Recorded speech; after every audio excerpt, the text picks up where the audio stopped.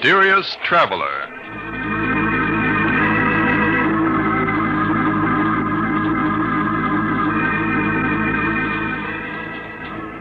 This is the Mysterious Traveler, inviting you to join me on another journey into the realm of the strange and the terrifying. I hope you will enjoy the trip, that it will thrill you a little and chill you a little. So settle back and get a good grip on your nerves, if you can.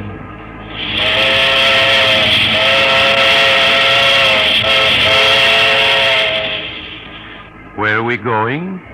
Why, today we're going to accompany Mr. Harvey Benson through a fateful 24 hours of his life in a story I call No One on the Line.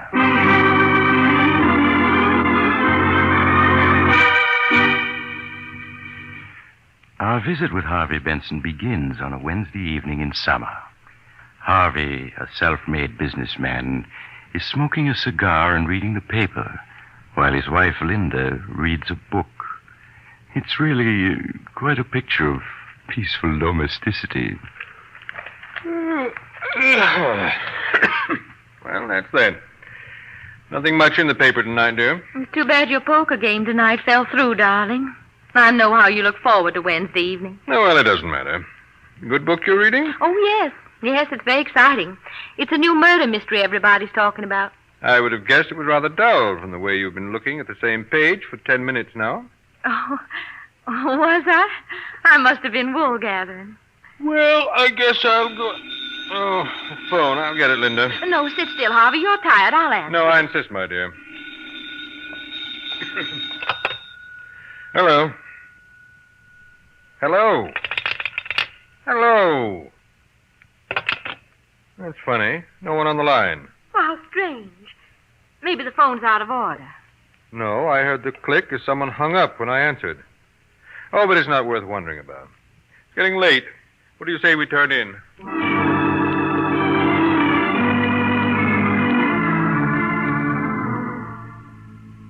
And now we join Harvey again at breakfast the following morning.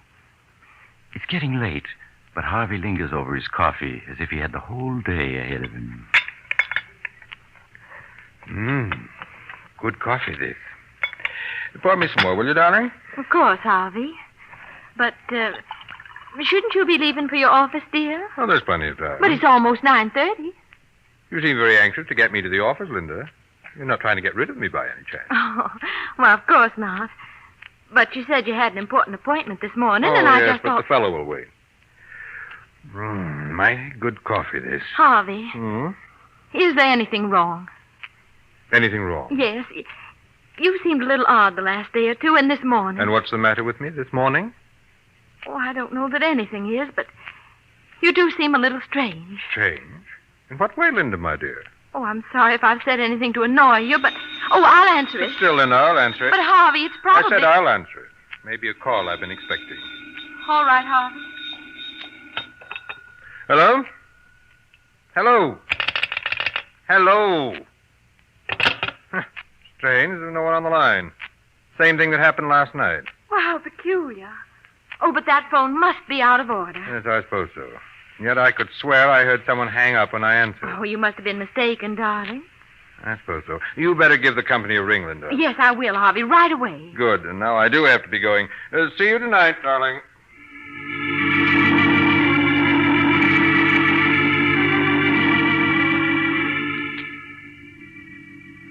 So now we accompany Harvey Benson to his office.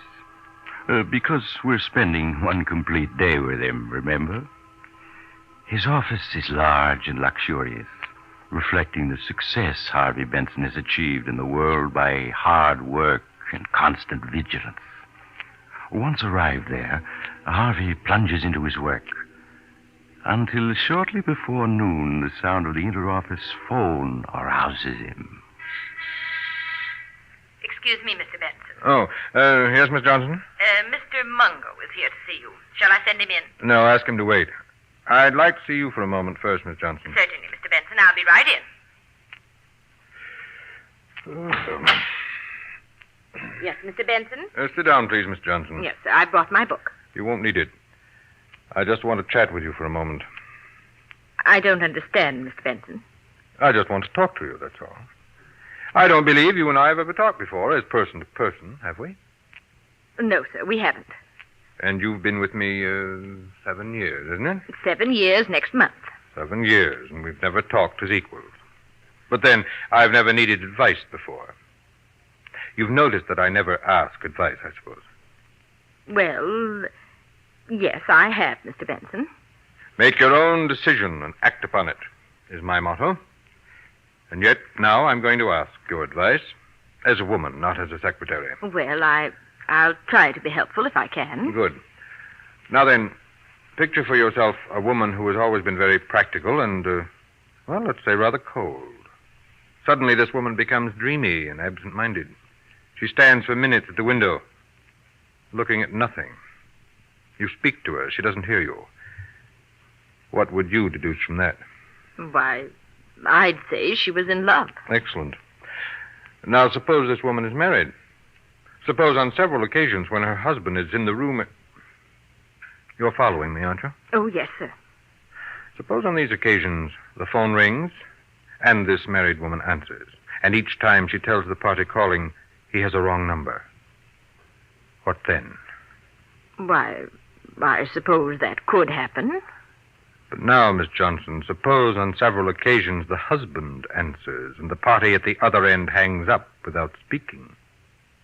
Why, it sounds like someone trying to call the wife without her husband knowing about it. Exactly. I felt sure I couldn't be wrong. But it's helpful to have your opinion and back me up. Thank you very much, Miss Johnson. Why not at all, Mr. Benson. And now, please send in Mr. Mungo. Yes, sir, right away. Mr. Benson will see you now. Okay, sister. Good morning, Mr. Benson. Come in, Mungo, and close the door. Sure, Mr. Benson. Sit down. Yeah, sure. You have the information for me? Everything's right here in my report. Good, let's have it. I checked thoroughly on the 4 names you suggested. And which one was she meeting? I only witnessed one meeting, Mr. Benson. The other time, she gave me the slip. Then you don't know your business. Well, what she did was go to Duke and Baker's department store, take a dress into one of the fitting rooms, and then leave by another door. I couldn't very well follow her there. You should have managed it somehow. Never mind that. What did you learn? I'll give you the general report first before mentioning names. All right, do so, but don't dawdle about it. Yes, Mr. Benson. As you'll see, I've called the 4 individuals you suggested parties A, B, C, and D. Yes.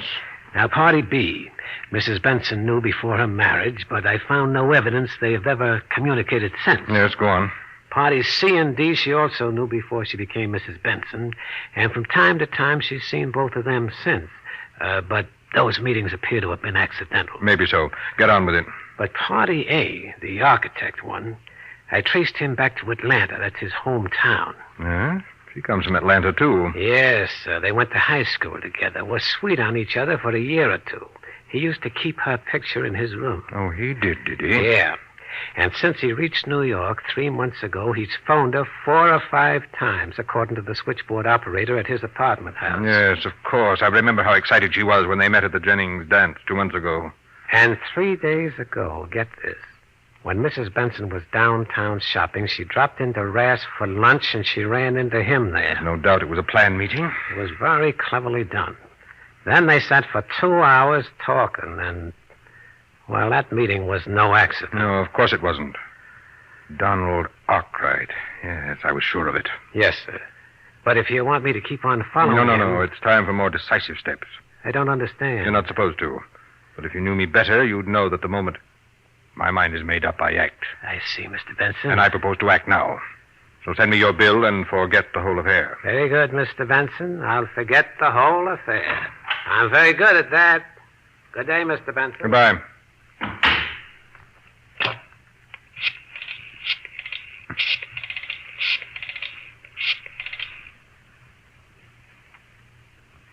Hello, Donald Arkwright speaking. Oh, hello, Arkwright. This is Harvey Benson. You remember me, Linda's husband? Yes, of course, Mr. Benson. How are you? Fine, thanks. I'm calling because I need an architect. Oh, and you wanted me Yes, to... I'm going to put up a summer place out on Long Island, and I wanted you to draw the plans. Well, that's great, Mr. Benson. Now, what kind of sight have you? I'll do better than tell you. I'll show it to you. That is, if you're free to drive out with me this morning. Well, I do have an appointment. Cancel it. This will be well worth your while, I assure you. Well, all right, I will, Mr. Benson. Good. Then I'll pick you up in my car. Say about 45 minutes. All right, that'll be fine. I'll be looking for you. Good. I'll see you shortly then. We'll have lunch on the way. Miss Johnson, Yes, Mr. Benson? I'm leaving for the day. Cancel any appointments I may have.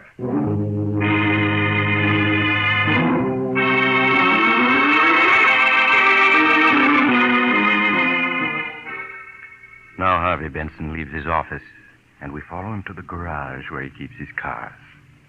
Well, Joe, you have my car ready? I got it right here, Mr. Benson. But look, don't you want to take the new coupe? No, I said I wanted the sedan. Yeah, sure, but since that little accident Mrs. Benson had, the sedan ain't in too good a shape. It'll do for today. Yeah, but what I'm getting at is it ain't safe. I'm not worried.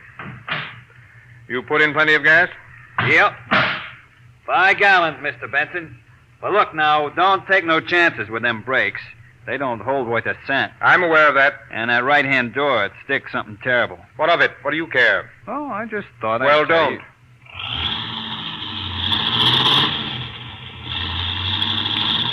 Golly, he's certainly in a hurry. With them brakes the way they are, he'll kill somebody if he ain't careful.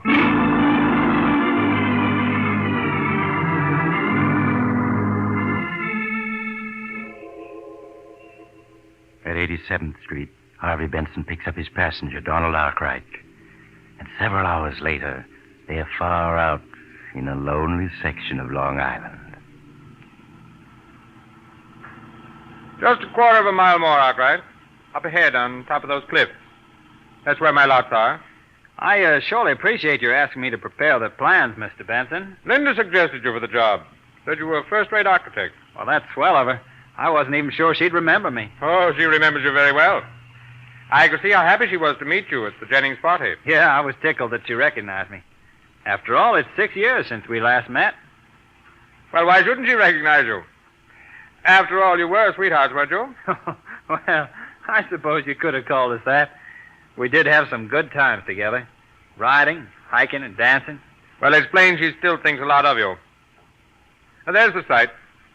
Right up ahead. Oh, yes. Smack on the edge of the cliff, huh? Well, you'll have a nice view all the way across the sound. 80 feet sheer to the water. Not another house in miles. Look, you can see all the way down to the rocks from the bend in the road here. Well, those waves sure are kicking up a fuss. A man wouldn't last long down there. No? No, not long. But you don't have to worry. I'll build you a house that'll never slide over the edge. I'm sure you'll never give me any cause to worry. Well, here we are. Have to pull the car a bit off the road, though, to park. Oh, pretty steep here. Yes. I'll have to put in a retaining wall. Terrace the ground, I guess. There. I got her off the road. We'll leave her here, where we'll have room to turn around when we're ready to start back. Sure hope you have good brakes. I'd hate to slide over onto those rocks down there. I'd hate to myself. Oh, want to get out and block the wheels for me? Oh, yes, of course. Yeah, door won't open. Seems to be stuck. That's right. That door does open hard. Never mind. I'll get out on this side and block them. Well, say, aren't you forgetting to set the brakes? Not necessary. But this slope is steep here. I know what I'm doing. But look, the car's moving already. It's starting to roll forward. Yes, it is, isn't it? And it'll keep on rolling. Mr. Benson? I can't stop your car. The brakes won't hold. Mr. Benson, it's gone over the cliff. It's gone over the cliff! Harvey stands there, watching the car roll toward the edge, while his passenger struggles frantically to get out. It only has 10 feet to go, 5 feet, and then on the very edge, the wheels twist against a rock, and the car stops. Harvey runs down the slope and reaches the spot just as Donald Arkwright manages at last to scramble out. Mr. Benson, you did that on purpose. Yes, Arkwright, I did. You tried to kill me. Exactly, I tried to kill you. But why? You must be crazy. No, Arkwright, only myself. If you knew me better, you'd know that no one tries to take anything away from me without suffering for it. What are you talking about? You know what I'm talking about. What's mine is mine. And everything that's mine, I keep. You are crazy. I can see it. Get away from me. Take your hands off of me. No, Arkwright, you haven't a chance. Let me go, I say. You'll do nothing. In this world, a man has to be strong and ruthless to stay on top. And I'm both. No, you're pushing me toward the edge. Let me go. You're going over, do you hear?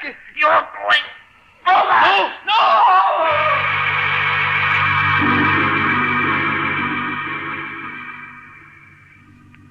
For a moment, Harvey stands, glaring down at the white-capped waters that have received his victim. Then he turns to the car. A quick twist of the steering wheel, a push, and the car is gone. Then Harvey turns away, back to the road. He walks a mile, 2 miles, 3, until he gets a lift from a driver who takes him to the nearest state police barracks, where State Police Sergeant Thomas hears his story. Mr. Benson, you say you got out of the car to block the wheels, and the car started rolling forward? Yes, Sergeant. Arkwright tried to open the door, but it stuck. The car was at the edge by the time he got it open. He jumped, but he was too late. I see. All right, I have the details straight. It was horrible, Sergeant. He was my friend. There was nothing I could do to help. Nothing. Yes, I understand, Mr. Benson. You were quite alone at the time? No witnesses? No, we were miles from the nearest house. Why do you ask? Well, because there's a Boy Scout camp about a mile from there, Mr. Benson. I thought some of the boys might have been within sight. Oh, no. There wasn't anyone in sight. I see. Well, I guess that's all, Mr. Benson. It's just about dark now, so we probably won't recover the body before tomorrow. I'll notify you the minute we do, so you can identify your friend.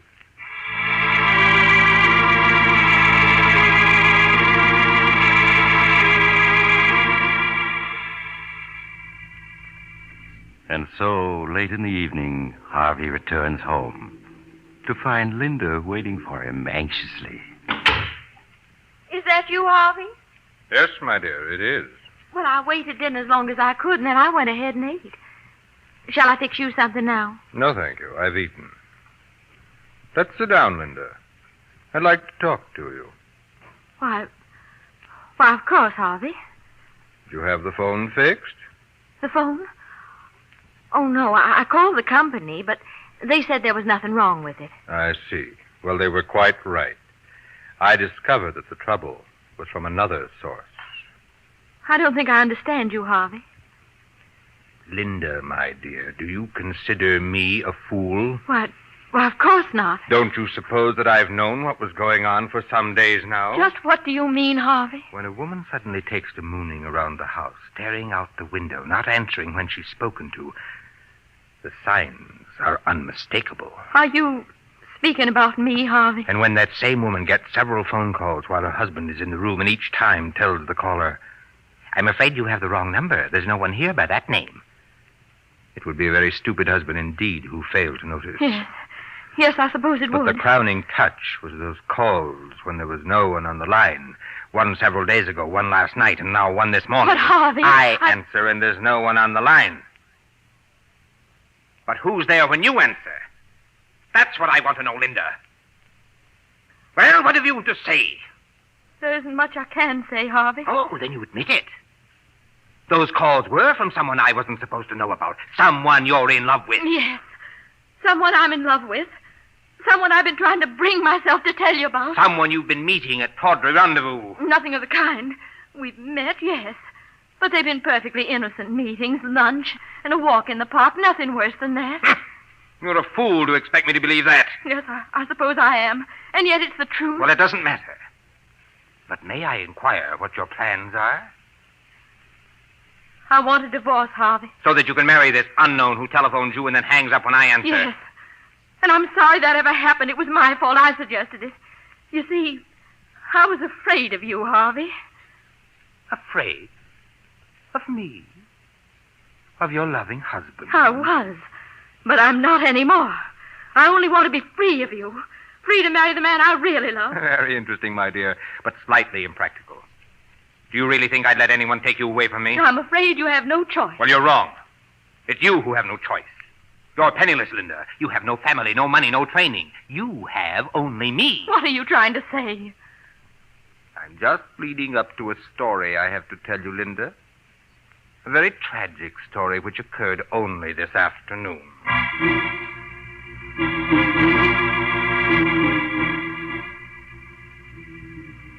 And so Harvey tells Linda the story of the afternoon's events. Well, not the true story, of course, but she guesses the truth as he speaks and recoils in horror when he is finished. Oh, you've killed him. You deliberately murdered him. Nonsense. It was a tragic accident. The police have already exonerated You me. killed him? Oh, no. No, I don't believe you. You're just trying to torture me. You know me better than that. You know that What I have, I keep at any cost. Then you did kill him. You're a murderer. Don't be hysterical, my dear. I shall be forced to discipline you. I'm going to the police. I'm going to tell them the truth. Linda, come back here. No, you can't stop Linda, me. come back. Come back, I say!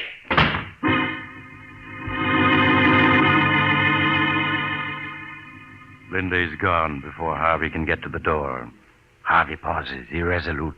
Then he shrugs, turns back, sits down, lights a cigar.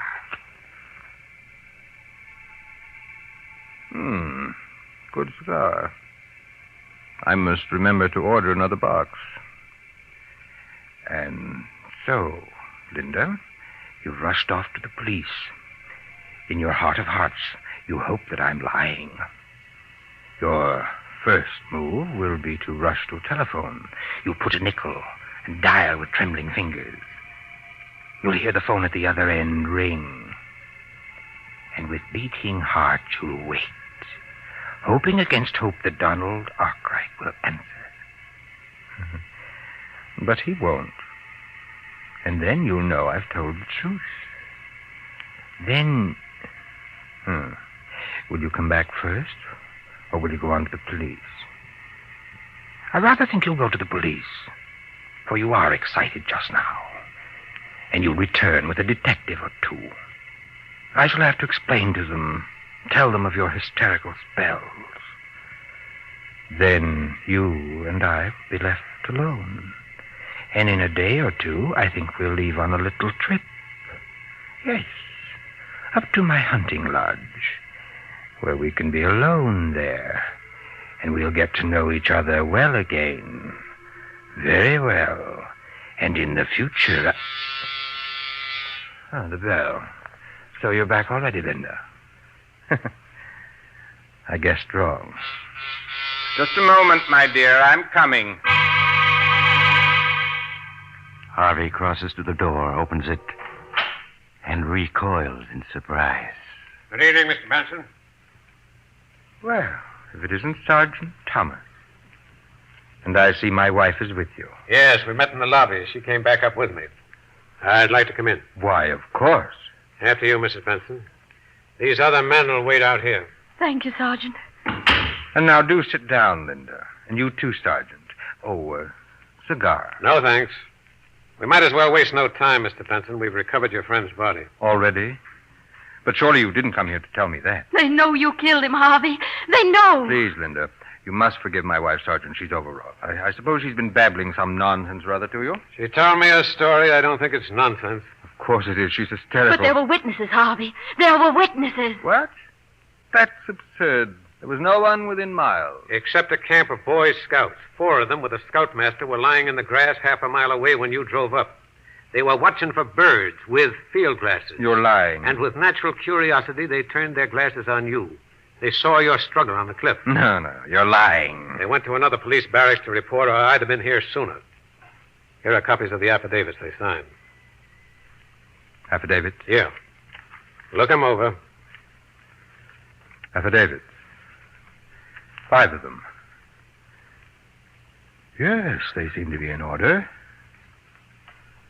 So there were witnesses. I dare say their evidence is unshakable. You haven't a chance, Benson. Well, those men outside are city detectives. Are you going to come quietly? Yes. Why not? What else is there to do? You're caught, Harvey, and I'm glad. Yes, I'm caught. but precious little good that'll do you, Linda, Because he's dead, do you hear? Donald Arkwright is dead. Donald Arkwright. Yes. You wonder how I knew it was he, don't you? Well, I hired a private detective. Oh. And he discovered that Arkwright had been phoning you, that you'd been slipping away to meet him. He managed to follow you to one of those innocent luncheons. That luncheon. But that meeting was an accident. A very clever accident, but not clever enough to save Arkwright, because he's dead, do you hear? And no matter what happens to me, I've beaten you. You're insane. You always have been with your lust for power, and I never guessed it till now. Fine words. But they won't change the fact that your beloved is dead and that I've taken him from you. You killed Donald Arkwright because you thought I was in love with him. You've killed the wrong man. No, I didn't. It was Arkwright. I know it. Oh, no. Don Arkwright was just an old friend. The man I love is someone you've never met, whose name I see now you don't even know. I don't believe you. You've committed murder and you've been caught, and all for nothing. No. And that knowledge is worse to you than any punishment the law can inflict. You're lying. It was Arkwright who phoned and hung up when I answered. I tell you it was. It couldn't have been anybody else. No. No. Better answer it, Mrs. Benson. No, I'll answer it.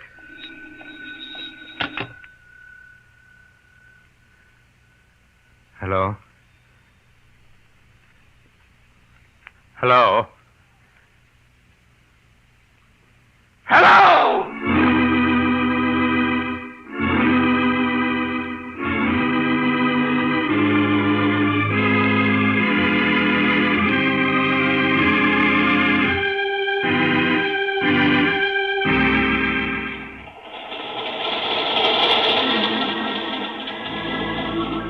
This is the mysterious traveler again. Well, that was rather a hectic 24 hours for Harvey Benson, wasn't it? He shouldn't have been quite so sure of himself. It never pays. Those phone calls now. If you get any calls and find there's no one on the line, don't be quite as hasty as he was. You might get into a bad jam. I know someone else who didn't wait to make sure of his facts, and he... Oh, you're getting off here. I'm sorry. But I'm sure we'll meet again. I take this same train every week at this time.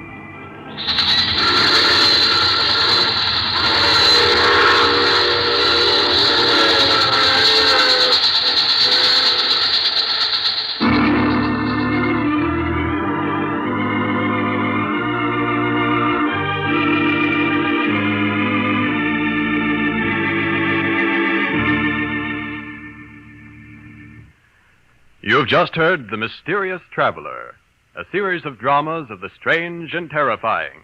In today's cast were Maurice Tarplin, Ted Osborne, Mary Jane Higby, Jack Manning, and James Van Dyke. Original music was played by Doc Whipple. The Mysterious Traveler is written and directed by Bob Arthur and David Kogan.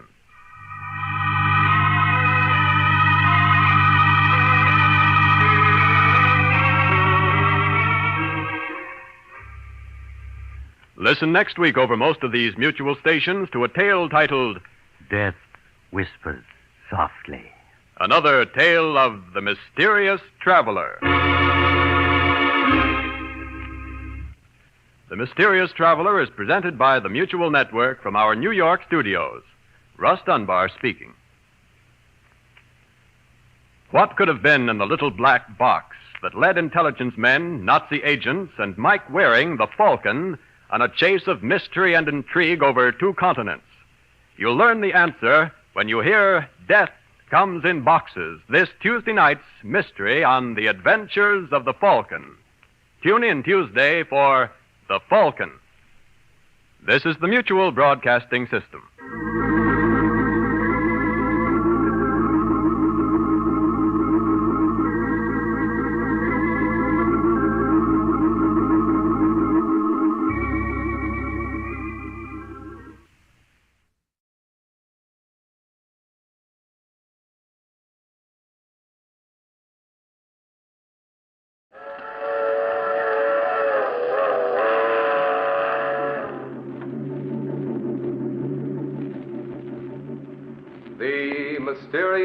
traveler.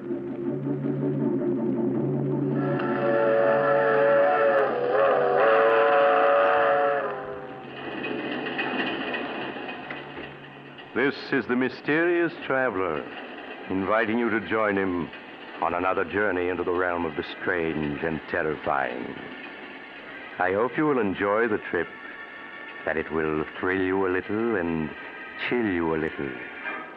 So settle back, get a good grip on your nerves. Where are we going? We're going to journey to the grave and learn the secrets of the dead in a tale titled The Accusing Corpse.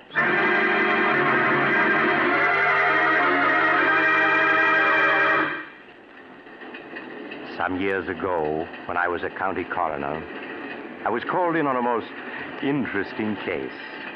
A case which had begun in the country home of Philip Drake, the wealthy stockbroker.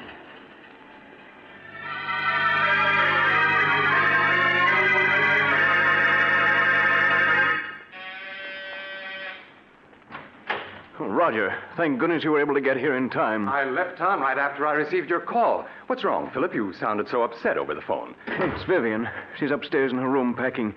She says she's leaving me. Leaving you? Why? She seems to feel our marriage has been a mistake. Roger, won't you speak to her? Persuade her to stay. After all, she is your sister. I'm afraid, Philip, that Vivian and I have never been as close as sister and brother should be. She's always been wild and spoiled. Perhaps, Philip, it would be better if you were to let her go. No, I couldn't do that. I love her, Roger. I wouldn't want to live without her. Won't you please try to persuade her to stay? All right, Philip. I'll do my best. But I must warn you, I haven't much influence over her. Philip, I'm all packed and ready to... Why, Roger, darling, what a surprise. What are you doing here? Vivian, Philip has told me. Now, surely you can't be serious. You know how he loves you, everything he's done to make you happy. Now, Roger, you aren't going to start on that, are you? Someday, Vivian, you'll get just what you deserve for walking over people, breaking their hearts. Every time I think of you being my sister, I feel Roger, like please. Would you mind waiting in the other room? I'd like to speak to Vivian alone. Oh, all right, Philip. Call me when you want me. Really, Philip, no matter what you have to say, you're just wasting your time. Oh, Vivian, how can you do this to me? You know I love you, that I'd do anything to make you happy. That's sweet of you, dear. Would you mind lending me your car to get to town? If you leave me, Vivian, you won't get a cent. Not a cent, do you hear? Really? Did you ever stop to think, Philip, that there might be another man with more money than you? Another man? Oh, no, there couldn't be. And why not? But we've only been married 3 months. There couldn't be anyone in that time. Oh, but there was. Oh, Vivian, in spite of what you've done, I'm willing to forgive you and start over with you. But, darling, I don't want you to forgive me. I want you to forget me. Vivian, you can't do this to me. I love you. I won't let you go. I really must be saying goodbye now. He's waiting for me in town, and I don't want to be late. If I can't have you, no one else will, do you hear? Oh, really, Philip, you're being ridiculous. I must go. No. Philip, what are you doing? A gun. Yes, Vivian, a gun. I told you if I couldn't have you, no one else would. Oh, Philip, you're insane. Put that gun down. If you don't change your mind about leaving, I'll kill you. Even with that gun, you can't keep me. Do you hear? I'd sooner die than go on living with you. I'm going. And you're not going to stop. Oh, you shot me. Vivian. Philip, what happened? I thought I heard... Vivian. Roger, is she dead? Yes. Philip, do you know what this may mean? Life imprisonment, perhaps. Even the electric chair. I know. Nothing seems to matter now. But you simply can't throw your life away like that, Philip. Oh, even if Vivian was my sister, I don't mind telling you that I always felt you were far too good for her. She didn't deserve to be your wife. Oh, please, Roger. Now, look, Philip, if we were to get rid of the body, who could possibly know that she didn't leave here tonight as she'd planned? No, it wouldn't work, Roger. You can't get away with murder. That's nonsense, Philip. Now, if we were to bury her in the woods, no one would ever find the body. Bury her in the woods? I couldn't do that. Then I'll do it. You can wait here till I return. But, Roger, what if... Philip, you must let me handle this. You'd better give me the gun. All right, Roger. You are. Good. Now, you wait here while I get rid of the body.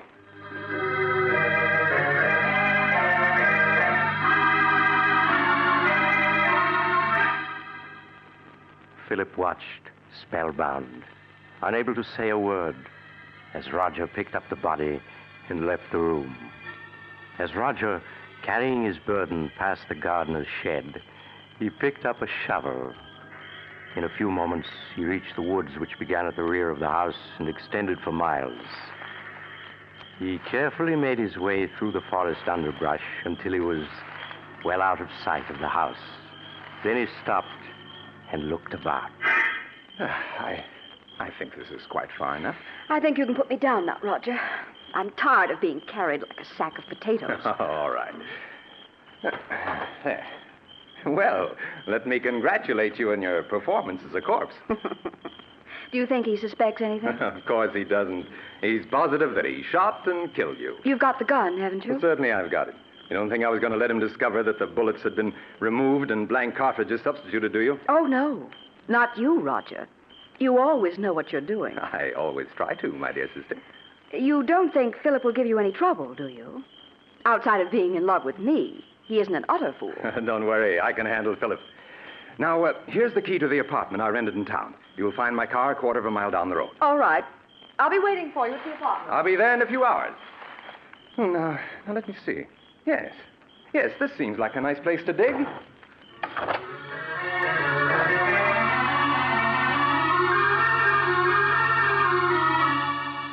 The next morning, Roger called on Philip at his office. With a calculating glance, he noted that Philip's eyes were bloodshot, that his hand trembled as the two shook hands. How are you, Philip? I couldn't sleep at all last night. I kept thinking of Vivian. And what if her disappearance is noticed? People begin asking questions. Now, all you have to do is tell them that Vivian left you and you don't know where she is. Or things like that happen every day. You've been very helpful to me, Roger. If ever I get a chance to repay you for it, rest assured I will. That's very good of you, Philip. Truth of the matter is, you could do me a favor if you would. Of course. What is it? Well, I'm in the midst of a business deal, and I find myself a little short of capital.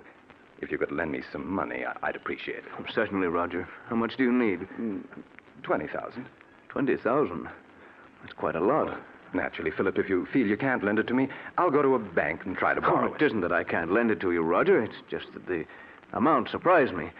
Shall I make the check out to you? Yes, if you please. All right. I can't tell you how much I appreciate this, Philip.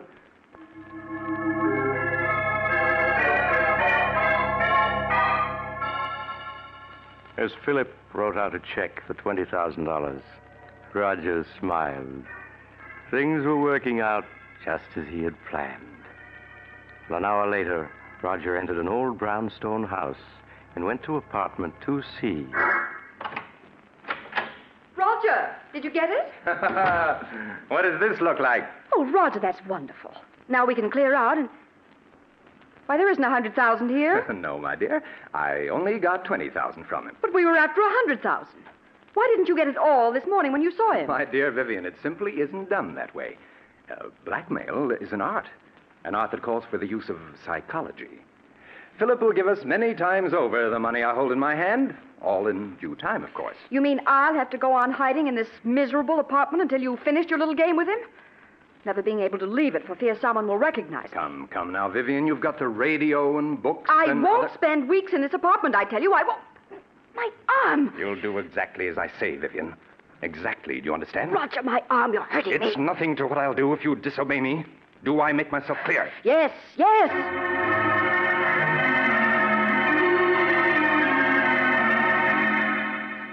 A week passed. A week in which Roger patiently bided his time. For time, he knew, was working on his side against Philip. Then one morning he called on Philip at his office. Good morning, Philip. How are you? How do you expect me to be? This past week I've been able to think of nothing but Vivian and what happened that night. Philip, you must stop brooding over it. Whatever happened was her fault, not yours. Yes, you're right. Perhaps what I need is a vacation. Yes, of course. A trip would do you a world of good. And if I could afford it, I'd go along with you. You mean you haven't any money? I'm afraid not, Philip. That's what I've come to see you about. I must have $40,000 at once. 40,000? Yes, I know it's a good deal of money, Philip, but without it, I'll be ruined. Well, naturally, I want to help you, Roger, but 40,000? If I don't get the 40,000, Philip, it may mean prison for me. Now, you wouldn't want to see that happen, would you? Well, of course not, Roger, Well, but... after all, Philip, I saved you from prison. In fact, I made myself an accomplice to Vivian's murder by not turning you over to the police. Well, yes, I know, Now, but... you could hardly expect me to remain loyal to you if you weren't willing to help me, could you? I see. It seems I haven't any choice. Very well, Roger. I'll write you out a check.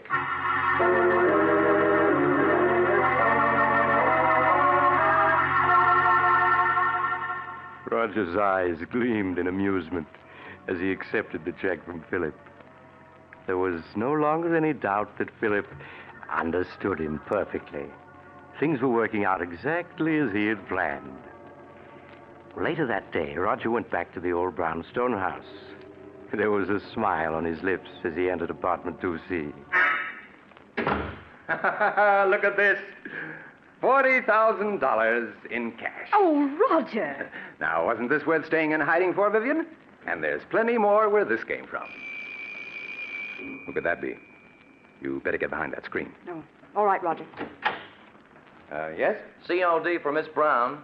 It amounts to $64. Oh, you must be mistaken. There's no Miss Brown here. This is the address she gave. It's in care of Mr. Roger Martinson. That your name? Why, yes, but I don't know any... Those packages are for me, Roger. How much did you say the COD was? $64, miss. Oh. Here you are. Thank you, miss. Here's your receipt. Goodbye. Goodbye. When did you buy those clothes? This morning? You mean you went out shopping in spite of what I told you? Well, I was sick of being cooped up in this apartment day and night. I had to do something for a change. And what of my plans? You risked everything with so much at stake. Roger, stop looking at me like that. I tell you, I couldn't stand being cooped up in this apartment any longer. But I gave you orders to stay here. Well, I won't. I want you to get the rest of the money at once so we can clear out. And if you don't, I'll go shopping whenever I feel like it. You can't make me stay here. You'll do exactly as I say, Vivian. I won't allow anything or anyone to interfere with my plans. I've worked out every step perfectly, and there isn't going to be any slip-up.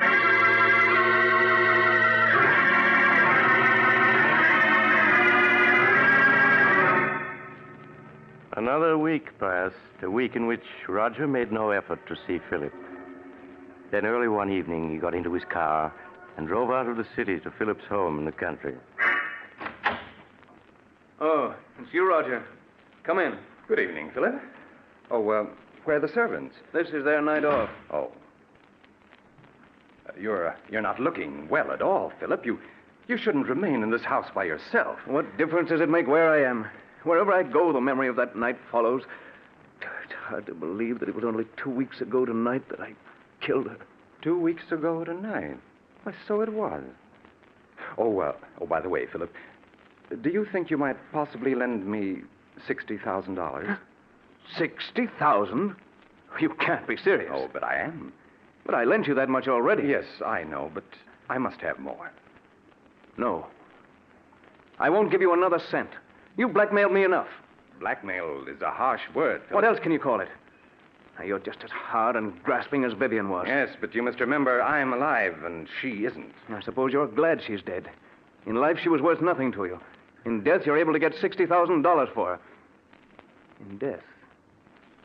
How do I know she is dead? Don't be foolish, Philip. You saw her lying on the floor in this very room. Yes, but how do I know she's dead? It was you who examined her and told me so. And you buried the body by yourself. Well, I just wanted to spare you, Philip. Just exactly where did you bury Vivian? As a matter of fact, how do I know the whole affair isn't staged for my special benefit, so that you can extort money from me? Oh, surely you don't believe that, Philip. Why, you shot her with your own gun. Yes, and you took the gun away from me immediately after the shooting. Suddenly, that whole affair is becoming very clear to me. I tell you, she's dead, Philip, and buried out in the woods. Then I want to see the grave and the body you say is in it. But this is ridiculous. I won't go searching for a grave in the middle of the night. You shouldn't have to search for it, Roger. Not if you really dug one. Come along. We can pick up a shovel at the tool shed. I won't do it. I said come along, Roger. Oh, Very well.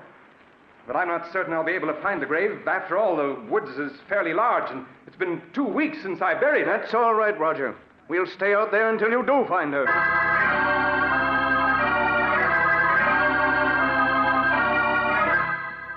A few minutes later, Philip and Roger picked up the shovel at the tool shed and then continued on their way to the woods that began at the rear of the house. Neither of the men spoke as they entered the woods. Roger leading the way with a flashlight.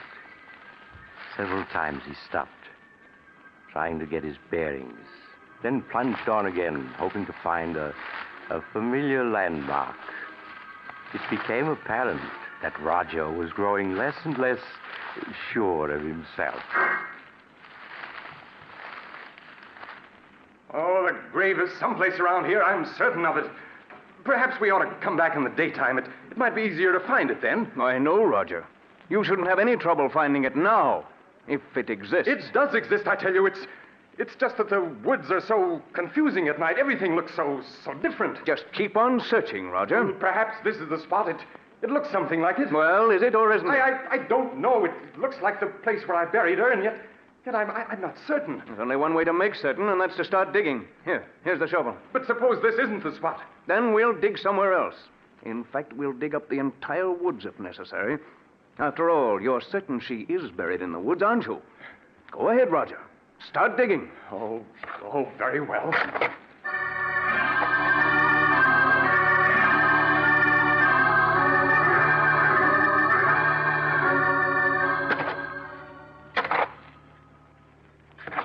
Well, Roger, you've been digging for 20 minutes now, and you haven't uncovered a body. Philip, I told you I wasn't sure this was the spot where I buried her. You're a great actor, Roger. But I'm afraid this time you've overplayed your role. What do you mean? Vivian isn't dead, and there's no use your pretending she is. Everything that's happened was part of a scheme the two of you planned to extort money from me. I tell you she is dead. Then where's the body? I thought this was the spot, but I must be mistaken. I'm sure I didn't bury her any deeper than this, but if I... Philip, turn the flashlight this way. What is it? Look. Do you see what I've uncovered? A hand? Yes. This is the spot where I buried her, Philip. Just a few more shovelfuls and I'll have her uncovered. Oh, it can't be. There. There you are, Philip. Of course, she's been in the ground for 2 weeks, but I think you can easily recognize that it's Vivian. Yes, it's Vivian. And look, Philip, here's the bullet hole under her heart. The bullet hole that you made. I don't want to see any more. I've had enough. You should trust me a little more, Philip. Everything I did was for your own good. After all, you don't want to go to the electric chair, do you? I don't care what happens anymore. I can't stand having her death on my conscience any longer. I'm going to call the police. Don't be a fool, Philip. You know it might well mean the electric chair. I'll take my chances. Anything's better than going on living the way I have these past 2 weeks. I'm going back to the house and call the police. Philip, come back! Come back! Philip!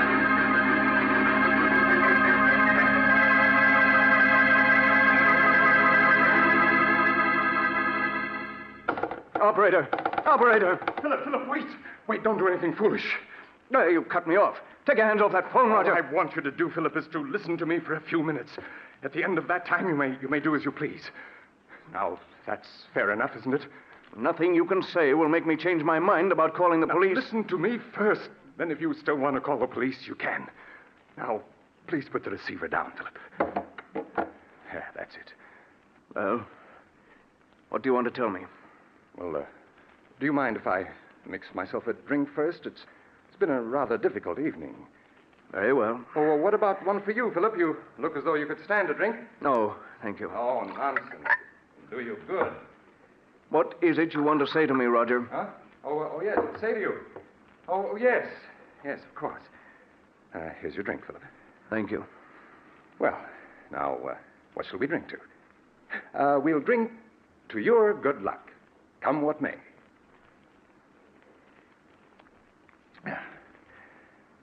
There. I feel a good deal better. All right. Now that we've had our drinks, what have you got to say? Oh, yes. What I wanted to say was I never let anything interfere with my plans, Philip.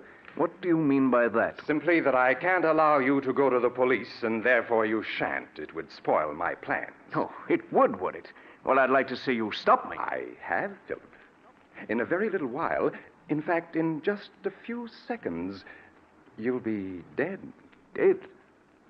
What are you saying? Yes, Philip. The drink I mixed for you was poisoned. Poison? Aren't you finding that it's becoming difficult to breathe? Oh, no. You couldn't have. My throat. It burns. Yes, I know, Philip, but it'll all be over in a matter of seconds. Now, I see it all. You might... Yes, Philip. Just a week ago tonight, she died according to plan. Uncle, please, Joe. I'm afraid, Philip, that you haven't the strength left to reach the telephone. I will.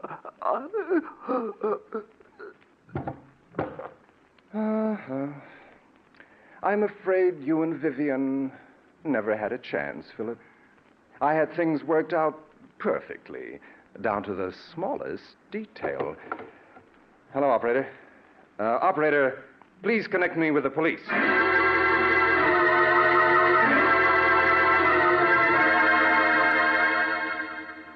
It was at this point that I was called into the case. Inspector Carlton called me an hour after Roger Martinson had phoned the police. When I arrived at the Drake mansion, I examined the body of Vivian Drake, then that of her husband, Philip. When I had finished my examination, I entered the library, where Inspector Carlton was questioning Roger Martinson. Hello, Doc. Oh, Doc, this is Roger Martinson. Mr. Martinson, this is Dr. Smith, the county coroner. How do you do? Hello. I'll be with you in a few minutes, Doc. Just stick around. Now, Mr. Martinson, you were telling me how you came to this house 2 weeks ago tonight to see your sister and found that she was gone. Yes. Yes, my brother-in-law, Philip, told me that she'd gone on a vacation.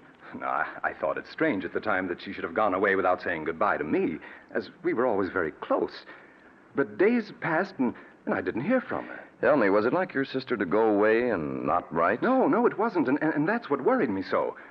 These past 2 weeks, Philip kept putting me off when I inquired about Vivian's whereabouts.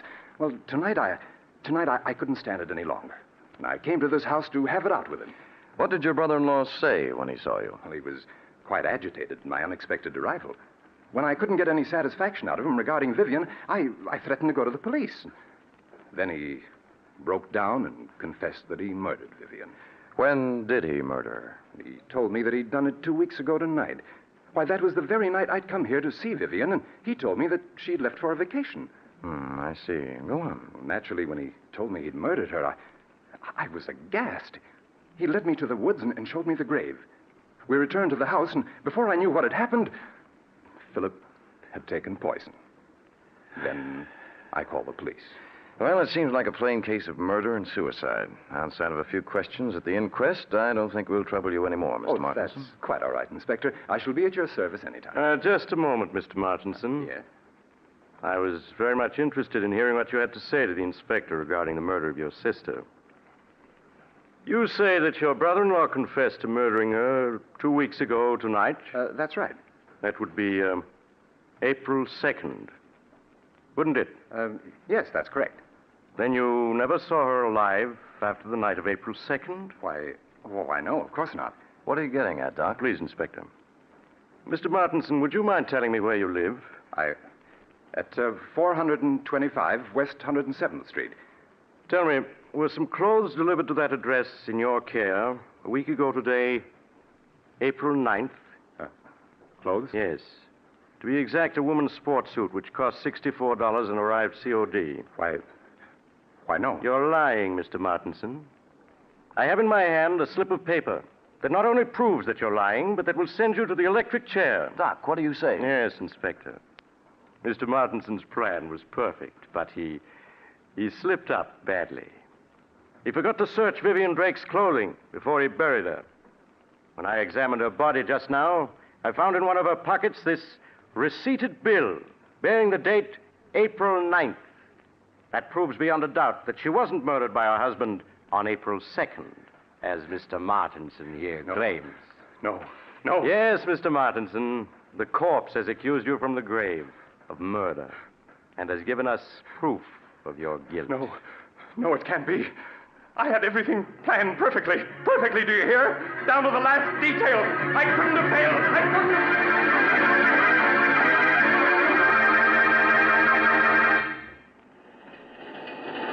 This is the mysterious traveler again.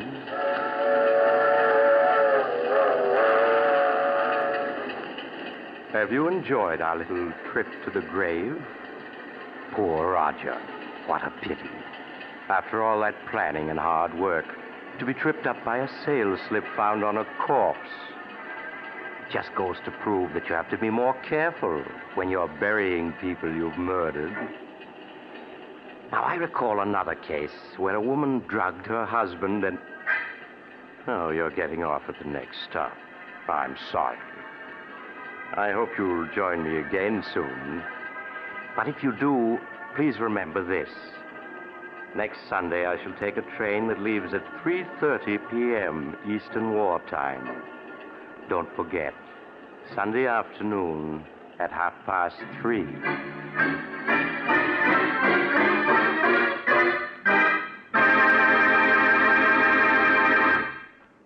You've just heard Chapter 20 of The Mysterious Traveler, a series of dramas of the strange and unusual brought to you each week by station WOR.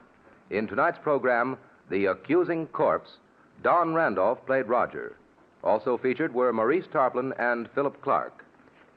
The Mysterious Traveler, written by Bob Arthur and David Kogan, is directed by Jock McGregor. Original music was played by Doc Whipple.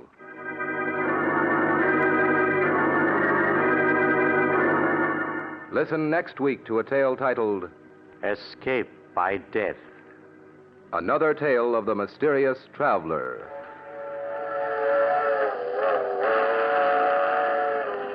The Mysterious Traveler is presented by WOR Mutual every Sunday over most of these stations. But beginning next week, The Mysterious Traveler will be presented at a new time, Sunday afternoons at 3:30. Please note the change in time. 3:30 every Sunday afternoon, beginning next Sunday. This is Mutual.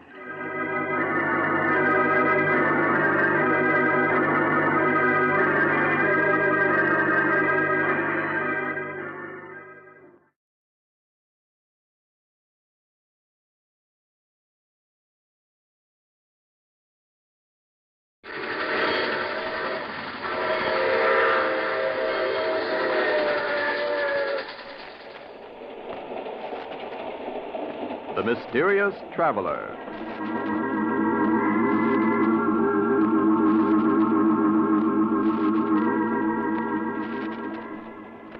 This is the Mysterious Traveler, inviting you to join me on another journey into the realm of the strange and the terrifying. I hope you will enjoy the trip, that it will thrill you a little and chill you a little. So settle back and get a good grip on your nerves, if you can.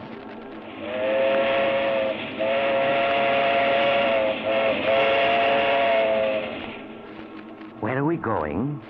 Why, we're going to pay a visit to the home of Albert and Louise Jordan. As nice a couple as you'd hope to meet. In a story I call Death is the Visitor.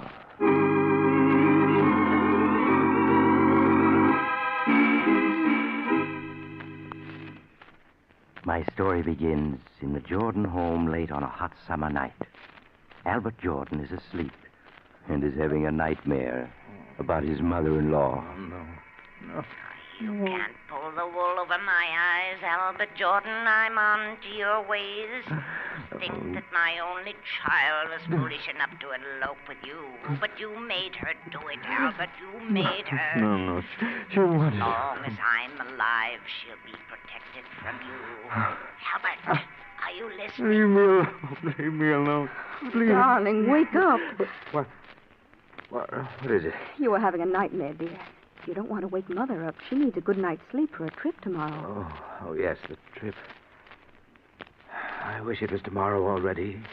She was gone.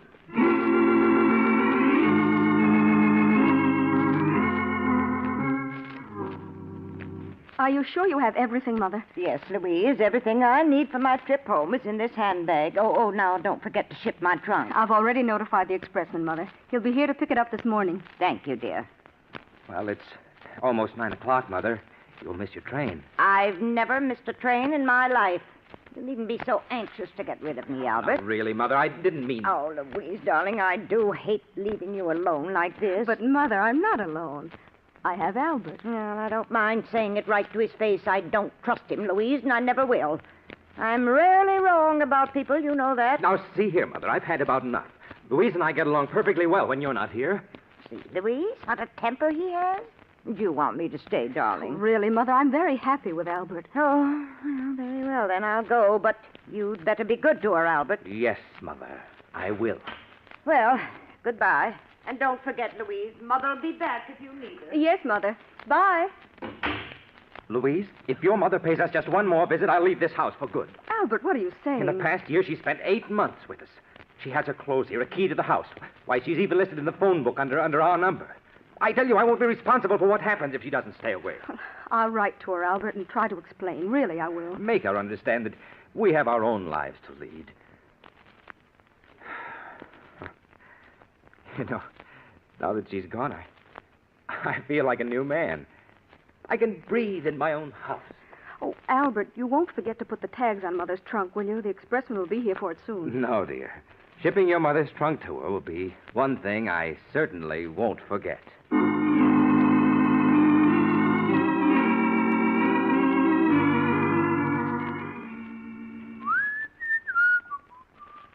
Let me see.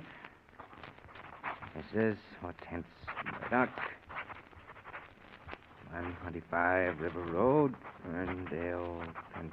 That won't be necessary, Albert. My trunk can remain here. Mother, but you went to catch your train. I know I did, but I changed my mind about going. I won't leave my little girl alone. Why are you looking so startled, Albert? Are you hiding something from me? No. No, of course not. Where's Louise? She went downtown an hour ago.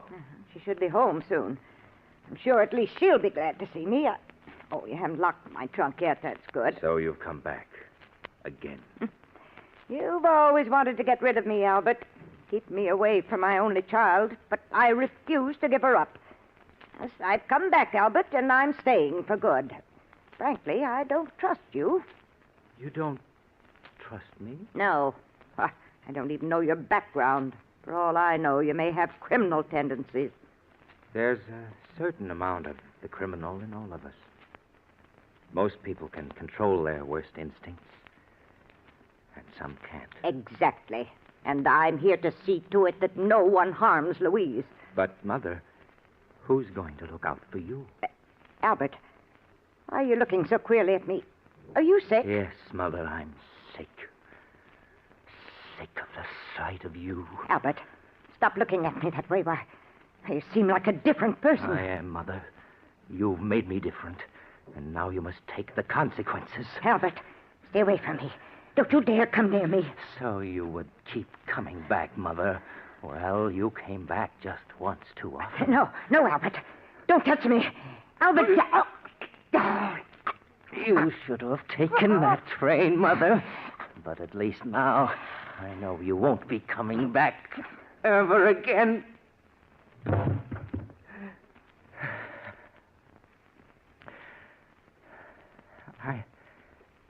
I didn't want to kill you, but you made me. Oh, but now I've got to get rid of you or they'll catch me. The trunk. Yes, it's large enough. Even in death, you're a problem, Mother. But you won't be for long. There. Now I'll have to get rid of the trunk. Somehow. I'll think of a way. Albert, are you home? Louise, the trunk. I've got to close it. Is that you, Albert? Yes, dear. Yes. Oh, I see. You're locking the trunk. Yes, I was just getting it ready for the expressman. He should be here by now. Albert, is anything wrong? Anything wrong? What do you mean, Louise? I don't know. Your face is so flushed. Oh, it's just a little warm in here, that's all. Oh, we forgot to pack Mother's robe. Look. Oh, you'll have to open the trunk again, Albert. No, I mean, The trunk's full already. You wouldn't be able to get anything else into it. Why, nonsense. When Mother and I packed it, it was only half full. Oh, please open it. But it's locked, and we haven't got the keys. Oh, yes, that's right. Mother has them. Well, we'll just have to mail the robe to her. Oh, I'll answer the door. It must be the expressman. Make sure the tags are on it, dear. The tags. Oh, you can't go to her home. Oh, if I only had time to think. Wait, yes, that's the only thing to do. Come this way, please. You'll find the trunk in this room. Here it is. Are you finished, Albert? Yes, it's all ready to go. Okay. Well, I'll make a racket of it. Now, let me see. It's being shipped to... Perhaps you'd better load it on the truck first. It's easier this way, mister. You're shipping it to Mr. William Smith, 345 Wood Street, Las Vegas? Well, that isn't the right address. Then, what is it on this shipping tag, lady? Oh, well, that must be one of my customers. I must have been thinking of someone else when I wrote it out. Yeah, but what's the right address? Oh, it's Mrs. Hortense Murdoch, 125 River Road, Ferrydale, Pennsylvania. That's right, isn't it, dear? Yes. Okay, I know your name and address. I'll put the right tags on later. That's mighty heavy. Oh, please be careful with it. Don't worry, lady. I'll get there safe and sound.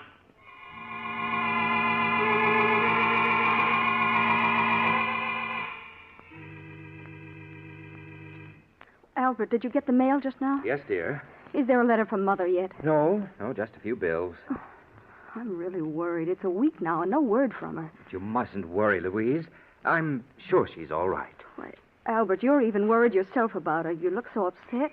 Oh, I'll answer. I'll come with you. Maybe it's a special delivery from Mother. Yes? Hey, good morning. I got a trunk here for you, folks. What? It's Mother's trunk. Yes. You always wanted to get rid of me, Albert. But I've come back, Albert, and I'm staying for good. Bring it in, won't you, please? Okay, lady. There you are. But I don't understand. Why should Mother send her trunk back to us? Would you mind signing for it, Mr. Jordan? What? Oh, yes. Here you are. Thanks. Bye. Albert, I can't understand why Mother shipped her trunk back to us, and without even writing a word about it. Can you figure it out? What? Oh, no, I can't. Well, I'm going to put an end to this guessing. Louise, what are you going to do? I'm calling Mother. Hello, operator.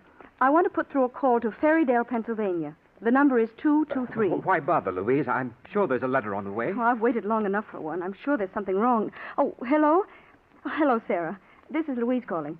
Is my mother there? What? Are you sure? Oh, and that's why you shipped the trunk back. No, thank you, Sarah. Albert, Sarah says that Mother never arrived home. She sent a postcard saying not to expect her just yet. Was Sarah the one who shipped the trunk back? Yes. She thought that Mother had decided to stay with us longer and would need her clothes. But, Albert, where can she be? Oh, now, Louise, I'm sure she's all right. All right, she's been missing a week. How could she be? Well, perhaps she's staying with friends. You know Mother hasn't any friends. We've got to do something. Albert, I'm going to call the police.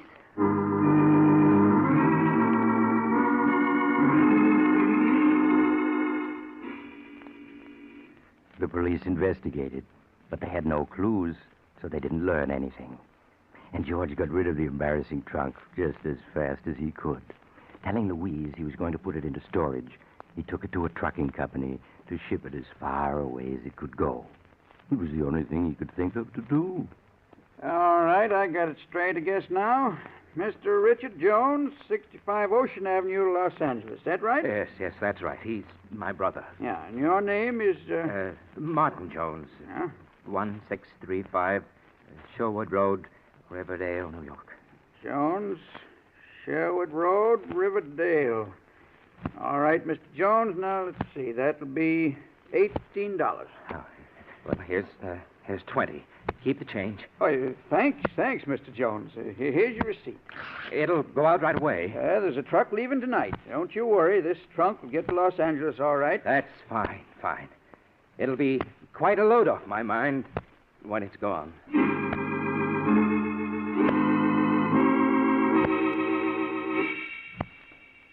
A week passed, 2 weeks, 3, and poor Albert was breathing more easily again.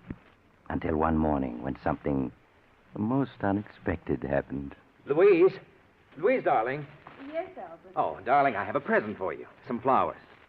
Just saw them and thought you'd like them. Thank you, Albert. You're very thoughtful. Louise, your mother's been missing more than a month now. You can't go on like this. You'll have a breakdown. Oh, Albert, where can she be? Why can't the police find her? Well, darling, if she hasn't been found in 5 weeks... Oh, excuse me, dear. I'll answer it. Maybe it's news of Mother, Albert. Good evening. I got a trunk here. I think belongs to you. A trunk? Yeah, that's right. You always wanted to get rid of me, Albert. But I've come back, Albert. I've come back. Do you recognize it? It's yours, isn't it? Oh, no. Huh? Well, ain't you the fella that shipped this trunk about a month ago? Didn't you give me a $2 tip? I'm afraid you have me confused with someone else. Don't you know where the trunk goes? Well, no. You see, it's come all the way back from California. It seems there wasn't no such address where this was shipped to. Surely it had a return address. Yeah, but the trunk got wet. The return address kind of washed off, so it came back to the office where it was shipped from. Oh. But what makes you think it belongs here? Well, you see, I kind of did a little detective work. The initials stamped on the trunk are HGM. Well, I looked it up in the phone book, and the only person in town with those initials lives here. I'm sorry, but it certainly isn't my trunk. Oh, well, I'm sorry to trouble you. I'd have sworn you was the guy that gave me that $2 tip. Where will you take the trunk now? Oh, it'll be put to the unclaimed baggage, and then in a few months it'll be auctioned off. Auctioned off? Yeah. You'd be surprised what you sometimes find in them, just like a grab bag game. Well, sorry to trouble you. Oh, wait a minute. Huh? What did you say those initials were? HGM. HGM. What? They're my mother-in-law's initials. Her name is Hortense G. Murdoch. Well, sure. That was the only name in the book with those initials. That's why I came here. Well, that was a very clever piece of detective work. Yes, of course it's her trunk. I don't know why I didn't recognize it. Well, you know, trunks, they kind of look alike. Yes, that's right. Well, bring it in.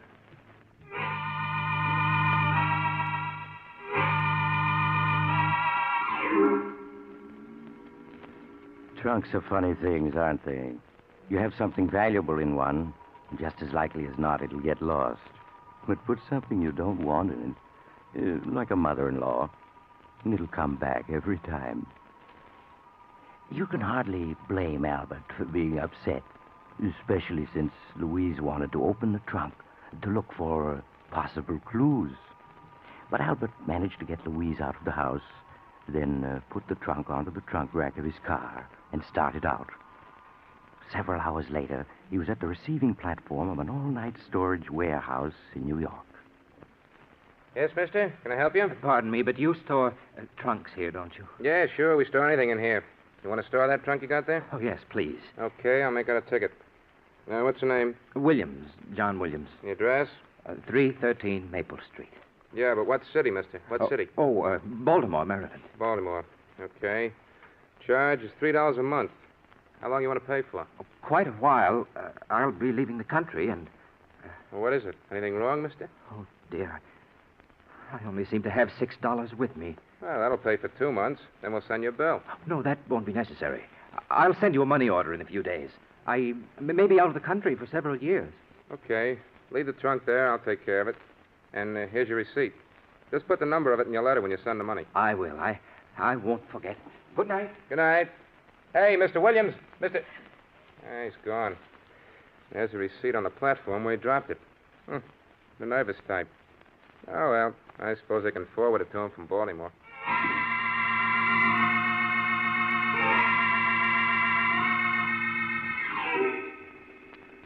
When Albert found he'd lost his receipt for the trunk, he was badly upset at first. That meant he couldn't send any money for future storage charges. But after all, there was no identification inside it, and he'd rubbed Mother's initials off the outside this time. So how could anyone trace it back to him? Especially since they'd be looking for him in Baltimore. So in a few weeks, Albert was himself again. Except for a nightmare once in a while. After all, what do I know about you, Albert? You may have criminal tendencies, and I'm going to protect my daughter from you. Yes, I've come back, and you're not going to get rid of me. Do you hear me, Albert? I've come back to stay. No, leave me alone. Leave me alone. I tell you. Albert, No. Albert, wake up. Oh, what is it, Louise? You were moaning in your sleep, dear. You must have been having a nightmare. Oh, yes, I was. But it's not important. It's just that midnight snack I had. Go back to sleep, darling.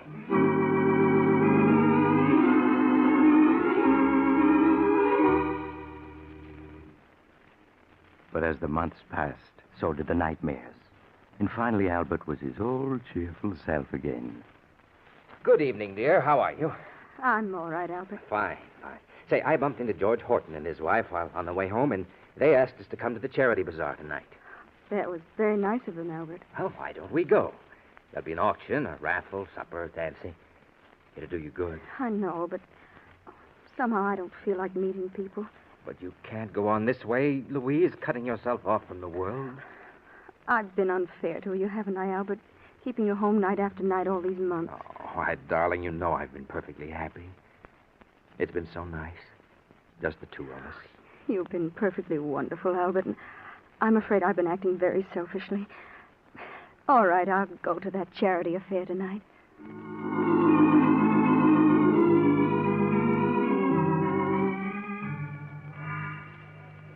Now, what am I bid for this beautiful antique lamp?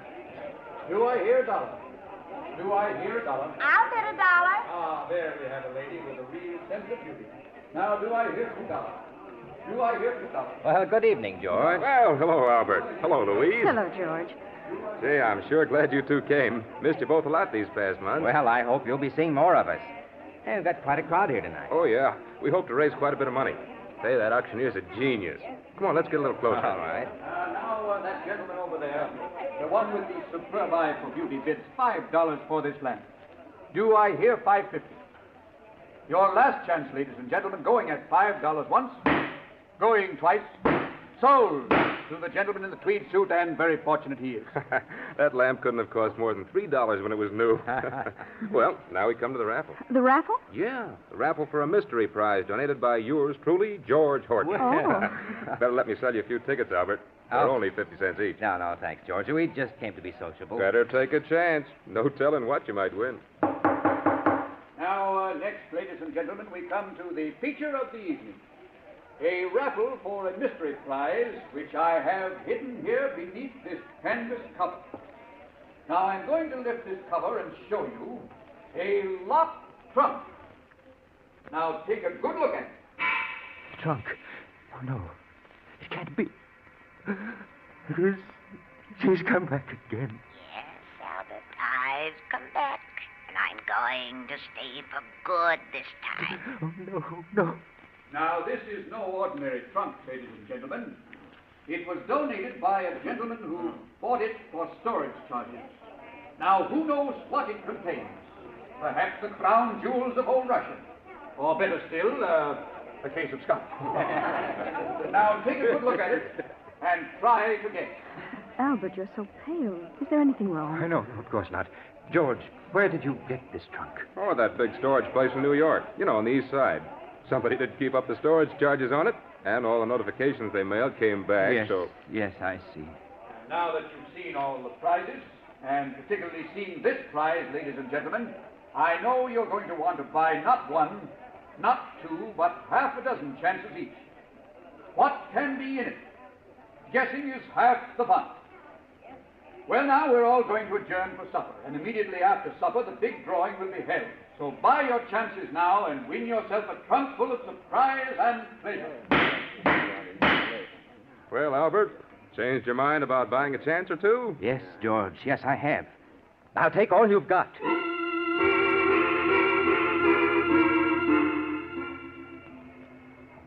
Albert, I don't understand you. You bought every chance that was left on that trunk. Louise, I know what I'm doing.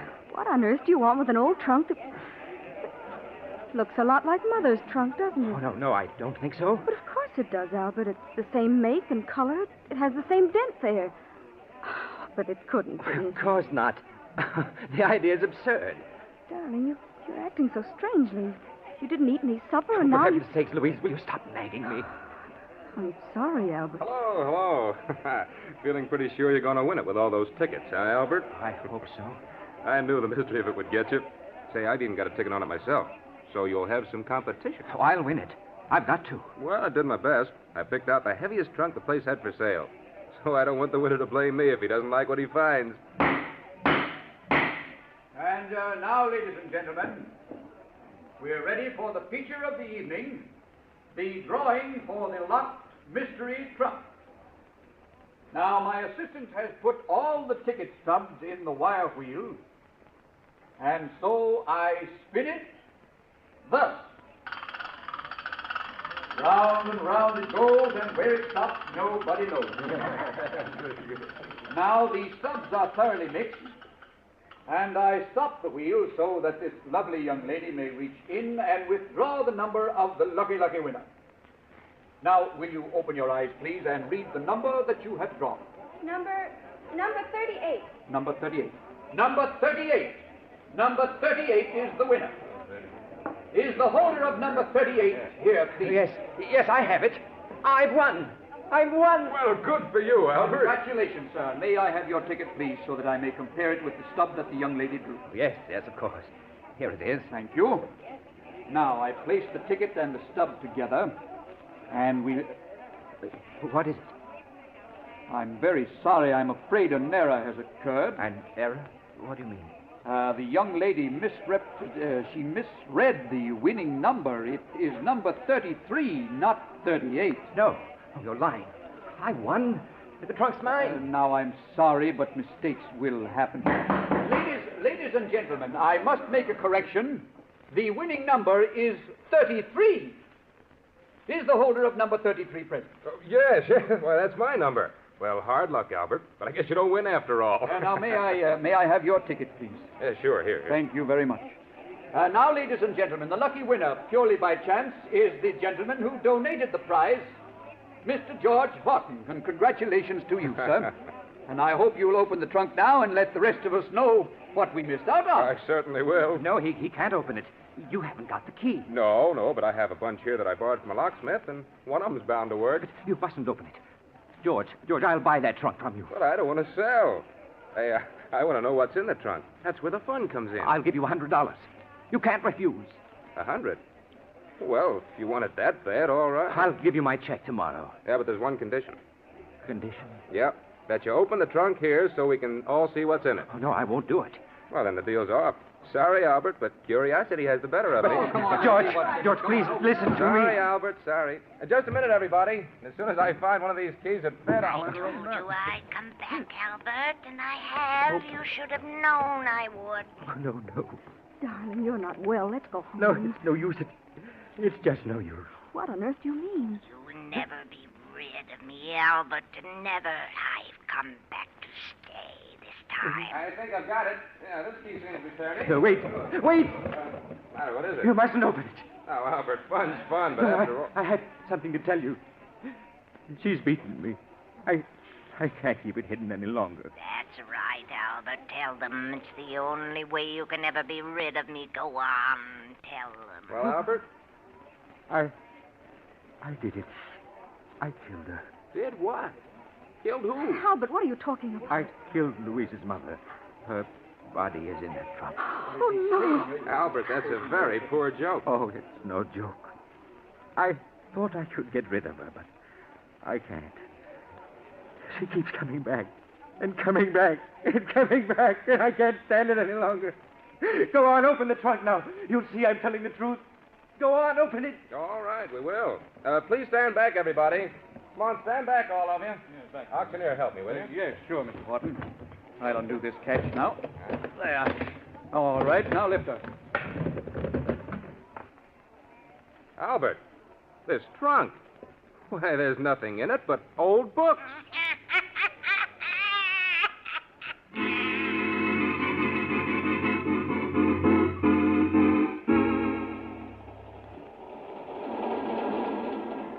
This is the mysterious traveler again. Poor Albert. He let himself be fooled by the wrong trunk. Maybe it was his guilty conscience. What happened to him? Why, he's getting the best of attention these days in a small but comfortable room with bars over the windows. The only trouble is the bars won't keep his mother-in-law out. She comes in every night to talk to him. So if you're ever tempted to...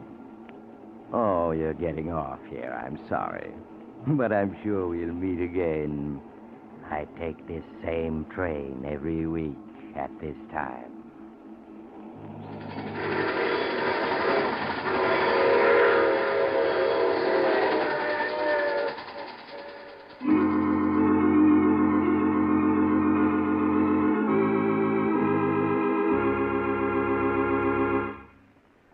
You have just heard The Mysterious Traveler, a series of dramas of the strange and terrifying. Listen next week over most of these mutual stations to a tale titled Murder is no accident. Another Tale of the Mysterious Traveler.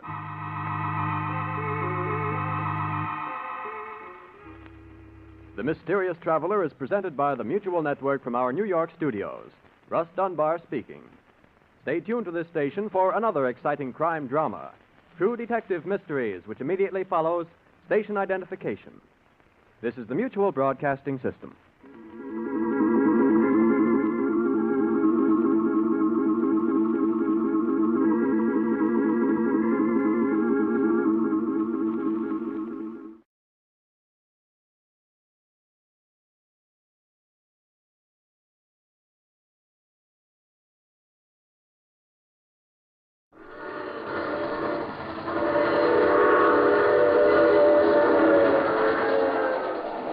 Mutual presents The Mysterious Traveler.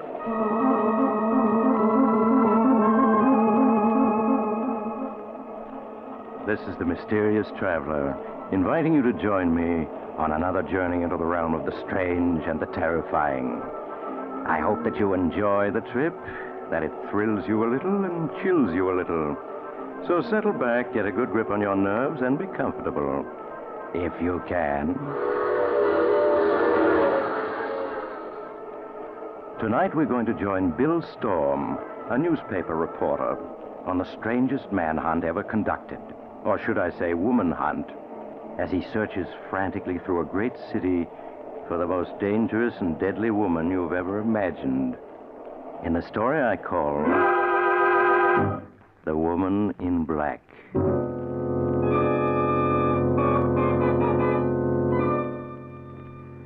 And now here's the story as Bill Storm himself wrote it down when he began to be afraid that maybe he was going to succeed in his hunt for the woman in black. My name is Bill Storm. I'm a newspaper reporter. And I'm writing this because I have a date tonight. A date with a gorgeous brunette with big dark eyes and the smoothest, softest voice in the world. Sounds nice, doesn't it? Well, I'd like to believe she's nice, but I can't. In my heart, I know she's the most dangerous woman in the world. Up to a week ago, I'd never even heard of her. A week ago, the day of Rusty Dean's funeral. You know, the big shot, gambling, slot machines. Killed by a solitary gunman while stepping out of his nightclub. They didn't catch the killer, but they gave Rusty the biggest funeral since Prohibition. I was on the read-write desk that afternoon. My best friend, Tom Jervis, was covering the funeral. And along about 4, he phoned in. First, he gave me all the dope on the funeral, and then he started telling me about some brunette he just met. He was always a sucker for brunettes. Bill, she's a knockout. Big black eyes and the smoothest, softest voice in the world. I want you to meet her. Oh, blonde's more my style, Tom. Anyway, you're supposed to be working. Or have you forgotten? I am working. Listen, Bill, I've got a front-page story here. Theda led me to it. Who did? Theda, that's her. Theda. Theda. Just like Theda Barrow, the old silent picture star. Oh. Well, this is how it happened, Bill. I was watching the crowd at Rusty's funeral. I spotted a trim little number all in black, whispering to Joe Nelson. Well, who's Nelson? Joe Nelson, a small-time thug. Well, anyway, she moved off. I thought she might be a relative of the deceased, so I asked Joe about her. He claimed he'd never seen her before. That all that she'd said to him was 4 o'clock at the Banner Bar and Grill. 4 o'clock at the Banner Bar and Grill? Sounds like a message. That's what Joe figured. Only he decided that she'd delivered it to the wrong guy. Well, I sort of wanted to see her again, so I persuaded Nelson he needed a drink. We slipped around the corner here to the Banner Bar and Grill. Sure enough, she was here waiting for us. Now, Tom, watch yourself. Well, you've got the wrong idea. She's a perfect lady. Yeah? What about that big story you claimed you had? I'm coming to it. But honest, Bill, I want you to meet Theda. You'll go for her. Hey, look, I'm going to put her on the phone to say hello. Here she is. Theda? Hello, Bill Storm. Hello, Theda. Is that your real name? Yes. Don't you like it, Bill? Well, sure I like it. What's the rest of it? Any girl my sidekick goes overboard for, I'd like to know her name. There isn't any rest of it, Bill.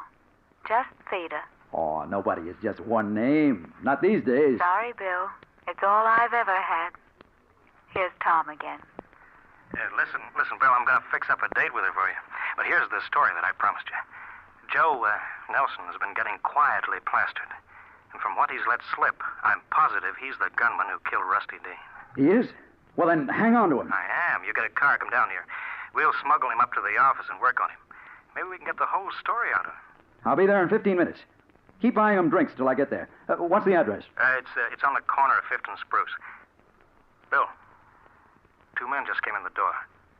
They got Tommy guns. They're after Joe Nelson. Tom, what happened? They just mowed him down, and Theda's gone. She slipped away when they came in. I think she fingered him for them. Yeah, that explains everything. Bill, they're coming over toward this phone booth. They're going to shoot. Bill! Tom! Bill, they've got me. But find that girl. She knows who they are. She's working with them. So long, Bill.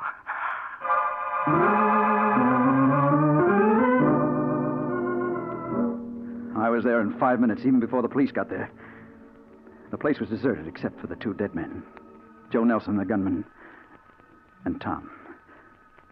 Tom, my best friend, led to his death by a Delilah in a black dress.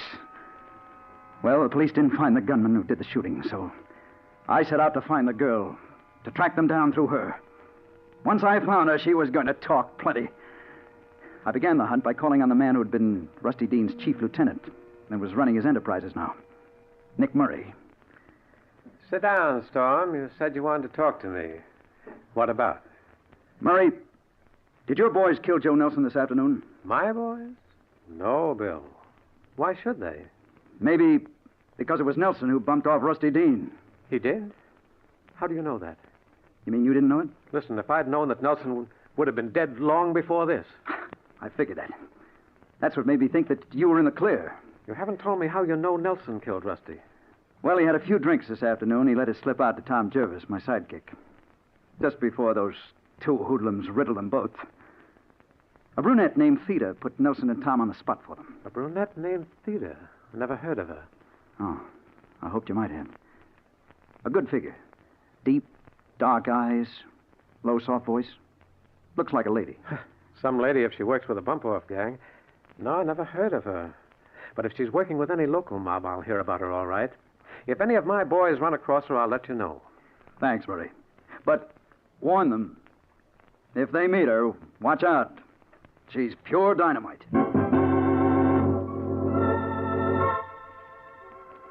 Well, that was one lead that got me no place. So next I dropped in on Captain Hughes, the head of homicide, to ask if the police had gotten any fingerprints off the glass the girl had been drinking from before the shooting started. Sorry, Bill. No dice. You mean you didn't get anything from the girl's glass? Not a thing. You see, she hadn't touched it. None of the liquor was gone. Well, now that proves that she wasn't on the level. Not necessarily, but well, I've issued orders to have her picked up if she's found.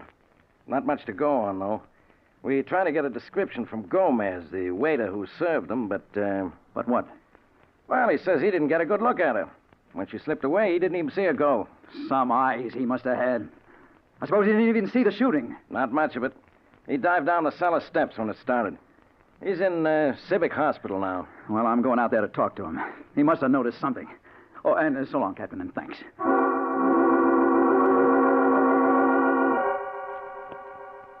It wasn't much of a lead, but it was all I had.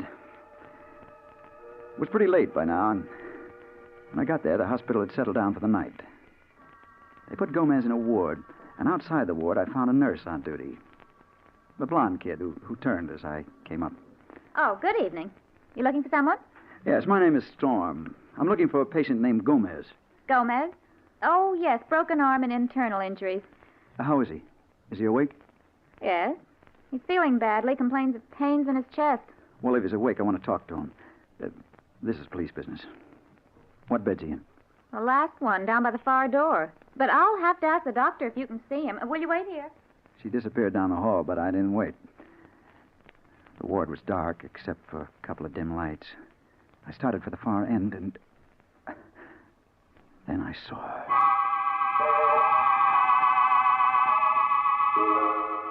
She was just a figure in a black dress bending over the last bed.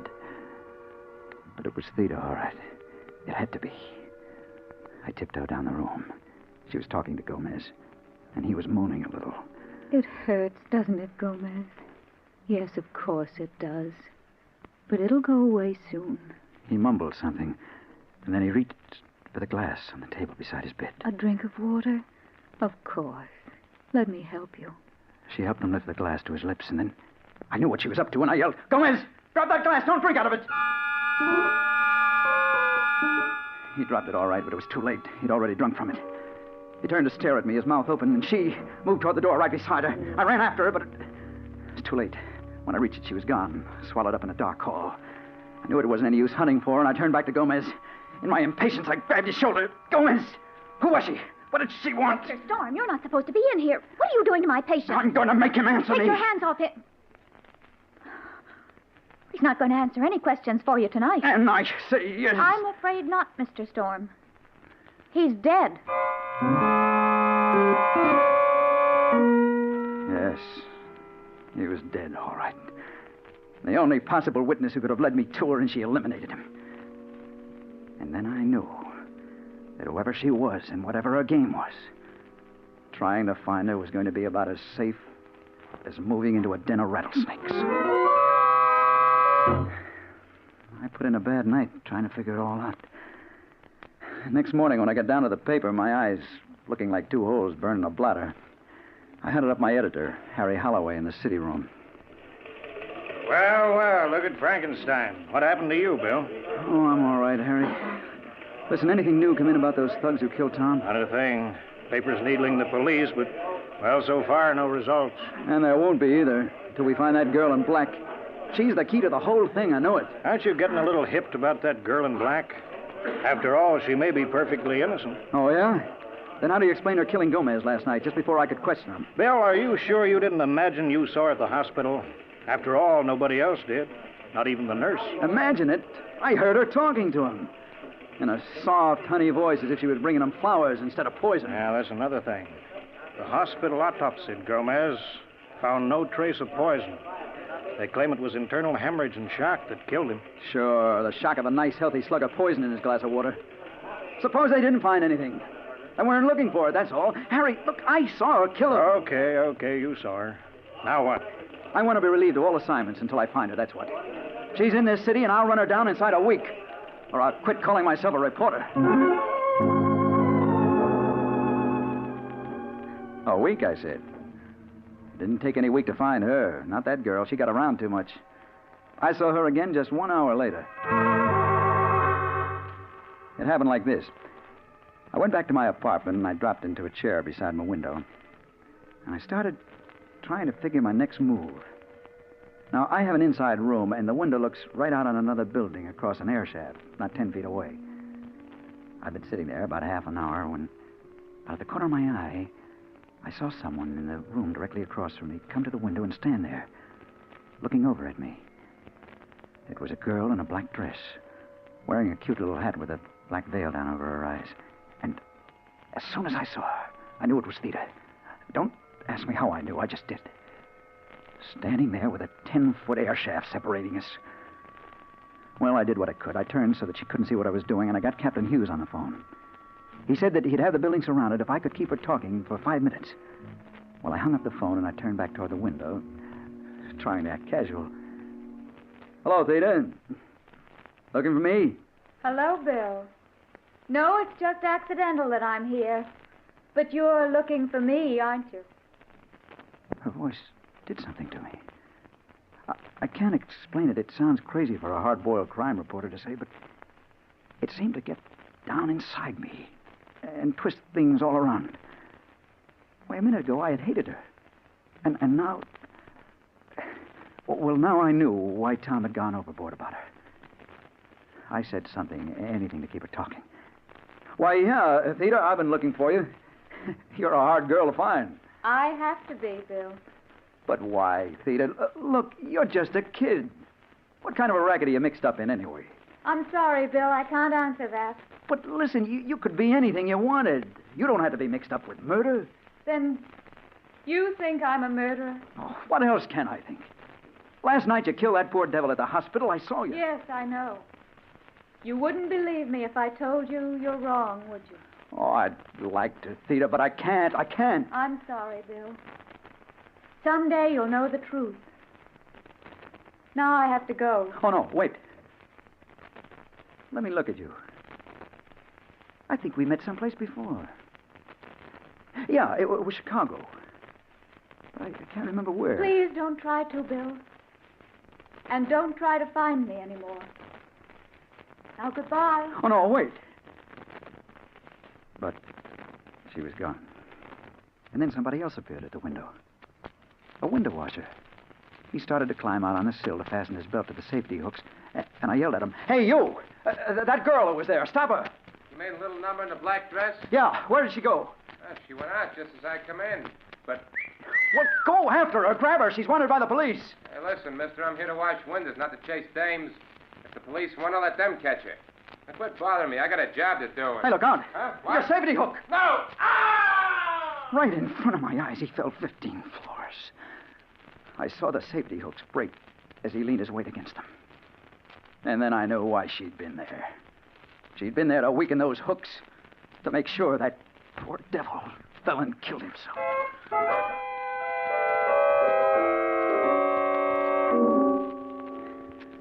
Well, Storm, we didn't get her. She slipped through our fingers somehow. But she was there, Captain. I saw her. I talked to her. She was there, all right. We found a handkerchief in the room, a woman's handkerchief. Initial J on it. Heavy perfume. Here it is. Lilac. It's drenched in lilac. But look, the initials J. She said her name was Theda. She was kidding you. But she did the job, all right. Those safety hooks had been filed away to nothing. One of the local mobs is trying to get control of the window washers union. That's why she was killed. Intimidation. Sweet little lady, that one. Hey, but Storm, the elevator boy who took her up says she was a blonde, not a brunette. He was crazy. Her hair's as black and soft as midnight. Getting poetic, aren't you? I wonder if you're still as anxious to find that girl as you were. What? Of course I am. Yeah? And when I find her, she'll get what's coming to her.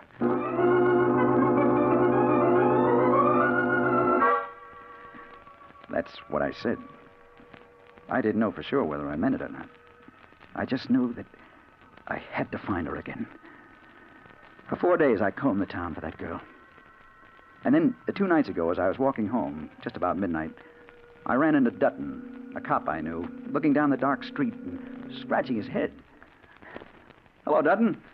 What's the matter? You see a ghost? Oh, hello, Mr. Storm.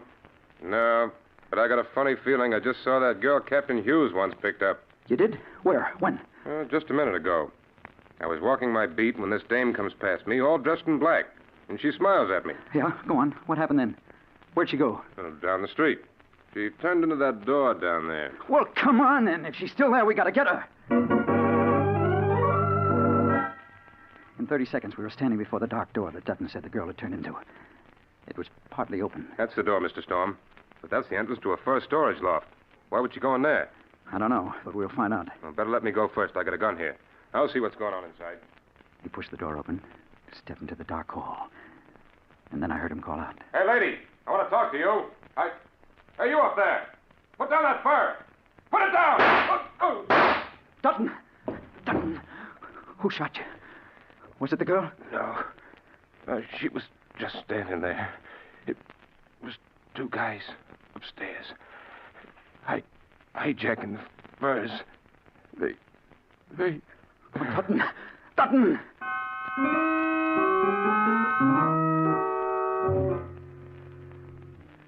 But listen, Storm. You say you didn't see her. Then how do you know it was the same girl? I know, Captain Hughes.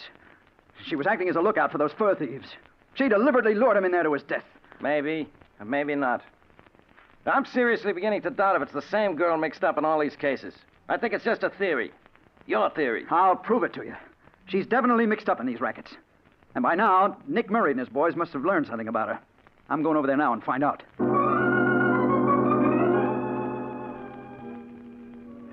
When I got to Murray's club, one of the boys showed me up to the office. Hello, Storm. Come in and sit down. Thanks. I will. Can I fix you a drink? No, thanks. No? I just wondered if you'd picked up any trace of that girl I was asking you about. Theda? No, the boys haven't turned up a thing. Look, are you sure you're not just imagining her? That's what the police are beginning to think, too. But I'm not, Nick. She's real, all right. Listen, if there was any such girl working in this man's town, I'd know about her by now.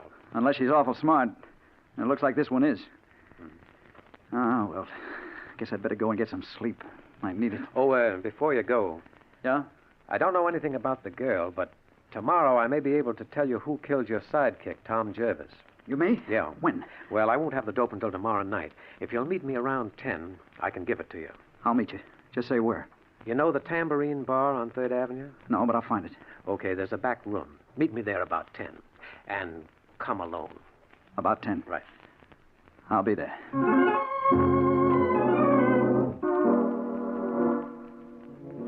I went home, but I didn't get much sleep. I was too keyed up. About 3, I got up and I put on a dressing gown. I sat down by the window to smoke. And then, behind me, Hello, Bill Storm. I turned, and she was there, standing in the doorway. I started to get up. No, stay where you are, Bill. Unless you do, I'll leave.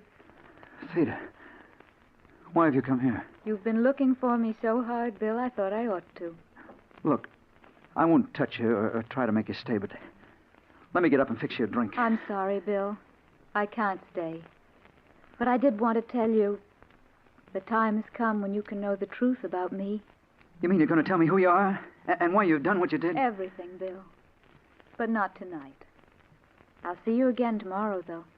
When? Where? You have an appointment, don't you, with Nick Murray at 10 o'clock? Oh, yeah, at the Tambourine Bar. How do you know? Are you working for him? No, Bill, I'm not.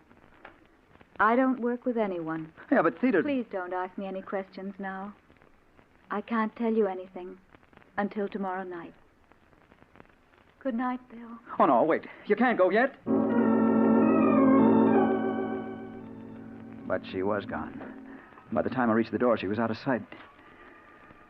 So I went back to bed, but I didn't get any sleep. I was groggy, punch-drunk. I knew she was guilty, but I wanted to believe she was innocent. Well, now I'm going to learn the truth. I'm waiting in the back room of the Tambourine Bar. It's almost 10. And I'm just finishing this report that I started this morning. She should be here soon. So should Nick Murray. If what she tells me satisfies me that she's innocent, I'll tear this up. But if she isn't, well, I'm going to find out because she's coming through the door now. Hello, Bill. Hello, Theda. You did come, didn't you? Of course I came, Bill. You believe bad things about me, don't you? Oh, yes. How can I help it? Believe me, Bill, I'm not wicked. Look at me and see if you really think I'm bad. She lifted her veil then. And for the first time, I saw her face clearly. It was just as I thought it would be. A beautiful face. With dark eyes that I could see into deeper and deeper, like looking into the heart of the night itself. Now, Bill, do you really think I'm wicked? Oh, no. No, I don't. I've been wrong. But who are you then? What's your connection with these murders? You'll know in a moment, Bill. I have to leave you, just for a minute or two. Just while you talk to Murray. He's coming now. She slipped out one door while Murray came in the other. Nick closed the door behind him and sat down. Well, I see you're on time, Storm. Yes. If you can tell me who killed Tom Jervis, I want to know. That's what I'm here for. 2 of my boys killed him. 2 of your boys? That's right. You see, Joe Nelson killed Rusty Dean on my orders, so I could take over. Then I saw your friend trying to pump Joe. I couldn't very well afford to take chances. I had to get rid of both of them. I see. That explains a lot. What about the girl? I don't know a thing about her. I think you just made her up as an excuse to come asking me questions. Oh, no. No, I didn't. She's real. I know better. Because you did see a girl in that apartment where the window washer fell, but not a girl in black. You saw Janice, my girl. She filed those safety hooks, dropped that handkerchief the police found. She did? You mean you had that fella killed? Yes, Storm. Just a little business deal I'm interested in. And last night I decided you were getting to be a nuisance. That's why I'm telling you all this now. Because you're not going to pass it on. Oh, no. No, put that gun away. You can't get away with it. You... Goodbye, Storm. We won't be meeting again.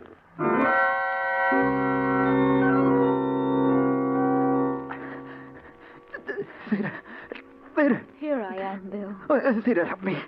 Call a doctor. I'm sorry, Bill, I can't. But it won't hurt long. Theda. Yes, Bill.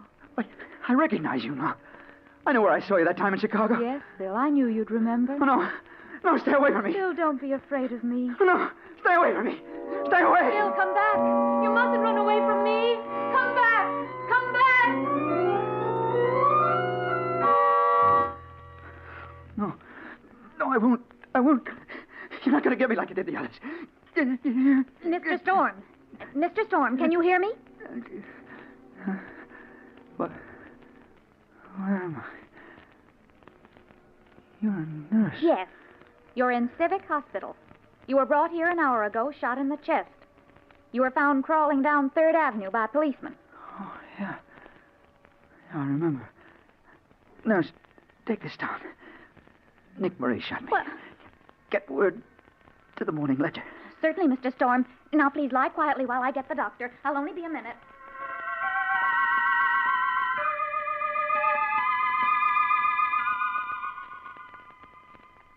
Hello, Bill. Hello, Theda. You followed me here. Yes. You shouldn't have run away, Bill. I did it because I remembered where I saw you last. In Chicago. The time I was in a taxi accident. I saw you in the other car just before we hit. 3 people were killed.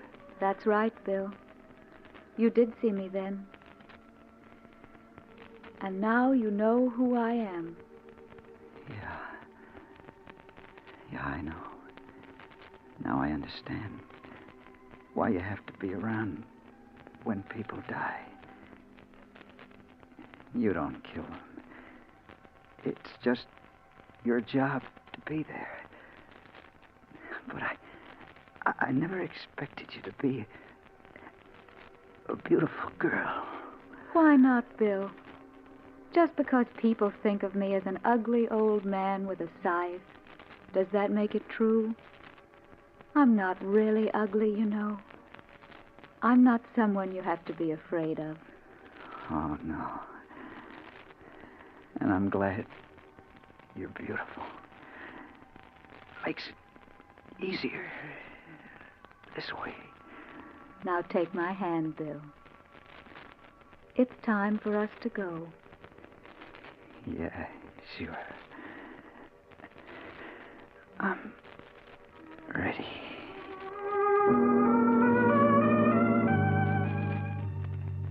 He recovered consciousness a minute ago, Dr. Clark. I came for you at once. He seemed to be quite strong, and I... Dr. Clark! He's dead.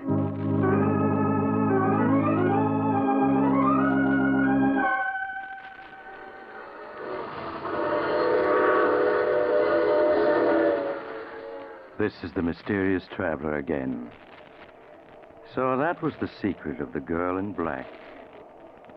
Theda, a strange name. Theda. I wonder if Bill ever did realize that those are the same letters that spell death. But he did what he set out to do. He learned the truth, and he avenged his friend, and he... Oh, you have to get off here. I'm sorry. But I'm sure we'll meet again. I take this same train every week at this time.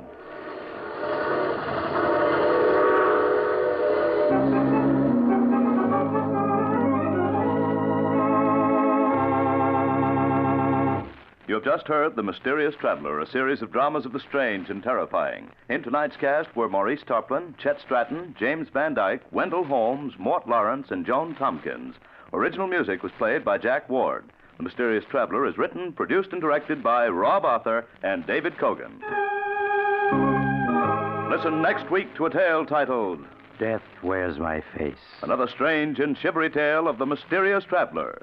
The Mysterious Traveler came to you from our New York studios. Carl Caruso speaking. This is the Mutual Broadcasting System.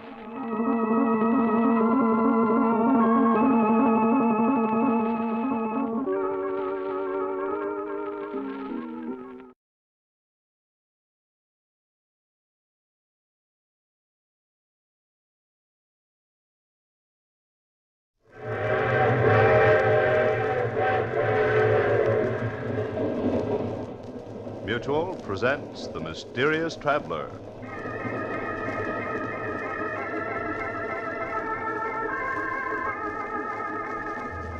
This is The Mysterious Traveler, inviting you to join me on another journey into the realm of the strange and the terrifying. I hope you will enjoy the trip, that it will thrill you a little and chill you a little. So settle back, get a good grip on your nerves, and be comfortable, if you can. For in a few moments, you're going to meet a ghost, the strangest phantom that you ever heard of. But first, I want you to be my guest on a little train ride. We're running at 60 miles an hour on open track in the dead of night. Now we thunder through a sleeping village. Then beyond it, we plunge into the waiting mouth of a tunnel. We race through the tunnel and into the open again. Over a trestle and on into the night. A little world of our own, rushing forward resistlessly, a symbol of power and speed and life. Yes, trains do have a life of their own, as you'll see in the unusual ghost story that I call The Locomotive Ghost.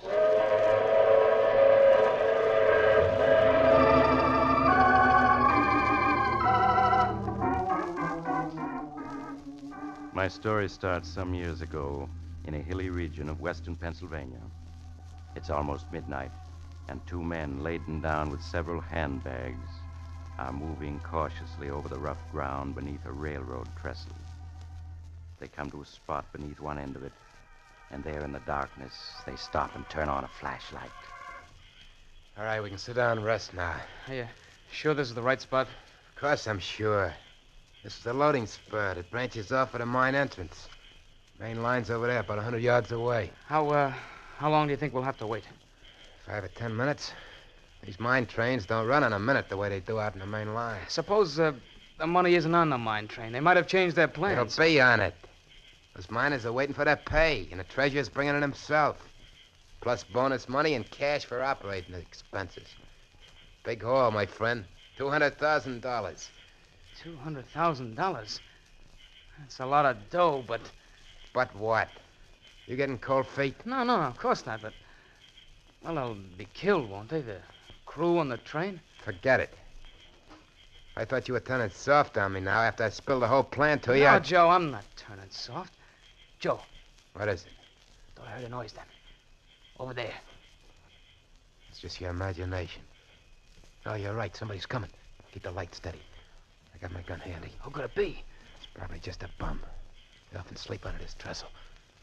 All right, you step where you are. It's only me, boys. Just old Boomer. Who? Old Boomer, that's all. Looking for a place to bunk. Howdy, boys. It's okay, Tom. I heard of this guy. So you're old Boomer, huh?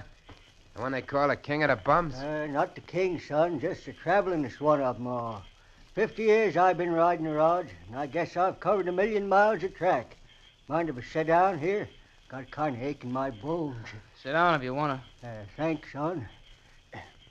Say, you fellas ain't bums. You're dressed too good. Never mind about us. Curiosity ain't healthy. Old Boomer never fights with anybody. Live and let live's his motto. Listen, here comes number 25. It's a mighty fine train, 25. Got a 16-wheel Mikado engine, can pull 20 cars at 80 on a level track. She's 50 seconds late tonight. Do you know every train on the tracks? Pretty near, son, pretty near. I ain't rode 'em all. I rode 'em all, I mean, from the Lackawanna to the Santa Fe. There ain't much about trains I don't know. Say, you fellas wouldn't have a little nip handy to take the chill out of an old man's bones. No, we ain't got a little nip handy. Sure, son. There's no harm in asking. There's the 25 passing Minesville now. Ain't that whistle far off in the night a sweet, mournful sound, though? Yeah, it is kind of mournful. Sounds far off and ghostly, don't it? Well, sometimes it is a ghost you hear, not a real train at all. What are you talking about? I'm just saying that sometimes when you hear a train whistling far off and mournful in the night, it ain't a real train at all. It's a ghost train. Ghost train? It's a lot of hooey. You just think so because you're young and don't know better. But old Boomer can tell you. There's ghost trains and plenty of them. They're the ghosts of trains that died in wrecks. Anything as live as a train is bound to have a ghost live on after. All right, can the chatter. You're hurting my ears. Let him talk, Joe. It helps pass the time. All right, but if you ask me, he's spouting a lot of bushwhack. Go on, Boomer. What were you saying about trains having ghosts? Yeah, I've seen 'em many a time. They're running the tracks with all the lights out, going faster than the wind. Not a sound coming from 'em. I've seen the Heavenly Express, too, a couple times. What's the Heavenly Express? It's a special train, son. It's on the Earth to Heaven run. Travels 1,000,000 miles a minute when it gets up speed. Takes the souls of railroad men from this world to the next. It always passes by when a wreck's gonna happen. That's enough talk. I'm sick of listening to you. All right, son. You don't believe me, but I know what I know. Glory be. I hear it coming. I hear it coming now. Hear what coming? The Heavenly Express. It's coming down this track. Listen. I don't hear anything. There's nothing to hear. It's passing right by overhead. Now it's slowing. It's gonna stop. It's never stopped before. That means the wreck's gonna be here. Joe, he knows. That's it. That's what you're here for. You're gonna wreck that mine train. Hear that, old man? That's a mine train turning into this spur. You're right, we're gonna wreck it. No, you can't. You mustn't. But before we do, we gotta take care of you. And this is how we're gonna do it. You shot him. I guess the Heavenly Express stopped for me, too. I sure hope so. But you fellas, it'll punish you. It'll follow you, sure as I'm laying here. Who'll follow us? What are you talking about? The Judgment Special. It punishes fellas that wreck trains on purpose. It runs any place has tracks. And it follows them until it gets them, one way or another. Because murdering a train is like murdering a man. You got to pay for it. And you'll pay for it. You think I'm crazy, but you'll see. You'll see. Yeah, that shut him up. Crazy old coot. I wish you hadn't killed him, Joe. Don't be a sap. Couldn't let him live to tell what he knew, could I? No, of course not. Listen. I hear the mine train coming. We just got time to get ready now. Put the suitcase with the dynamite against the trestle here. That's it. Now, come on, help me unroll a wire. Yeah, sure, Joe. Anything you say. That's it. Keep coming. All right. We gotta get plenty far away. Hear the train now? Yeah, I hear it. I can see the headlight, too. Look how bright it is. Okay, this is far enough. Take me just a second to hitch up the detonator. There it is. Now we're all ready.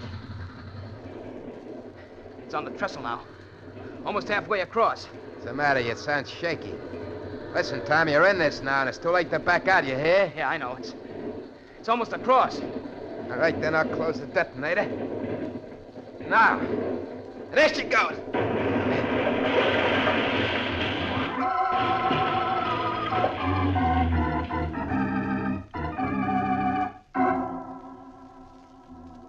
3 hours later, the two men, Joe Malone and Tom Henderson, were driving eastward through the night, far from the scene of the train wreck. Between them on the seat was a large handbag, and Joe Malone at the wheel, patted it lovingly. $200,000. Ha!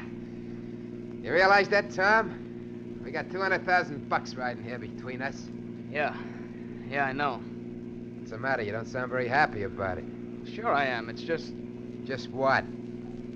Well, I can't help remembering the crash when the mine train went into the ravine. The way the whistle kept screaming, just like the locomotive was something alive that was being killed. Oh, for Pete's sake, the whistle valve got stuck when the engine crashed, that's all. Sure, I know that, only... Well, I just can't help remembering it. Joe, the crew were all killed, weren't they? Suppose they were. What do you care? You're as nervous as an old woman. You should never have rung you in on this job. I'm all right, really I am, Joe. Listen, what are you going to do with your 100,000? I'm heading for the big town. Gonna have one swell time. Gonna buy new clothes, stay at the best hotel in town, and really cut loose. Meet me in New York, I'll show you a real time. Where you going to stay? Mrs. Miller's boarding house. It's over on the west side. You can find it in the phone book. Mm-hmm. I'm just staying there till I can buy some real classy duds. And I'm moving to Park Avenue. Always had a yen to live on Park Avenue. Now I'm gonna see what it's like. Yeah, sounds all right. Maybe, Joe, look out, that train! What'd you do that for?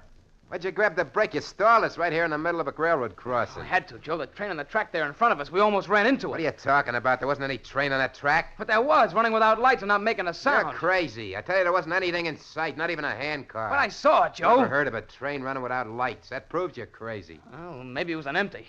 But if I hadn't stopped the car, we'd have smashed into the side of it. Yeah. A good mind to suck, you one. Now we're stalling the railroad track, and the car won't start. I'll get out and push.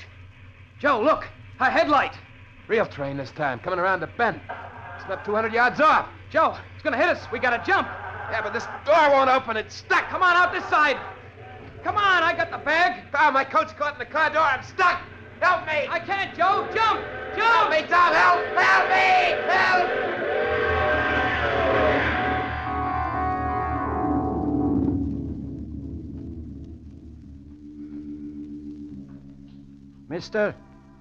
Mister, you all right? Yeah, I'm all right. But my friend, he must have been killed. Yes, he sure was. So when do you get away? Look at your car. There's pieces of it spread a quarter mile up the track. Whatever made you stop right there on the crossing? Car stalled. Who are you? I'm the crossing watchman. Watchman? Why weren't you on duty? Why didn't you signal there was a train coming? Because I didn't know it, mister. That was the wrecking train taking doctors down to Mineville. It was unscheduled. Oh, I see. What about the other train, the one that went past going east just before the wrecking train hit us? Other train? Yeah. Well, no other train due through here till 6 a.m. this morning. I saw it, I tell you, traveling without lights. No train ever travels without lights. It's against the law. Say, are you drunk? No, I'm not.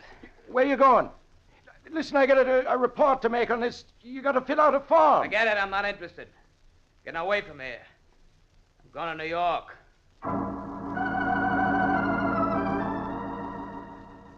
Late the next afternoon, Tom Henderson reached New York. Not knowing where else to go, he hunted in the phone book for Mrs. Miller's boarding house that Joe Malone had mentioned and went there. Mrs. Miller gave him a room on the top floor, and there he carefully locked in the closet the precious handbag that held $200,000. All of it his since Joe's unfortunate death. After that, Tom went out to see New York's nightclubs. But he got back after midnight, feeling considerably more cheerful. As he was about to unlock his door, Mrs. Miller appeared in the hall. Oh, Mr. Henderson. Oh, yeah, Mrs. Miller. I was waiting for you, Mr. Henderson. Huh? It's turned so cool that I lit the gas heater in your room. Well, thanks a lot. I just wanted to warn you that you... What was that? What was what, Mr. Henderson? That whistle just now. What was it? A boat out in the river? Oh, that was a freight train, Mr. Henderson. Freight train? Here in the heart of New York? Well, yes. They come down the west side elevated tracks to the freight yard downtown. They run past just a few yards down the street. I didn't know that. I wouldn't have come here if I had. Oh, I'm sure they won't bother you, Mr. Henderson. Really, they won't. Well, good night. Good night. Oh, battle axe. She's sure they won't bother me. It's too late to find someplace else where I'd leave here right now. I'll close the window. I'll keep the sound out. Anyway, suppose I can hear a train or two. What harm can hearing them do me? I'm gonna go to sleep and forget it. Yeah, forget it. I've got $200,000 and my whole life ahead of me. Should let an old coot like that Boomer worry me. Joe's getting killed by a train was just an accident. Could happen to anybody. Me, I'm alive. Tomorrow, I'm gonna start enjoying it plenty.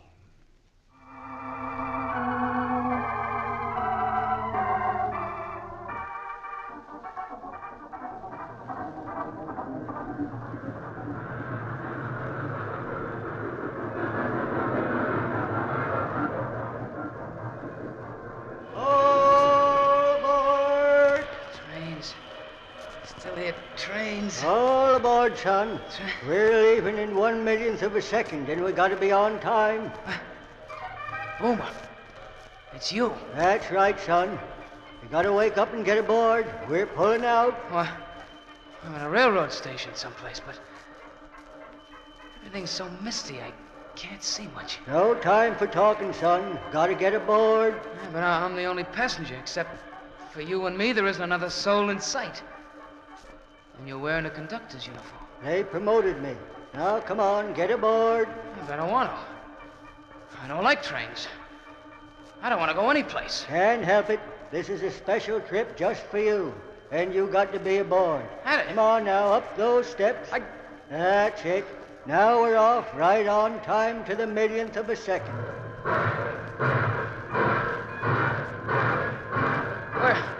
Where are we going? What train is this? Why, it's completely empty except for me and you. That's right, son. It's a 1,000-car train pulled by 30 engines. And you and me are the only ones aboard. Well, where are we going? What train is this, anyway? It's the Judgment Special, son. And we're bound from this world to the next.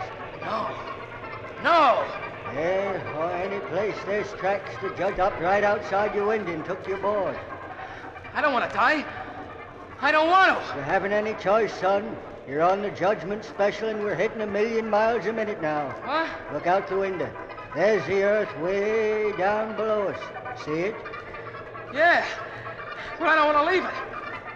I don't want to go. Look at the stars flash by. We're going 1,000,000 miles a minute, and it'll take us all eternity to get there. Yep. Here, I'll put the wind up so you can see better. There you are, son. There's the earth we left. That tiny little dot of light way up in the sky. Oh, I won't go with you.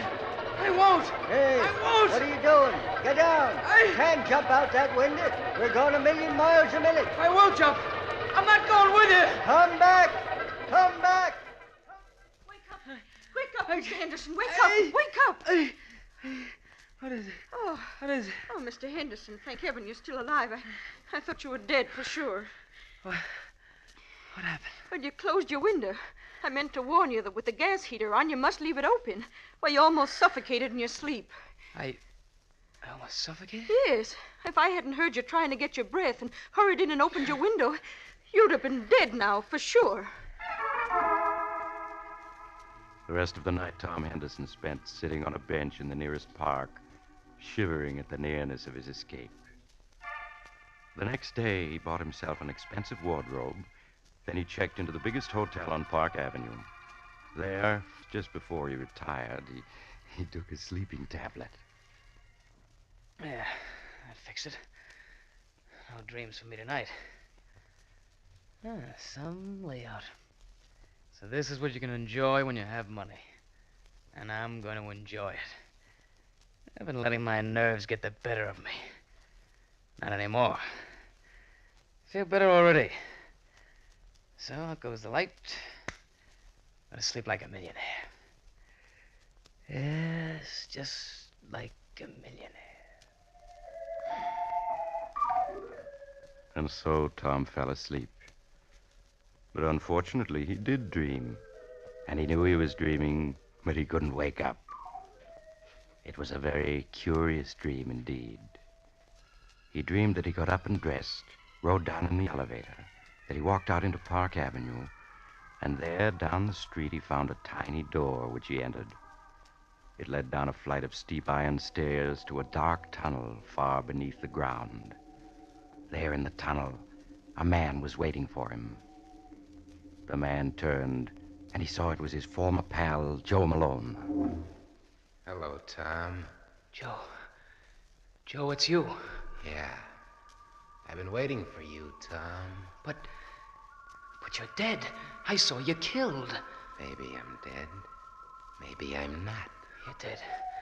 I know it. It's just a dream. I gotta wake up. Can't wake up. Don't you understand? You're never gonna wake up. I will. No, I will. Tom. Now come along with me. I'm here to guide you. Where? Where are you taking me? Down this tunnel. See how it stretches out? On and on. Now it keeps going down and down. No. Where do you think it goes to? I don't know. I don't want to know. Come on now, Tom. I can't wait all night. No, I won't go. I'm gonna wake up. You can't, Tom. The night I was killed, you saw the judgment special. Now you can never get away from it. It's not true. It's the dream. I'm safe in my own bed in the hotel. And you refuse to come with me? Yes, I do. I refuse. Listen, Tom. Listen to what? I don't hear anything. Listen. It's closer now. You hear that? That's the judgment special, Tom. Coming through this tunnel. Train. It's a train coming. Where are you going to go? You're in a tunnel, Tom, and no way out. It's just a dream. It can't hurt me. It's coming closer, Tom. It's coming closer. No, it's only a dream. I gotta wake up. Wake up. Wake up. Wake up. Wake up. Wake up, mister. Oh. Thank heavens I'm awake. I'd say not any too soon either. But...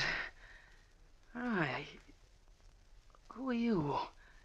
So dark and carrying a lantern. Who am I, mister? I'm a track walker. Track walker? What do you mean? I mean that I inspect the track here under Park Avenue. What?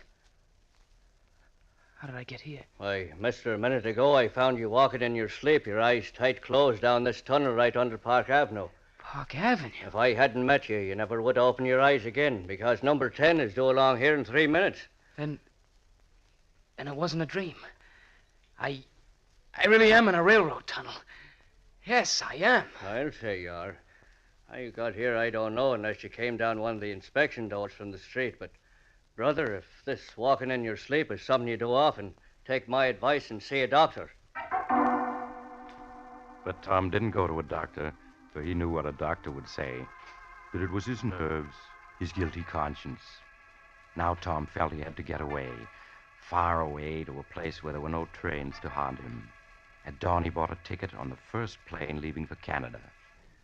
That afternoon, he found himself in a tiny town deep in the heart of Canada. There, he hired a French-Canadian guide to take him by canoe far into the woods, away from any trace of civilization. Late that night, they arrived at the cabin where the guide lived with his wife. Tom unpacked his suitcase and joined the guide and his wife on the porch. For the first time since the wrecking of the mine train, Tom felt at peace. Oh, this is something like it. It is peaceful, is it not, monsieur? Yeah. Ah, monsieur's nerves are better already. Yes, this is what I need. How far is it to the nearest railroad? It is 80 miles, monsieur. 80 miles.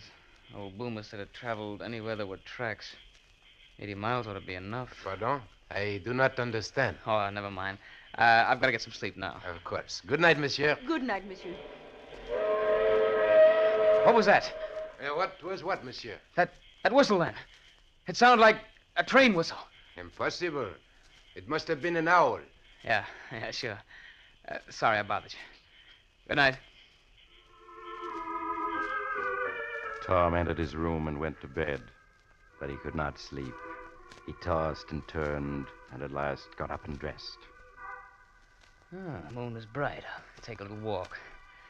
Gotta calm myself down. There's nothing to worry about now, not a thing. Out here in the wilds, I'm safe. Perfectly safe. Tom left the cabin and entered the woods. They pressed thick around him, but an open passageway through the trees attracted Tom. He started down it, the moonlight illuminating his way. He paused and made a startling discovery. Why, I'm walking on old railroad ties. And there are tracks here, all rusted and loose. But the guide said there wasn't a railroad closer than 80 miles. He lied to me. He tricked me. A train. There's a train coming. It's coming toward me. There's a headlight. I gotta run. Run! Run!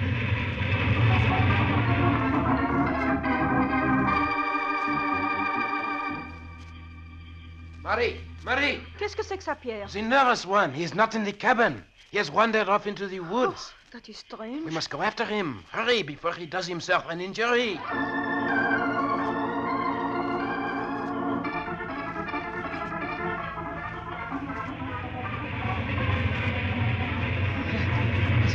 It's still behind me. Still following me. I can't run anymore. I can't go any further. I gotta stop. The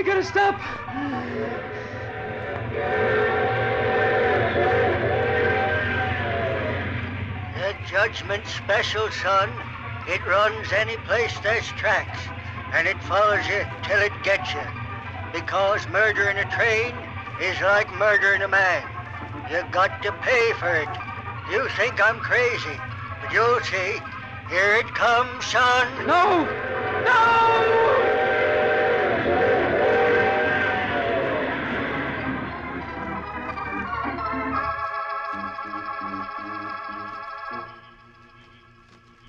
He cannot be far now, Marie. See his footprints. He was running for half a mile. He will do himself harm running so hard in his darkness. Look, Pierre. Voila. Yes, it is the nervous one. We have found him. He's lying face down. Wait, I will turn him over.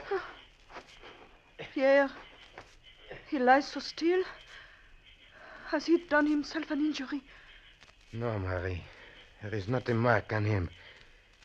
Yet his face, it is twisted with fear. Pierre, is he dead? Yes, Marie, he is dead. His heart. He killed himself by running, no doubt. But what was it he ran away from? There is nothing dangerous in these woods.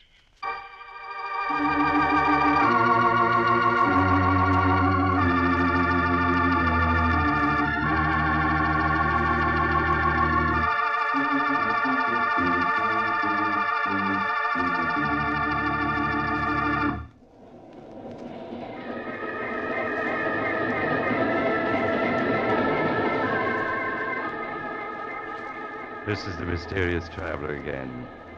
Poor Tom. The tracks he found himself on led to an abandoned logging camp. They hadn't been used in 20 years, and no train could possibly have run on them. Except a ghost train.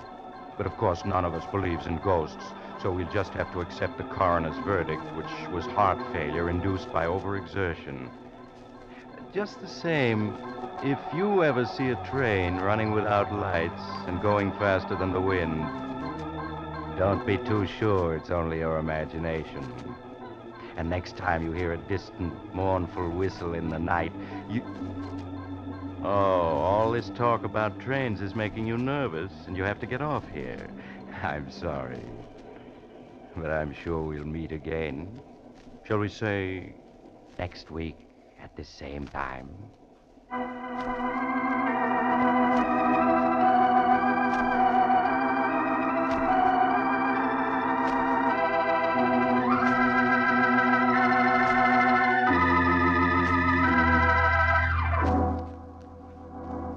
You have just heard The Mysterious Traveler, a series of dramas of the strange and terrifying.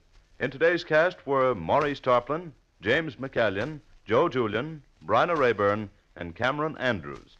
Original music was played by Charles Paul. The Mysterious Traveler is written, produced, and directed by Bob Arthur and David Kogan.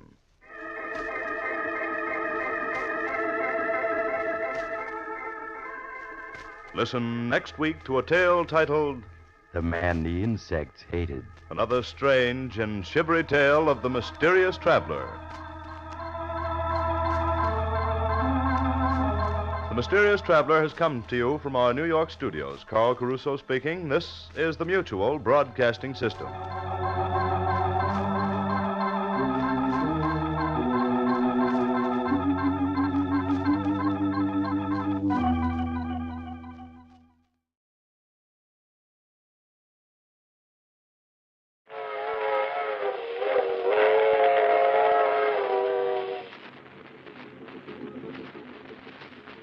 The Mysterious Traveler.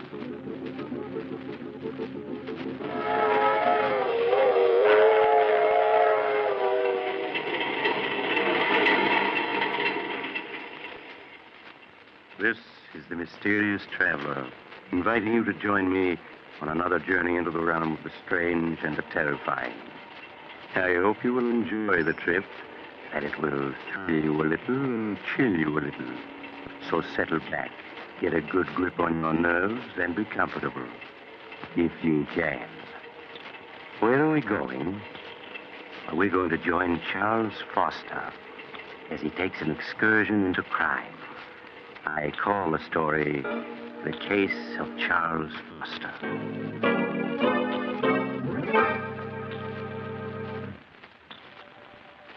Late one evening several years ago, when I was practicing medicine in a large eastern city, I visited Charles Foster, a friend and patient of mine.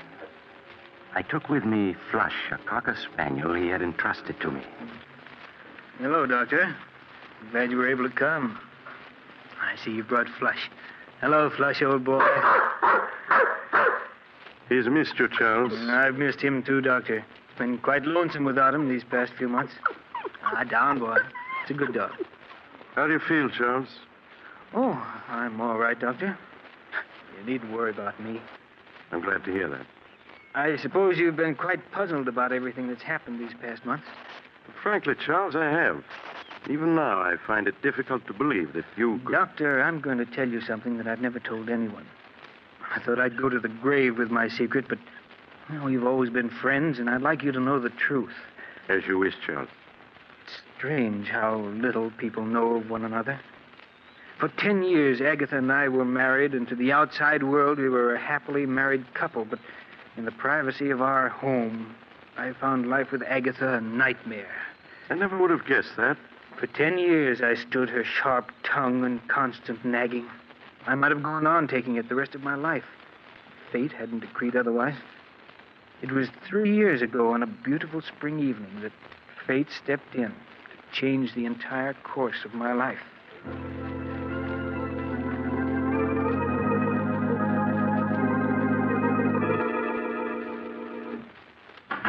Is that you, Charles? Yes, Agatha. Did you remember to buy me some more of my cough medicine? Yes, here it is. Supper ready? Some men would be more interested in their wives' health than their own suppers. I'm sorry, Agatha, but you really don't look sick to me. That's because you don't care. I'm not well, and you know it. I work myself to death day in and day out, keeping this house clean. And little thanks do I get for it. I've told you before, Agatha, if the house is too much for you, hire a maid. And how exactly can we afford a maid on your miserable bookkeeper's salary? Well, if you can't manage it out of my salary, there's always the $50,000 your father left you. That money is mine, and I'm not spending a single cent of it. It's up to you to provide a maid. All right, Agatha. Please, let's not quarrel.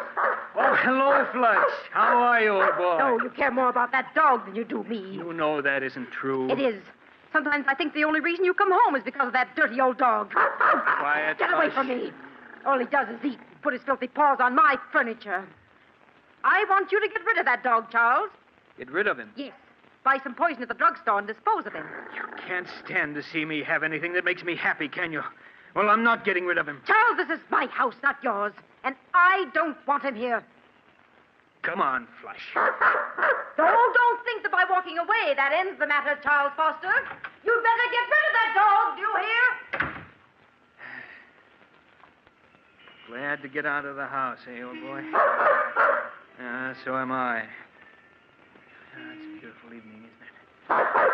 Come on, boy. We're going to take a long walk.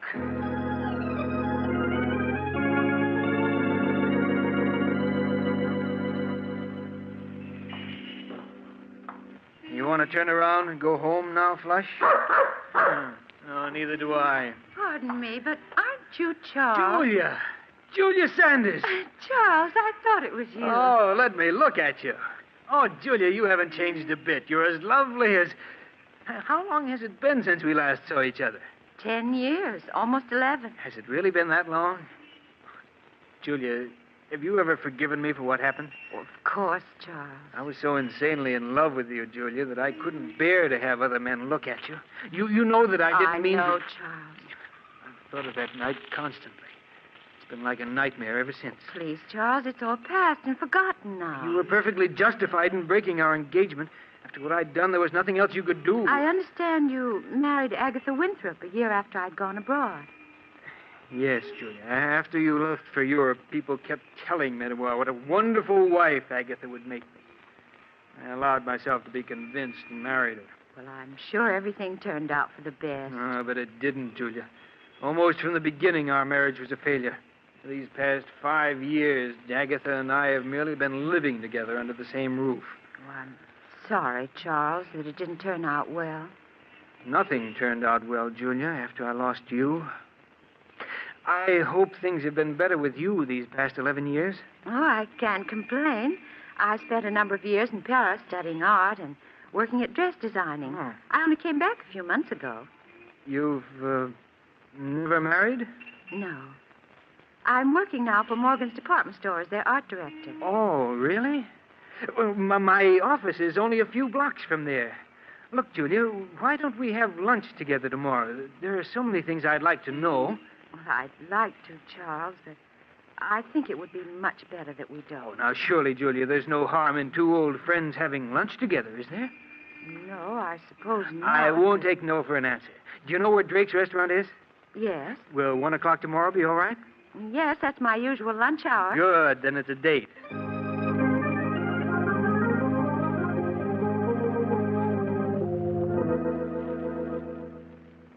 Strange, isn't it, Doctor? The way after 11 years, Julia and I bumped into each other. If we hadn't, what followed would never have happened.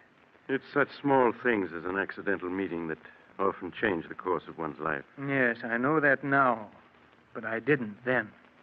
I met Julia for lunch the next day, and soon we were having lunch together every day. And for the first time in years, life began to mean something.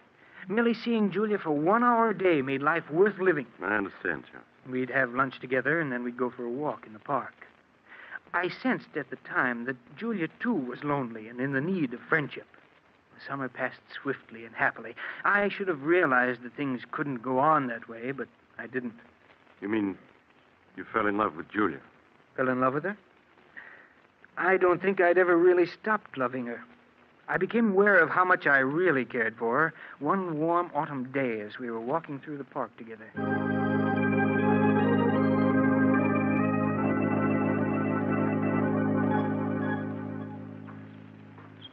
Julia. Yes, Charles? What about going to the theater with me tonight? Oh, I wish you hadn't asked me, Charles. Why? Because it means we can't go on seeing each other anymore. But why shouldn't we go on seeing each other? Because you aren't satisfied any longer just to see me at lunch, and it isn't right for us to go out together at night. But surely there's no harm in our going to the theater together. You're married, Charles. That's reason enough. All right, Julia. Forget I ever asked you. But at least we can go on having lunch together, can't we? No, Charles. Oh, but... Can't you see? Things can never be the way they were. We've become dependent upon each other, and we have no right to be. We can't go on seeing each other any longer. It isn't fair to Agatha. But you know that Agatha and I mean nothing to each other. We haven't for years. Nevertheless, she's your wife. Julia, you know I love you. I've always loved you, and I can't do without you. Charles, you're just making it difficult for both of us. Julia, you do love me, don't you? Yes. But can't you see, it's no use. I remember Agatha only too well. She'd never give you a divorce. I know she won't. I've asked her a dozen times in the past 5 years, but she said she'll never give me one. I want to part now, Charles. Right here. Must we? Yes. Goodbye, Charles.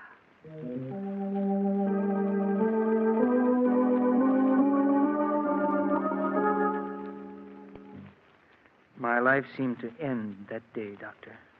with our parting.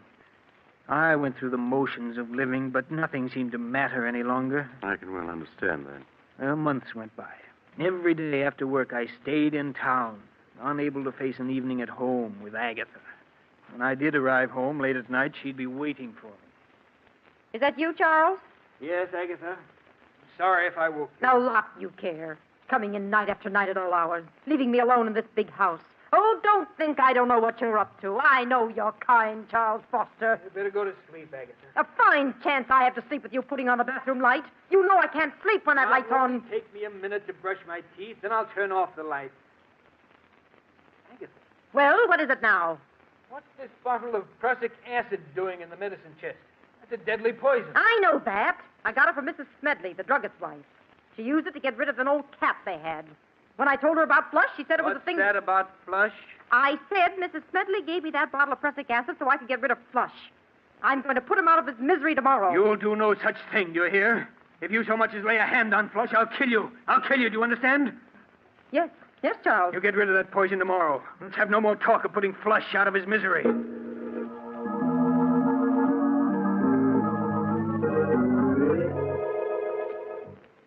I lay awake for hours, Doctor, unable to fall asleep.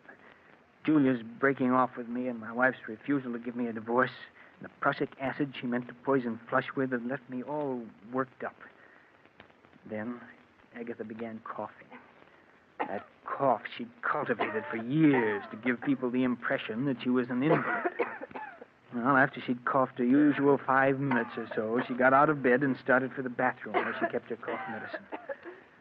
Oh, that's that chair. Why don't you turn on the light so you can see where you're going? I can see perfectly well where I'm going. Besides, on your salary, we can't afford to waste electricity. I knew there wasn't any use in saying anything more. For years, Agatha had gotten up every night and groped her way to the medicine chest where her cough medicine was. Nothing could make her change her habits. I lay in bed listening as she opened the medicine chest and fumbled in the corner where she always kept the bottle. As I heard her groping for her medicine, I suddenly thought of the bottle that was standing next to it. The bottle of prussic acid. Without thinking, it came to mind. If only she'd take the prussic acid instead of the cough medicine. If she did, I would be free. Free of her constant nagging and whining. Free to see Julia. Then I knew it was useless to hope for such a mistake to happen. Agatha's cough medicine always stood in the same corner of the medicine chest. Even in the dark, she'd never take the bottle of prussic acid. And then it came to me. What if the bottles were to be switched? What if the following night the prussic acid were placed in the customary spot of the cough medicine? Suddenly it was all very clear to me what I was going to do. Agatha? Well? Agatha, I've been thinking over what you said about Flush. What? I suppose you're right. Flush should be disposed of. He certainly should. He's old and he's smelly. It'll be a blessing for him to be put out of his misery. Yes, of course. I'm sorry I shouted at you before, Agatha, but, well, I see now that you're right. When are you going to do it? Oh, we'll wait until Saturday. And none too soon, either. You're sure the prussic acid won't make him suffer? Nonsense. Of course it won't. Mrs. Smedley said nothing works faster than prussic acid. Oh, you told her what it was for. That's fine. Very well, Agatha. Just leave everything to me.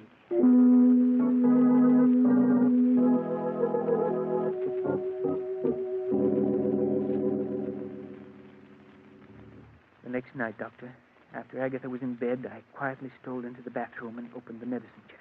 I compared the bottle of cough medicine with that of the prussic acid. They were both small bottles, almost identical in size. I removed the cough medicine from where it stood in the corner of the chest and replaced it with the poison. Then I went to bed and waited impatiently for Agatha to start coughing.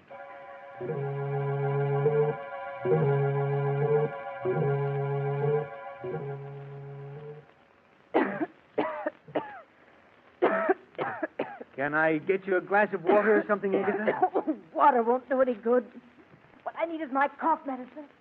Oh, that's that chair. Why don't you turn on the light? Because I can see perfectly in the dark. Besides, someone's got to economize on the electricity in this house. I lay there in the darkness, listening to her grumble as she opened the door of the medicine chest. The blood pounded in my ears as I heard her fumbling for the bottle. Would she feel the slight difference in the bottle when she picked it up? Scarcely able to breathe, I waited,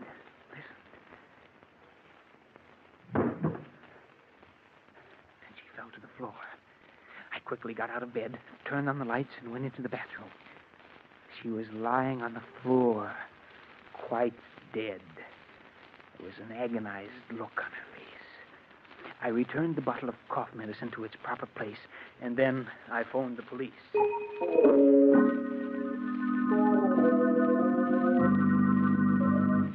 Now, you say, Mr. Foster, that your wife was in the habit of going every night to the medicine chest for a few drops of her cough medicine. Yes, that's right. And she never turned on the lights when she went to the medicine chest. Oh, no, sir. Wasn't that a bit unusual? Well, I always used to tell her to turn on the lights, but she said it was a waste of electricity. I see. And you say your wife, it was her who placed the bottle of prussic acid in the medicine chest next to her cough medicine, eh? Yes, sir. I'd never touched the bottle of prussic acid. You see, it was my wife who procured it, and she... Yes, Mr. Smedley, the druggist, has testified that his wife gave it to your wife. Mr. Foster, are you familiar with the contents of your wife's will dated 10 years ago?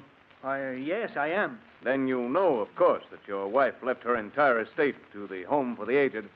Home for the Aged? Oh, yes. I fought to keep my face expressionless, to prevent him from learning that I hadn't known. All the years we'd been married, Agatha had given me to understand that all her money would go to me. Now I knew that she'd been lying. Her will had been made out in favor of the Home for the Aged for years. I began to feel angry at the way she'd cheated me. But a moment later, I was grateful that she had.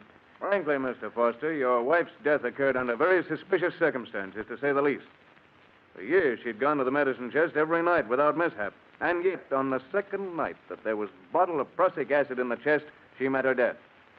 Were it not for the fact that your wife had left her entire estate to the Home for the Aged, I might be inclined to go further with this investigation. As it is, I'll instruct the coroner's jury to bring in a verdict of death through accident.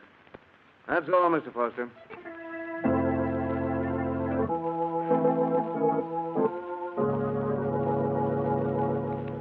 I walked out of the district attorney's office a free man. A few days later, I moved out of the house which had been Agatha's and took up quarters elsewhere. 6 long and uneventful months passed. I made no effort to contact Julia for fear that the police might still have their suspicions. And then I could stand it no longer. I called on her. Charles, when I was told you were waiting to see me, I could hardly believe it. I'm so glad to see you again. Thank you, Julia. It's good to see you again, too. Charles, you don't look well at all. These past few months have been something of a strain, Julia, but I'm all right now. I was tempted so many times to get in touch with you. Then I thought perhaps you didn't want to see anyone. I did want to see you, Julia, but I was afraid it wouldn't look right. I understand, Charles. Now, let's not say anything more of the past. Only the present and the future. Julia, do you think we might try to pick up where we left off last autumn? We can try, Charles.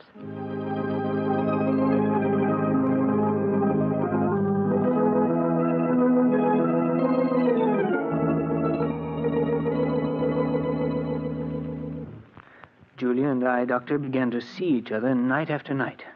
Life for me became exciting and wonderful the way it had been 11 years ago before Julia and I had broken our engagement. Didn't you ever stop to think of what you'd done? You mean Agatha? Yes. No, Doctor. They say that a murderer is ever haunted by his crime. But that isn't true. At least it wasn't in my case. To me, Agatha was part of another life in the dim past. I rarely thought of the past, only the present and the future.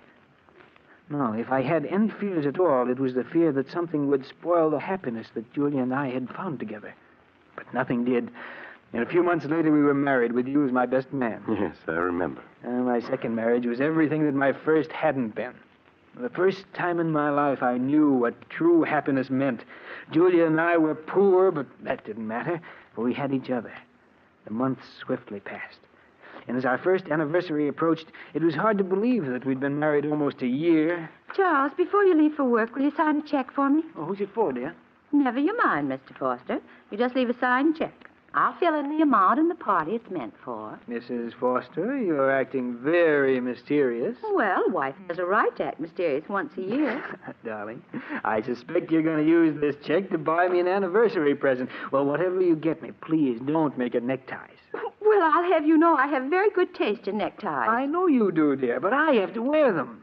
You're an ungrateful wretch. Very well, I won't get you tied. Good, then I'll sign the check for you. And please bear in mind that you can't make this check out for more than $312.50. That's all we have in the bank. Oh, I'll leave you at least the 50 cents. You'd better leave a good deal more. We won't be going up to Lake Ellis. Charles, are we going up to Lake Ellis? Oh, it slipped out. And I meant it as an anniversary surprise. Oh, Charles, that's wonderful. When are we going? This Friday afternoon. I've rented a cabin and a small motorboat on Lake Ellis for the weekend. Oh, darling, what an exciting surprise. Charles, you're sure it won't be too expensive? Why, nothing can be too expensive for our first anniversary. Oh, darling, I've never been so happy.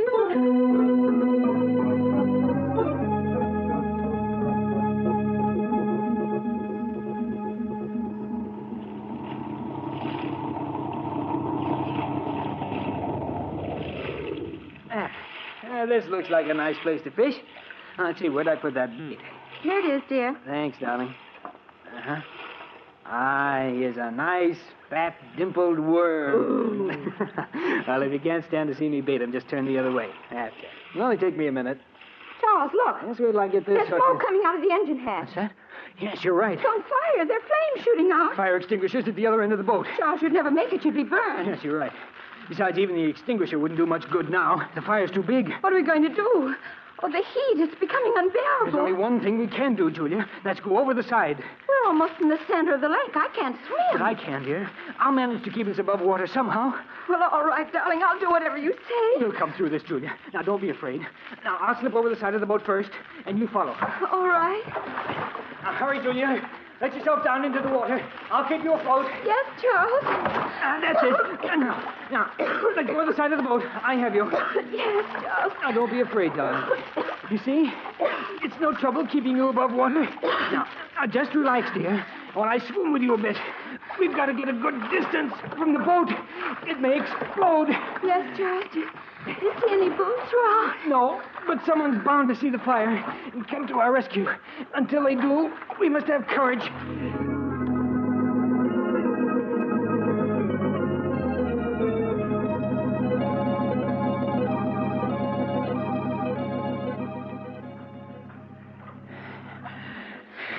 You're tired, aren't you, Charles? No.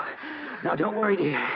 I can keep us afloat for a long time yet. Oh, why doesn't someone come to our rescue? They will. Someone must surely have seen that boat burning. But Charles, we've been in the water so long. Oh, it just seems long, darling. It can't be more than 10 minutes. 10 minutes? It feels more like... Charles! I've got you, Julia. Just for a moment, you slipped away from me. Oh, darling, it's no use. I'm just a millstone around your neck. What are you saying? Why should we both drown? Charles, save yourself. Save myself? Yes. I want you to let go of me. Let go of you? No, never. Yes, you must. You're too tired to keep going. No, darling. Either we're both saved or we're both drowned. Oh, I won't have you throw your life away. Let go of me. Julia, stop trying to break loose. Julia, darling, don't. I can't live without you. Julia, stop struggling. Save yourself. Julia! She's gone.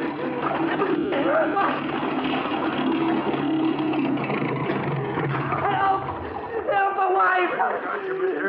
My wife. Yeah, we saw it all. Hey, Mike, he's passed out. Get him before he goes under. I got him. Here, help me get him aboard, Skipper. All right. Any sign of his wife? She's gone, Skipper. Yeah, too bad. Well, if it's the last thing I do, I aim to see justice done to this fella. She never had a chance. You see him shove her under? It was murder, that's what it was.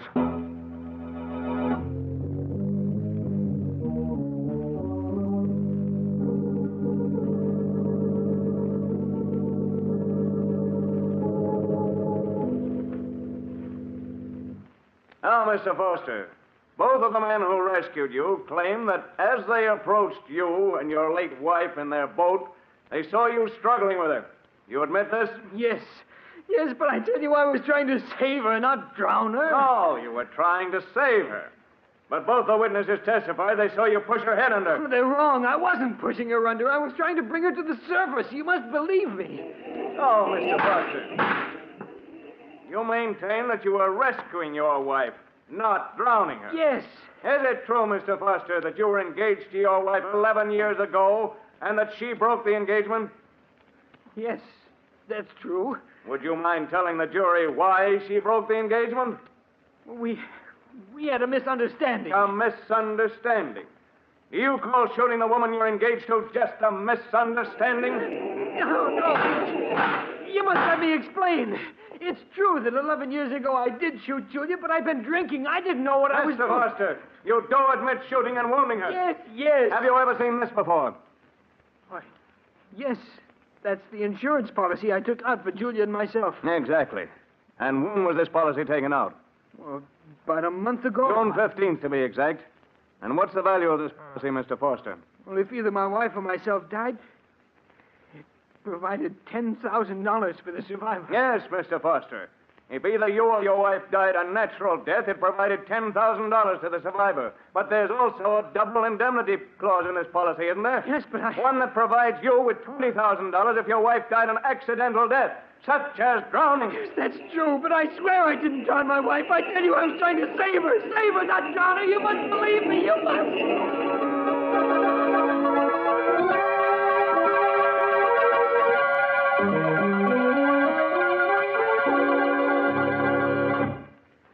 That, Doctor, is exactly the way everything happened. Strange, isn't it?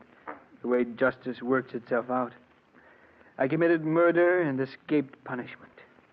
Now I'm paying with my life for the death of the one person I really loved. It's time to go, Foster. All right, Warden. Goodbye, Doctor. And take good care of Flush, will you? Of course, Charles. Goodbye. All right, Warden. I'm ready. Let's go.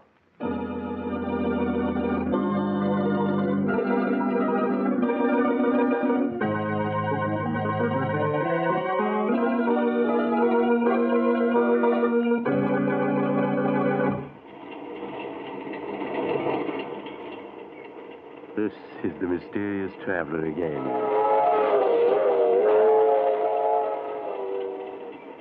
Did you enjoy our little trip? Too bad about Charles Foster, wasn't it?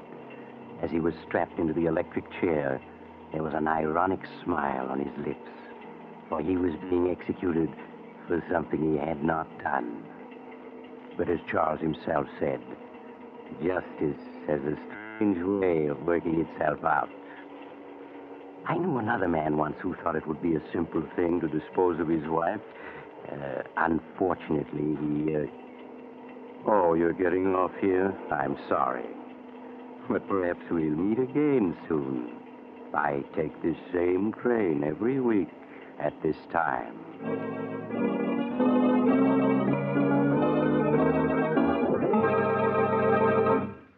You have just heard Chapter 64 of The Mysterious Traveler, a series of dramas of the strange and the terrifying. In tonight's story, the case of Charles Foster, Humphrey Davis played Charles Foster, Nancy Sheridan played Julia, and Joan Shea played Agatha. The Mysterious Traveler is written by Bob Arthur and David Kogan, and original music is played by Henry Silverne. The entire production is under the direction of Jock McGregor.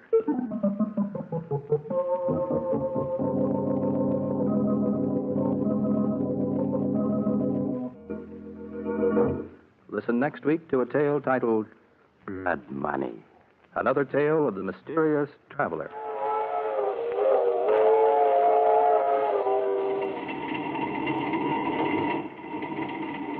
The Mysterious Traveler is presented by WOR Mutual from the WOR studios in New York. This is Mutual.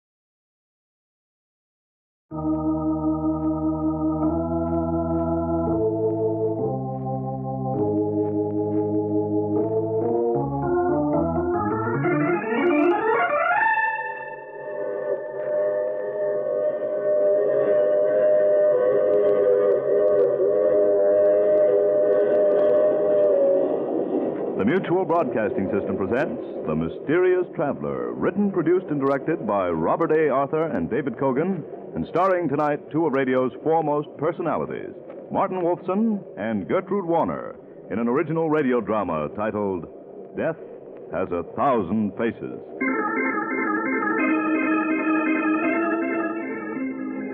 This is the Mysterious Traveler, inviting you to join me on another journey into the realm of the strange and the terrifying. I hope you will enjoy the trip, and it will thrill you a little and chill you a little. So settle back, get a good grip on your nerves, and be comfortable, if you can, as you hear the story I call Death Has 1,000 Faces.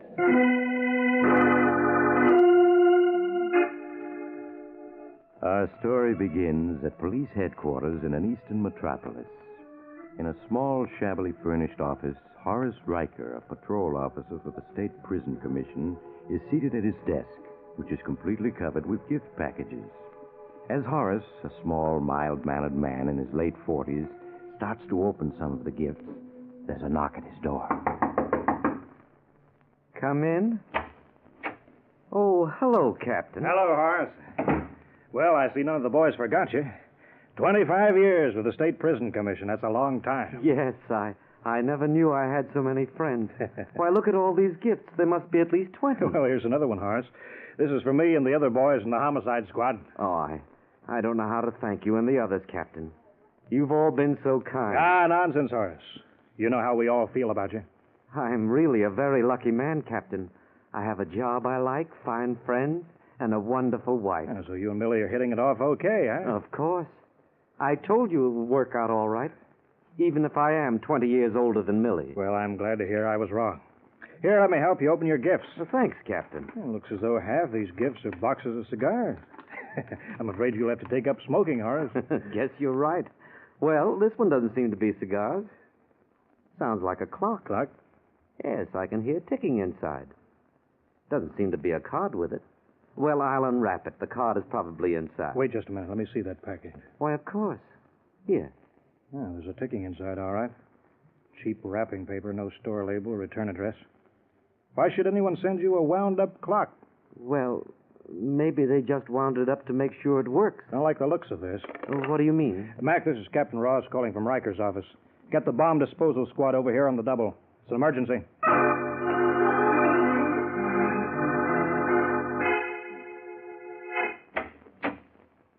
What did you find out, Captain? Morelli and the bomb disposal squad have just finished. It was a bomb, all right. Oh, dear me. Morelli said it was extremely well constructed. If you had opened that package, you'd been blown to bits. Who could have sent it? Oh, it's pretty obvious. It must have been sent to you by one of the convicts whose parole you revoked. You really think that's it? Of course. I wonder which one it was. That's what we'd like to know. There's nothing about that bomb that we can trace. Well, you'll have to be doubly careful from now on.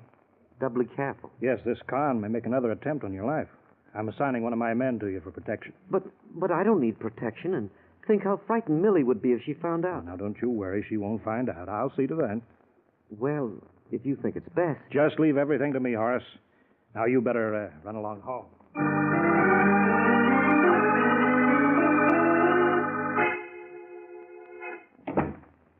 Millie? Millie, where are you? Oh, here I am. Stop yelling. Look, Millie, at all the gifts I got from the men at the office.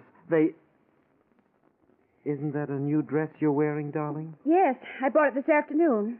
How do you like it? Oh, it's beautiful. You look wonderful in it, Millie. How much did it cost? $80. $80? Yes. It was marked down from 100. I just couldn't resist it. But, Millie, you bought 2 new dresses just last week. Well, you can't expect me to go around in rags. I'm sick and tired of having to skimp all the time and never No, Millie, if you want to keep the dress, of course you may. The only thing is I don't know how I'll be able to meet the insurance payment due this week. You mean if I keep this dress, you won't be able to make the payment on your policy? Yes, dear. Oh. Well, in that case, I'll return it. You must keep up your insurance. I'm sorry, darling, that you have to return it. I'll try to find a part-time job in the evenings so we can increase our income. You're going to have everything you want. Yes, Horace, you're right. I am going to have everything I want. one way or another. That night, as Horace took Millie out to a movie, they were followed by a detective who Captain Ross had assigned to guard Horace. But as the days slipped by, Horace went about his work as usual, completely disregarding his bodyguard.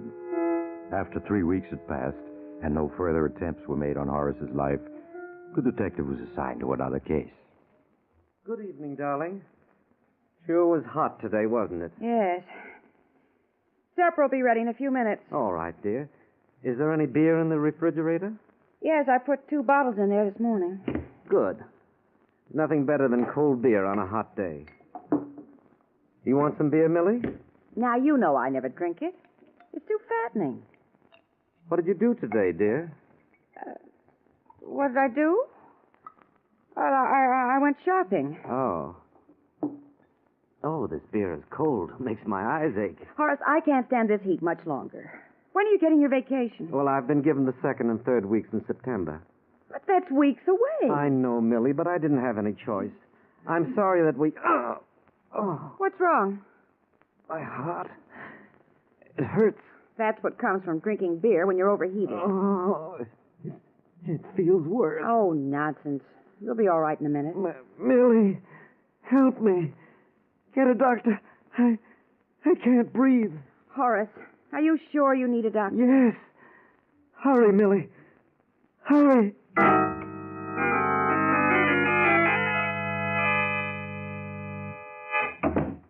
How is he, Doctor?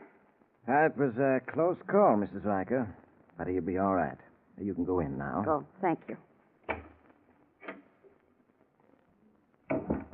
Doctor, I'm Captain Ross, friend of Mr. Riker's. Oh, how do you do, Captain? Millie, that is, Mrs. Riker, said it was a heart attack.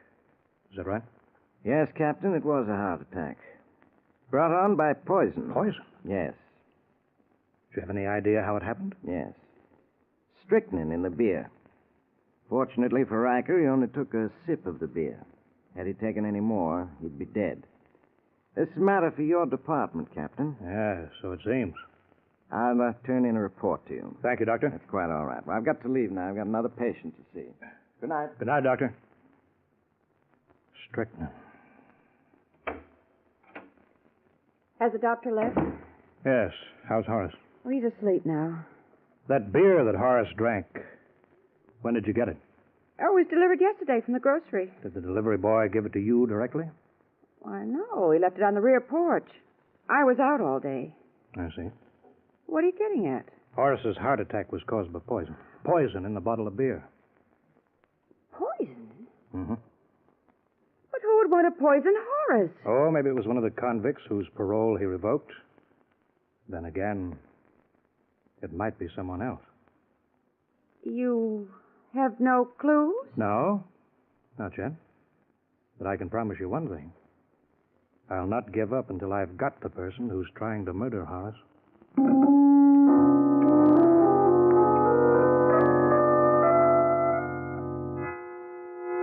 Hello, Horace. How are you? I'm feeling fine, Captain. It's good to be back at work. Well, sit down, Horace. Thank you. Suppose you realize what a close shave you had. Yes. Horace, I've got 4 men working on the case day and night. We've been checking on all the convicts whose paroles you revoked. Well, that sounds like quite a job. It is. Naturally, we've been checking other angles as well. Other angles? Yes. You understand, of course, it's my duty to investigate every aspect of the case. Certainly, Captain. There's nothing personal in what I'm doing. It all comes under routine investigation. Yes, of course. Well, what I'm trying to say, Horace, is I've had one of my men check up on your wife. On Millie? That's right. But that's ridiculous. Utterly ridiculous. You have no right to... It isn't ridiculous. We've uncovered some very interesting facts about your wife. What? These are the facts. First, your wife worked in an aviation instrument factory during the war. She's a skilled mechanic. Of course, I know that. It's absurd. Your wife has the ability to construct a bomb. A bomb such as the one you received. Are you trying to say it's Millie who's out to murder me? Let me give you the rest of the facts. You're out of your mind. How dare you make such an accusation against my wife? How dare you? Fact number 2. 6 months ago, you took out $50,000 worth of insurance on your life. Whose idea was that? It... How can you possibly afford to carry $50,000 worth of insurance on your salary? That's none of your business. I refuse to listen any further to these absurd accusations you're making against my wife. Fact number 3. Your wife is two-timing you, has been for months. She's seeing a young man by the name of Jerry Clapper. I won't take that from anyone, not even you. I'll show you. Oh, don't be a fool, Horace. I'm only doing my duty. Now sit down. Sit down! And stay down. Horace, we've been friends for 20 years. Do you think I'd tell you all this if I didn't have to? It's lies. All lies. Fact number 4. Your wife's boyfriend works for a medical firm. He has easy access to poisons, including strychnine. Nothing you're saying is true. Nothing. If you were honest, you'd admit that you don't like Millie. You never have. You were dead set against my marrying her. That's true, but that has nothing to do with this. I love my wife, and I trust her. I don't believe a word you've told me. If you knew her as I do, you'd know she isn't capable of such a thing. Are you so hopelessly in love with her that you can't see what I'm telling you is the truth? It isn't the truth. And nothing you can say will change my mind. And I warn you, Captain, if you spread any of these lies about my wife around, I'll kill you. With this threat, Horace stormed out of Captain Ross's office and returned to his own. In the days that followed, he avoided Ross, which was soon noticed by his fellow workers. Horace told Millie nothing of the accusations that Ross had made. If anything, he was twice as devoted to Millie as ever. The two spent long hours together making plans for their vacation. The day before they were to leave, Horace was summoned to Captain Ross's office. You wanted to see me? Yes, have a seat. I prefer to stand. Very well. I understand you're leaving on your vacation tomorrow. Yes. Where are you going? None of your business. I'm asking you as your superior. We may wish to get in touch with you. We're driving to Virginia. We're renting the same cottage we had last year. I see. Have you had any further attempts made on your life? No. While you're on your vacation, be careful. What do you mean by that? You know what I mean. If you don't stop insinuating that my wife is trying to murder me, I'll see to it that Just be careful, that's all I'm asking. I'd like to see you come back. Is there anything else? No. Thank you.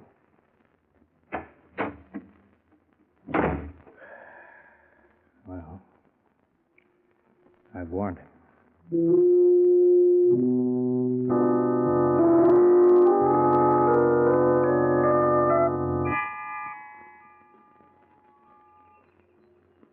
This is a life lying peacefully in a hammock far away from everything and everyone.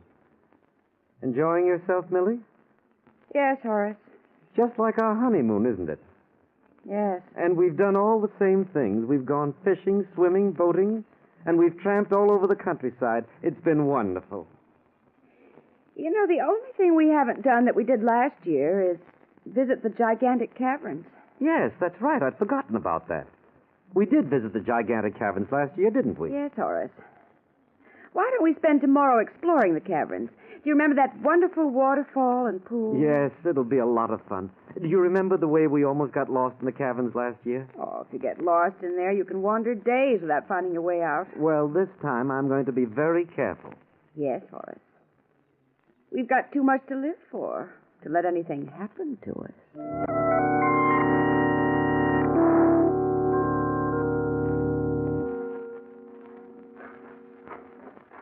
Well, here's the entrance to the caverns, Millie. It certainly is deserted, isn't it? Yes, no one comes here after Labor Day. Now, wait till I tie the end of this string to this tree. How long is that ball of string? Oh, about 5,000 feet. Almost a mile. There. That should be long enough to take us to the waterfall and the pool and the caverns, shouldn't it? Yes, just about. Are you ready, dear? Yes, Horace. I'll carry the flashlight. Your eyes will become accustomed to the darkness in just a minute. Cool in here, isn't it? Yes. The only thing I don't like about these caverns are the rats running around. And the bats. Oh, they won't bother you. Do you want me to unwind the ball of string for you? No, Millie, I can manage nicely. This place is fascinating. I'm certainly glad you suggested this little trip, dear.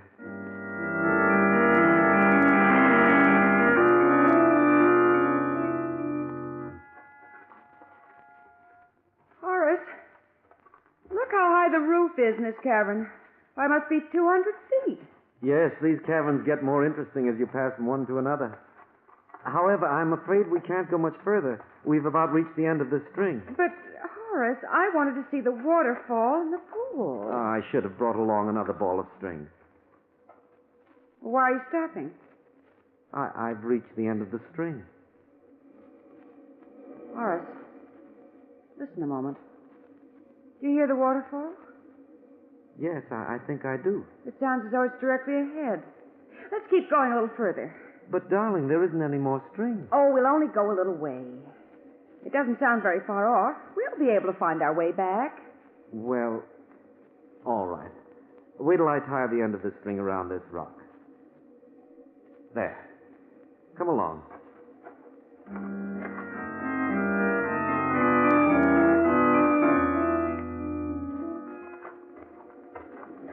Well, we've come quite a way, but here it is. Yes. Shine your flashlight down on the pool, Horace. All right. It must be quite deep. Yes. What are you thinking of, darling? If a person fell into the pool, there'd be no way to get out.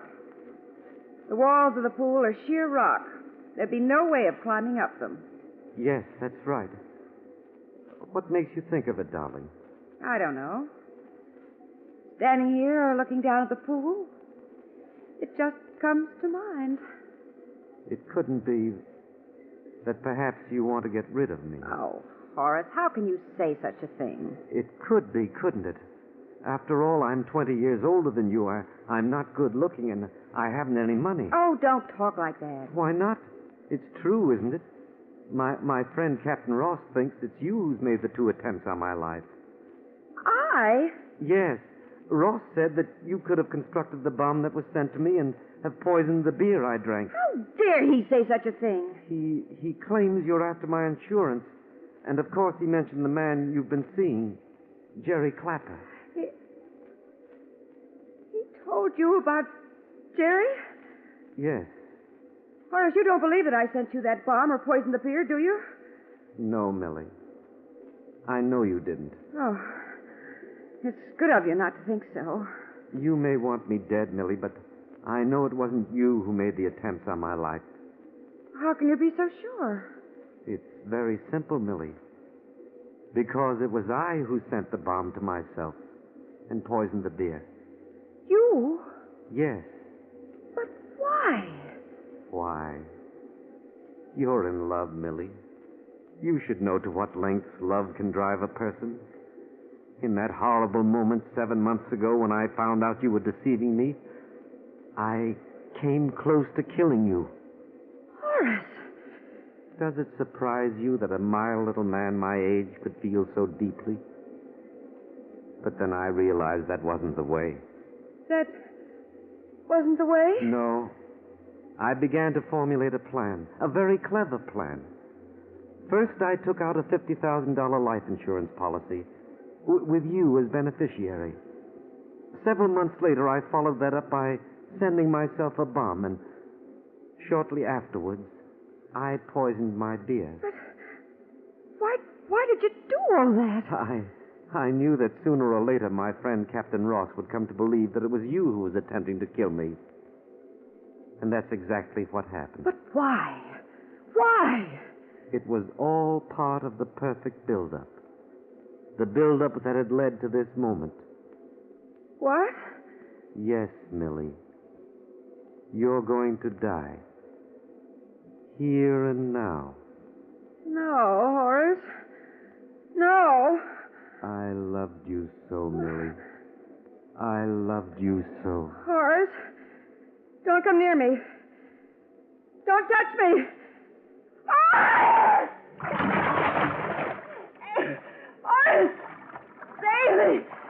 Don't let me drown! Where's Jerry? Let him save you. I wasn't good enough for you, was I? But you need me now, don't you? Horace! Help me! Help me!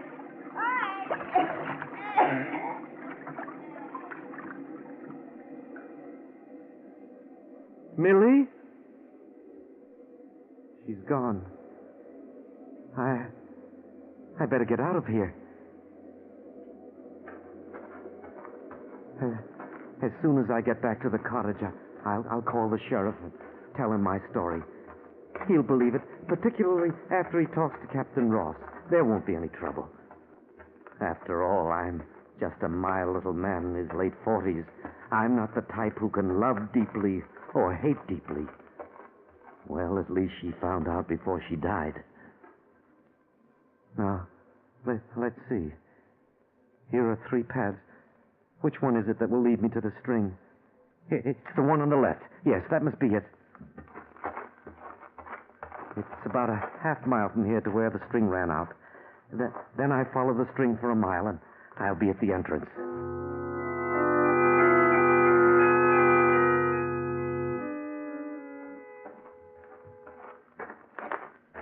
Strange, I don't remember this turn in the path. But then I may not have noticed it before. This must be the right path. But then they all look so much alike. These caverns are just a maze of passageways. Maybe I took the wrong path. Perhaps I should have taken the middle one. Yes, it must be the middle one. I'd better retrace my steps. All I have to do is keep calm, and I'll be all right. People only get lost when they're excited. I just have to go back to where the 3 paths are and take the middle one. I mustn't get excited. I mustn't get excited. Horace Riker ignored the rapid beating of his heart and attempted to remain calm. But as he made his way along, he was constantly confronted with diverging and crisscrossing passages, all of which looked unfamiliar. After wandering for an hour, his flashlight burned out and he could no longer go on. Exhausted, he sank down to the ground, completely losing all track of time. Meanwhile, the absence of the Rikers from their cottage went unnoticed. It was only after the 5th day that it was discovered they were missing.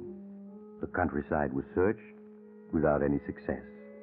Captain Ross flew to Virginia to aid in the search. Then someone remembered the gigantic caverns. A week from the day he'd entered the caverns, Horace Riker was found semi-conscious, babbling deliriously. He was rushed to a hospital, but the search for his wife went on. You may go in now, Captain Ross. Thank you, nurse. Hello, Horace. How are you feeling? Captain Ross, what are you doing here? I flew down here 2 days ago to help in the search. I was with the party that found you in the gigantic caverns. Millie, did you find her? Yes? How is she? She's dead. Dead? They found her body in a large pool by a waterfall. Poor Millie. Suppose, Horace, you tell me exactly what happened. The whole idea of visiting the gigantic caverns was Millie's.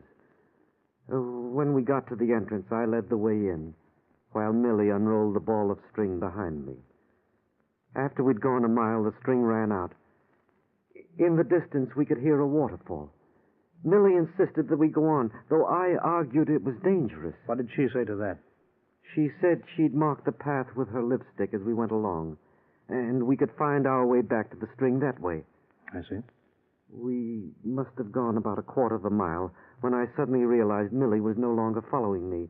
I turned, but she was gone. Then I called out to her. I could hear her laughing in the distance and telling me to find my own way out. What did you do then? I'm afraid I got panicky. In that moment, I realized everything you told me was true. I tried to follow Millie's laughter, but it seemed to come from all directions. As I tried to retrace my steps to the string, I became completely lost. And that's all I remember. I see.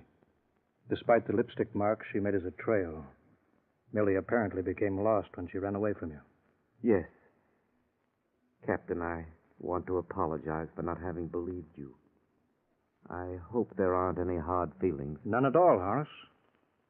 I'm just glad I was one of the party who found you before it was too late. I suppose I was in a bad way when you found me. Mm-hmm. You were semi-conscious, slowly sinking.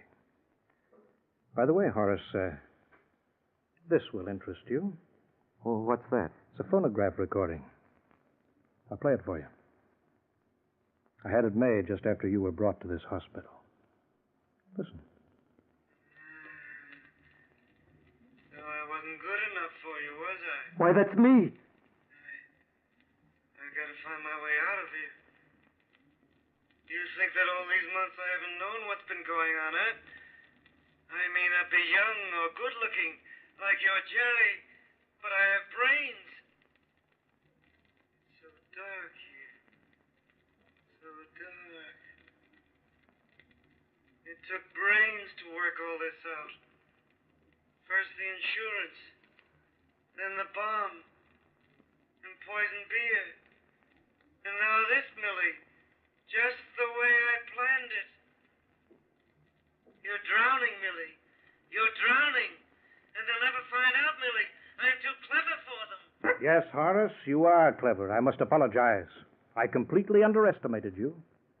If you hadn't been delirious when we found you, I'd never have known that you murdered Millie.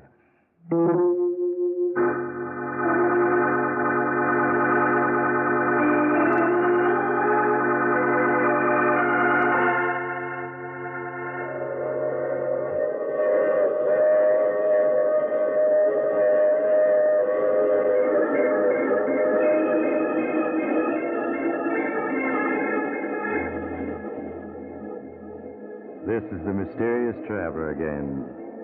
Did you enjoy our trip? Poor Horace. He had the perfect blueprint for murder. Only he left no margin for error. How was he to know that he would confess all while delirious? That's the trouble with murder. It so often backfires, and so fatally. Now, I recall another case in which the central character was too clever to engage in anything as vulgar as murder.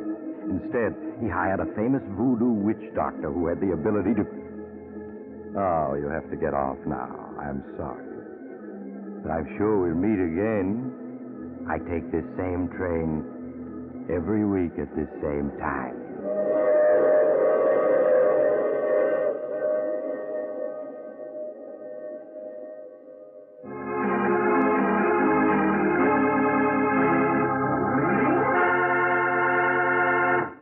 You have just heard The Mysterious Traveler, a series of dramas of the strange and terrifying. In tonight's cast were Maurice Tarplin, Martin Wolfson, Gertrude Warner, and Wendell Holmes. Original music was played by Paul Taubman. Sound by George Cooney, broadcast engineer Al King. The Mysterious Traveler is written, produced, and directed by Robert A. Arthur and David Kogan.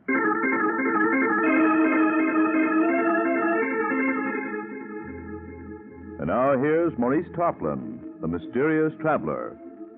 Listen next week to my tale titled Hideout for a Friend. Another strange and suspenseful tale of the Mysterious Traveler.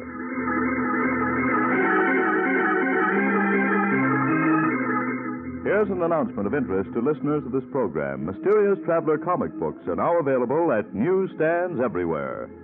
Carl Caruso speaking. This is the world's largest network, the Mutual Broadcasting System.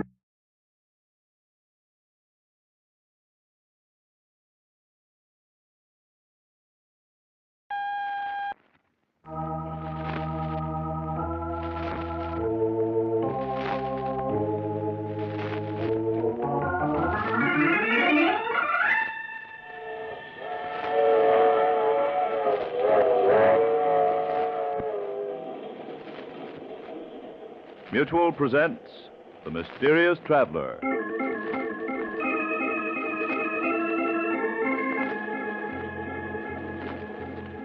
This is The Mysterious Traveler, inviting you to join me on another journey into the realm of the strange and the terrifying. I hope you will enjoy the trip, that it will thrill you a little and chill you a little. So settle back, get a good grip on your nerves, and be comfortable, if you can, as you hear the story I call They Struck It Rich.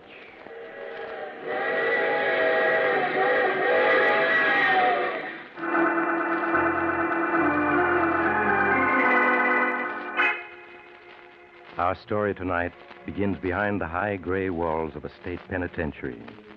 It is early Monday morning, and Dr. Richard Worth has just taken up his duties as a newly appointed staff psychiatrist at the prison. As he sits in his office studying the medical records that have been turned over to him, there's a knock on his door. Come in. Sorry to bother you, Doctor, but they just brought a prisoner from the warden's office for you to examine. Case of hysteria. Hysteria? That's what they said. Very well, Cook. Show him in. Okay, in here, fellow.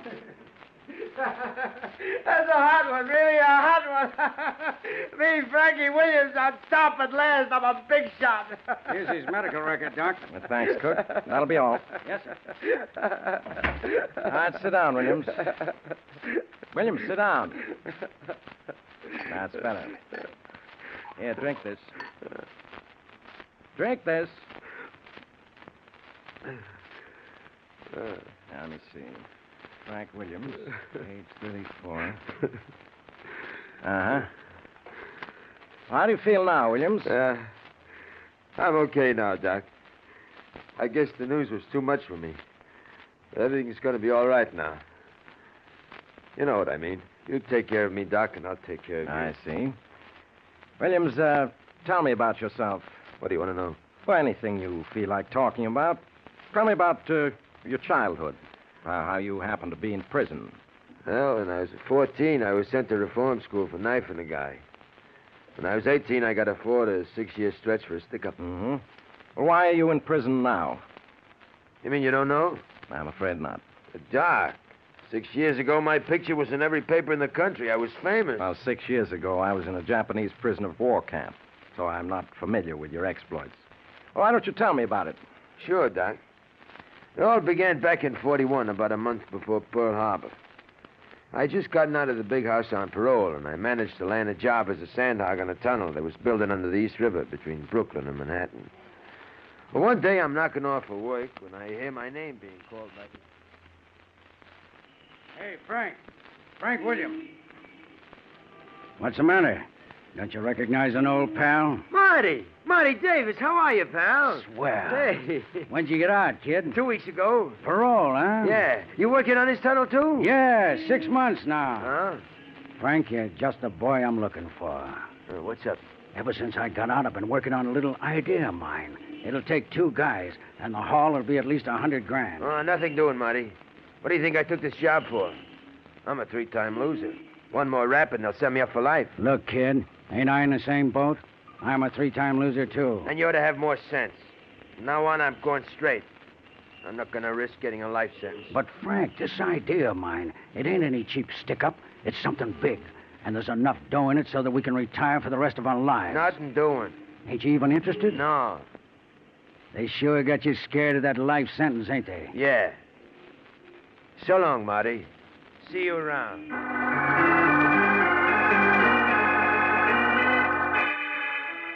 I left Marty standing there, Doc, and walked away. There's one thing you gotta say for Marty. He don't discourage easy. Day after day, he'd be waiting for me when I knocked off work. We'd have a few drinks together, and then Marty would go to work on me, trying to suck me into this big job he kept hinting about. Got so I took to avoiding him. And one night, while I was in a bar on the east side, Marty comes in and sees me sitting alone at a table. He pulls up a chair and sits down. Hello, kid. Did you hear the news? What news? Now that this country's in the war, they're going to stop working on the tunnel. You and me are going to be out of work in a couple of days. It's okay with me. I was getting sick of that job anyway. What are you going to do now? I don't know. Why don't you play it smart? Throw in with me. I tell you, kid, this job I got lined up can't miss. That's what you keep saying. Frank, I feel so sure that if you knew what the job was, you'd go in with me. So I'm going to tell you about it. I ain't asking you to. I'll take a chance. While we was in stir, you remember me telling you about where I grew up? Yeah, on the East River up around 106th Street. Yeah, at Hellgate. I also told you about the way I was a sewerage pipe inspector for the city when I was a kid. Yeah, I remember. Frank, not many people know what the island of Manhattan is like underground. It's more than just a couple of subways. Why, underneath the streets are big gas mains, water pipes, electric lines, phone cables, and tunnels. And sewerage pipes big enough to drive a car through. What are you getting at? Kid, there's hardly a square foot underground this island that ain't honeycombed with pipes and sewers. And when it comes to sewerage systems up in my old neighborhood, I'm what you might call an expert. Okay, so what? Come on over to my room. I want to show you something. Yeah, what? You'll see. Come on. Let's go.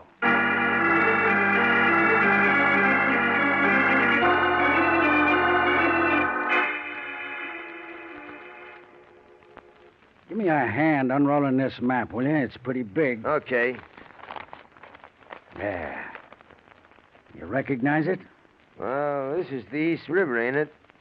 And this is a section of Manhattan from 86th Street up to 125th Street. That's right. What are all these red, yellow, green, and blue lines on it? The red lines are electric cables. The yellow lines are gas mains. The green are water pipes, and the blue are phone cables, and the black lines are sewerage pipes. This is an official city map that I lifted. You were sure right when you said this island is honeycomb. Yeah. You see this place I got my finger on? Yeah? 106th Street and East River. That's right. But what this map doesn't show is that this is where the Hellgate Bank and Trust Company is. Hellgate Bank? Yeah. Oh. Now I'm beginning to get your idea. Look at this black line that runs into the East River. That's a big 10-foot sewerage pipe, and it runs past the bank, only 60 feet away. Uh-huh. You and me, we ought to be able to dig a tunnel from the sewer to under the vault of the bank in 10 nights. Oh, there's one thing you're forgetting. What's that? This island is all sandstone. How are we going to tunnel through stone? That calls for drills. Kid, the island of Manhattan may be all sandstone, but at this point, where the bank is, it's all dirt. Dirt? Yeah. You see, the riverbed has been shifting these past hundreds of years, and during all that time, mud's been accumulating along this stretch at 106th Street. Today, all that mud is part of the island, with buildings on it. And one of the buildings on it is the Hellgate Bank. Yeah, I sure gotta hand it to you, Marty. You got all the answers. I spent enough time casing this job to make me an expert. Wouldn't be too tough to tunnel through 60 foot of dirt. Of course it wouldn't. And think of what the jackpot would be, kid. I'll guarantee you there'll be at least $100,000 in the vault. What do you say? 100 G's. And a two-way split. Okay, Marty. You can count me in.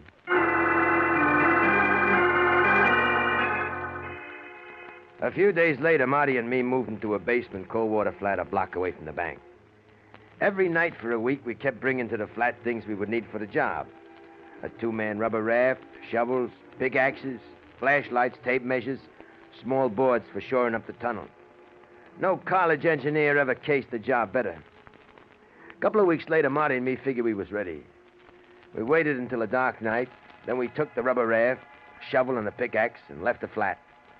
We went to the rear of the old tenement house where there was a manhole that led down into the sewerage pipe. We eased the manhole cover off, and Marty started down the ladder. I handed him the stuff, and then I followed, after pulling the cover back on the manhole. 15 foot down, Marty was standing on a small ledge. The water swirled past a little below the ledge. Frank, hold the raft while I fill it with air. Okay, Marty. Now, where'd I put that tube? Ah, here it is. It shouldn't take more than a minute to fill it up. Hey, is there any danger of gas down here, Marty? Not in winter. Boy, that water's sure running fast. Yeah. We'll have to be careful, or we're liable to be swept out to the river. Okay, Frank, she's all filled up. I'll drop the raft into the water and hold on to it. Right. Now, just wait until I tie the end of this rope to the ladder. There. Now, get in, kid. Yeah. That's it. Now, hold the raft steady while I get in. Easy does it, Marty. Now, I'll play this rope out nice and slow, and we'll float down to the right spot. Here's the first knot on the rope, and that's 50 feet. 100. 150. 200. This is it, kid. Right here. Okay, Marty. Now try to hold the raft as steady as you can while I break into the wall with this pickaxe.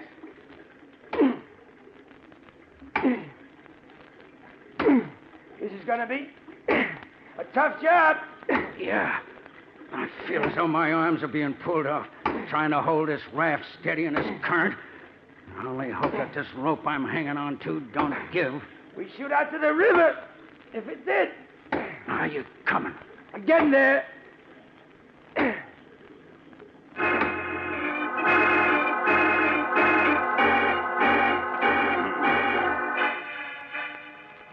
That night, we broke through the concrete wall and reached dirt. The second night, we tunneled through 5 feet, slanting it upwards so that if the water in the sewer rose, our tunnel wouldn't be flooded. The third night, we dug another 6 feet, shoring up every other foot so there wouldn't be any cave-in. Night after night, we worked. And soon the tunnel was slanting down sharply so as to end up under the floor of the vault. While one of us dug, the other would get rid of the dirt. On a Wednesday night, exactly 2 weeks from the time we'd started, we figured we were under the vault of the bank. Marty and me rested up a couple of days. Then on Saturday afternoon, we went over our plans for the last time. Well, this is it, Frank. Tonight's the payoff. At about 9 o'clock, we'll leave. Yeah, it shouldn't take us more than an hour to burn through the floor of the vault. You know what those old bank vaults are like. The sides and top are a couple of feet thick, but the floors are always thin. Sure. We won't have much trouble. We should have the vault cleaned out by midnight. We'll spend the rest of the night getting rid of the equipment. The river, huh? Yeah. Then we'll go over this flat with a fine-tooth comb. Make sure we ain't leaving anything behind. And we'll wipe down the whole place so the cops won't find any prints. By tomorrow morning, we should be ready to travel. That's right. When the bank opens Monday morning, we'll be in the hideout upstate. A few months there, the heat'll be off. And then you and me, kid, are gonna have ourselves a time. We sure are, Marty. Okay. We'd better try to grab a couple hours shut-eye. We got a tough night ahead of us.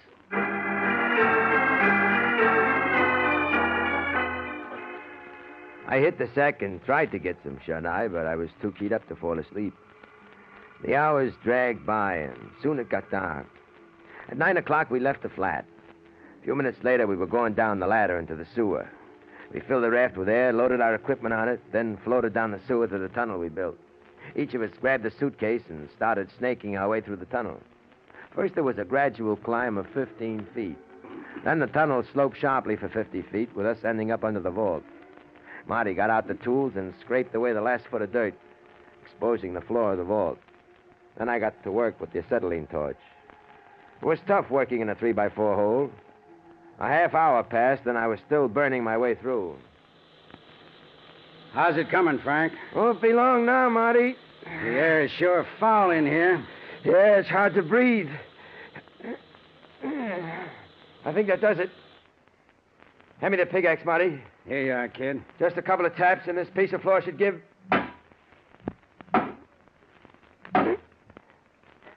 Here it comes. Help me ease it down.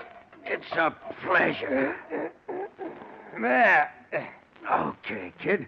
Up you go. You got your flash? Yeah, I got it. Hey, Marty. I'm in the vault. We came up dead center. You sure had it figured out to the inch. Not bad for a guy who never finished the 5th grade. Come on, kid. Let's take a look at the cash drawer. Yeah. Hey, Marty. Look at it. The whole drawer is full of bundles of bills. There must be 100 G's here. That's only part of it. Now remember, no new bills and nothing smaller than 20. Okay, Marty. I'll get the suitcases.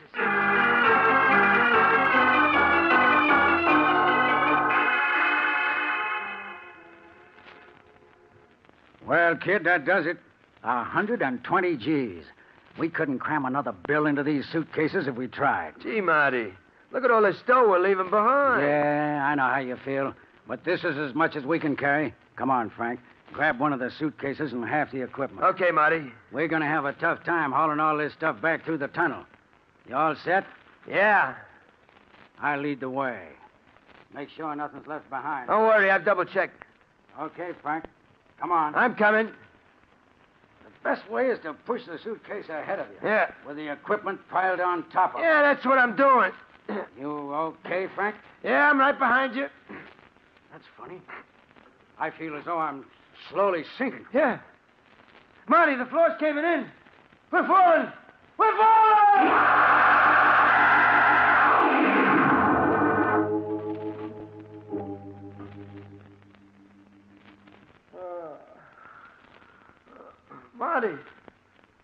Marty, where are you? I'm over here. You okay? Yeah, I think so. What about you? I just had to Wind knocked out of me. Sure is dark.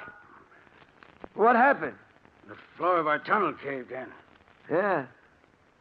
I wonder where we are. You got your flashlight? No, I dropped it when I fell. Yeah, so did I. Feel around, Frank. Should be near you. Okay, Marty. This would happen to us just when we hit the jackpot. Yeah. What lousy luck.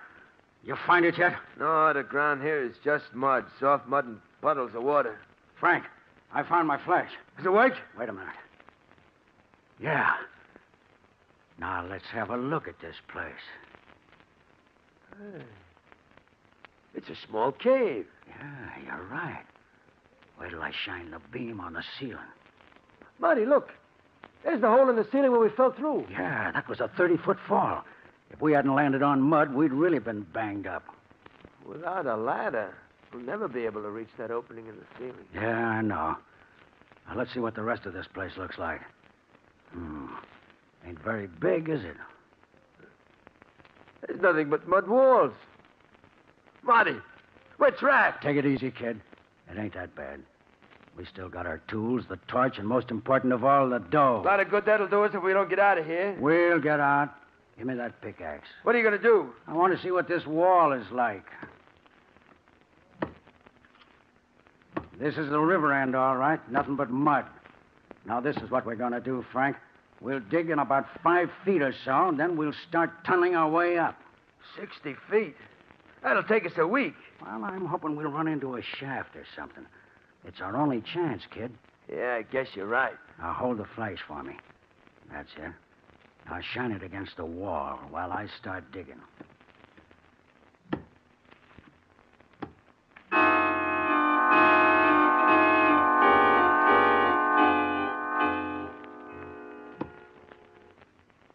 I guess you dug about 3 feet, Marty. Yeah, just about. Want me to take over? I ain't tired yet. Frank, I struck wood. Heavy wood. What do you think it is? I don't know. Maybe it's the wall of an old cellar. A cellar? This deep? Could be. Hold the flash closer while I scrape away the mud from the wood. Look, it's a solid wall of heavy timber. It must be at least 100 years old. See how rotten that wood is? Sounds hollow. I'll bet it's a cellar. You think it might lead up to some old building? Could be. Get the torch, Frank. Let's burn our way through. Okay, Marty. It feels about 8 or 9 inches thick. Well, here's the torch, but it ain't gonna last long, Marty. It's almost all used up. Yeah, I figured as much. Well, go ahead, kid. See what you can do.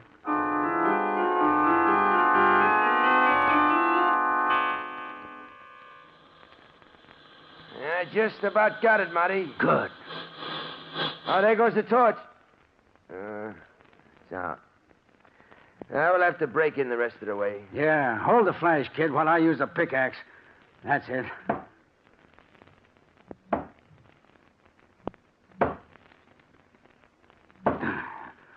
A couple more and it should give. We got an opening. Give me the flash, Frank. Here you are. What do you see, Marty? Looks like a room of some sort. The floor's about 3 feet down, covered with mud. I'm going to climb in. Come on in, Frank. I'm coming. Hold the flash this way. The air in here is sure musty. I'll shoot the beam around so we can see what this place looks like. What's the matter with you? Marty, didn't you see it? Over there in the corner. Something white. It looked like a skeleton. A skeleton? Yeah, you're right. Let's take a look at it. Marty, I want to get out of here. I don't like this. Get hold of yourself, will you? Well, look at this. A sword. A sword? Yeah, and an old one, too. And the skeleton, it has the remains of a uniform on it. Frank, this ain't no cellar. We're on a ship. A ship? Yeah.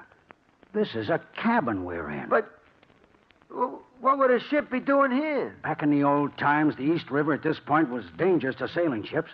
That's how it became known as Hell Gate. So many ships used to sink at this part of the river. And this is one of the ships that sank in Hell Gate? Yeah. It probably sank over 100 years ago. And the tide swept it along the bottom of the river to this bank. As the years passed, the wreck became covered with mud. The riverbed changed, leaving it behind. You mean this wreck is buried under the East River shore? Yeah, that's what I figure. There ought to be a door somewhere in this cabin leading to a passageway. You see it? No. Then the walls are so covered with mud, it's hard to tell. Yeah. Wait a minute. There may be a door here. Hand me the pickaxe. Here you are. It's a door, all right. And here's the handle. Is it a passageway, Marty? No. No, it's a small room. Look, there's a half a dozen chests in here. Chests? Yeah. They have locks on them, too. Wait till I break the lock on this one. That does it. The lid seems stuck. Help me lift it. Okay. Now lift.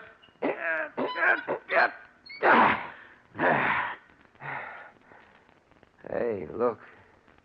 It's full of copper coins. Frank, these ain't copper coins. Huh? Look, scratch one. These coins are gold. Gold? Frank, this is a treasure ship. A treasure ship, do you hear? Well, there's 10 times as much dough here as there was in the bank. We're rich, kid. We're rich. How much do you think there is in here? I don't know. But there must be millions. Think of it. And it's all ours. How are we going to get it out of here? How are we going to get out of here, Marty? Yeah, that's right. This wreck is probably buried 60 feet under the East River bank. Yeah. We'll have to go back to the cave and find another spot where we can start digging our way out. But what about all this gold? Don't worry, kid. We'll be back for it. But first we got to get out ourselves. Come on. Let's go back to the cave. Yeah. The air is sure better in the cave. Yeah. Now, let's try one of these other walls. You start digging, Frank. Okay, Marty, you just... Hey, the beam is flickering. Yeah, the batteries are shot. There it goes. Marty, we can't dig our way out in the dark. Well, don't you think I know it? It looks like the game is over, kid. Huh? You may as well sit down and take it easy. But we just can't stay here in the dark. You got any better ideas? No. Guess not. What's going to happen to us, Marty? Come Monday morning, the cops will be swarming all over the bank. They'll find the tunnel we dug under the vault. Then they'll find us. Probably some fat sergeant will fall through the tunnel and land in our laps. And the 120 G's and all the gold we found? Well, the bank will get back the 120 G's, and as for the gold we found, your guess is as good as mine. That's a hot one. We hit the jackpot twice in one night to the tune of millions, and we end up behind the 8-ball. This is really a hot one. All that has to happen now is for that fat sergeant to fall through the tunnel and land in our lap.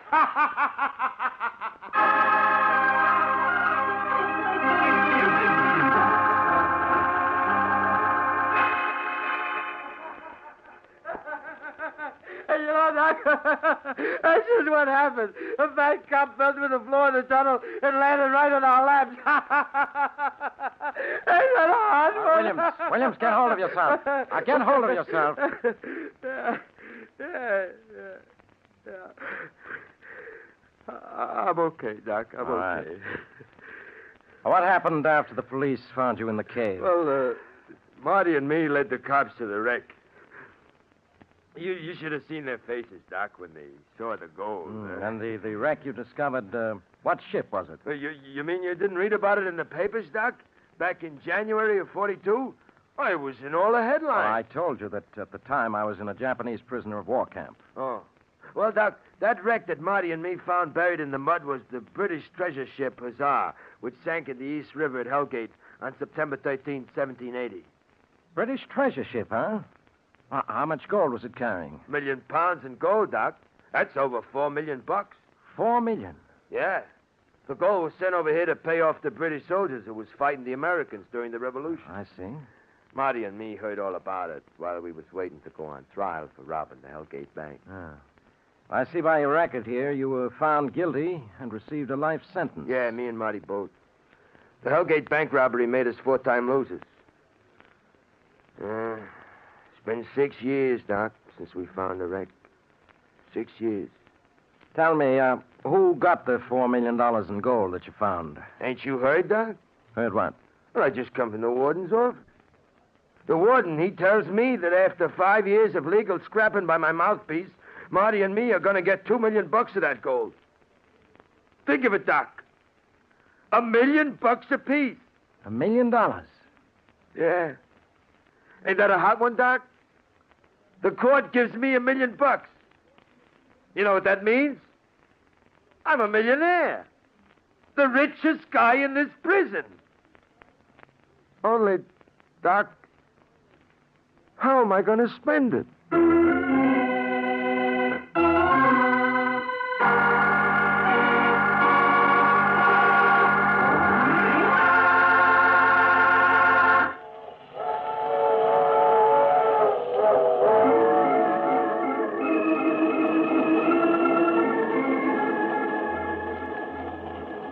This is the mysterious traveler again.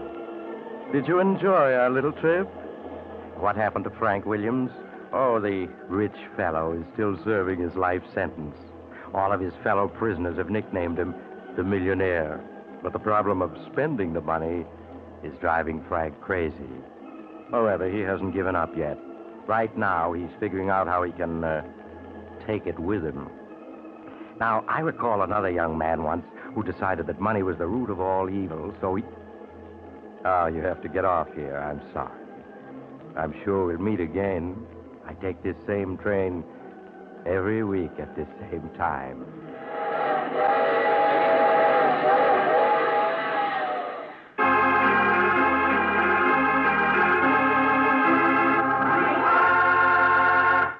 You've just heard The Mysterious Traveler, a series of dramas of the strange and terrifying. All characters in tonight's story were fictitious, and any resemblance to the names of actual persons was purely coincidental. In tonight's cast were Maurice Tarplin, Joe DeSantis, and Frank Thomas. Original music by Paul Taubman. The Mysterious Traveler is written, produced, and directed by Bob Arthur and David Kogan.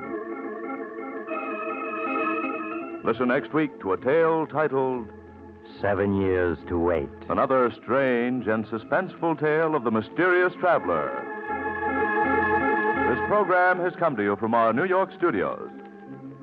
Another program of tense and dramatic action will follow in just a minute. Stay tuned to the station for Official Detective.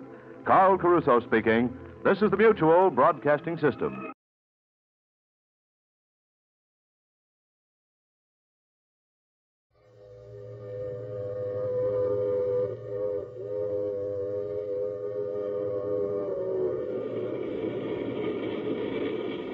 The Mutual Broadcasting System presents The Mysterious Traveler. Written, produced, and directed by Robert A. Arthur and David Kogan, and starring tonight two of radio's foremost personalities, Santos Ortega and Ann Shepard, in Out of the Past.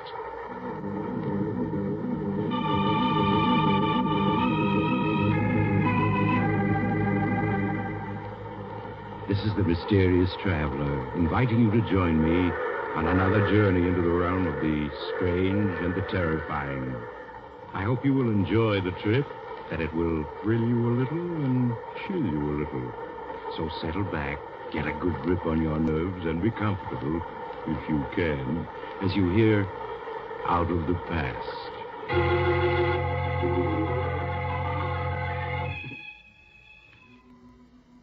Your name is Joan Morgan. And as you stand looking over Central Park from your penthouse terrace on this beautiful spring day, you can't help but feel you're the luckiest woman living. You're young, attractive, fairly wealthy, and happily married to a Broadway actor. Yes, Joan, there's little more you could ask for. The doorbell rings. You run to the door to greet your husband, Keith, who's home from his matinee performance. Hello, beautiful. How's my one and only? Hello, darling. Oh, Keith, no wonder every actress wants to have you for her leading man. Nonsense. I'll have you know the only person I kiss like that is my wife. Better say that. How was the matinee today? Fine. I got 7 curtain calls. Oh, here's the afternoon mail. I picked it up at the desk. Oh, anything for me? I haven't looked it over, dear. Oh, yes, here's one for me. 3 others for you, dear. Let's see. This one's a bill from the hotel management. Darling, we're living beyond our means. Oh, Keith, you're not going to start that again, are you? Well, we have over $500,000. I've told you a dozen times I won't touch that money. It's yours, not mine. Darling, it isn't a question of it's being yours or mine. It's ours. Joan, I made it clear to you when we got married that we'd have to live on the money I earn. Then what'll I do with my money if you won't allow me to spend it? Well, someday we'll have 6 children. You can save it for that. All right, darling. I wonder who my letter can be from. You rip open the envelope, Joan, as Keith looks at the rest of his mail. For a moment you feel as if your heart has stopped. Then it begins to beat wildly. Over and over you read the 2 sentences. A friend from Europe expects you tomorrow afternoon at 2 o'clock at the Hotel Edgewood.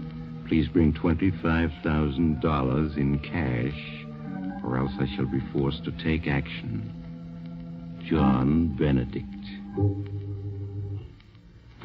Joan, what is it? What's wrong, darling? What did you say? You look so upset. Is it that letter you're reading? Letter? No. No. Well, then, if it isn't the letter, what is it? It's nothing, darling, nothing at all. It's just that I have a headache. Oh, I'm sorry. Can I get you something? No, Keith, no, I'll be all right. All I need is a little rest.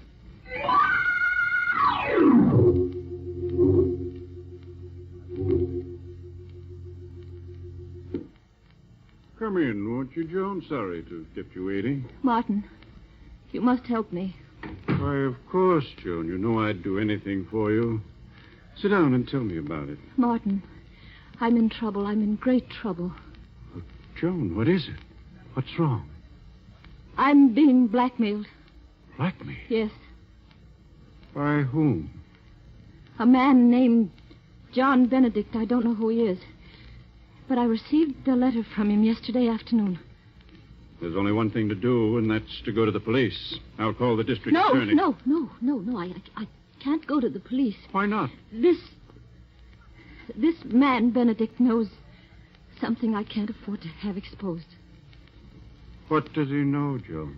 Please, don't ask me. I know that you are my father's best friend, but I can't tell you. Believe me, if it ever gets out, it would ruin my marriage. My life. I couldn't stand to lose Keith. I couldn't. I'd rather die. All right, Joan. I think you're making a mistake, but I'll help you. How much money does this man Benedict want? A half hour later, you enter a dingy hotel and go to room 14. As Martin opens the door, he reveals a squalid, dimly lit room. For the first time, Joan, you see John Benedict. He's a tall, heavy man with coarse features and a thick black beard. In the half-light, he appears to be about 50. His clothes are of fine English cut, but time and wear have taken their toll. He stares at you for a moment, Joan, then speaks. How do you do, Mrs. Morgan? Won't you please come in? Thank you. This is Mr. Walker, friend. Yes, of course. I trust you will forgive me these dismal surroundings, but alas, I am quite penniless. So you thought it would be an excellent idea to blackmail this lady for funds? I am afraid you misunderstand me, Mr. Walker. I am not forcing this beautiful lady to give me 5,000 pounds. Rather, I am, shall we say, requesting a loan. Yes, but if she doesn't give you this loan, you'll ruin her marriage or her life. It would distress me to ruin anyone's life. But then it also distresses me to live in a pigsty like this. A much more suitable place would be the state penitentiary. Martin, please don't talk like that. Evidently, Mrs. Morgan, your friend is more interested in having me placed in prison than in saving you from disaster. I'm afraid you have not revealed our little secret to Mr. Walker. No, I haven't. Well, then, perhaps if we were to tell him, he would not be quite so eager to imprison me. Perhaps if he knew that at one time you had... No. Don't say any more. I'll pay you. Allow me to commend you on your good judgment. Martin, give him the money. Give it to him. Very well. Here's your filthy blood money. Thank you. I think you have been very wise, Mrs. Morgan. Very wise indeed. Good day. In the weeks that follow, Joan, you try to forget Mr. Benedict and the terrifying secret he shares with you. But you aren't successful, are you? Everywhere you go, you unconsciously find yourself fearfully looking for him.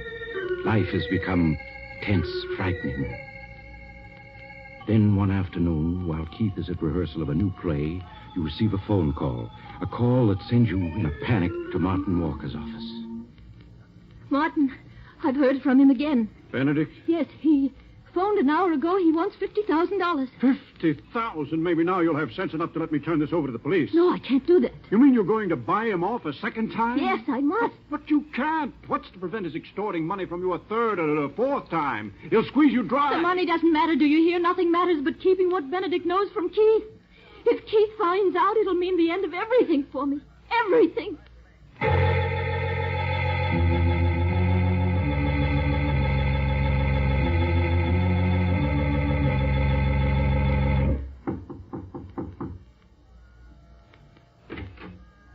Good afternoon, Mrs. Morgan. Oh, I see you brought Mr. Walker.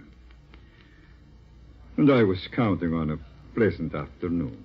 May I take your coat? No. Benedict, what do you mean by asking for $50,000? We paid you $25,000. That was supposed to keep your mouth shut. Well, it has, up to now. But as you can see by this suite of rooms, Mr. Walker, it takes money to live lavishly. Therefore, I shall need more. Well, you shan't have it. We paid you off once. We're not paying you off again. There's a limit to what anyone will pay. Yes, quite true, Mr. Walker. But the limit has not been reached as yet. You swine. If I had my way, I'd call the police and put you where you belong. Mrs. Morgan, I am afraid you are allowing your friend to go too far. I have but to pick up this telephone, and your world will come crashing down about. No, don't do that. Don't do that. Don't. Martin, give him the money. But, Joan... Give it to him. I can't stand this anymore. Very well. Here it is, Benedict. But I warn you, you'd better not try anything further. There is such a thing as pushing a person too far. I shall try to remember that, Mr. Walker. Thank you for your advice and the money. You're trembling with fear as you leave Benedict's luxurious suite, aren't you, Joan? And even when you reach your own apartment, the fear hasn't left you. Weeks pass, and life is a nightmare. Every time someone knocks at the door or the phone rings, your heart begins to beat wildly. And worst of all, Keith senses something is wrong. I'll answer it. But I'm much closer to it there. Hello? Is this Mr. Morgan's apartment? Yes?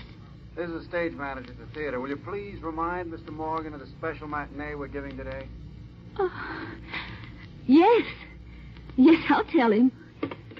It was the theater calling, Keith, to remind you of today's special performance. I haven't forgotten. It's only 2:05. I still have a few minutes before I have to leave. Joan. Yes. What is it, darling? What's come over you? Come over me? Yes. These past weeks, you've been just a bundle of nerves. Every time the phone rings or the mail arrives, you begin to tremble. What's wrong? Darling, you're just imagining all that. Joan, stop acting as though I were a child. I can see something's wrong, and I want to know what it is. Keith, please. There's nothing... Who could that be? Never mind, I'll get it. No, you just Keith, sit where you I would are and rather... rest. Look, darling, you have to get to the... To the...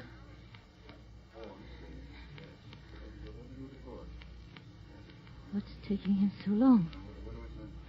Why doesn't he come back? Keith? Who is it? Keith! Joan, what is it? Why did you scream like that? I didn't scream. Who was that at the door? Well, it was Just a special delivery boy. He brought this special delivery for you. Special delivery? Yes, here. Thank you. Aren't you going to open it? After all, it is a special delivery. Yes. Of course. I never saw anyone so afraid of a letter. Who's it from? Joan, what's wrong? Nothing. Nothing. No. Don't tell me that. You look as though you were going to collapse. Now, give me that letter. No, I said, please, give Keith. it to me. No, please. Yeah, that's better. Perhaps this letter will tell me what's wrong. Why, it's only one sentence. I will phone you at 2. There isn't even a signature. Whose note, Joan? I don't know. You must know, else why would you have grown so pale? I'll phone you at 2. It's almost 2 now. I'll wait for that call. Keith, please. You must have faith in me. All these weeks I've had faith, said nothing, hoping you'd tell me what was wrong. Now I must find out for myself. Well, right on time. It's just Keith, 2 o'clock. Please, don't answer. Take your phone. Take your hand off the phone, Please, Joan. Keith, no. I said won't take let your you hand off the answer. phone. Hello? Hello? Hello? Whoever called hung up when they heard my voice.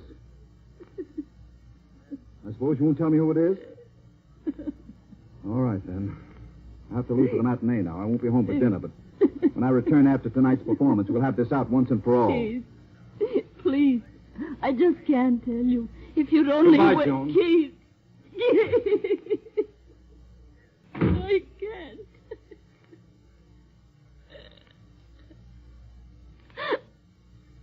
Oh, darling. If only I could tell you. If only I could.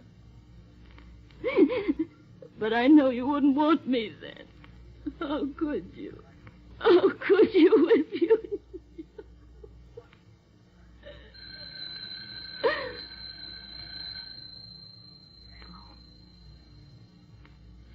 Must be he. Must be he again. Hello? Good afternoon, Mrs. Morgan.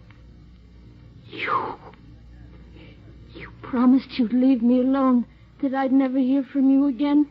That was only a month ago. Yes, I know. But then, I am always making promises I not keep. You've ruined everything, everything. My husband read the special delivery letter you sent. He answered the phone when you called a few minutes ago. How can I explain? Oh, that should not be too difficult for a clever woman like yourself. And you are a clever woman, are you not? What do you want? I'm tired of your playing cat and mouse with me. I intend to call on you at 5:30 this afternoon. I won't pay you another cent, do you hear? There's no end to your demands. You may expect me at 5:30. No. And do not have Walker there. No, I won't see you. I won't... Hello? Hello? Hello, I won't see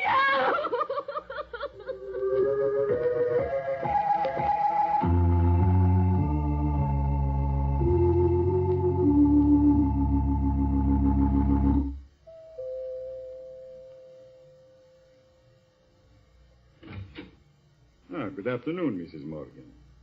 As you can see, I am right on time. It's exactly 5:30. This is a lovely penthouse you have. It's good to see you without Walker around. How can you do this to me? I've never harmed you. Why do you insist on ruining my life? Why? My dear lady, the last thing I desire to do is to ruin your life. Unfortunately, the world you and I live in being what it is, I am forced by circumstances to live by my wits. If I give you the money now, how do I know you won't be back in another month? Oh, that is very simple.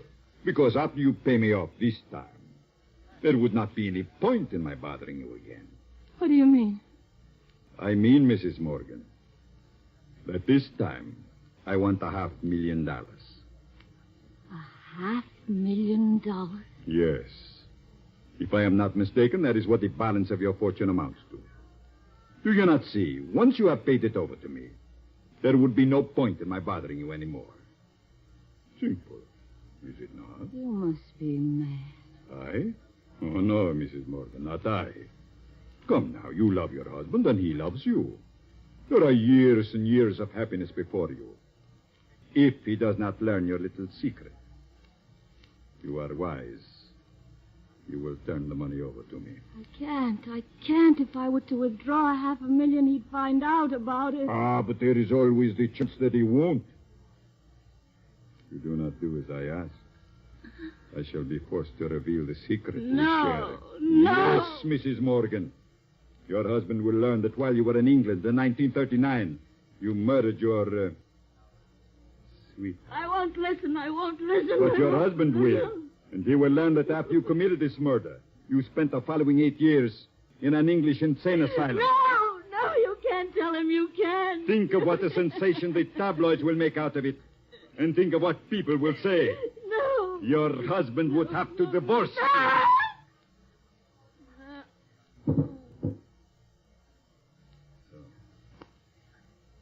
Fainted, have you?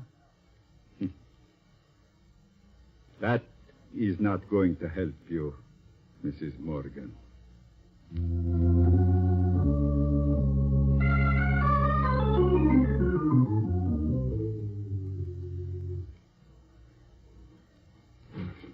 Martin, I just got your message at the theater. Where's Joan? What's wrong? She's in her bedroom with Dr. Richards. It seems that she... Here's Dr. Richards now. Doctor, what's wrong? Keith, you must prepare yourself for a shock. Oh, what's happened?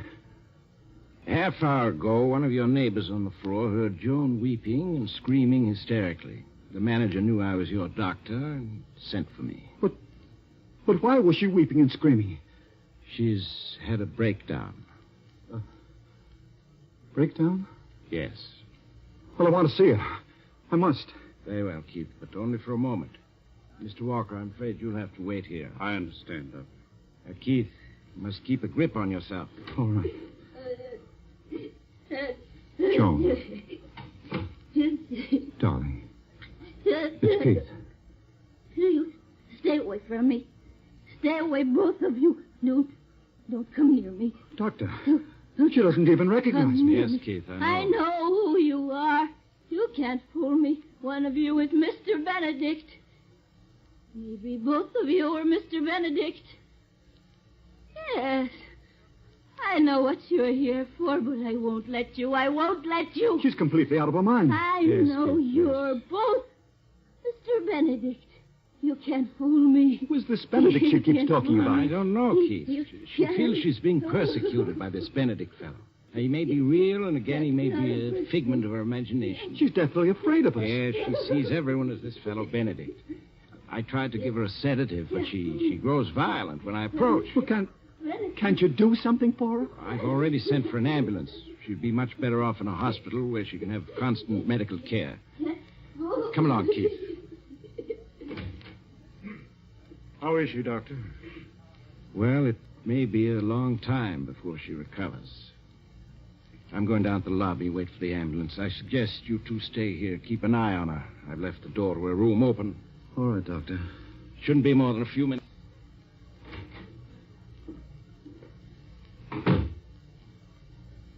How do you feel, Keith? Tired, if you want to know. Well, it's only natural. These past 2 months have been quite strenuous for you.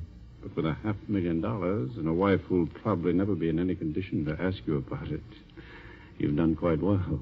Quite well? That's an understatement.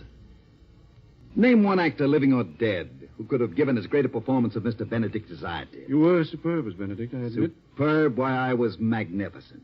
The costume, the makeup, my accent, simply perfect. I tell you, it was the greatest performance ever given. What a pity you weren't here at 5:30 this afternoon. I'm sure I missed the performance of the age. I outdid myself. You should have heard me. Yes, Mrs. Morgan. Your husband will learn that while you were in England in 1939, you murdered your, sweetheart. That after you committed this murder, you spent the following 8 years in an English insane asylum. Ah, it's really a pity I played my greatest role to an audience of one. Well, yes, Keith, but you were probably the highest paid actor in the world. I'm sure that $500,000 for 2 months' work, less my share, of course, is something of a record. Yes, it probably is. I heard you, Mr. Benedict. You can't fool me. Joan! I know one of you is Mr. Benedict. Or are you both Mr. Yes, you both must be Mr. Benedict. That's clever. That disguise you use, that's clever. But you can't fool me. She must have overheard you. That brought her out of her room. Yes, No matter how many disguises you use, I know you. No, don't you come near me. Don't come near me. Keith, she's got a gun. Come near Joan, me. put that gun down. I'm not going to let you tell. I'm not going to let No, don't. you tell. Don't, Joan. Stop. You shot me. Oh, Joan, no. I'm not Mr. Benedict. He's...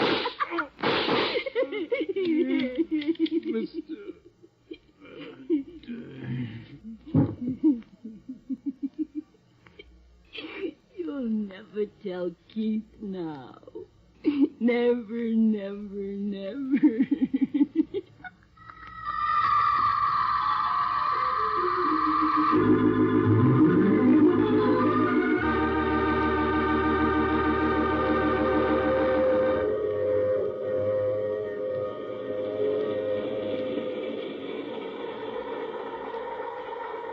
This is the mysterious traveler again. Did you enjoy our trip? Too bad about poor Keith and Martin. Such interesting scoundrels. That fellow Keith was certainly a remarkable actor, wasn't he? But like so many actors, he overplayed his role, with fatal results. What happened to Joan Morgan? Well, the poor woman was committed to an institution where after several years of treatment, she recovered completely. However, she still has a deathly fear of actors. Oh, you'll have to get off here. I'm sorry. But I'm sure we'll meet again. I take this same train every week at the same time.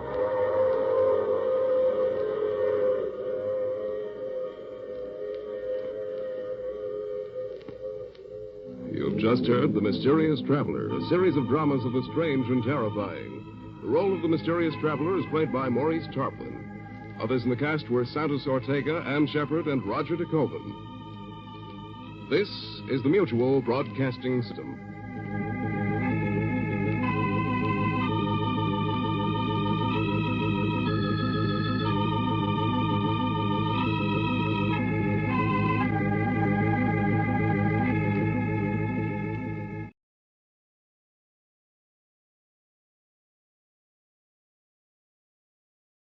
You are listening to Chesterton Radio at chestertonradio.com.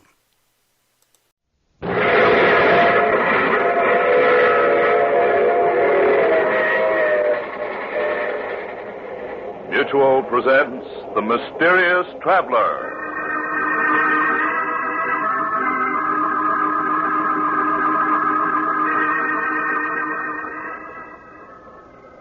This is The Mysterious Traveler, inviting you to join me on another journey into the realm of the strange and the terrifying.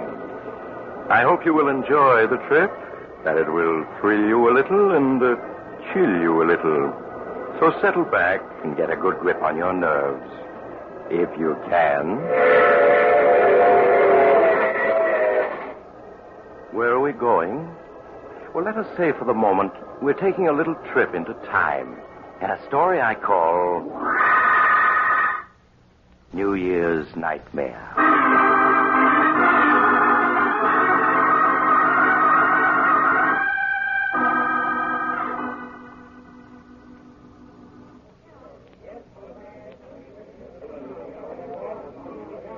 As the old year entered its last minute, the crowds at the Club Tropicana were waiting expectantly for the clock to strike midnight. At a ringside table, a lovely young woman angrily whispers to the man with her. Chris, if you take another drink, I'll leave. Oh, Judy, this is New Year's Eve. It'll be 1947 in another minute. Gotta celebrate, don't I? Just one more. Just one more, just one more. That's what you always say. I wouldn't mind if it were just tonight, but you're always getting drunk. Waiter, another bottle of champagne. Nothing I say means anything to you, does it? You think because I've forgiven you a dozen times in the past, I'll do it again. But you're wrong, Chris.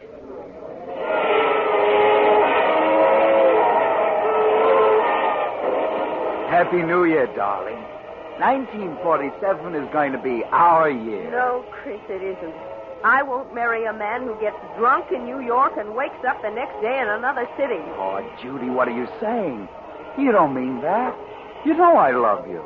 Yes, Chris, you love me. But not enough to give up drinking. I'll miss you, Chris. Miss you terribly. But I know I'm doing the right thing. Judy, don't talk like that. I couldn't live without you. You know that. Won't you? I'm sorry, Chris. Here's your ring. Will you please take me home? You don't have to leave. If the sight of my drinking is too much for you, I'll go someplace else and do it. Martin will take you home. Happy New Year and goodbye.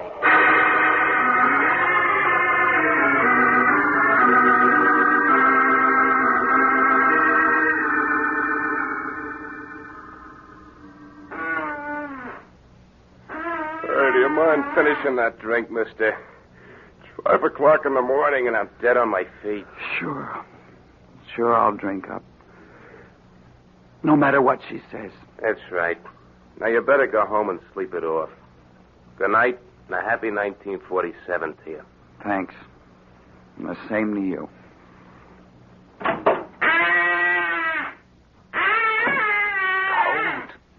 Gotta find another bar. New Year's. Gotta celebrate. Another bar across the street. Oh, gotta celebrate.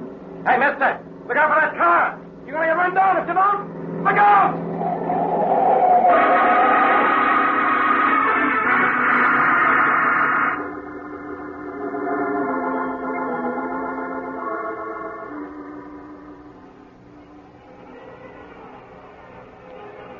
Oh, my head.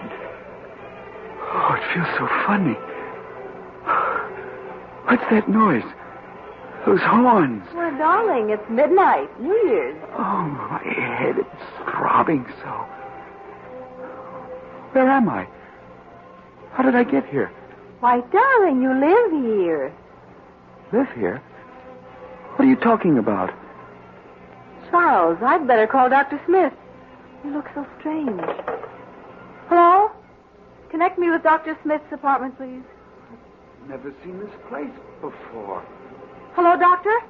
This is Blanche Arnold. Yes, it's Charles. He isn't well. Could you come to our apartment at once? Oh, thank you. Goodbye. What do you mean, I live here? Who are you? Where am I? I'm your wife, Charles. This is our home, don't you remember? You're my wife. You can't be. I'm not married. What am I doing here? What's your game? Charles, can't you remember anything about us? What are you talking about? I never saw you before. And why do you keep calling me Charles? My name is Chris. Chris Andrews. Chris Andrews.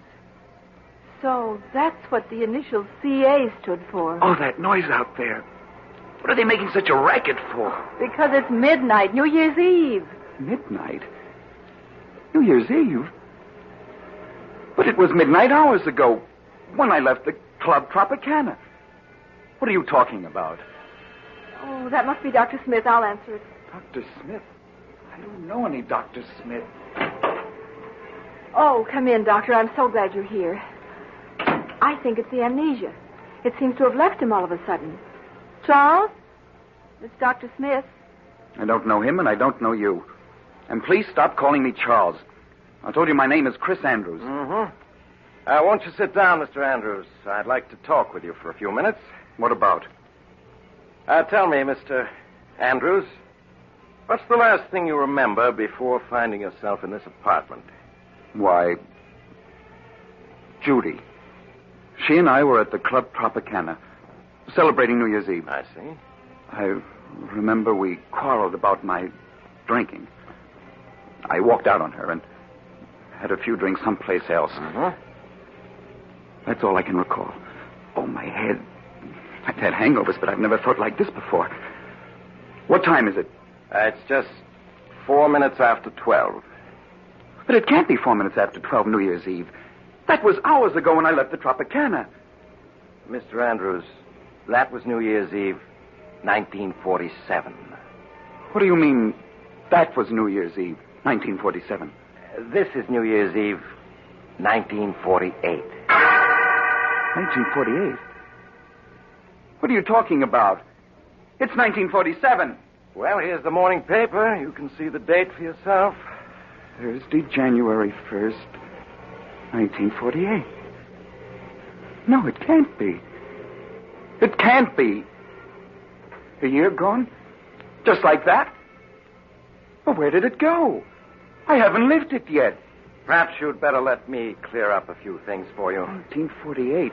My name is Smith. I was a resident physician until recently at the Park Hospital. While I was on duty last New Year's Day, 1947, you were brought into the hospital seriously injured, having been run over by a car. When you recovered consciousness 5 days later, you didn't know who you were. You were a victim of amnesia. Amnesia? Yes, and we didn't know who you were as you had no identification papers. But my wallet, letters... They were gone. The only clue to your identity was a belt buckle with the initials CA on it. We didn't know your real name, so I called you Charles for the C. Blanche was your nurse. I've always liked the name Charles. And as for your last name, we thought Arnold was as good as any, so you became Charles Arnold. But what have I been doing since the day I recovered consciousness? Well, you weren't discharged from the hospital until May. Then you went to work as an insurance clerk. As an insurance clerk? But I don't know anything about being a clerk. I'm a reporter. Well, there was no way of learning what your occupation had been. So when Blanche learned of this opening in an insurance office, you applied for the position. And that's where I've been working? Up to now? Yes. And then after you got your job, we were married. Married? Chris. Don't you remember? I'm afraid, Blanche, you really can't. Married? But Judy... Oh, it's like a dream. My head keeps throbbing. I keep expecting to wake up. There's that date in the paper. January 1st, 1948. Doctor, you said he might never get over his amnesia. Well, that was a strong possibility, but apparently the sounds of New Year's brought back his memory. A year gone just like that. Judy. My friends. Job. All gone. Doctor, where am I? What's the address of this apartment house? You're at 5718 North 13th Street, Philadelphia. Philadelphia? But how did I get to Philadelphia? That we don't know. All that I can tell you is that your accident occurred just a few blocks from here. Darling, I know what a shock it must be. Strange. You must have called me darling many times in the past. And yet this is the first time I've ever heard you call me that. Yes, I know. What did you say your name was?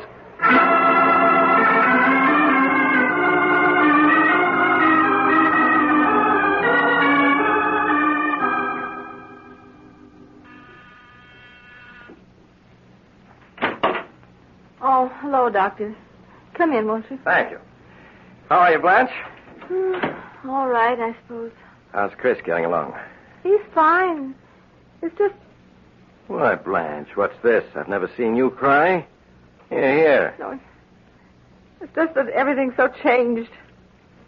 Those 6 months Chris and I were married before he regained his memory were the happiest of my life. And now? This past month since he got his memory back, it's been as though I were married to a stranger. It isn't as though he doesn't try to be nice to me, but it's also obvious he doesn't love me. Now, Blanche, you mustn't say that. It's true, I tell you. How can a man love a woman those first 6 months as he loved me and then fall out of love with her when he's regained his memory? Well, you must have patience, Blanche. It will take time for Chris to adjust himself to what's happened. He fell in love with you as Charles Arnold, and I'm sure he will as Chris Andrews. You just must give him time.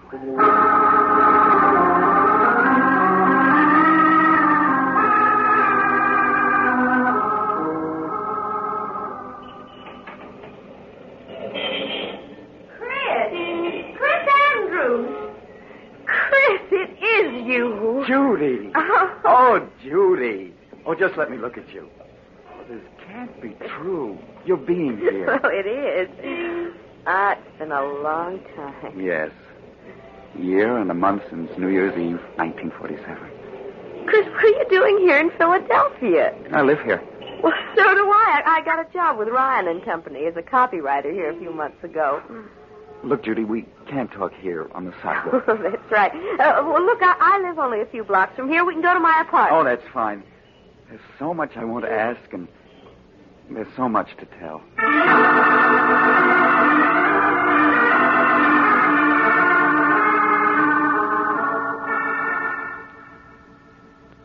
Here, let me have your hat and coat. Thank you. Would you like something to drink? No, I don't drink anymore. Oh? Chris, you have changed. You look so much older. Well, you don't. You're as lovely as that night I saw you last. Thank you, Chris. Judy, you'll have to let me explain what happened after I left you that night at the Tropicana. If you find it difficult to believe, I won't blame you. It still seems like a nightmare to me. That night, after I left you...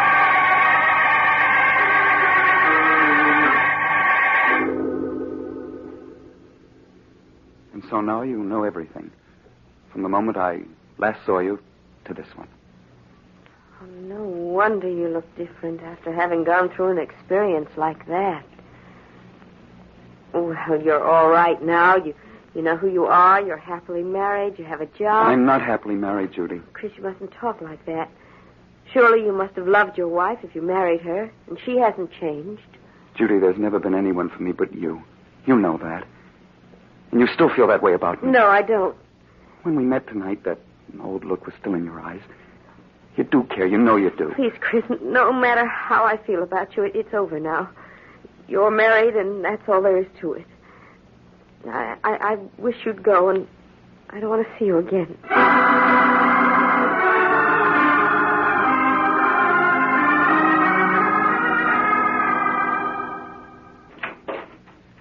Chris, where have you been? I expected you home from work hours ago. I met a friend. Oh. Oh, you look so tired. Do you feel well? Blanche, this past month I tried my best to be a good husband, haven't I? Well, you have been, darling. No, there's something missing, and you know it. Oh, it isn't your fault. It's mine. And as a result, we're both unhappy. You mustn't say that, Chris.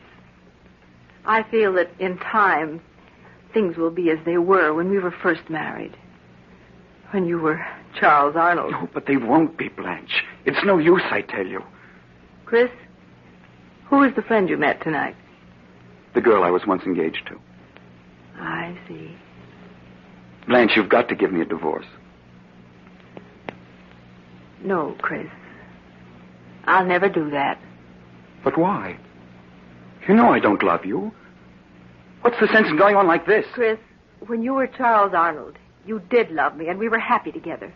I had your love once, and I mean to win it back. I won't give you a divorce.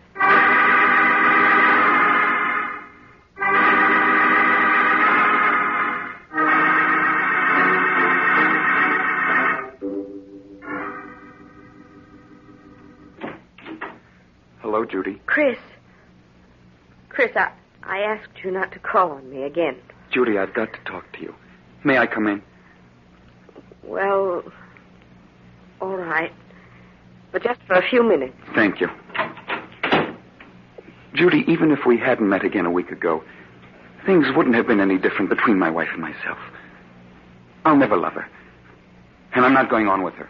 What do you mean, Chris? I'm going to leave her, Judy, and start all over, someplace far away. I just came around to say goodbye. Are you set on leaving her? Yes. Nothing can change my mind about that. Now, you've got to understand my position, Chris. I could never be happy with you if I thought I'd been the one who came between you and your wife. But if you are going to leave her, I would like to see you again when you're free. Would you, Judy? Yes. But I don't want to see you until she's given you a divorce. Divorce? Judy, I am going to be free. Nothing's going to prevent it. Nothing.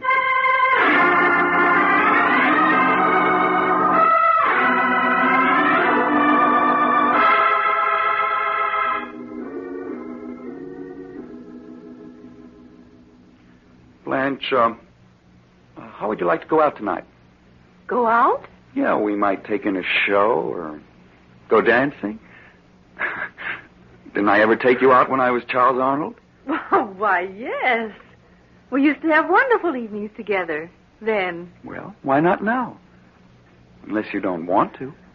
Oh, Chris, there's nothing in the world I'd rather do. Hey, why the tears? Oh, it's just that I'm so happy. Oh, come here. Did this Mr. Arnold ever put his arms around you? Like this? Oh, yes, often. Oh, Chris, stop squeezing me so tight. Chris! Sorry, darling. Oh, you almost squeezed me to death. That's so you remember that I'm your husband and not Mr. Arnold. And Blanche. Oh, yes, Chris. I'm taking a week's vacation soon. What do you say if we go up to the Adirondack Mountains for a week of winter sports? Oh, Chris, I'd love to. Well, it'll be like a second honeymoon.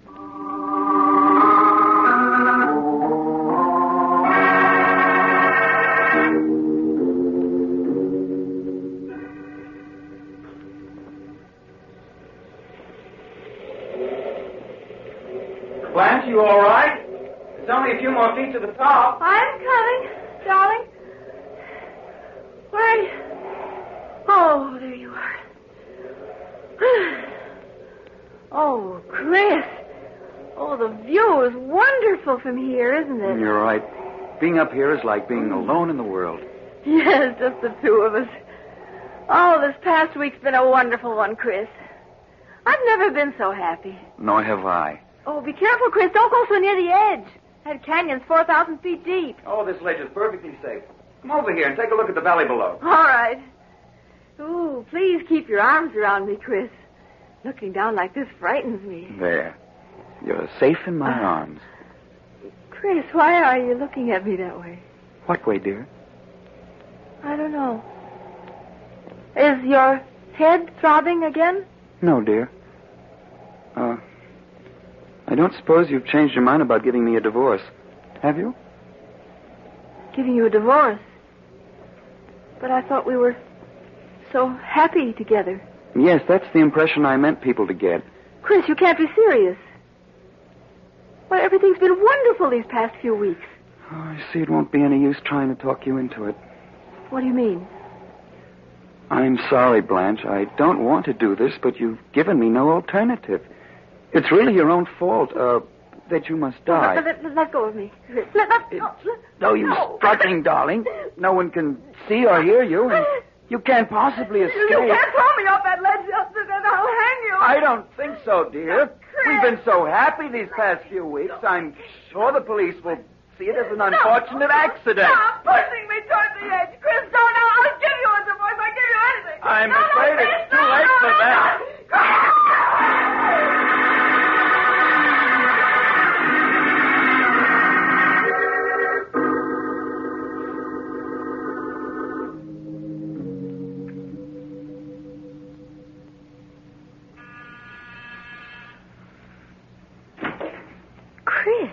Good evening, Judy.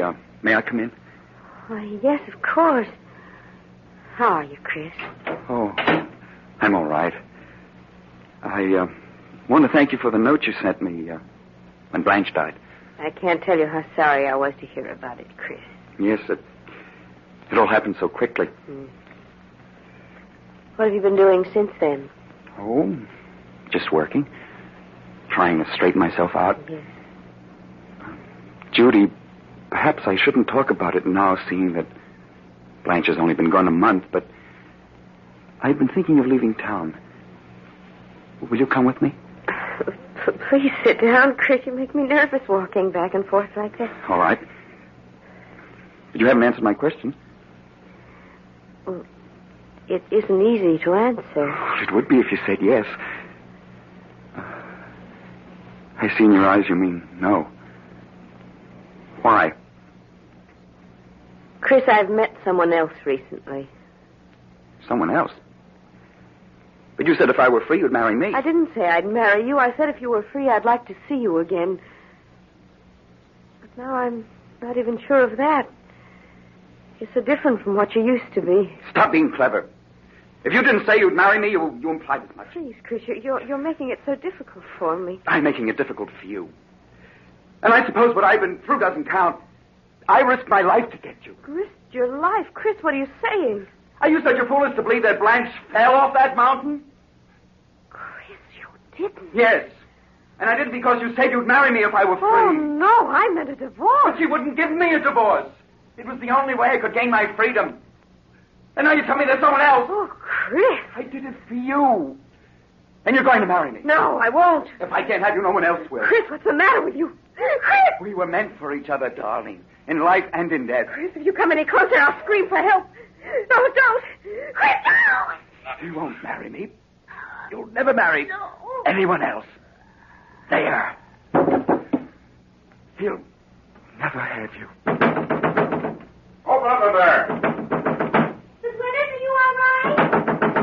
Call the police. I didn't want to do it, darling. But you forced me to. Oh, my head. It throbs so.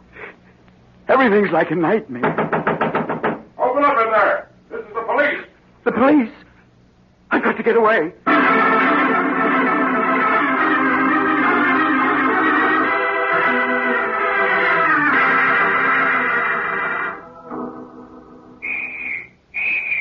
Oh, they're closing in on me. There's no escape from this room. Let's work our way down from this end of the road to the other. They'll never take me alive. Never. I've got 5 bullets. 4 for them and the last for myself. Take it easy now, Joe. You maybe had me hand one of those chimneys. Oh, my head. It keeps throbbing so. If I could only think. All this can't be real. It's like a horrible dream. They're coming for me. Right. There's someone behind that chimney over there. Get under cover. They'll never take me alive, never. I'll show them. Keep down, Mike. Why don't you come and get me? If I shoot it out with me, huh? I'll show you. Come on, Mike. His gun is empty. Oh, empty. You'll never take me alive. Never! He's climbing up on the ledge. It's 15 stories down. I'm coming, Judy. I'm coming. He's going to jump. I'm falling. Falling!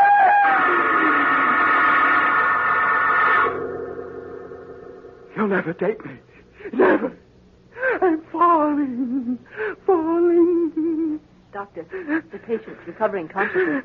Yes, you're right. He's opening his eyes. Oh, my head. It throbs so. Where am I? Oh, it was a dream. Not real. Oh, thank heaven. Now, you must be quiet. You've been in a serious accident. Accident? Yes. You were hit by an automobile New Year's morning. Would you mind telling me your name? There weren't any identification papers in your clothing, and we'd like to inform your relatives of what's happened. My name? It's... I can't remember my name. I see. Well, what about your address? Can you remember that? No. No, I can't remember anything. Now, you mustn't get excited. It'll all come back to you. You received a fractured skull from the accident. There was a mountain. Mountain? You mean you live near one? I don't know. There was a mountain, and the police were chasing me. And I jumped off a high building. It's all mixed up. You probably dreamed that while you were unconscious. But you're all right now. Just need rest and quiet. Where am I? You're in the Park Hospital, Philadelphia. Philadelphia? What day is it?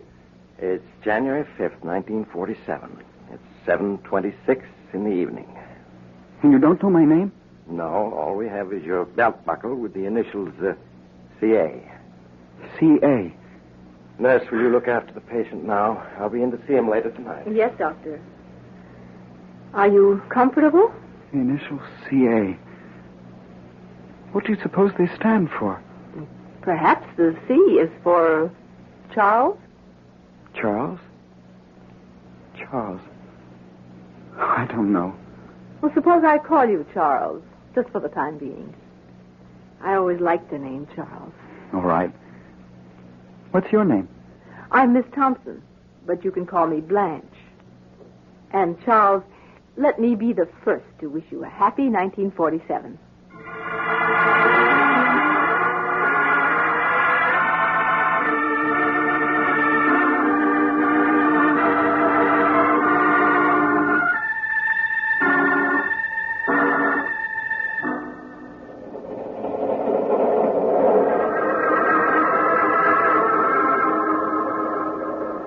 This is the mysterious traveler again.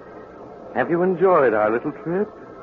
Oh, by the way, I want to wish you all a very happy New Year. And I do hope you'll be careful about making new acquaintances. And perhaps you'd better keep an eye on the old ones, too. For after all, who can foretell the future? Not even Chris Andrews, or should I say Charles Arnold, knows what's in store for him. But we do, don't we? And speaking of the future, Oh, you're getting off here. I'm sorry.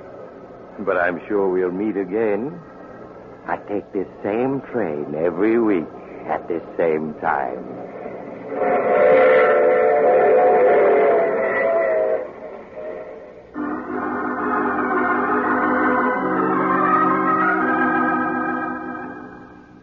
You have just heard The Mysterious Traveler, a series of dramas of the strange and terrifying.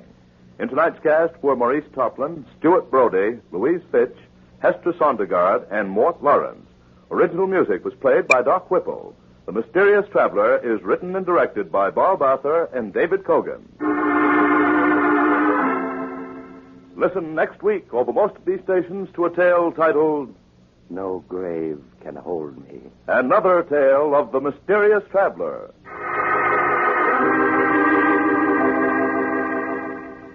The Mysterious Traveler has been presented from our New York studios. Carl Caruso speaking. This is the Mutual Broadcasting System.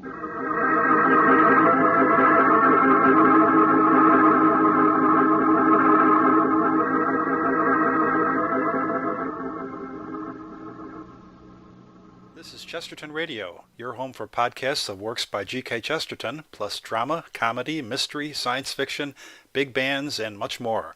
The soundtrack to your Chesterton day at chestertonradio.com. There are people in most countries who would like to live in the Republic of the United States or the Dominion of Canada, where that good Olga coal is sold. The citizens of our free countries are the envy of many people elsewhere because of the personal freedom which we have enjoyed. Why, then, doesn't every country adopt a form of free government?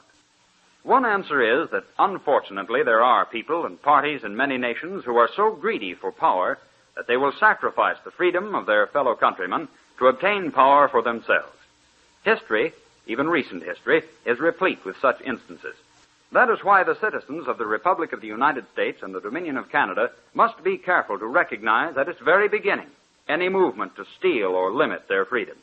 That is not always easy. The man who would enslave a free people doesn't begin by saying, "Now I'm going to be your dictator." Instead, he probably will claim that he is a devoted supporter of personal freedom. But all the while, he will support policies that weaken and undermine personal freedom. Such a man will deny any totalitarian aims. But free citizens must not be deceived by such denials. Apparently, it is a cardinal principle of every sincere totalitarian that he is justified in lying, if such lies will advance his plans. In these times, no public figure and no party or organization supporting such a person can be accepted without careful consideration. Every public figure and organization must be carefully scrutinized, and if their real aims are to limit or to destroy our freedom as individuals, they must be opposed. This is Chesterton Radio, the true, good, and beautiful at chestertonradio.com.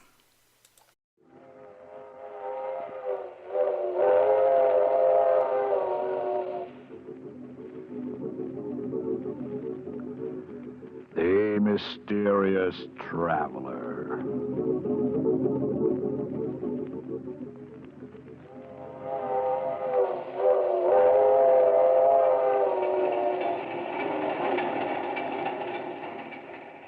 This is the Mysterious Traveler, inviting you to join me on another journey into the realm of the strange and the terrifying. I hope you will enjoy the trip, that it will thrill you a little and chill you a little. So settle back, get a good grip on your nerves, and be comfortable, if you can. Where are we going? Why, we're going to visit a man who could change the soul of a human being from one body into another, in a story I call They Who Sleep.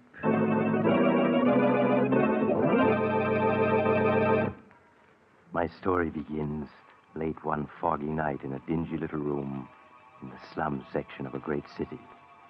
The occupant of the room, a small man, white-haired, his cheeks hollow from hunger, has just admitted a visitor whom he does not know and whom he is trying to send away. An expensively dressed young woman with a heavy veil hiding her face.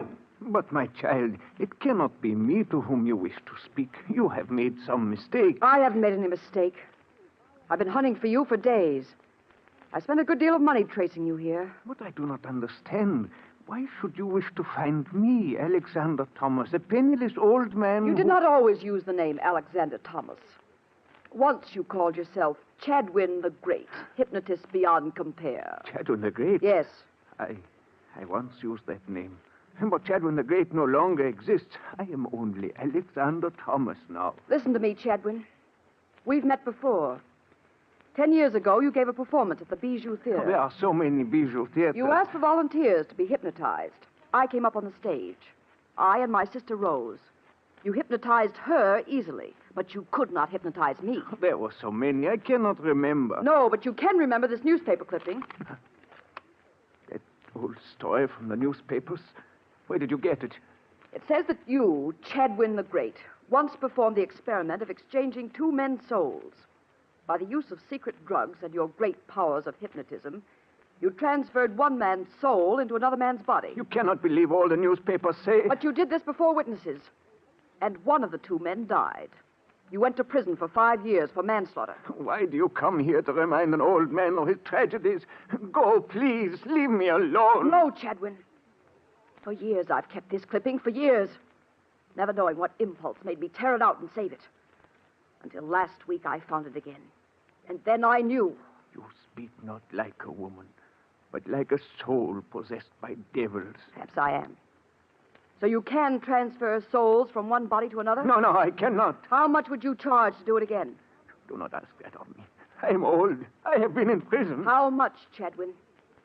Could you put my soul into another's body for $10,000?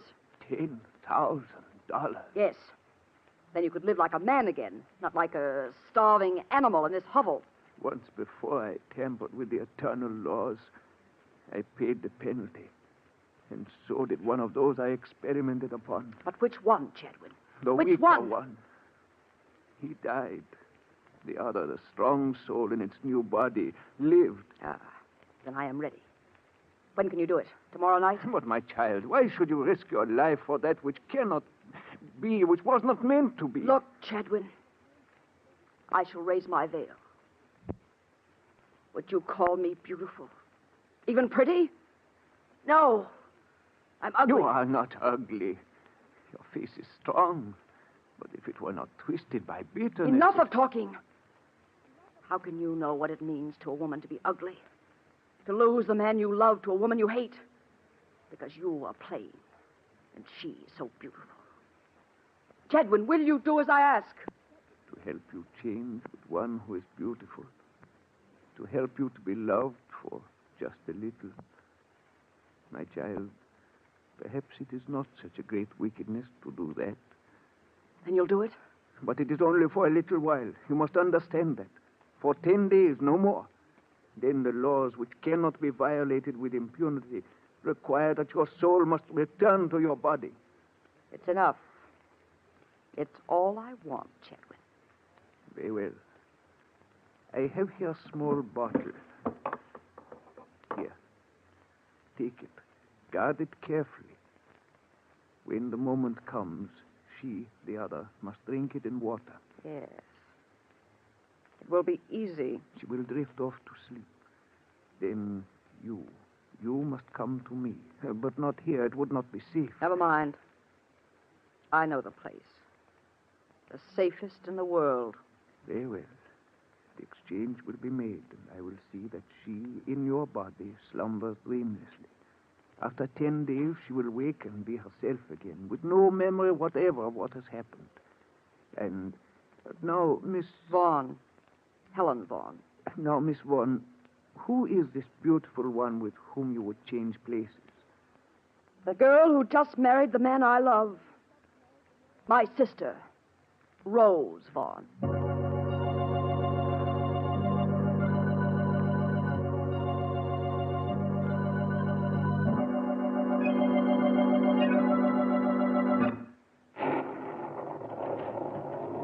Good morning, Bessie. Good morning, Miss Helen. Where's Miss Rose? She's gone downstairs yet? Mrs. Tabor, you must learn to say now, Miss Helen. This is Tabor, then. She's in her room, Miss Helen. Is Mr. Tabor with her? Yes, he is. All right, Bessie, thank you. Helen, is that you? We thought we heard your voice. Come on in. Leonard's just leaving for the office. Good morning, Helen. How's the best sister-in-law I ever had? Hello, Rose. Leonard? Darling, what's the matter? I know. Did you hear what time this young lady got in last night? It must have been quite a party. Leonard, I hope you aren't keeping tabs on Helen. No, but I did hear the clock strike 3 just as her door closed. Well, me for the office. First, a goodbye kiss. Oh, gosh. I sure picked myself a beautiful wife. Oh, run along, you silly. Bye, Helen. Got a sisterly kiss for me? Leonard, don't put your arms around me, please. Well, there's sisterly affection for you. You'd think she hated me. Oh, run along, Leonard. They probably need you downtown to polish off a big deal. Yeah, they probably do at that. Okay, I'm on my way. Bye, you two. Bye, darling. Well, Helen, you are in a mood this morning. I just think you two carry this lovey-dovey business to a ridiculous extreme. Helen, it's as if... Well, as if you dislike seeing Leonard kiss me. You don't have to be constantly kissing him in front of other people, do you? Helen, oh, my dear, I didn't realize. Didn't realize what? Didn't realize it. Oh, Helen, darling, believe me. Someday the man will come along who'll mean just as much to you as Leonard does to me. You'll find him. I'll help you find him. Listen, I'll give some parties and invite a lot of new men. Stop it, Rose. Let go of me. Don't go gushing over me, you idiot. Helen, how can you be so cruel? Oh, stop sniveling like that. I'm sorry, Helen, but you're always so sharp when anybody tries to be nice to you. And you're always so nice to everybody, so soft, so sweet. Oh, I'm sorry, Rose. I always forget how the least quarrel upsets you. Well, here. Drink this, Rose. There's a sedative in it. Something quite harmless. It'll soothe your nerves. Oh, all right. Oh, nasty stuff. Now lie down in your bed. That's it. Just a few moments now, and you'll be drifting off to slumberland, my beautiful sister. Oh, it is quick, isn't it? I feel drowsy already. You do? And you must give in to the feeling, you hear? Don't fight it. I feel so queer. It's as though I were on a boat. A little boat. Rose? Can you hear me? Yes. Yes, Helen, I hear you. You seem such a long ways away. Such a long way. Rose, you're to come to me when I call you. Do you hear? You're to sleep for a while. Then when I call, no matter where I am, you're to come to me. Yes, I'll come to you. I'll... She's asleep. Chadwin's drug is working. The rain! Come. Well, let it rain. Yes, let the skies open and drench the earth. Let the rain fall like a curtain. like a cloak to hide the rebirth of Helen Vaughn.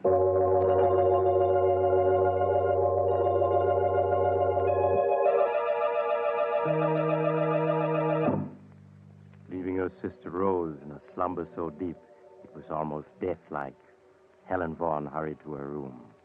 There she wrote a note addressed to Rose and Leonard, explaining that she had decided suddenly to go off by herself on a trip to Mexico, and that they would probably not hear from her for some time. Then she put on her hat and coat and slipped out. All day she waited in a hotel.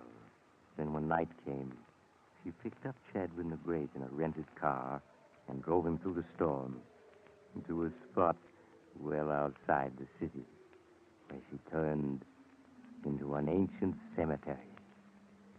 There she brought the car to a stop before a low building of white marble over which ivy and moss had grown for many years. With a heavy key, she opened the massive padlock, and they entered, shutting the door behind them. The air in this old mausoleum is dank odor of a charnel house. But where else could the living lie asleep, peaceful and undisturbed, as safely as here among the sleeping dead? No, I will not go through with it. You already have your money. You cannot back out now. Then in heaven's name, let us be finished quickly. Quickly, yes. The storm should hide the car from the cemetery guards, but we must take no chances. Now, here's a flashlight I brought. I'll turn it on. Look there, Chadwin, at the tiers of compartments this tiny stone building holds. Each compartment with its iron door, each holding within it a coffin in which lies the dust of a Vaughn. I see them, yes. 12 of them. This one, here on the bottom, is empty. Meant someday to hold the body of Helen Vaughn. Tonight it shall receive her. No, this is madness. I'll open it. There. See that narrow, dark compartment? So small, so quiet, so restful, so safe from disturbance. In it for the next 10 days shall rest my body, holding the soul of my sister Rose. No, there must be some other way. None that is safe. While my body sleeps and I am absent from it, it must be where no one can find it. And here, no one ever will. I do not like it. Hold the light. I'll slide into it. It's quite roomy enough. The stone is chilly, but what matters that to one who is asleep? Going. Rose Vaughn, hear me. Enter the body that awaits you here. Enter quickly and wait.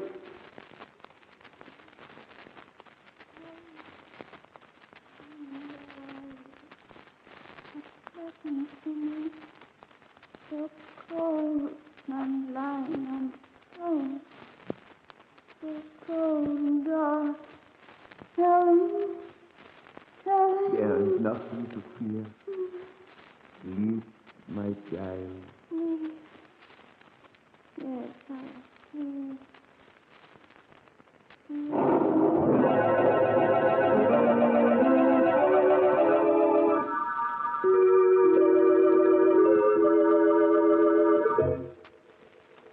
Quickly, Chadwin closed and latched the iron door of the compartment, slipped from the mausoleum, snapped the padlock on the huge door again, and was gone.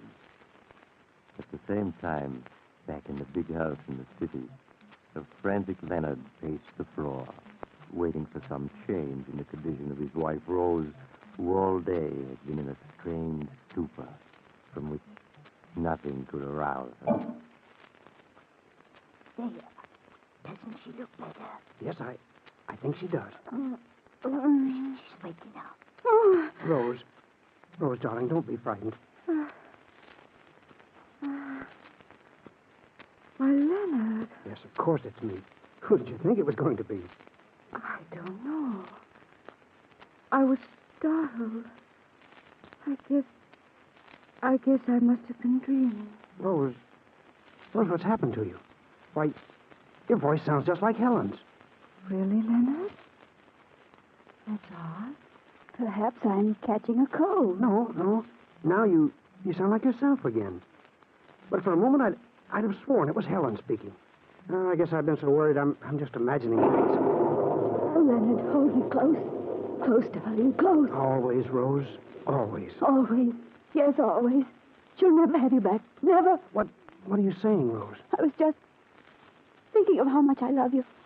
So much that I'll never let anything take you away from me. Never.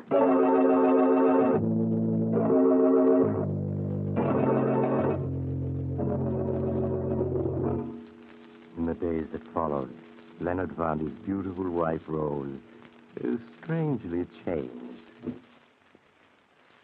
You've been different somehow these last 10 days. In fact, ever since Helen went away so unexpectedly. Have I, Leonard? How? Well, you've been gayer, more headstrong, too. It's almost as if you'd acquired a whole new character. Well, perhaps I have. And how do you like this new wife of yours? Well, I do, and I... Don't? Oh, please, I don't mean it. It's just that, well, I was so in love with the old Rose, it's a little hard to get used to the new. And all these bills that you're running up. Why, that's not like the Rose you used to be. Oh, Leonard, I do hope you're not too mad at me because... Well, what is it this time? Another fur coat? Worse than that. We're going to give a party. Another? Why, there's 3 in 10 days. Rose, I forbid it. You can't, Leonard, because I've invited everybody already. Rose, it's so unlike you. Why, you act more like Helen than like yourself these days. Never mind, darling. You'll get used to the change in me. In time.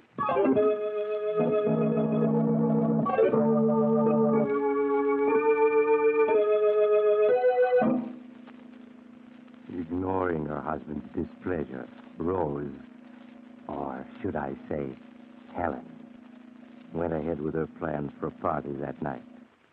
And when early in the evening, a small, gray-haired man presented himself at the door and asked for her, he sent word by Bessie that she would not see him. I'm sorry, Mr. Chadwin. Mrs. Tabor says she cannot see you. She says she does not know anyone named Chadwin. But she does. 10 days ago I was here. I gave you an envelope for her. It had a key in it. Oh, surely you remember? Yes, but just the same, she says she doesn't know you.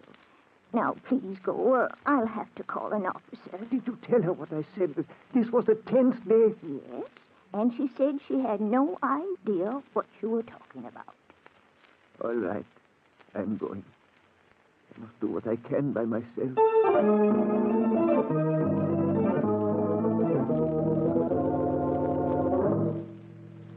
And while the gay party went on, miles away in the old cemetery, Chadwin the Great worked frantically with a hammer and chisel to force the padlock on the door of the mausoleum in which, unknown to the world, a sleeping girl lay hidden. Look, got to get it open. Won't let me into our house. Won't even talk to me. Won't let me warn her. What is that? Dog's coming this way. There he is. Somebody trying to break into the Vaughan mausoleum. The guards. I must run for it. Look out, he's getting away. Hey, you gray brother. Here goes somebody. They missed me. Got to get back to town. I must warn her. She's got to know.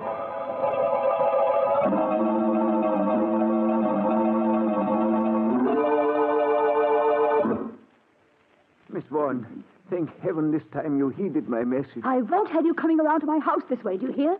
You must never come here again. But you do not understand. The 10 days is up tonight. Now. Your time is over. Are you trying to scare me, Chadwin? To get more money from me? Money? No. I am just trying to tell you. It was understood 10 days only. More is not allowed. You fool! Do you think I ever intended to give up Rose's body once I had it? In that narrow crypt in the tightly locked mausoleum, my body has long since died from lack of air. And Rose has died with it. But I remain alive. So, that is what you planned. I should have guessed. But it is not so. Your body is not dead. It is in a sleep so deep that it scarcely breathes. Needs no food, no water. But sometime tonight the dog will wear off, and your sister Rose will claim her body again, while you, Helen Vaughan, will wake to find yourself locked within a burial crypt. No. No, it's not true. It is true. And you will not be asleep. You will be awake, needing air, and there will be no air. You're just trying to frighten me. Tonight I tried to open the tomb to save you. I was driven away by guards with dogs. But what can I do? Only if we can reach the tomb in time to open it can you be saved. Then we must go now. I'll get the key. And we must hurry. Hurry!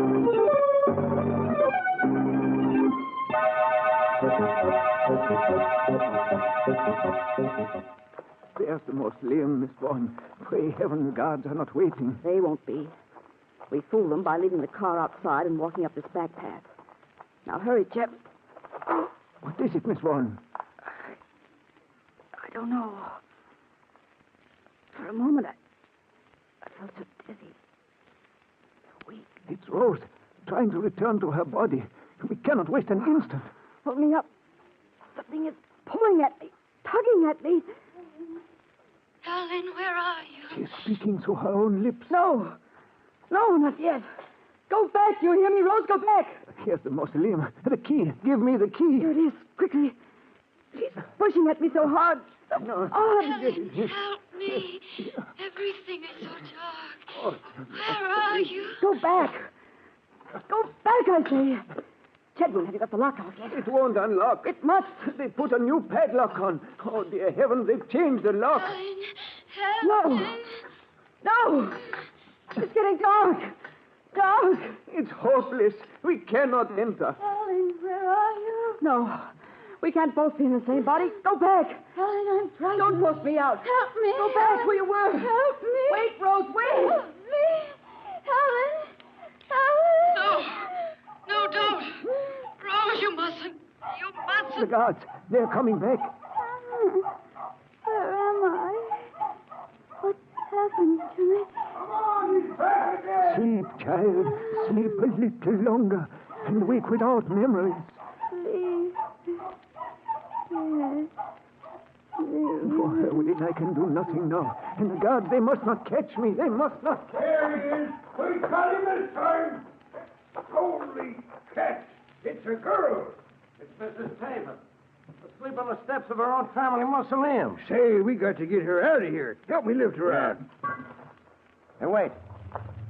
Did you hear something then? Like somebody calling a long ways off? Listen.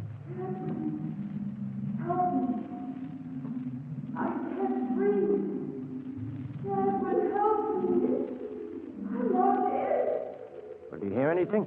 Nah, I can't hear anything, just the wind. Come on, we got to phone Miss Tabor's husband. She may be sick. Come on now, no time to lose.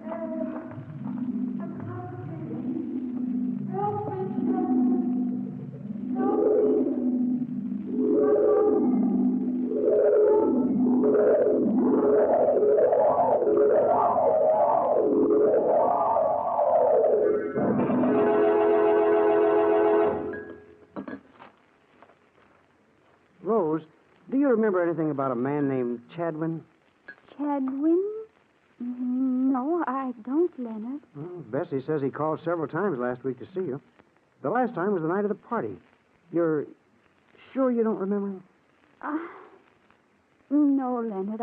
I'm sorry, Oh, but... it's all right, darling. I just thought maybe you might have begun to remember some of the things that happened during those 10 days when you, well, weren't yourself. It's so strange. As if my mind had been asleep the whole time. Is there something about Chadwin in the paper? He committed suicide last night. Oh. His body was found near the old family mausoleum. He left a mysterious note saying he was paying for some transgression. How strange. I wondered if he could have given us any clue as to how you came to leave the party so suddenly that night and drive to the cemetery. Oh, but it's all over now and not worth worrying about. I'd remember if I could, but when I try, I become suddenly frightened and feel as if I were locked in some dark, tiny space where I can't breathe. All right now, darling, all right. Let's forget the whole thing. Now, let's see what came in the morning mail.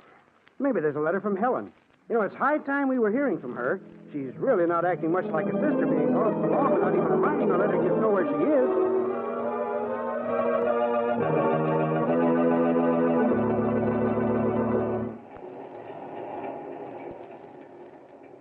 This is the mysterious traveler again.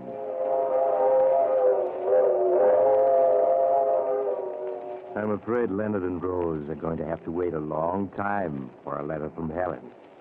In fact, I'll be very much surprised if they ever get one.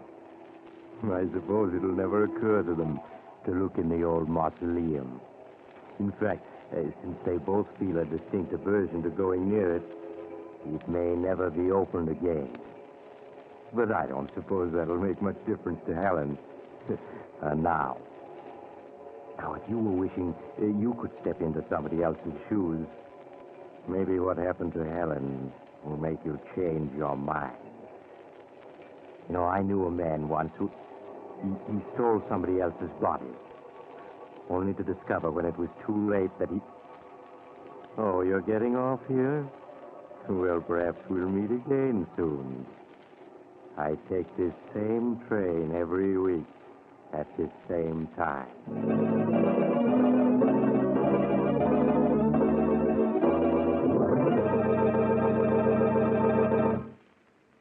You have just heard Chapter 55 of The Mysterious Traveler, a series of dramas of the strange and terrifying. In tonight's story, They Who Sleep, Philip Clark played Chadwin, Gertrude Warner played Helen, and Helen Clare played Rose. The Mysterious Traveler is written by Bob Arthur and David Kogan. Original music is played by Henry Silverne, and the entire production is under the direction of Jock McGregor.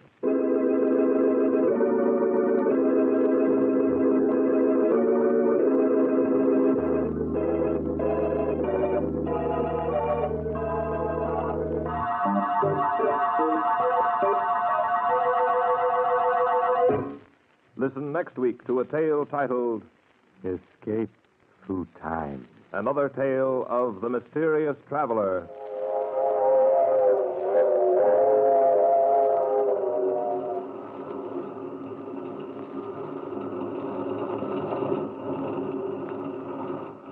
The Mysterious Traveler is presented by WOR Mutual from the WOR studios in New York. This is Mutual.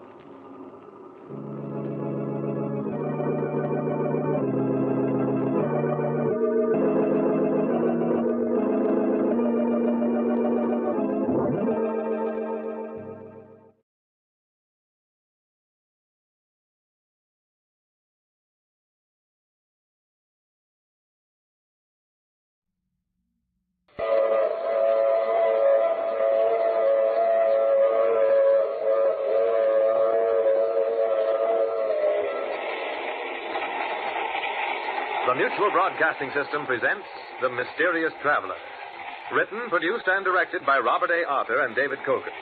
And featuring tonight two of radio's most distinguished personalities, Santos Ortega and Richard Coogan, in No Grave Can Hold Me.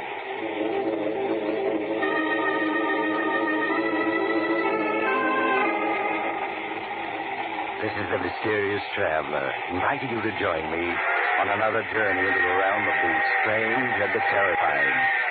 I hope you will enjoy the trip, and it will thrill you a little and chill you a little as we travel tonight into the world of shadows, from which no man may return, and we learn the story of one who does return. It's a story I call No Grave Can Hold Me.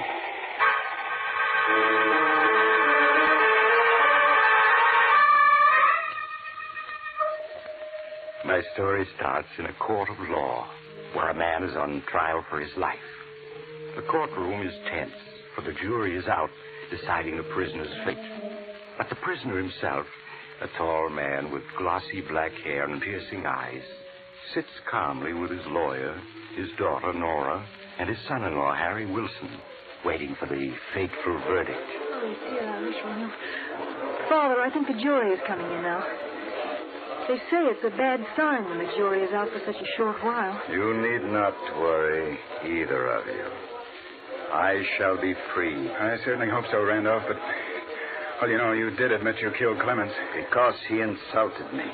He called me a mountebank, a charlatan, a trickster. He called the great Randolph a faker. So he died. There they come. Oh, Father, I'm frightened. They're taking your places in the jury box now. They look awfully grim. I repeat, have no fear for me. Foreman of the jury, has the jury reached a verdict? It has, Your Honor. What is the verdict? We find the defendant guilty as charged of murder in the first degree. Oh, no, no. It finds you guilty. The fools. They, too, think that I'm an impostor, a trickster. They shall learn different. If I die, so shall they. The prisoner will rise. Father, you to stand up. The prisoner will rise. Very well. I'll stand up, so that they will recognize my face again when they see it suddenly in the night, and know that death has come to claim them.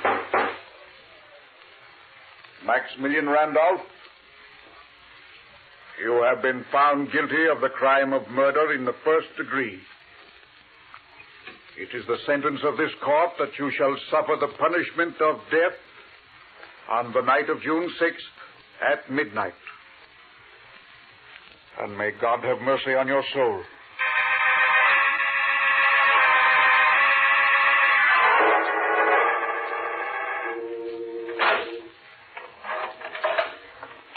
Visitor for you, Mr. Randolph. Thank you, Guard Miller. You can see him for only 5 minutes, Mr. Wilson. Yes, all right, Guard. Hello, Randolph. Good evening, Harry.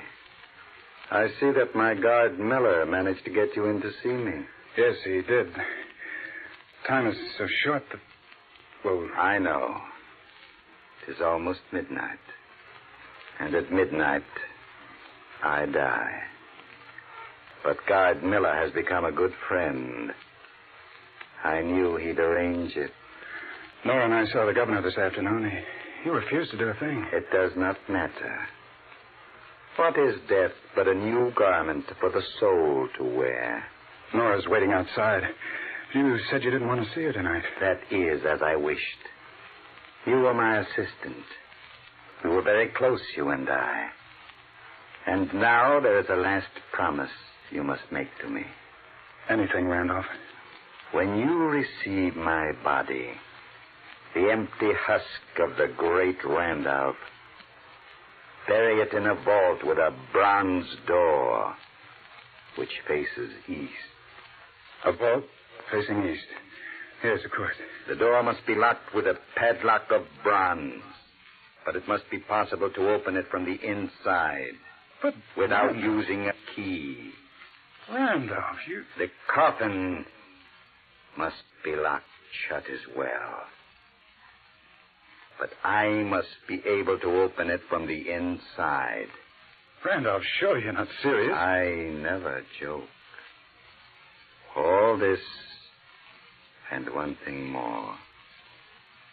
Promise. All right, I promise.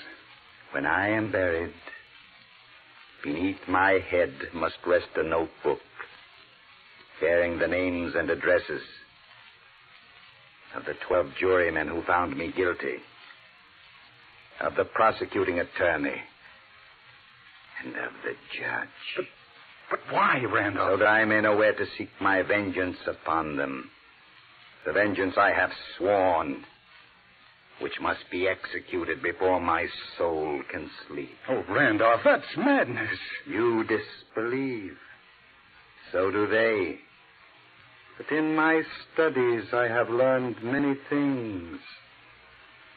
And one of them is how to reach back from behind the dark curtain of death. All right, time is up, sir. Thank you, Miller. Goodbye, Harry. Just tell me one more thing. Is the full moon shining tonight? Yes. It's a full moon tonight. Good. And each time hereafter that it shines, one of my enemies will join me in death.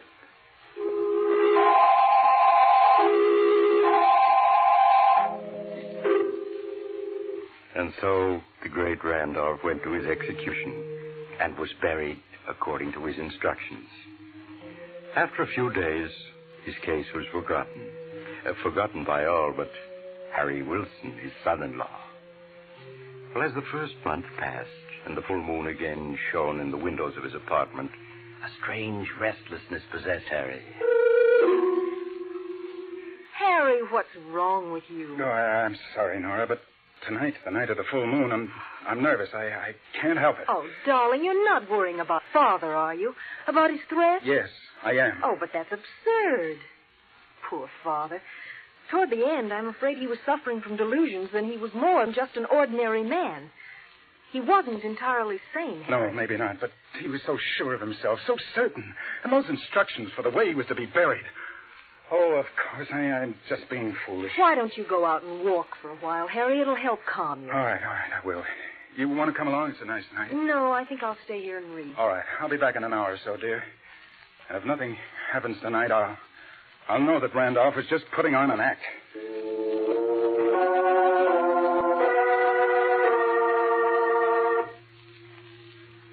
A little later, another man was also walking in the moonlight of a beautiful July evening.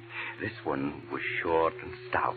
He was strolling homeward from a small poker party with his friends when, in the dark shadows cast by the trees along the edge of the park, a tall figure stepped directly into his path.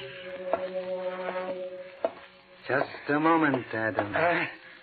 Who are you? What do you want? Just to talk to you. I don't want to talk to you. Get out of my Not way. so fast, my friend. Look. A gun. Say, what is this, a hold-up? No, Adams. It is not a hold-up. Then why are you threatening me with that gun? Why have you got that scar covering your face? Because my face has changed in the months since I was executed and buried. It's rather frightening now. What are you saying? Who are you, anyway? You're beginning to recognize my voice, aren't you? You know who I am. You just don't want to admit it to yourself. The great Randolph. Whom you, as foreman of the jury, caused to be executed. Oh, no, it's not possible. No one could come back from the dead. No ordinary man. But the great Randolph has come back. No, I don't believe it. There's a trick of some kind. And is this a trick, Adams? Is it? Is it? But Toby, is it?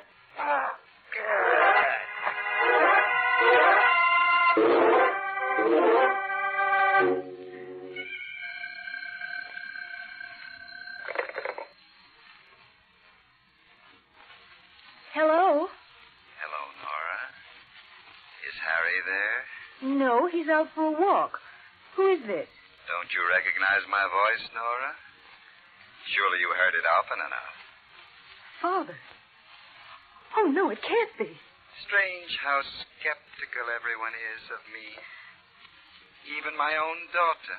Father, it is you. What do you want? I just want to tell Harry that I have claimed the first victim of my vengeance. Exactly on the stroke of midnight. The same minute when I died. Oh, no, no. And I wanted to warn him that he must do nothing to interfere with my plans. Or if he does, I shall have to add him to my list of victims.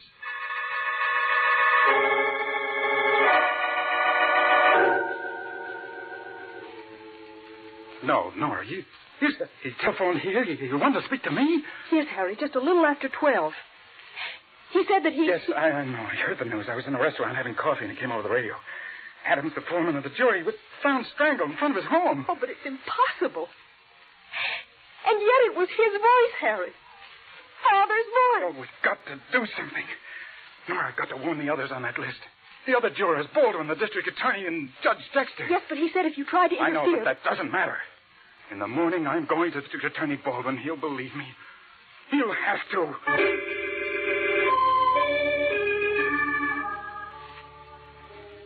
Oh, but Mr. Baldwin, you've got to listen to me. You've got to warn the others. You've got to give them protection. Or they'll die, just as Adams did. Winston, I'm a busy man. I've enough on my mind without having to listen to wild-eyed stories like the one you just told me. But it's true. Randolph's instructions about the way he wanted to be buried, the notebook that I put in the coffin with him. Mere theatrical mummery. Adams was the victim of an ordinary street mugging. That's all there is to it. I have to ask you to leave. I have more important things to tend to.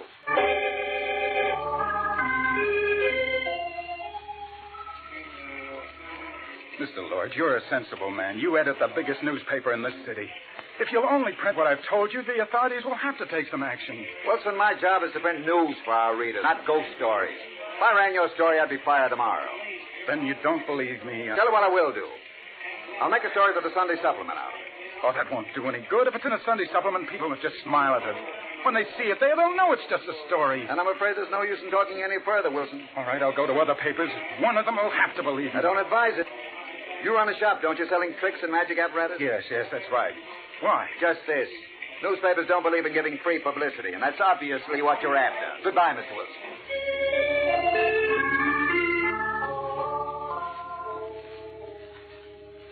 I'm very sorry, Mr. Wilson, but Judge Dexter is unable to see you. Oh, but, miss, did you explain to him what it's about? How important it is? The judge said if you cared to write him a letter, he'd give the matter his consideration. Oh, that's no good. I got to talk to him. I'm sorry. He's leaving today for his vacation, and he won't be back for a month. Perhaps he'll be able to see you then, but he simply can't see you now.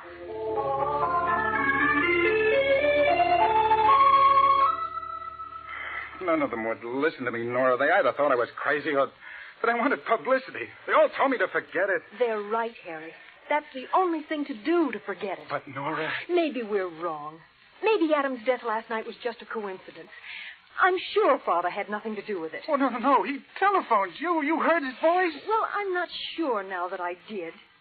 Maybe it was a dream, Harry. Maybe I just imagined it. So forget the whole thing. Please, Harry, for my sake, forget it.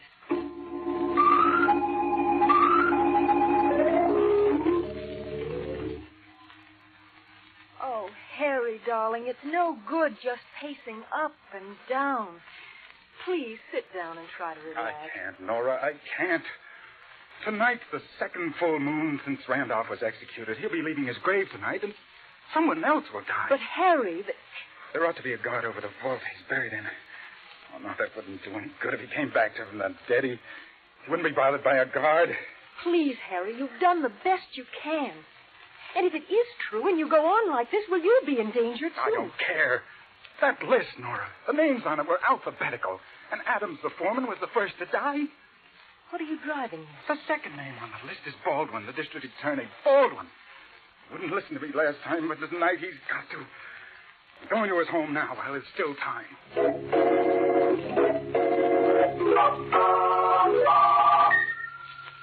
Mr. Baldwin, you are in danger tonight. I'm sure of it. Deadly danger. No, you mean it, I'm sure, Wilson. Yes. I thought it was some kind of a gag before. Now I can see you fully believe everything you've said. Oh, then you will take precautions, at least for tonight? I've been an officer of the law for 30 years. I've been threatened by a lot of convicted murderers, but not one of them has come back to get me yet. But you don't understand. The great Randolph is different. He had powers that we know nothing about. Perhaps, but I doubt it.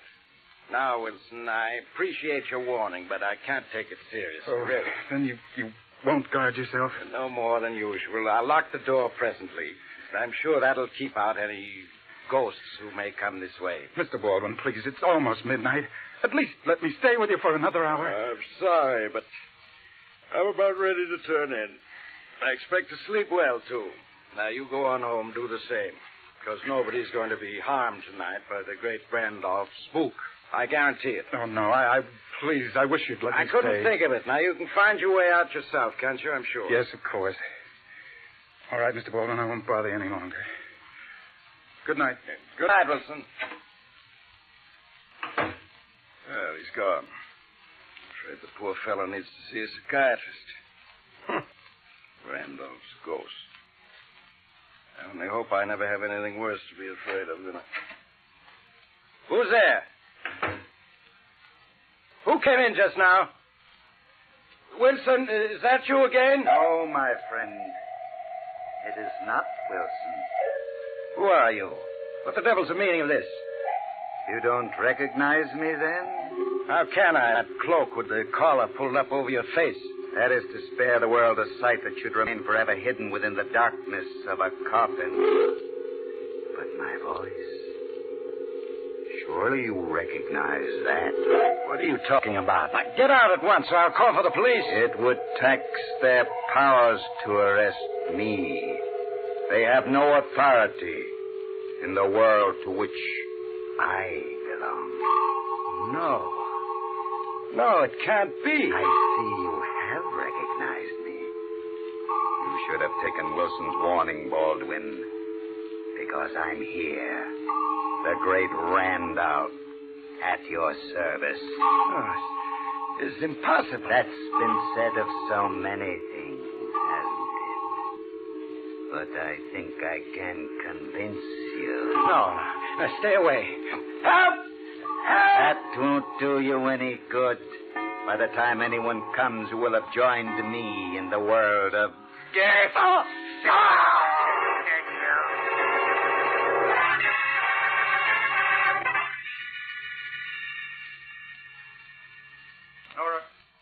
Nora! Where are you? Nora! Harry, I could hear you calling all the way down the hall. Nora, where have you been? I just went out to get the morning papers. Why? Why? It's happened again. District Attorney Baldwin has been killed. But how? Exactly the same way Mr. Adams was killed, strangled, just at midnight. Oh, no. And Nora, I think I know the truth now. What do you mean? I don't believe it was your father at all. I think it was I that killed them. I killed them both.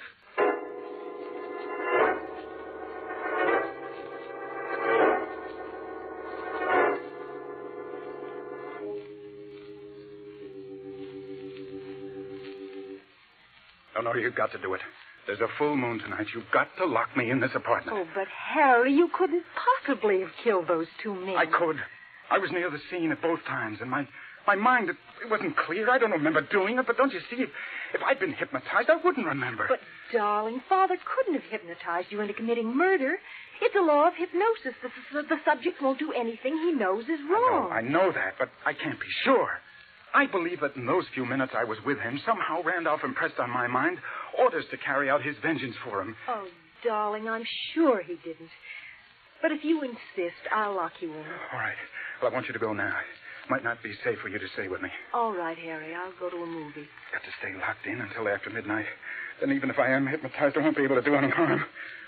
You do understand, Nora, don't you? Oh, of course, darling. I'm sure you're wrong, but I'll do anything you say. All right, now. Lock me in. And don't you come back until after midnight.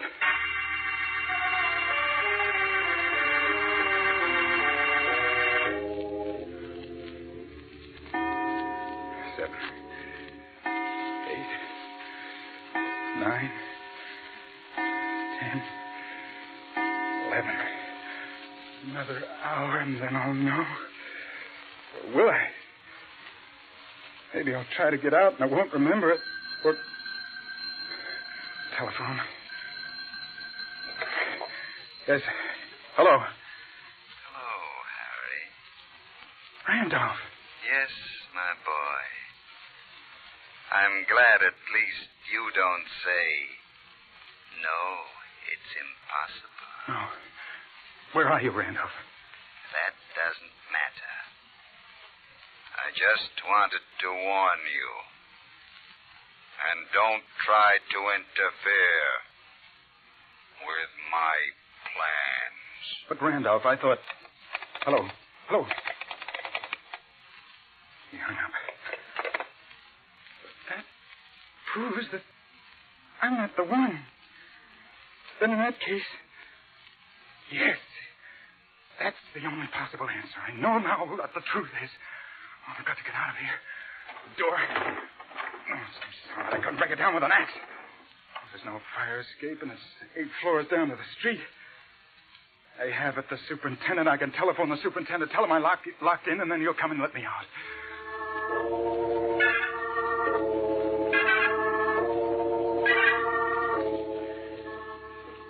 Judge Dexter. First, Adams died, then Baldwin. Their names were the first two on the great Randolph's list. Your name is third. And so you think that tonight I'm scheduled to die, huh? Yes, I'm sure of it. And you say you warned Baldwin last month just before he was murdered? I did.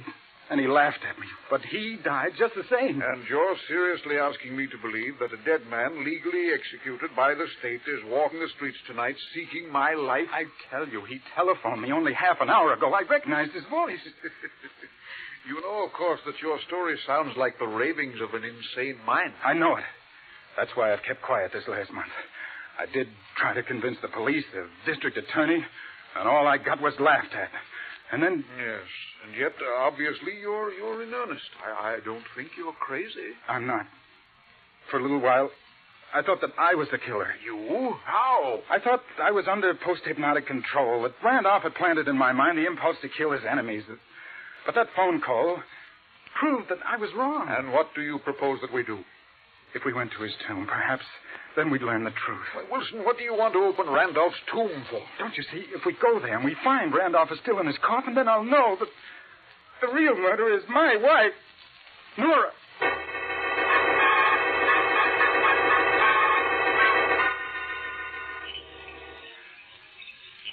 I have the key right here. I'll have the padlock off in a minute. Well, then hurry. The moon is bright. I'd hate to have anyone see us. Yes, sir. A very strange story, a man in my position prowling around a cemetery at midnight. Oh, but we had to come, Judge. We had to make sure. Well... There. Unlocked it. We can open the vault door now. I'm rather sorry I paid any attention to you, Wilson. But we're here now, so let's get this thing over with. Now, I'm going in first. But don't forget, I'm armed. Oh, don't worry about me. There, I've shut the door. Be safe to turn on the flashlight now. There. See? There's the coffin. That's odd. Huh? What is it, Judge? The air in here is fresh. This vault has been opened, and very recently. Then it must have been opened by Randolph. Oh, nonsense. Open this coffin and I'll prove it. Here. How does it work? This catch on the side. Can be operated either from the inside or out. There we are. It's unlocked. Well, then lift the lid, man. Lift it. What? All right, I'll do it. There. There you are. Now, see? There's your precious Randolph, safe and sound, just as I expected. Quite dead. As he's supposed to be. He's still in his coffin. Yes, and that proves that Wilson, shine your flashlight down on the floor. I just touched a body lying here near the wall. Body? Oh, it's Nora. She's dead. I don't think so. Here, give me that light. Judge. What happened? Why did you turn out the flashlight? Something knocked it out of my hands. I can't find it. Because I have it, Harry. That's why you can't find it. Randolph. Wilson, what are you saying? It's Randolph. He's not dead. Oh, but I am, Harry. But don't let that disturb you. I want to thank you for bringing the judge here to me. Wilson, where are you? You're trying to play a trick on me? No, I swear. He's quite innocent, Judge Dexter. As for Nora, she merely came to make sure I was where I'm supposed to be. Just as you did. When I spoke to her, she fainted. Wilson, get the door open. We've got to have some light in here. It's no use, Dexter. I can see in the dark like a cat, and you can't. No. I have you now. No, Judge. Let me go. You're going to die, Dexter. Executed as you ordered me. Executed. Randolph, let me go. I warn you, Randolph. I've got a gun. I'm going to shoot. You're too late.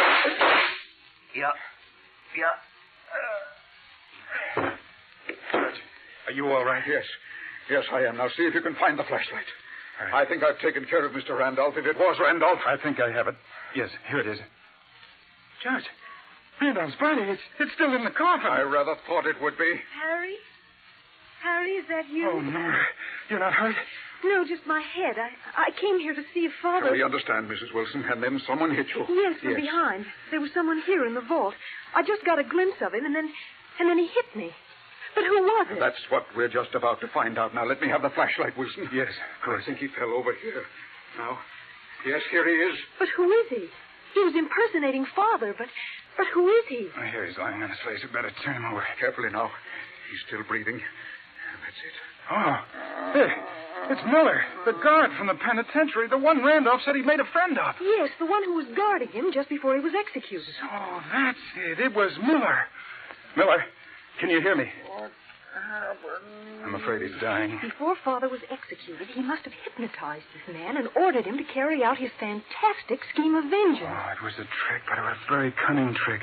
By means of hypnosis, Randolph used this man as a tool, even though Randolph himself was dead. He must have recognized that Miller was unusually susceptible. I think we'll find that Miller was a psychotic to begin with. Otherwise, Randolph's hypnosis would never have worked.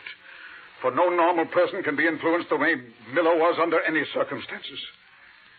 Isn't there anything we can do for him? No. No, he's gone. And with him, the great Randolph has died, too. For good.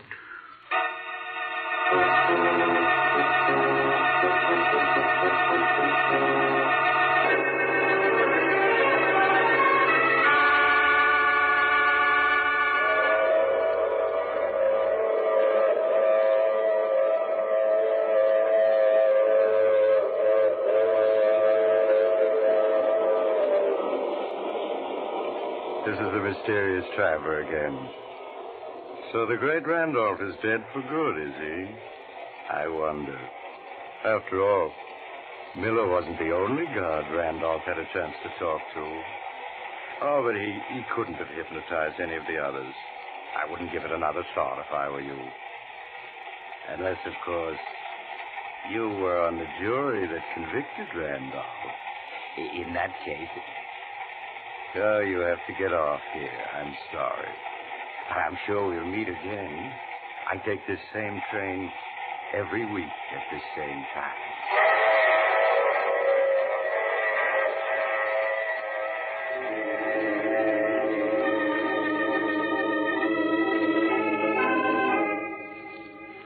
You have just heard The Mysterious Traveler, a series of dramas of the strange and terrifying. The role of the mysterious traveler is played by Maurice Tarplin. In tonight's cast were Santos Ortega, Richard Kogan, Shirley Blank, and Bill Smith. Original music composed and played by Al Finelli. All characters in this story were fictitious, and any resemblance to actual persons was purely coincidental. This is Bob Emmerich speaking. This program came from New York. This is the Mutual Broadcasting System.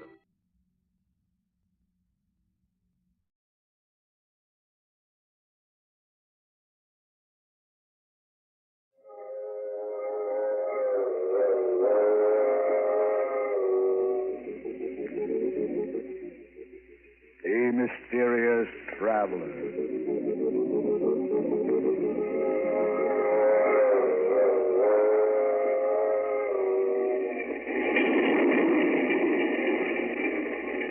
This is the Mysterious Traveler, inviting you to join me on another journey into the realm of the strange and the terrifying. I hope you will enjoy the trip, and it will thrill you a little and chill you a little. So settle back, get a good grip on your nerves, and be comfortable. If you can. Where are we going? Well, we're going to join Walter Cabot as he takes a little excursion into crime. I call the story Murder Goes Free.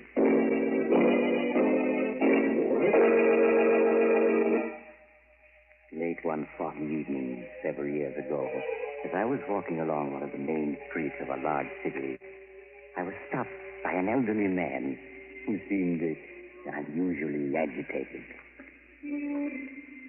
Pardon me, sir. May I speak with you for a moment? Of course. Here, perhaps this will help. Oh, please. It isn't money I want. I just want someone to listen to me. No one is interested in seeing justice done.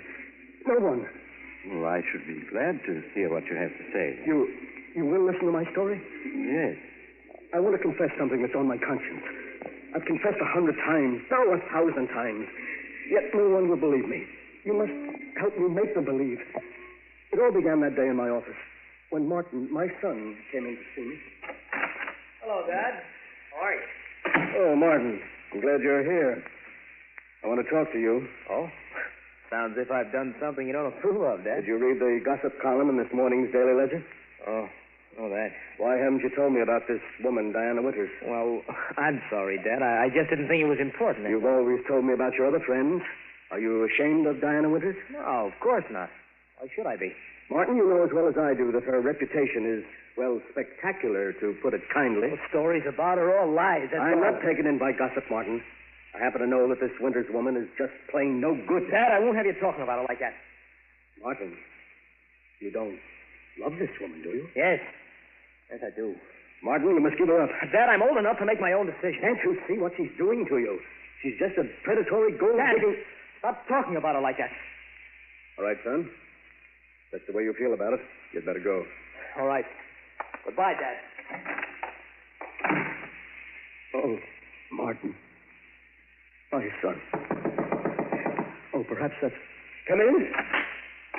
Oh, it's you, Norman. Hello, Walter. What's the matter with Martin? Just passed him in the reception room. He appeared to be quite upset. We've had a quarrel. Oh? It's the first one we've ever had. Was it about that bit of gossip in this morning's Daily Ledger? Yes. Imagine Martin's name linked with that of a... Martin will be all right. He'll get over it. No, he won't. I can't stand by and watch him ruin his life. I've got to do something. I wouldn't if I were you, Walter. You've got to let Martin make his own decisions. He's no child. Oh, you're a fool, Norman. You expect me to watch the only person who means anything to me get hurt? No, I suppose you won't. What are you going to do? I'm going to have a talk with that woman, Diana Winters.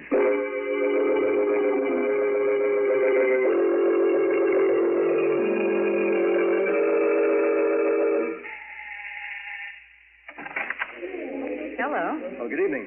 Are you Miss Winters? Yes. Won't you come in? Thank you. My name is Walter Cabot. Oh. Walter Cabot. I see. And I have a word in private with you. Really, I have guessed. It will only take a few minutes. Well, all right. Come this way. Thank you. No, I'll bother us in here. I hardly know how to begin, Miss Winters. And let's be frank, Mr. Cabot, and save ourselves time. You've come here to ask me to give up your son, haven't you? Yes. Well, then you may as well know that you're wasting your time. I love Martin, and I won't give him up. I know better. Since we're being so frank, I'll get to the point. How much do you want to let Martin go? Are you insinuating that I now, just come, Miss Winters. There's no need to put on an act for me. How much? Really, Mr. Cabot, you know, you're far more interesting than your son. Shall we say, 100,000? 100,000? Yes, 100,000. If you love your son, surely he's worth it. I haven't anything like that amount of money. Oh, I'm sorry. Do you believe for a moment that Martin has any money? Oh, no. But he will inherit $250,000 from his mother's estate in a few months. Oh, so you know about that? Hmm. Yes, of course. What other reason would you have for leading Martin on? None that I can think of. What if I were to tell Martin of our conversation? He wouldn't believe you. You can't do this to him. I'm afraid I must be getting back to my guest, Mr. Cabot. Now, wait, please. Please listen to me. Martin is everything I have. If I had the money, I'd gladly give it to you. But I haven't it. Oh, so sorry. Women like you don't deserve to live. Will you please leave at once? If you don't give Martin up, I'll kill you. Oh, get out, do you hear? I'll have my friend throw you out. I'm warning you. Stay away from Martin, or I'll kill you.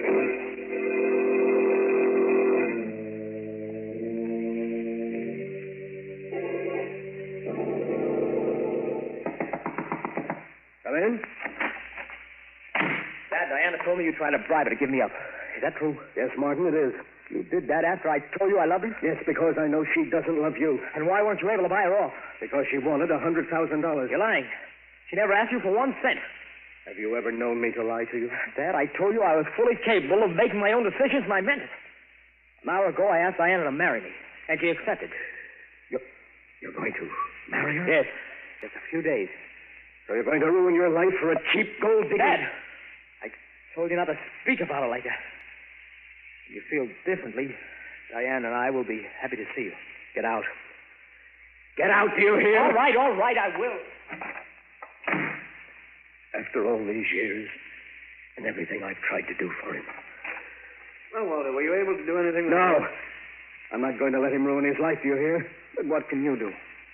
If there's no bride, there can be no wedding. If there's no bride?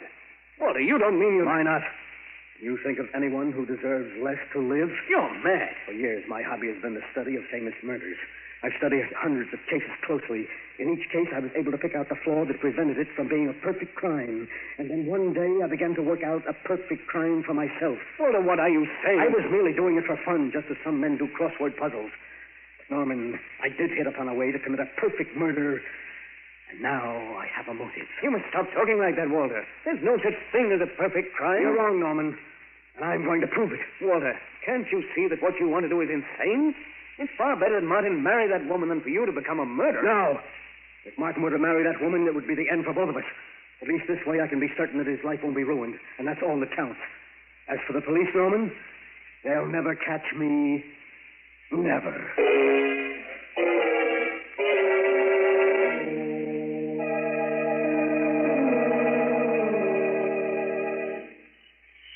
Pardon me, sir. Can you tell me the name of this horrible place? There ain't nothing horrible about Valley Springs, stranger. 1,242 people think it's a mighty fine village. I've never seen an uglier place. What do people live here for? Been drinking, haven't you? Well, I'm warning you, mister. You'd better stop insulting this village, or I'll run you in. I'm the village constable. Oh, so you're going to get rough, eh? Well, take this. Hey, I'll learn you to push the law around. You're under arrest for drunkenness and disorderly conduct. You and me are going to see George Hutchins, Justice of the Peace.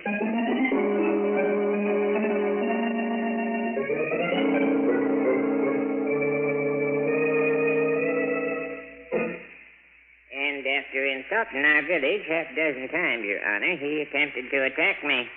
And that's when I arrested him. Did right, Pete. What you got to say to the charges, Mr. What's your name? I'm not going to tell it. He sure had a jug full, Your Honor. Charge is drunkenness, disorderly conduct. How do you plead, stranger? Guilty, Your Honor, guilty. Yeah. Well, stranger, seeing you admit you're guilty, I'll only fine you $20. Well, if I don't want to pay? Well, I'm afraid in that case you just spend the night in cash. I won't be intimidated. I'm not going to pay my fine, and you can't make me. Oh, dear. Pete, looks like you'll have to lock him up tonight. Take him away.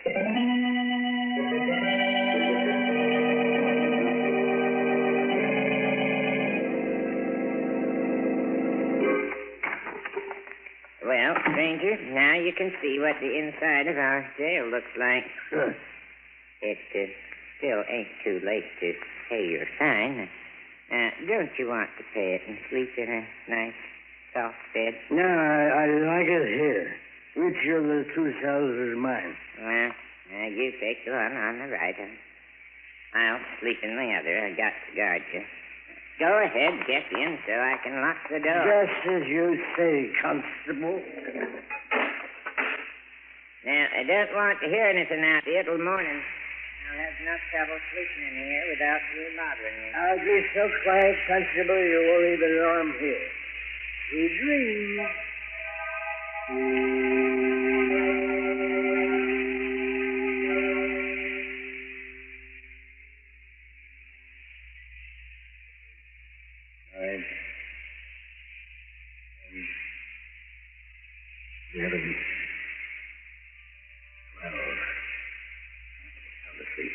So far, everything is working out perfectly. Where did I hide that skeleton key? Oh, yes, here it is. Mustn't wake up the constable or it'll spoil everything. Easy now, easy. There, it's unlocked. I knew this old place would be perfect for my plan. Now, if only the door doesn't creak as I open it. Softly, softly. Oh, he's waking up. Oh. He's going back to sleep. There, I'm out. Now to get to the car and drive to the city for the most important part of the plan.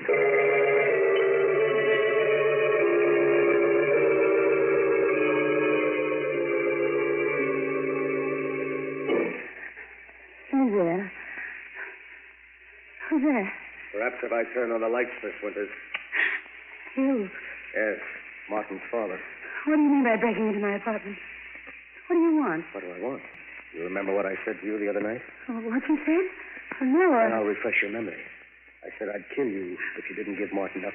You wouldn't dare. Oh, but I would. Oh, my friend says you threatened me. You get the chair. I don't think I will, Miss Winters. Why are you looking at me like that? You're just trying to frighten me, aren't you? I tried to reason with you, but you wouldn't listen. You should have. No, you can't kill me. Stay away from me. Stay away from me, you hear? It's no use trying the door. I locked it when I came in, and I have the key. Please listen to me. I'll do anything you want. I'll give Martin up. I'll go away. You had your chance. You didn't take it. No. I'll keep away. Don't touch me. I'm free.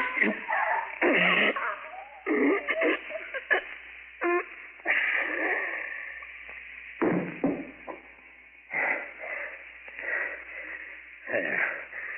I'll just turn her wristwatch back to 12 and stop it. The exact time I was being arrested in Valley Spring, and my son is free. Free!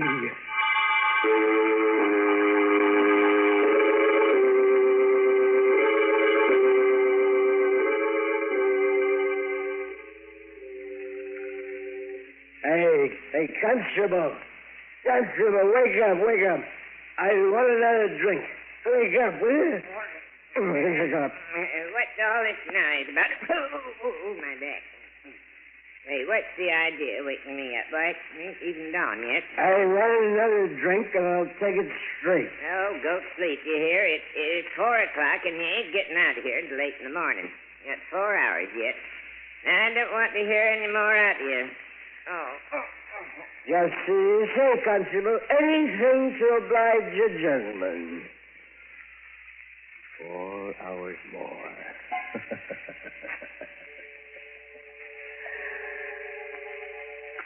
Good.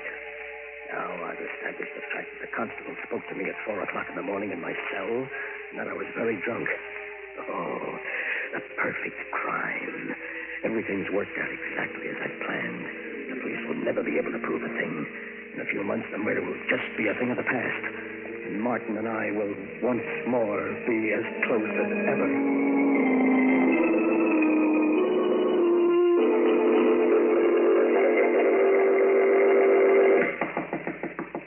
Come in. Oh, hello, Kelly. Well, how's the DA's office this morning? Well, so I finally caught up with you. My partner told me a few minutes ago that you've been looking for me. Looking What's on for your you? That's putting it mildly. There's been a 5-state alarm out for you for the past 24 hours. What? Where have you been the last few days? I've been vacationing at a small resort 100 miles upstate. Kind of sudden vacation, wasn't it? What? Even your partner didn't know where you were. Well, I went there on the spur of the moment. Oh, you did, huh? Yes. And where were you on the night of the 22nd? The night Diana Winters was murdered. Say, I read about that, Kelly. That's rather an Stop stalling. Where were you? Frankly, Kelly, I don't recall where I was that night. I'm afraid I was a little drunk. You're going to have to do better than that for the DA. Oh? Well, I'm afraid I won't be able to. I really can't remember where I was that night. Cabot, I think you're going to wind up in a place you're not going to like. In the chair. Get your hat. We're going down to headquarters. That sounds serious. Well, look, do you mind if I speak to my partner and explain matters to him? That won't be necessary. You'll be able to read all about it in the papers. And believe me, it isn't going to make pleasant reading.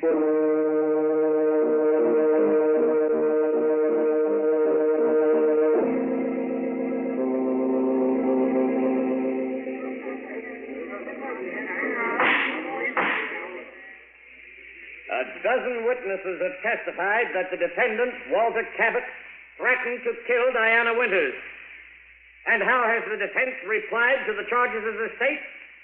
It hasn't. Can we accept the flimsy story of the defendant? That he was drunk the night of the murder and hasn't any recollection of his actions? Perhaps Walter Cabot doesn't know where he was that night, but I do.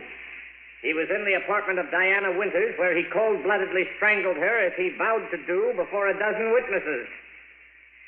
There is only one verdict you can render. Guilty of murder in the first degree. The state rests, Your Honor. Since you've insisted on defending yourself, are you ready for the defense's summation, Mr. Cabot?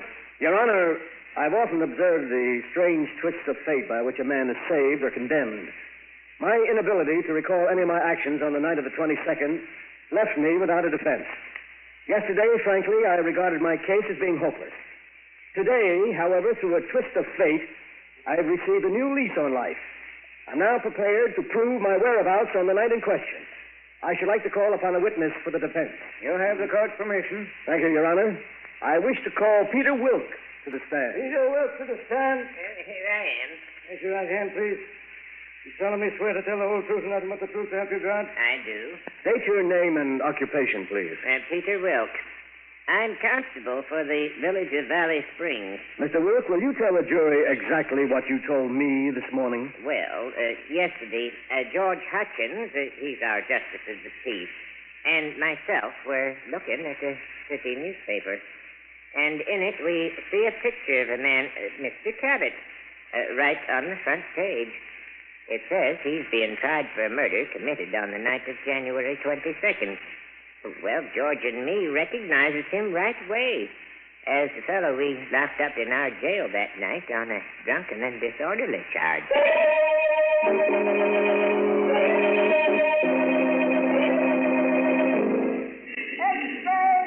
Extra, get your evening papers. Walter Cabot acquitted. Read all about it. Read all.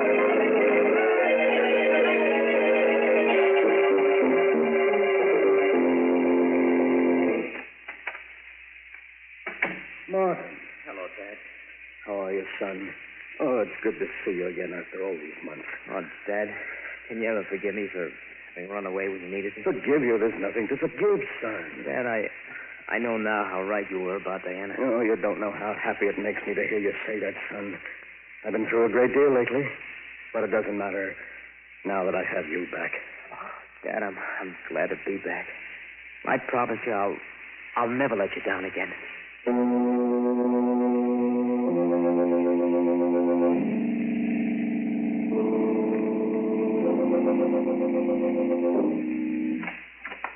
Oh, hello, Kelly. Come in, have a seat. Been quite some time since I've seen you. Yes. Last time you were here, you put the cuffs on me for the Winters murder. Well, mistakes will happen. Anything on your mind, Kelly? No, nothing special. Just friendly call. Oh. Well, thanks for dropping in, Kelly. Oh, by the way, have you seen the latest edition? I know. Anything of interest happen? Yeah, you might find it interesting. It could mean a client for you. Oh, really? What's happened? Well, here's the late paper. Read it for yourself. Oh, thanks. New suspect held for Winters' murder. Oh, no. Oh, it can't be. Why not? If you didn't kill Diana Winters, someone did. And we've got that someone down at headquarters. But you must be mistaken. What evidence have you got? Evidence? Yes. Oh, well, we can prove the guy we've got was at Diana Winters' apartment that night. What's that? But he was seen leaving just after midnight, after a whale of a quarrel with her. Quarrel? What about? Oh, usual thing. We both know what Diana was. Two-timing gold digger. Yes, of course. She had plenty other boyfriends than your son. Only none of them knew about the others. But yes, but that night, the guy who killed her found out a few things about her and bumped her off. No. I don't believe it. I told you he left right after midnight, didn't I? That's right. Well, her watch was found on the floor where she dropped it during that fatal struggle. Stopped just at 12. And that watch is going to hang the guy. We may have been wrong in your case, but this time we have the right man, and we'll make it stick, even though the evidence is circumstantial. Well, I'd better be running along. Good night. And I keep the paper. You might want to read the whole story. New suspect held for Winters' murder. District Attorney uncovers apparently conclusive evidence of guilt. That can't be. I had it planned perfectly so that no one could be held for it. There's no such thing as a perfect crime, Walter. The murderer always overlooks something. No such thing as the perfect crime. Murderer always overlooks something. Norman said that. But I knew better. And now an innocent man has been arrested for my crime. Whoever he is, he's innocent. I must save him. Yes. I can't let him die.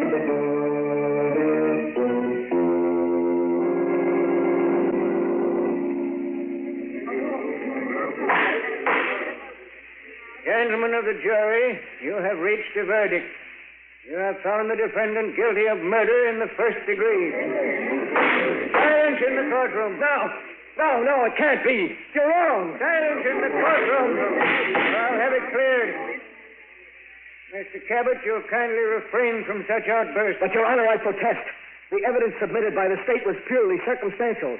There was no real... May I remind Mr. Cabot that this case may be appealed. Your oratory is quite uncalled for. But the prisoner is innocent, Your Honor. You haven't any right to... Another such outburst, Mr. Cabot, and I'll hold you for contempt of court. Your Honor, the defendant was convicted on purely circumstantial evidence. But I have positive proof of his innocence. Why did you wait until after the jury rendered a verdict to make this statement? I hoped, Your Honor, that the defendant would be acquitted and I wouldn't have to reveal my proof of his innocence, but I would like to do so now. Yeah, this is highly irregular, Mr. Cabot. But since the jury has already rendered its verdict and cannot be influenced, you may proceed. Thank you, Your Honor. I know for a certainty that the defendant is not guilty of the murder of Diana Winters, for it was I who committed the crime. In the courtroom.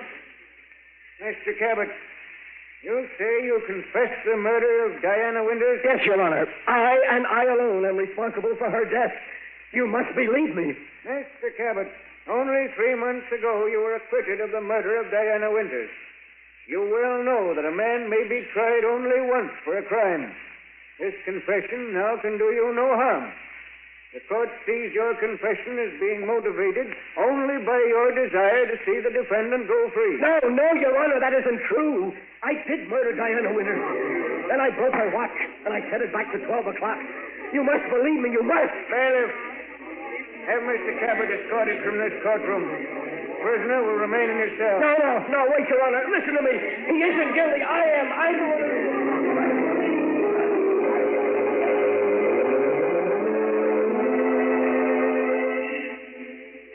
Since that day in court, I've confessed 1,000 times, and yet no one will believe me. No one. But you, sir, you will help me, won't you? We can't let an innocent man die for a murder I committed. No, of course not, but I hardly see how Every minute that passes brings him closer to the end. We must save him. We must. If you only help Hello, Cabot. Oh, Kelly, I was just telling this gentleman here my story. We can't let an innocent man go to the electric chair. Kelly, you're a smart man. You believe I murdered Diana Winters, don't you? Yes, I do. You do? Then you'll help me save him? People wouldn't believe me any more than they do you. But they would, Kelly, they would. Why should they believe your story? You can't be tried again for the murder of Diana Winters. And what man in your position wouldn't confess to save his own son? But he's innocent, Kelly. Martin, my son is innocent. He was convicted only because he was near her apartment that night. And now there's so little time to do anything. The execution is set for midnight, and it's already... It's 12 already. No. I'm sorry, Cabot. May his soul rest in peace. Oh, my son.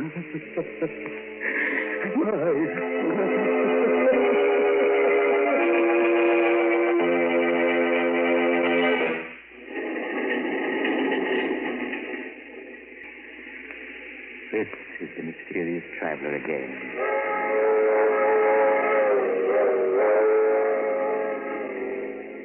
Did you enjoy our little trip? Too bad about poor Walter Cabot, wasn't it? Such a brilliant man. But his own intrigue sent the one person he loved to the electric chair. As the city hall clock tolled midnight, Walter Cabot must have heard his partner's warning. There is no such thing as a perfect crime. The murderer always overlooks something. So, if by any chance you're contemplating murder, I suggest that you stop and think it over. Lest you'll find to your sorrow that you... Oh, you're getting off here. I'm sorry. But perhaps we'll meet again soon.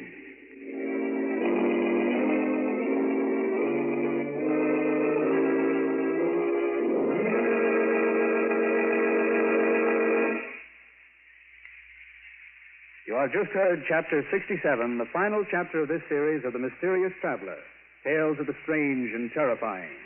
In tonight's story, Murder Goes Free, Ed Latimer played Walter Cabot, Tony Barrett played Martin, and Irene Winston played Diana. The Mysterious Traveler is written by Bob Arthur and David Kogan, and original music is played by Henry Silverne. The entire production is under the direction of Jock McGregor.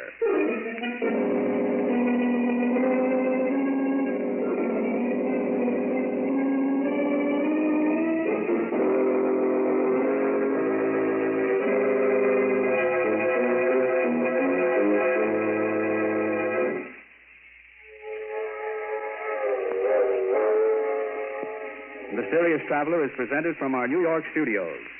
This concludes the present series of The Mysterious Traveler. Next Saturday evening at 9:30 Eastern Wartime over most of these stations, Mutual will present a new program, radio's first nationwide audience participation mystery series. It's called Calling All Detectives. We invite you to be with us for Calling All Detectives next Saturday night at 9:30 Eastern Wartime. This is the Mutual Broadcasting System.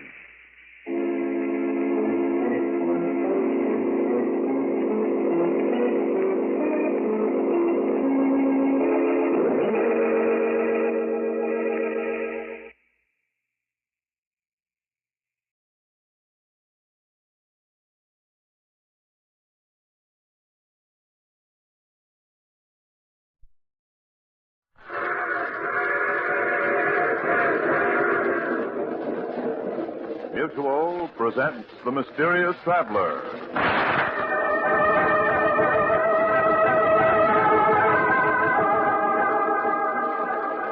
This is The Mysterious Traveler, inviting you to join me on another journey into the realm of the strange and the terrifying. I hope you will enjoy the trip, that it will thrill you a little and chill you a little. So settle back, get a good grip on your nerves, and be comfortable. If you can.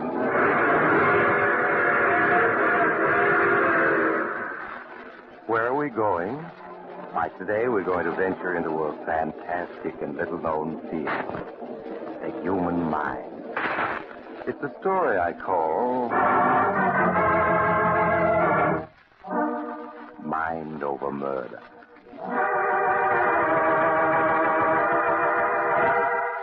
On a stretch of green lawn, at the top of high cliffs looking over the Atlantic Ocean, the great Ricardo, who claims to be the world's greatest mind reader, is practicing his art. He's preparing for the vaudeville tour he's soon to begin. Assisting him are his lovely young wife, Ellen, and Carl Lagarda. That's it, Carl. Tie the handkerchief tightly over my eyes. Now, are you sure I can see nothing? Nothing whatever? I'm no positive you can't, Mr. Ricardo. I'll bet my month's wages on it. You are quite right. My eyes are in darkness. But my mind is not. Ellen, Yes, Ricardo?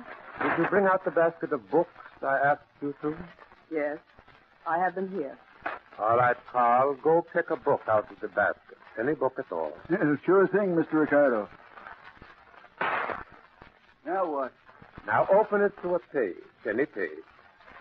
Have you done this? Yeah? Good. Now concentrate on the book. Think about the title and the number of the page. Think about it now. Ah, yes, it is coming to me. The title is Murder by Expert, and the page, you have opened it to page 27. That's right, Mr. Ricardo. Gosh, I don't know how you do it. It is very simple, Carl. With the eyes of my mind, I read your thoughts. Now, I want to try something else. Ellen?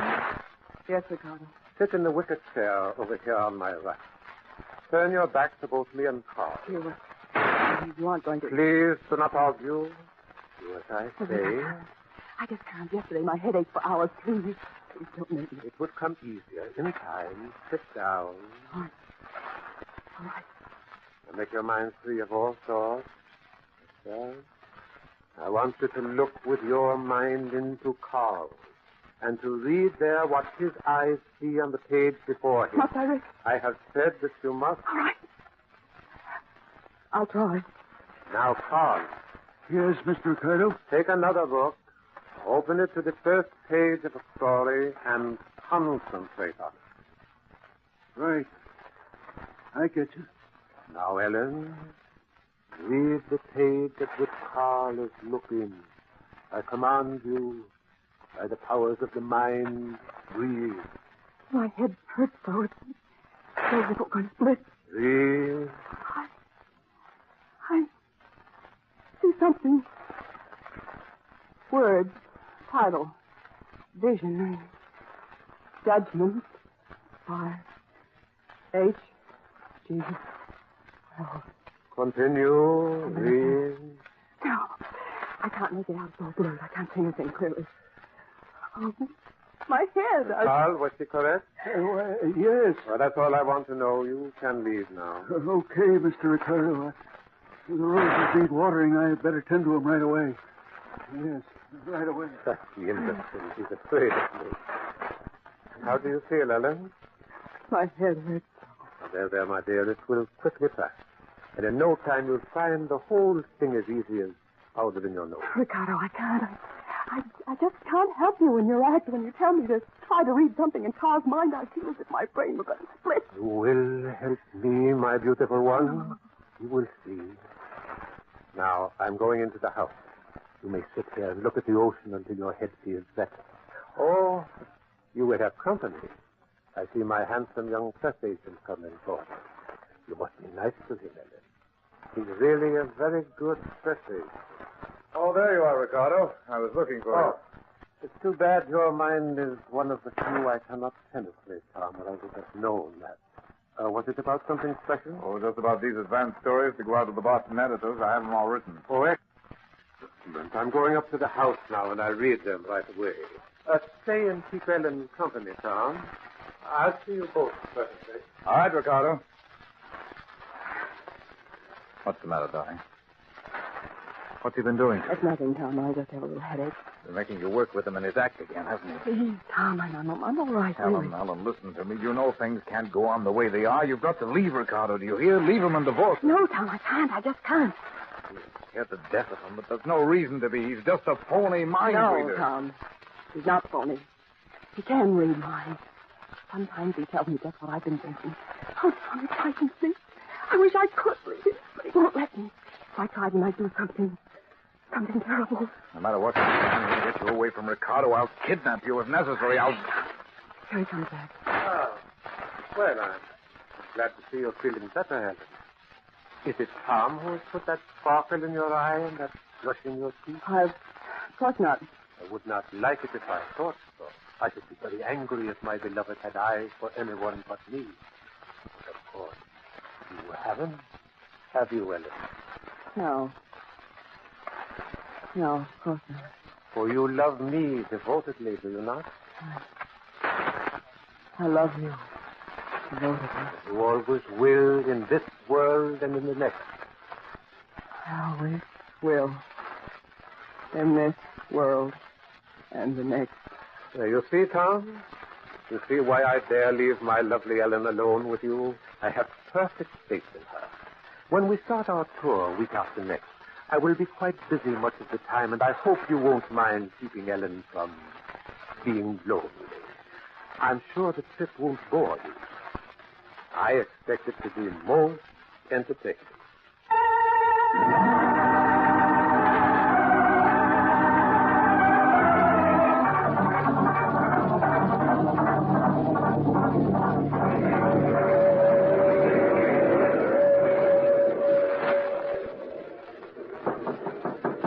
Ellen?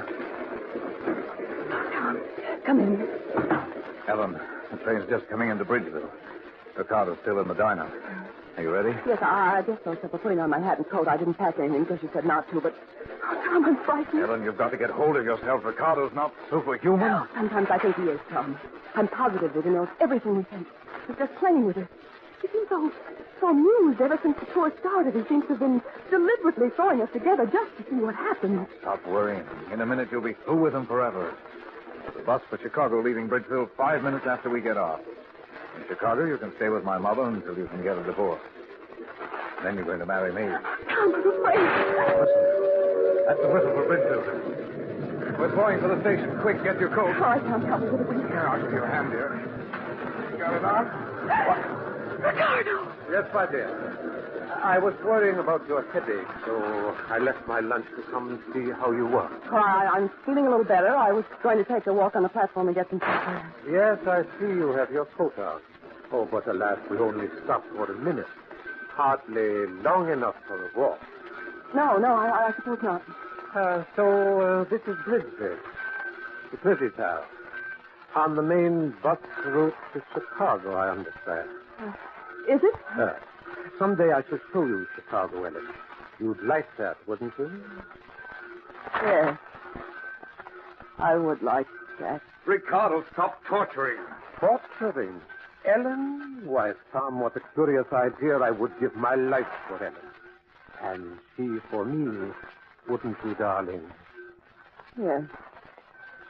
I'd give my life for you. To most people, that is an empty phrase, but Ellen means it.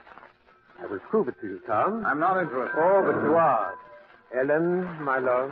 Yes, Ricardo. Ellen, I'm taking a revolver from my pocket. Here, now you take it from me. Yes, Ricardo. What are you up to? Point the revolver at your heart, my dear, and pull the trigger. Yes, Ricardo. Ellen, stop! Stop! No, Tom. Let go of my wrist. You shall not interfere. Oh. Ellen, pull the trigger. Yes, I'll pull it. Ellen, you... Nothing happened. No, of course not. The gun was empty. But Ellen didn't know that, did you, my darling? No, I didn't know that. So she would have died just because I asked her to. Such devotion is very rare. It is the kind that lasts through all eternity, as ours will.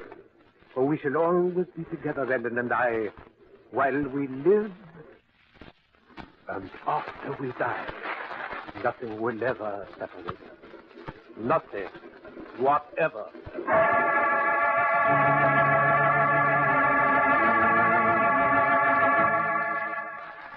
And so the great Ricardo's triumphal tour continued. Newspaper stories told of his amazing feats, and of the feats almost as marvelous performed at his direction by his pale and lovely wife. Twice Tom urged Ellen to flee with him, but both times Ricardo appeared upon the scene, smiling as though knowing every word that had been said. So at last Tom changed his tactics. Waiting until one evening when Ricardo was in the midst of his performance, concentrating on holding a great audience spellbound. And now, ladies and gentlemen, someone among you is thinking of the initials E.N. Somebody quite close to me. Tom listened for a moment until he was quite sure that Ricardo's attention was fully absorbed. Then he left his place in the wings and slipped swiftly backstage to knock on a door marked with a gold star. Ellen, Oh, yes, Tom. I want to talk to you. You shouldn't be here, Tom. Never mind Ricardo. Put on your coat. My coat. But the performance won't be over for half an hour. Ellen, I've got a plan to fool Ricardo. Will you trust me? But if he catches us, he might kill you. This is one time he's not going to be clever enough. Just put on your coat and come along without asking any questions.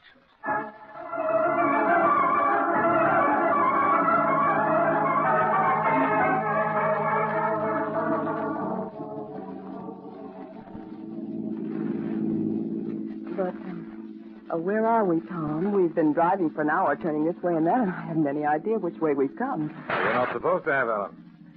Don't you see, if you don't know where you are, Ricardo can never know either, even if he can make contact with your mind from this distance. I never thought of that. But I did. So this time I made my plans without telling you. The Hillview Inn. Oh, what a quaint little place, Tom.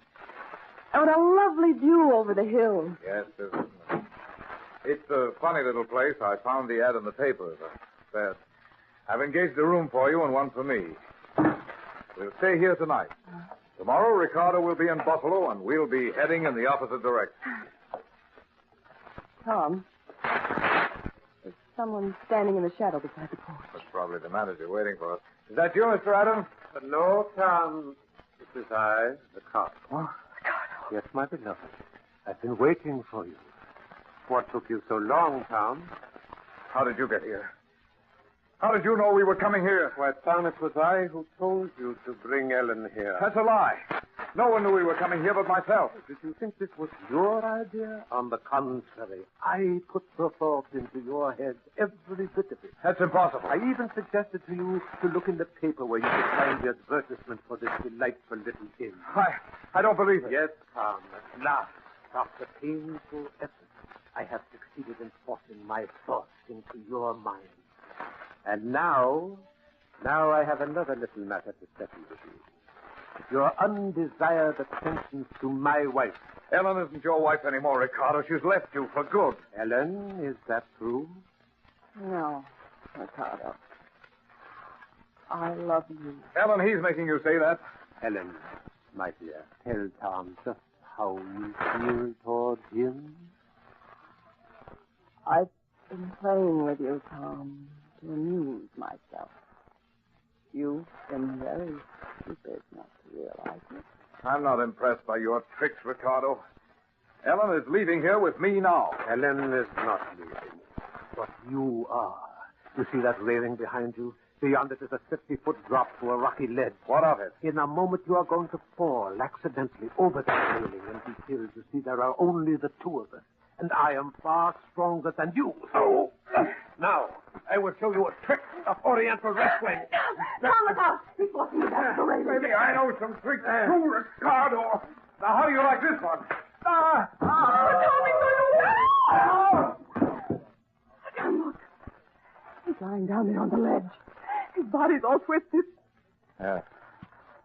I'm afraid he's dead. No. No, he isn't. He's alive. He's in pain. He's making me feel pain, too. No, Ricardo. No. Stop it. Stop it.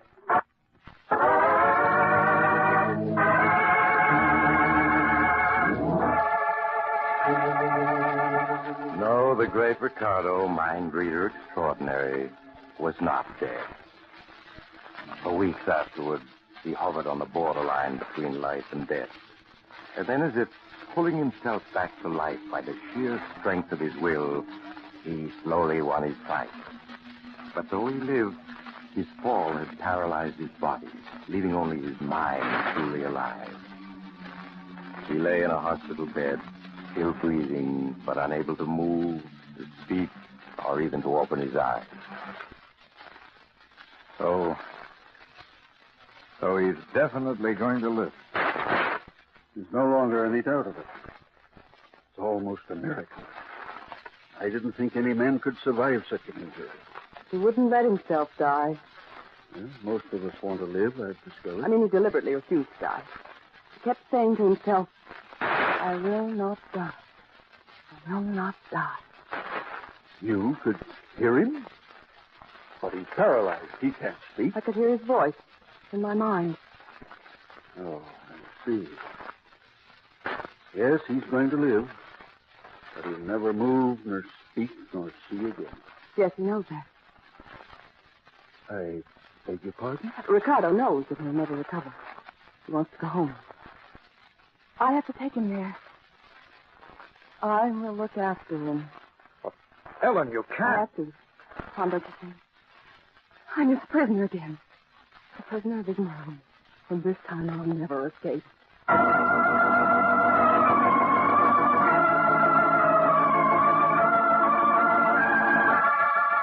And so the great Ricardo returned home, a living dead man. There in the house on the cliffs, aided only by a nurse who relieved her at night, Ellen cared for him. Tom stayed close by to help her in any way he could, and did his best to persuade her to turn Ricardo's care over to professional nurses. Ellen, listen to me. You can't ruin your life like this just to care for a man you hate. I have to. I can't go away. He won't let me leave the house. If I do, I find myself turning back without knowing what I'm doing. But, Ellen, you My can't... mind isn't my own. He controls it. Lying in his bed in that room there, never moving. Ricardo controls my mind. Oh, Ellen, I'm sure that's just a delusion. A psychiatrist could prove it to you. Ricardo was injured, helpless. But his mind isn't. More powerful than ever. All his strength is concentrated in it. If it weren't for the power of his will, he'd die. He doesn't want to die. He's planning something. Planning what? I don't know. But he still hates you and wants revenge. Now, you are letting your imagination run away with you. What can a man in Ricardo's condition do? I don't know, but he has something in his mind. Tell him you're overwrought. You need sleep. Look, darling, why not take a sedative and go to bed? In the morning, we can talk again. I have to wait until the night nurse gets here. All right, I'll stay with him until then. Now, go on. Get to bed. All right, Tom. I do need rest. But you better wait in the room with him. I'll go in now. Good night, Ellen. Good night, Tom. Oh, there you are. The great Ricardo. A man who was better than anyone else in the world. And now you're a living dead man. I wish you were a dead one. Then why don't you kill me now? What? Why don't you kill me? Just put your hand over my mouth for a moment and you'll be rid of me. Ricardo. You can't be talking. You're paralyzed. I can speak to you, Tom. I speak with my mind, not with my voice. No, I don't believe it. You always were stubborn. Listen. Just now you were trying to get Ellen to leave me. But she never will. Ellen and I are joined together for all eternity. I'm going to free her from you somehow. Do you hear, Ricardo? Oh, now you're threatening me. That means you do believe my mind can speak to yours. Good. We'll have many interesting conversations in the days to come. Now, I'm going to rest. Good night, Tom. I shall see you tomorrow. You won't want to come, but you will.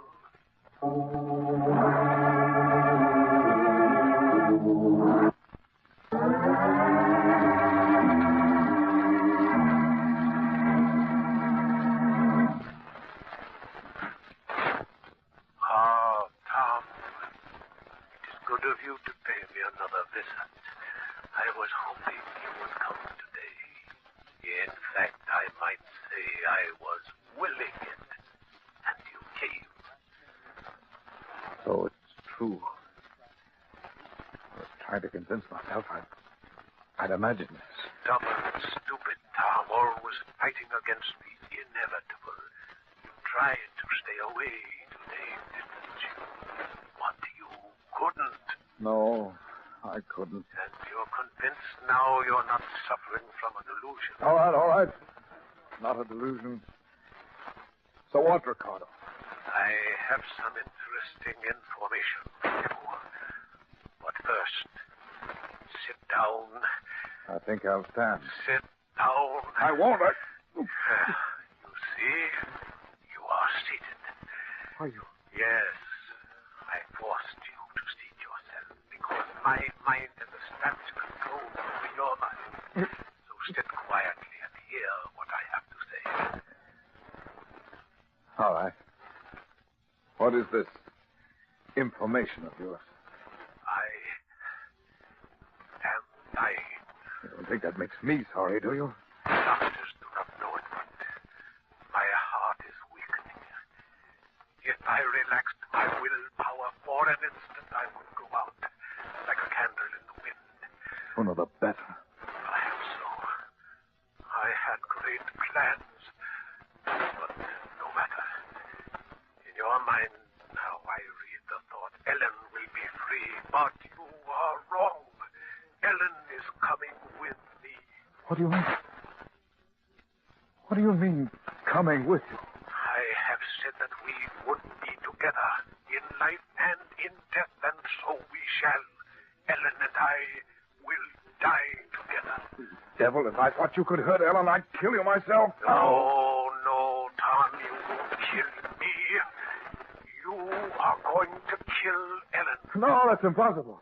There is a drawer in that table beside you. Open it. No. Open it. No.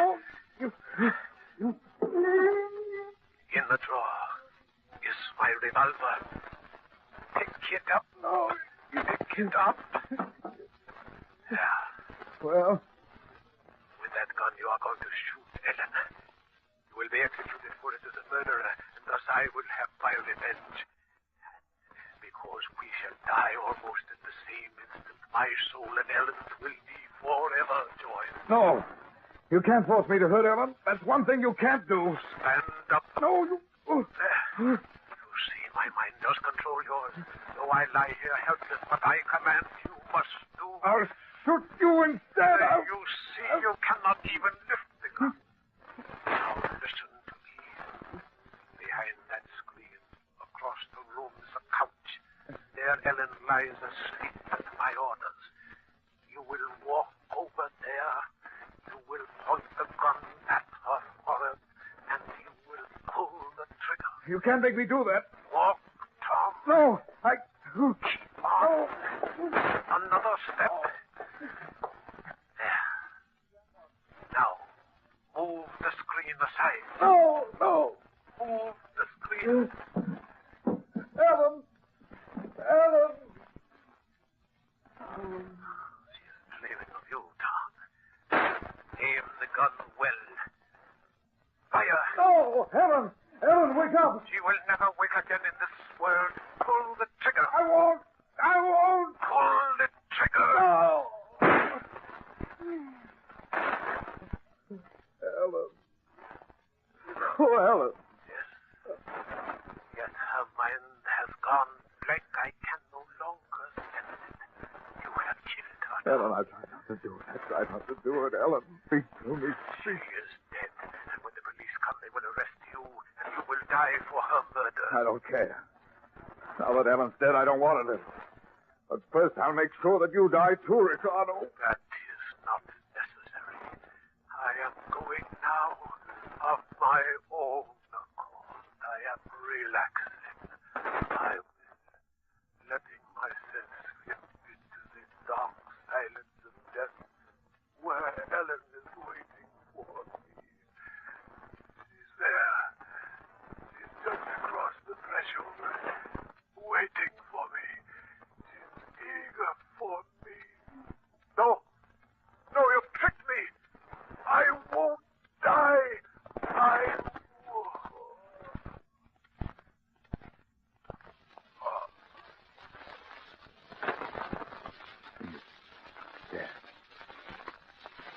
Dead. Huh? Ellen. Where are you? Ellen. Tom, what's happened? My head is... That's so strange. Oh, Ellen, my darling, you're not dead.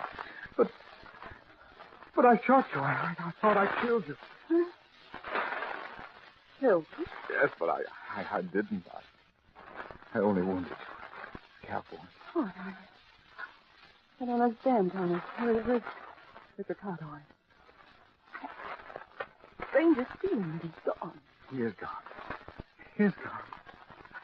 Oh, I see it all now. I thought I'd killed you. Because I thought so, Ricardo thought so, too. But I was wrong. And because I was wrong, he was wrong, too. No. He's dead? Yes, Helen. Free of him forever. Ricardo made a mistake and let himself die believing that you were already dead. Oh, yes, my darling. This time he's gone for good. Ricardo was clever. But in the end, he outwitted himself.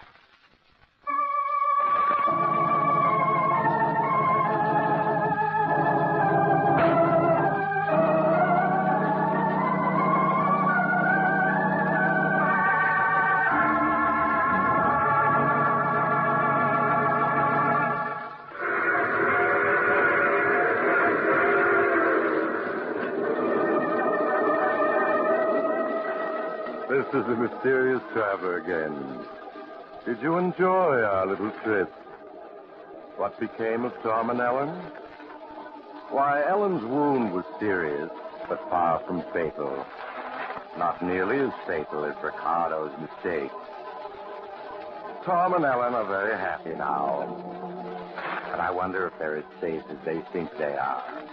When you're dealing with a mind like Ricardo's, can you ever be quite sure, even though he is dead? I knew a man once everybody thought was dead, and he... Oh, you have to get off here. I'm sorry. But I'm sure we'll meet again. You see, I take the same train every week at this time.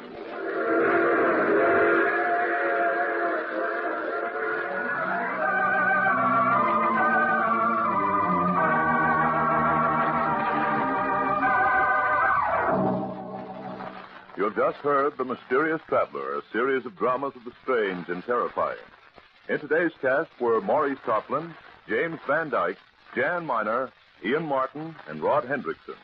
Original music was played by Charles Paul. The Mysterious Traveler is written, produced, and directed by Bob Arthur and David Kogan.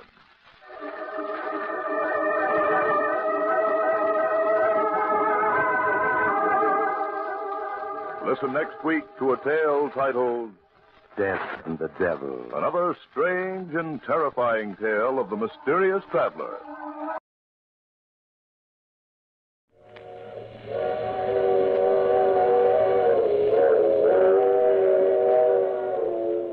Mutual presents The Mysterious Traveler, written, produced, and directed by Bob Arthur and David Kogan.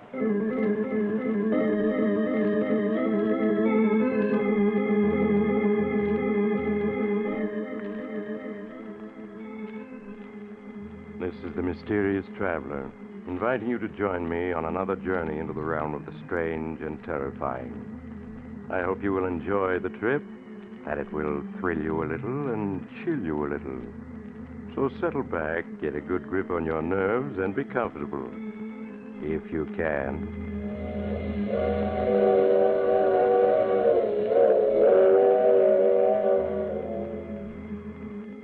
Where are we going? Tonight we're going to drop in on Henry Norton, a man who saw death in every corner. I call the story Death is My Caller.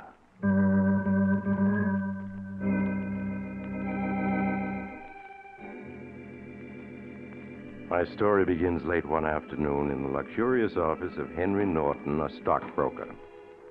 Norton, a tall, dapper man in his 40s, is in the midst of signing some letters when he's called on the office communicator by his secretary. Excuse me, Mr. Norton. Yes, Miss Berry. There's a Mr. Blair to see you. Mr. Who? Charles Blair. He says you know him very well. Charlie Blair.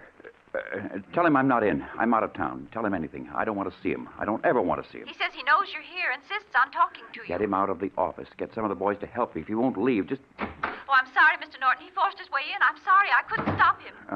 That's quite all right, Miss Perry. I'll see him. Hello, Henry. I thought you'd be delighted to see me. We haven't seen each other for 7 long years. That wasn't nice not to have a chat with your ex-partner, was it? Well, I was awfully busy. I have a lot of work to do. You know how it is. No, I don't. I didn't know you were out already. I thought you had 3 more years to go. I did, but good behavior cut 3 years off my sentence. Well, that's wonderful, Charlie. I'm glad you're out. It must have been a terrible experience. You've changed. It was a little hard to recognize you at first. Perhaps the prison pallor doesn't become me, and my hair has turned completely gray. I don't look so good, do I, Henry? Not like you with a Florida tan. Well, how's Helen? My wife's dead. She's dead? Oh, why, I'm terribly sorry. What'd she die of? She died of heartbreak. Oh, poor Helen. She was always such a sensitive woman. What about your son, Alan? He disappeared after his mother died. I don't know where he is. He never wrote me while I was in jail. Never forgave me for bringing ruin and suffering upon his mother. You see, he was sensitive, too. You've had a pretty hard time of it, haven't you, Charlie? Your sympathy is touching. Well, I hope you'll drop around again sometime when I'm not so busy. I'm not leaving yet, Henry. I've got some important work to finish. If you come around in a week or so, perhaps I'll have a spot for you, something in your line. Don't be so nervous, Henry. I'm not going to kill you. Not yet. Kill me? Why should you want to kill me? I was wondering how long you'd put on this innocent act. All this concern about my welfare, about my wife and son. Why, you slimy rat, if it weren't for you, I'd never have gone to prison. My wife would be alive today, and my son wouldn't be embittered against me. I swear to you, it wasn't my fault. Believe me, Charlie, I had nothing to You should have known that sooner or later I'd be freed. Did you think I was ever going to forget how you framed me? I didn't frame you. It was out of my hands. I couldn't do a thing. When my wife died and my son disappeared, I had no reason to live. Just one thing that kept me alive. A fine and beautiful vengeance I had worked out for you. I thought of you constantly as I tramped the prison yard. I lay awake at night, smoothing out my plans to pay you back for all you've done to me. 7 years. You can think of an awful lot of things. It was all Grayson's fault, I tell you. He's the one to blame. I nourished and built my hate for 7 long years. I cultivated it as I would a garden, so that it isn't a hot, violent anger anymore. Oh, no. It's a cool, efficient hate that works by blueprint. I look at you now as an engineer would at something he must destroy. And you're as good as dead, Henry. No, Charlie. No, I can explain everything. Just give me some time. I could kill you now, but you'd only suffer a few minutes, and then it would be all over. That would never equal the years of torture and suffering that I've gone through. But I won't disappoint you, Henry. I am going to kill you. But not until you've gotten a fair idea what 7 years of suffering means. I tell you, Charlie, it wasn't my fault. Grayson made me do it. He made me water those stocks under your name. So it was Grayson. Poor Grayson went to prison where he got sick and died. He framed himself, didn't he? Come now, Henry, pull yourself together. You ought to be able to concoct a better alibi than that silly one. You were quite a brilliant fellow once. Why, with one swoop, you got rid of 2 partners. And you thrived during these 7 years while I was away. I hear you're one of the biggest brokers in the city now. Climbed over the backs of half a dozen people. Oh, look, Charles, let's be reasonable. I'll give you an important position in my company. It'll be a good-paying job, A job? What for? What do I want money for? I have no family, no one to work for, care for. I have only one thing left in my life. And that, Henry, is to see you go to the next world in the most agonizing way possible. Goodbye, Henry. You can spend the rest of the afternoon most profitably by making out your will.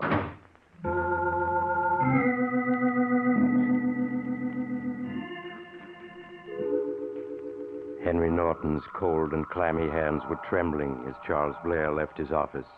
The impact of seeing this ghost from his past left Henry's mind in a whirl of confusion. His mind turned to flight, if that was impossible. His money, his very life was wrapped up in his business. He couldn't flee. His brain in a turmoil, unable to do any work, Henry got his hat and coat and left his office.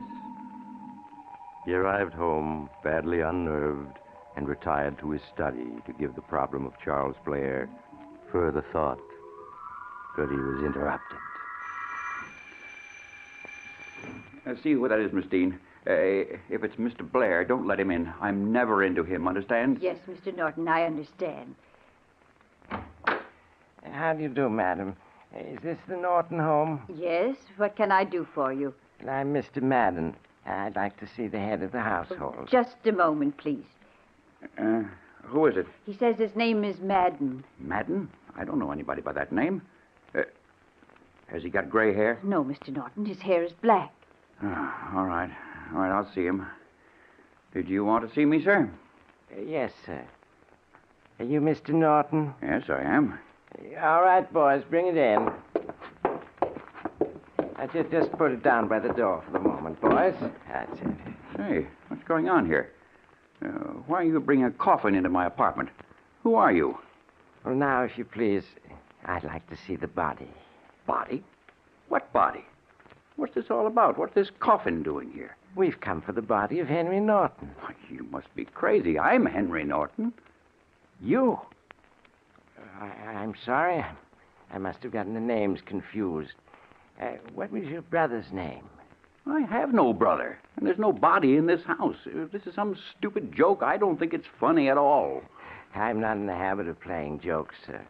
I've been an established undertaker for many years.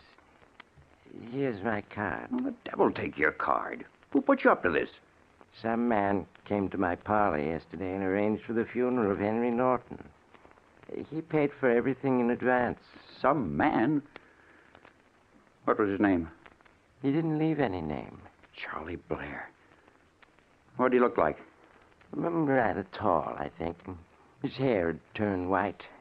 Blair. So it was Blair trying to frighten me. Get out. Get out of here, you stupid fools. Take that coffin back with you. I'm not used to being spoken to like that, Mr. Norton. Get out of here before I throw you out. Come on, boys. Wait a minute. Don't leave that coffin here. It's all paid for, Mr. Norton. It's yours now. Keep it. You might need it sometime.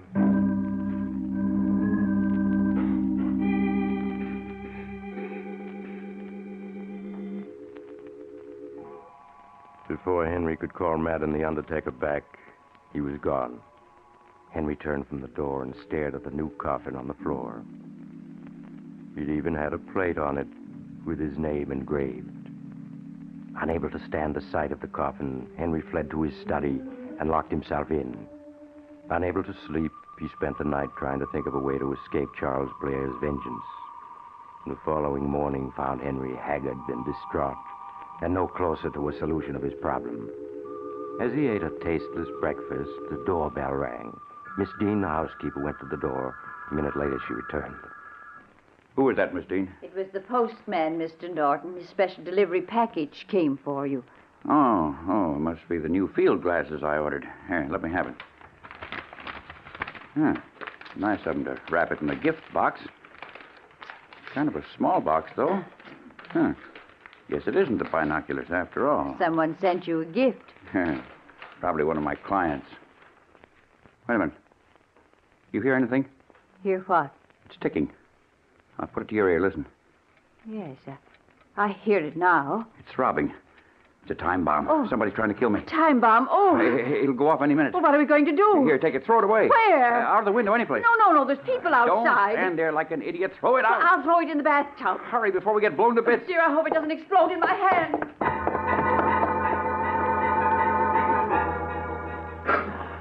Henry Norton stood frozen with fear as Miss Dean raced with the package to the bathroom. A moment later, he heard the water gushing in the tub. Aware of the danger he was in, he hastily retreated to the library, which was the farthest room in the house from the bathroom. There, he crouched in the corner, feverishly mopping his brow. 10 minutes later, a police car raced up to the house, and the doorbell rang.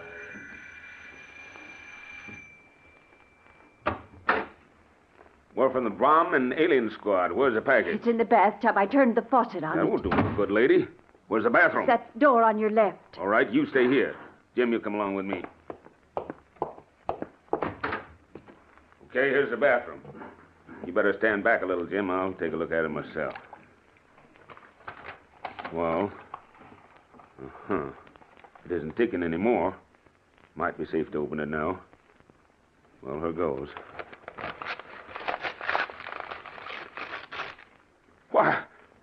Why, it's only an alarm clock. Someone must have wound it up before he sent it out. Now, who'd want to do a fool thing like that?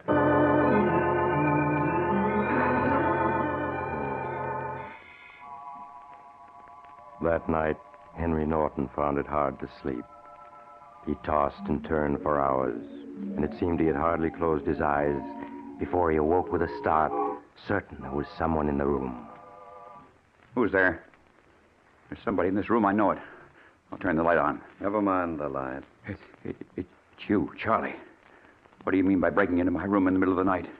Get dressed, Henry. Get dressed? What for? You and I are going somewhere. You're crazy. I'm staying right here. If you don't leave immediately, I'll call the police. If you call the police, they'll find only you here. Dead. Get dressed, Henry. All right. I'm getting dressed, but you won't get away with it. Make it fast. Don't make any unnecessary noises. Remember, it's with great control I keep myself from pressing the trigger. Well, I'm coming. I've got to get my clothes on, don't I? You're not going to a dance. Just put your shoes on and get into your coat. Where are we going at this hour? Don't be impatient. You'll find out soon enough. You're not going to kill me. You'd better stop stalling. I'll get my coat. It's in the closet. Go ahead and get it. You make one suspicious move and you're a dead crook. Are you ready? Yes. Walk in front of me. We're going out through the back door.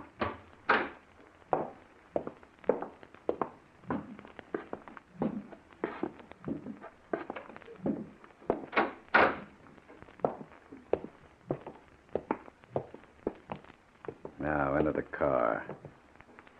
You're going to drive. You want me to drive? That's what I said, and don't plan anything. Only takes a fraction of a second to fire a gun. You'll follow my directions carefully. And drive slowly.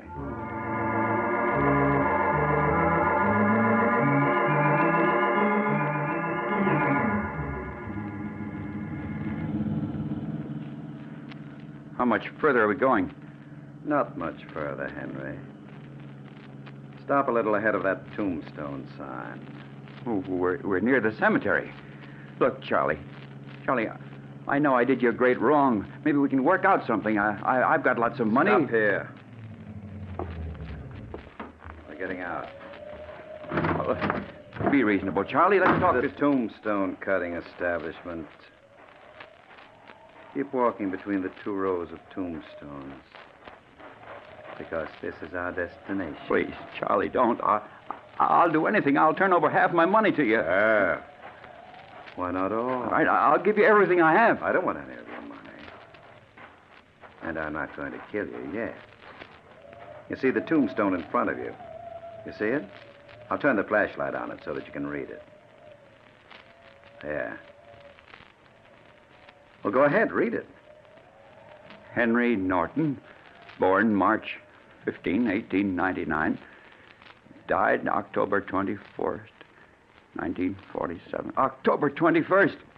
Why, that's Tuesday, the day after tomorrow. That's right. The day after tomorrow. You have 2 whole beautiful days to live. But since you're the worrying type, you'll probably die 1,000 deaths in those 2 days. 8 o'clock Tuesday night. Your infamous career will come to a sudden and violent end. You'll never get away with it. Nobody can get away with murder. You're right. That's why you're going to die in 2 days.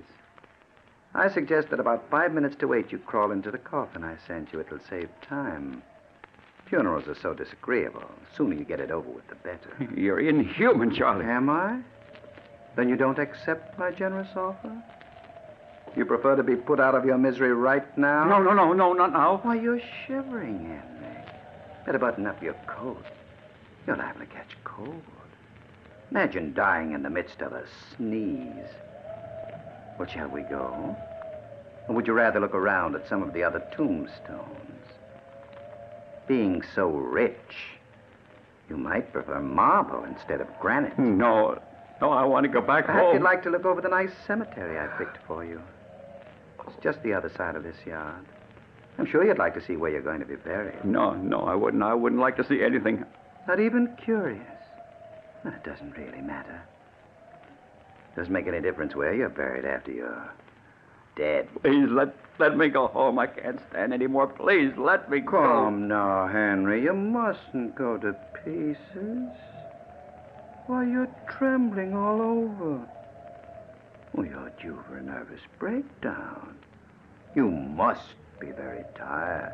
You've had such a hard day. Oh, you're driving me mad. Please, let me go. No pride at all. You ought to meet your fate with defiance instead of oozing out like a blob of melted jelly. All right. Come on. We'll go back to the car. You can return home and go back to bed now. If you think you can sleep.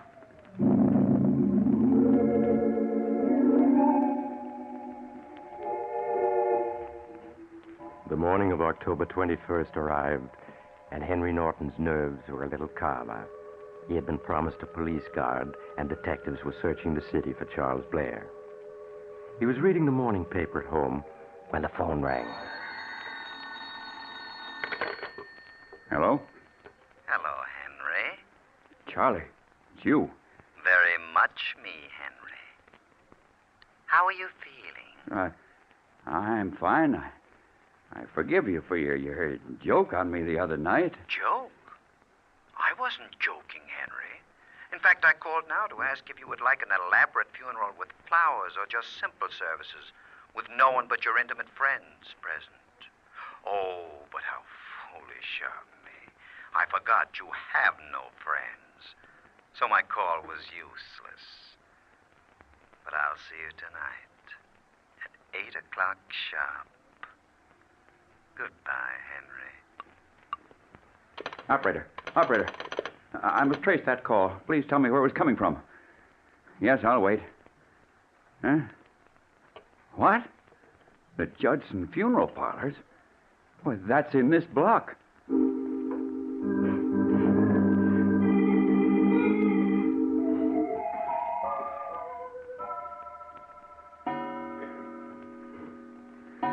O'clock. My head's splitting. Are there any aspirins in the house, Miss Dean? Yes, they're in the medicine cabinet. Shall I get them for you? No, never mind. I'll get them myself. Tonight I'm supposed to die at 8 o'clock. But that's fantastic. Blair can't carry out his plan. Not if I had police protection. I have nothing to be afraid of. Nothing. Here are the aspirins. I'll take a couple of them. Oh, my head's splitting. No, maybe they're poison. That's right. They do look too large for aspirins. They are poison. Got to be on my guard. Death may come in 100 different ways. Got to be on my toes. Oh, my headache. That's nothing. I won't take any aspirins. The dinner's ready, Mr. Norton. I'm not hungry. Oh, but you must eat. You haven't eaten all day. How about a little broth? It'll warm you up. All right, yes, I do feel cold. Can't seem to get warmed Well, I'll up. get it for you. Why, she's so anxious for me to eat. She doesn't like me. She never showed any concern about me before. Here it is, Mr. Norton. Would you like some croutons with it? No, nothing else. Something's wrong. This broth, it has a peculiar bitter taste. Just some spice I put in. You're lying, Miss Dean. Lying? Why should I be lying? You're trying to poison me. Blair's put you up to this, but I'm too smart for the both of you. He'll never get me that way. You're crazy, Mr. Norton. I've put up with plenty from you, but I've had enough. I'm leaving. You're a hard, mean man. I wanted to tell you that for a long time, and if anybody wants to poison you, he must have good reasons. Get out, you Borgia. I'm going. You can get yourself a new housekeeper. Good riddance. You tried to poison me. Good thing I didn't swallow it. Huh? Who's there? It's the police. Oh, just a second. Police. Oh, it's about time you got here. You're Henry Norton? Yes, of course I am. Come in. I'm Officer Gibson, Mr. Norton. I was sent to act as your bodyguard. I was told someone's trying to kill you. Yes, 8 o'clock tonight. You don't say. Even told you the exact time. What precinct did you say you came from? I didn't say. But I'm from the 16th precinct. Huh? Who's your captain? Captain Donovan, Tom Donovan. Say, what's all this about? I just want to make sure you're a real policeman. What do I look like, a fireman? I've just got to make sure. You got any credentials? Why, of course I have. Here's my identification card, and here's my badge. I guess you're okay.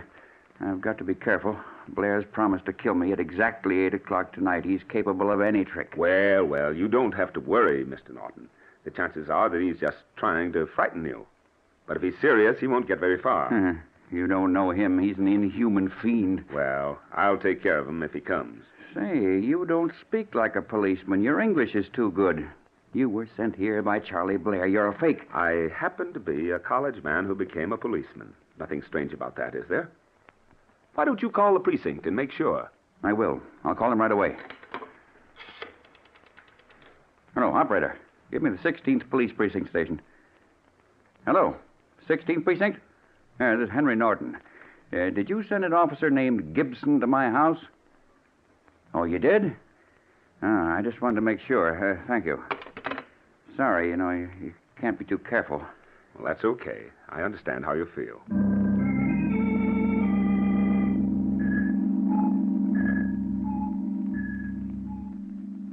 What time is it? It's 2 minutes to 8. Is that the exact time? My watch says 3 minutes to 8. I checked my watch by radio just an hour ago. He'll be here. I know it. I don't think so. No man in his right mind would walk into a trap. It's 8 o'clock. Your hall clock is off about a minute. Well, say, you're shaking like a leaf. Well, I'm frightened. He certainly put a scare into you. But what was that noise? I didn't hear anything. I'm sure I heard something move. Oh, it's just your imagination. Oh, what time is it? Just 8 o'clock. As a matter of fact, it's a few seconds after 8.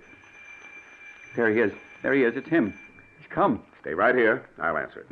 Don't leave me. No, you stay here.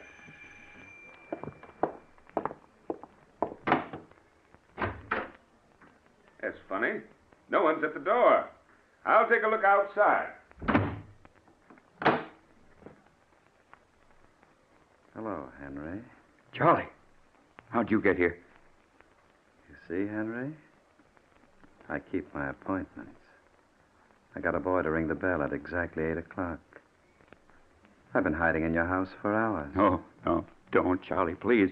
You can have everything. I promise I'll give you back everything I took from you. In less than a minute, you're going to die. Help! Gibson, save me! The door is locked. No one can save you. In a moment, your heart will be ripped apart by a piece of lead. Just one terrific moment of agonizing pain. Then you'll be dead. Open our door, Norton. Help! Help, he's going to shoot! Open the door! You see? No one can help you now. This torture is only a minute for you, but it was 7 years for me. It's a pity you want so much to live. Mr. Norton! Mr. Norton! I'm going around to the side door! Please, Charlie, I'll do anything. No use crawling, getting on your knees. I'm going to shoot you when I count 3. No. 1. No. Help! 2. Gibson, save me! Oh! What's going on here? Why did you lock me out? And just who are you? I was playing a joke on my friend. A joke? You just shot him. Hand over your gun. Yeah. But I didn't really shoot him. You can see for yourself. I just fired a blank. Huh? That's why Norton is lying on the floor? He's just fainted. We'll see. Keep your hands up. He wasn't shot. There's no wound. Not a drop of blood anywhere. That's right.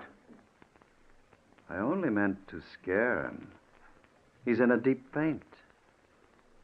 We had better call the doctor.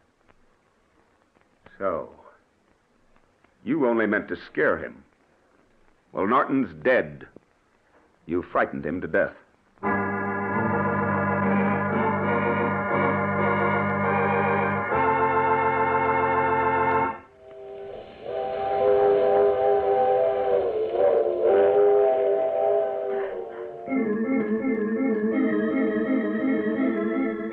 This is the mysterious traveler again.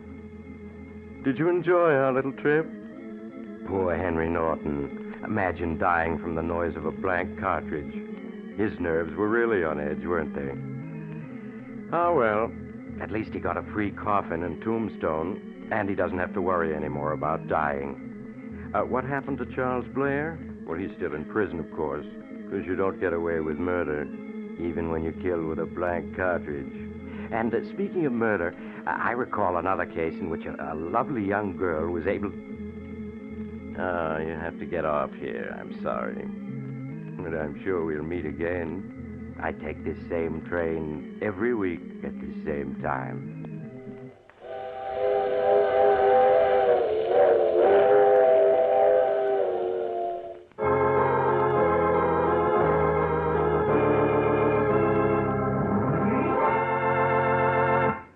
You have heard The Mysterious Traveler, a series of dramas of the strange and terrifying. In tonight's cast were Maurice Tarplin, Santos Ortega, Agnes Young, Ted Jewett, and Neil O'Malley. Original music was played by Paul Taubman. The Mysterious Traveler is written, produced, and directed by Bob Arthur and David Kogan. Listen next week to a tale titled Invitation to Death. Another strange and terrifying tale of the Mysterious Traveler. This program came from New York. Another program of tense and dramatic action follows in just a minute. Stay tuned to the station for Official Detective. Carl Caruso speaking. This is the Mutual Broadcasting System.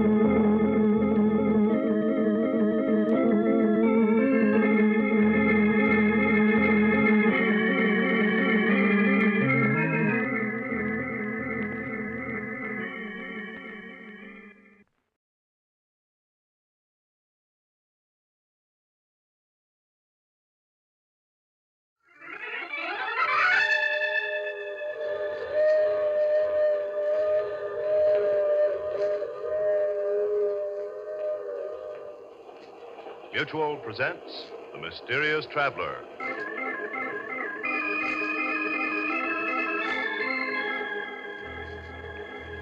This is The Mysterious Traveler, inviting you to join me on another journey into the realm of the strange and the terrifying.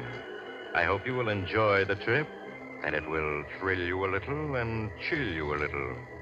So settle back, get a good grip on your nerves, and be comfortable if you can, as you hear the story I call I Won't Die Alone.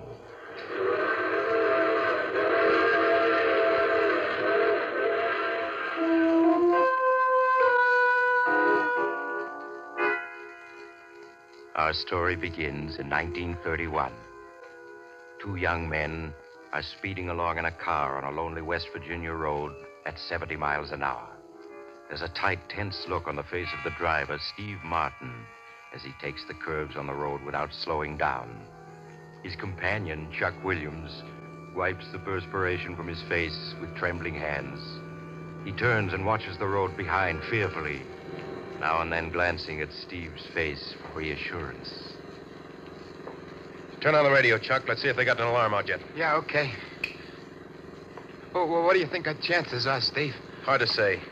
All depends on how fast the cops spread the word. The two men robbed the Third National Bank of Louisburg of over $250,000 shortly before closing time. Word has just been received that the two bank robbers are now driving east on Highway 6B towards the Allegheny Mountains. That's not good. State Police Car 9 take up position at junction of Highway 11A and River Road. They're moving fast. State Police Car 10 take up position at junction of Highway 3 and Highway 6B. Steve, Highway 6B, we're on it. Yeah. That is all. Stand by for further orders. Steve, you gotta turn back. We're headed for a trap. Take it easy, will you? There's still a chance. 20 miles ahead, there's a small dirt road that'll detour us right around them. 20 miles? We'll never make it, Steve. Isn't there any other road we can turn off on? No. Are you sure? I was born in these parts. I know every inch of the country.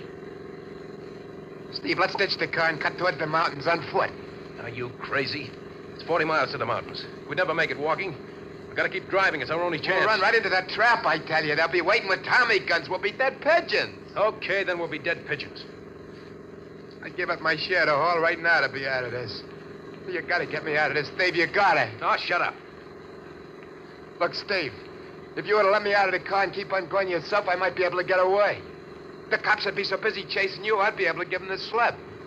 You lousy rat. Now, look at it my way, Steve. There ain't no use both are getting caught. That don't make sense. You're great when it comes to sharing the dough, but when the heat's on, you want out. Yeah, but I'm willing to pay for you can keep my share of the bank haul. Now, that's fair enough, ain't it? Huh? A lot of good that dought'll do me if I get caught, but I'm sick of hearing you whine. All right, it's a deal. If I get through, the dough's all mine. If I don't, well, I don't. Thanks, Steve. Thanks. I'll never forget this. Come on, get out. Which way do I go, Steve? Head across the fields until you hit a small stream. Then head upstream for about 6 miles. There's a railroad water tower there. You ought to be able to hop a freight. Thanks, Steve. I'll be seeing you. Yeah. So long, Chuck.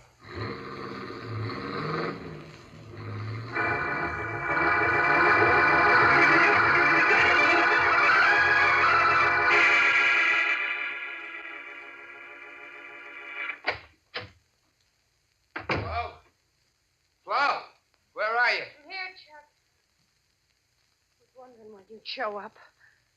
See by the paper they got Steve. Yeah. Now, let me see that paper. It says here they caught him yesterday afternoon at 5. An hour after I left him. What'd you do, run out on him? No, I didn't run out on him. I just played it smart. What are you looking at me like that for? There wasn't no sense in both our being caught, was there? No, I guess not. Where's the dough? What dough? The $254,000 you got in the bank job. Steve had the dough. What? Look what it says there in the paper. Huh? Go ahead, read it.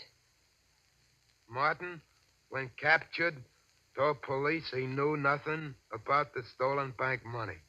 Police believe that Martin's unknown companion escaped with the loot. But I didn't, Flo. I didn't. Steve had that dough when I left him. Then why didn't the police find it when they caught him?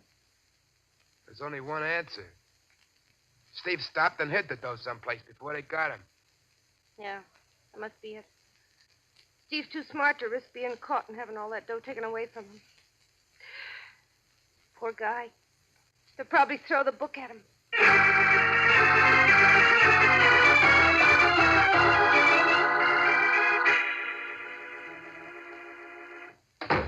Where you been so long? What happened at the trial? They give him 25 years. 25 years? Mm-hmm.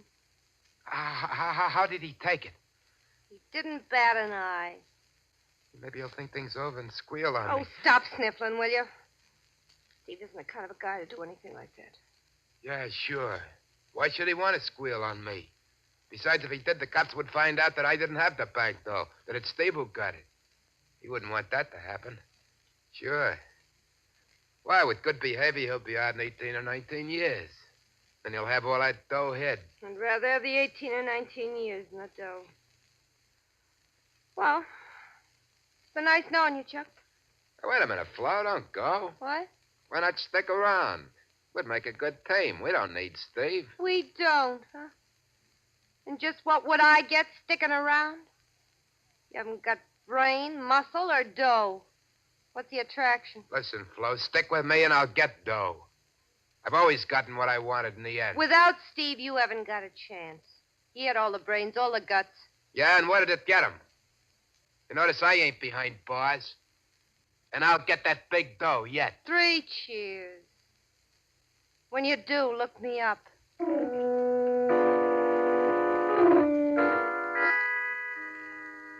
17 years passed. 17 years in which earth-shaking events took place. With the passing of time, Steve Martin became just a memory to Chuck Williams and Flo Duval. During the 30s, Chuck struggled desperately to make money in a half-dozen petty rackets, but failed miserably. However, with the coming of the war, his luck changed, and in the years that followed, he thrived on the black market. And with his newfound wealth, he was able to win Flo Duval. 1948 found Chuck Williams a happy, prosperous citizen without a care in the world. How many times have I told you to knock before you come into this office? Look, Napoleon, save that big shot stuff for your stooges. Same old Flo. I guess that's what I like about you, baby. Yeah, I'll bet. Well, you've got that superior look on your face again. Who are you planning to knife now? I just got word that our old pal, Steve, is getting out of prison tomorrow. Steve Martin? The one and only. It's been 17 years now. It's a long time. Yeah. Think I'll drive down to the prison. Be there when Steve gets out. What for? You haven't bothered to write or visit him since the day he was sent up? I know. But, there's a matter of unfinished business between the two of us. Unfinished business? Yeah. To be exact, $254,000. You mean you're going after that dough that Steve has stashed away? That's just what I mean. But you gave up your share of that bank dough the day you and Steve separated. Man can always change his mind. Chuck, leave Steve alone. That money by rights is his. He paid 17 years for it. Besides, you don't need it. You got more dough than that already. Maybe so, but that isn't going to stop me from getting that $254,000. And you ought to know by this time I always get what I go after. I got you, didn't I, baby, huh?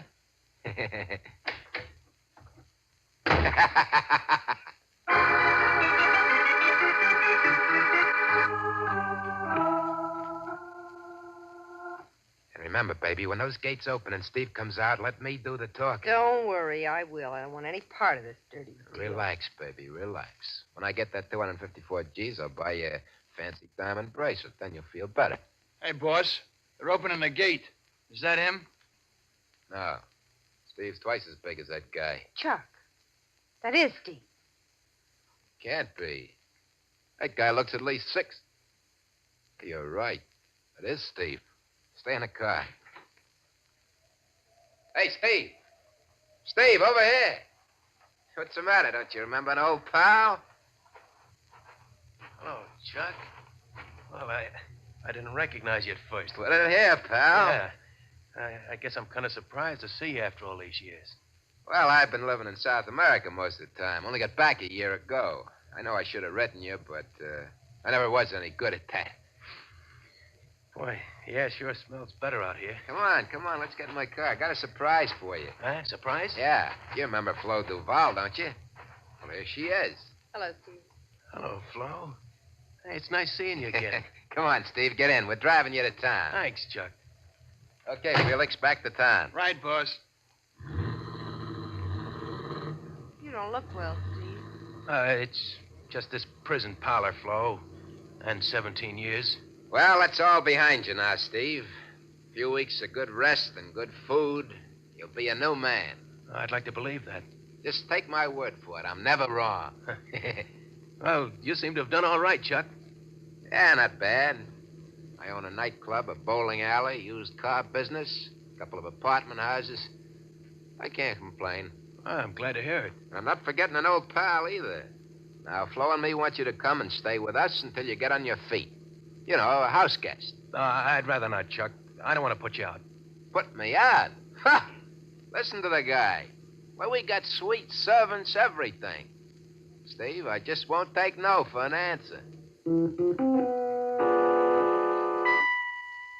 A week passed, then 2 weeks, during which Steve Martin did little other than eat and sleep and take long walks. Chuck Williams played the role of the gracious host to perfection, and his guests lacked nothing in the way of comfort. So concerned was Chuck with his guests' welfare that he always knew exactly where Steve was and what he was doing. Then one day, as Chuck had known it would happen, Steve came into his office for a private chat. Hey, busy, Chuck? No. Have a seat, Steve. Thanks. What's on your mind? Well, while I was doing time, my old man died and left me a small farm in West Virginia. That's where I was born and raised, you know. Yeah, I remember you telling me. Well, I'm going back to the old farmhouse and settle down there for a while. I see. Well, anything you say, Steve. Only let's keep in touch, huh? Yeah, sure thing, Chuck. When are you thinking of leaving? Tomorrow morning. Well, that's soon, huh? Well, we'll have to have a little farewell party tonight, okay? Yeah, fine. I'll see you later. Right you are.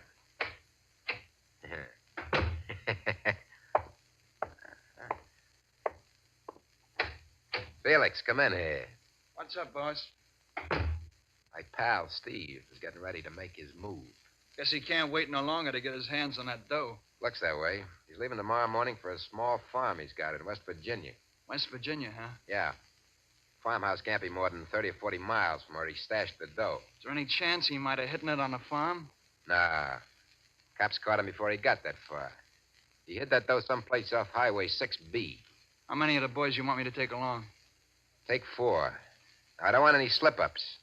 Watch him day and night, and without being seen. Just leave it to me. Sooner or later, he'll lead you to the dough. And when he does, well, you know what to do. Yeah. Okay, then. You better start packing.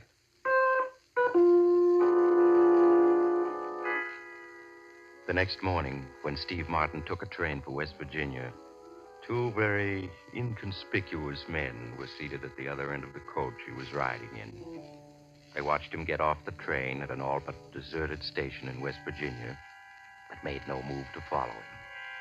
As the train started off, Steve hired a car to take him to the farm he'd inherited. It was dusk when he finally reached the deserted farmhouse. On a heavily wooded hill 100 yards away, Felix and a companion watched through field glasses as Steve lit a fire in the farmhouse and prepared to settle down for the night. In the days and nights that followed, Felix and his men took turns watching Steve Martin's every action. And every evening, Felix would phone Chuck Williams and report that Steve hadn't made a move as yet. How many times have I told you to knock before coming into this office? What's the matter, Napoleon? Aren't things working out? I've told you to lay off that Napoleon stuff. I don't like it. Mm-hmm. That must be Felix. Hello? Hello, boss. Felix. Well, what's happening? Nothing. He still hasn't made a move. All he does is fish and read. What about visitors? He hasn't seen anyone since the day he got here. Are you sure he didn't give you the slip during the night and get the dough? Not a chance. I got 2 boys watching the house at night. Well, maybe he knows he's being watched, and that's why he hasn't tried anything. I'd bet my last buck he hasn't spotted us. Nothing ever goes right unless I'm running the show. I'm leaving tonight for West Virginia. I'll see you in the morning. Okay, boss.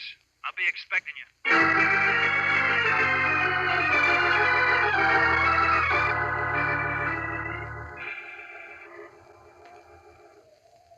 That's a farmhouse down there, boss. Look through the field glasses. You can see it just like you were standing in the front yard. He's sitting on the porch reading. Yeah, reading and fishing is all he does. He hasn't been more than a couple of 100 yards away from the house since he got here. Well, he must have spotted you. That must be the reason he hasn't made a move. How could he have spotted us? You can see how careful we've been. Well, I'll wait a couple more days. See what happens. If he doesn't move soon, I'll have to think of something else.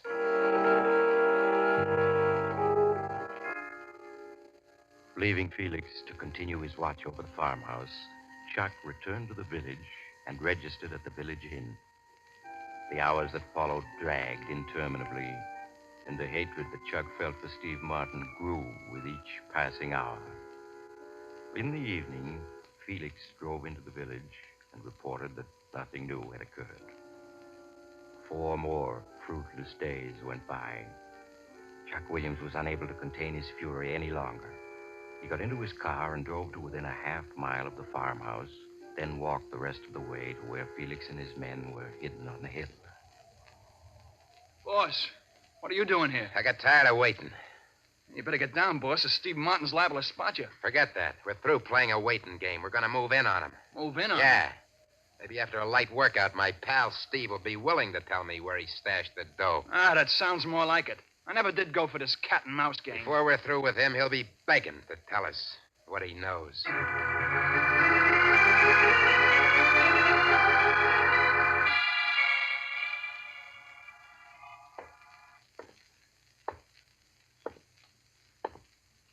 Hello, Steve. Got lonesome for you. Decided to pay you a call. I thought you'd get around to it sooner or later. You don't sound very glad to see me. That's a fine way to act towards a pal who was your host for the last 3 weeks.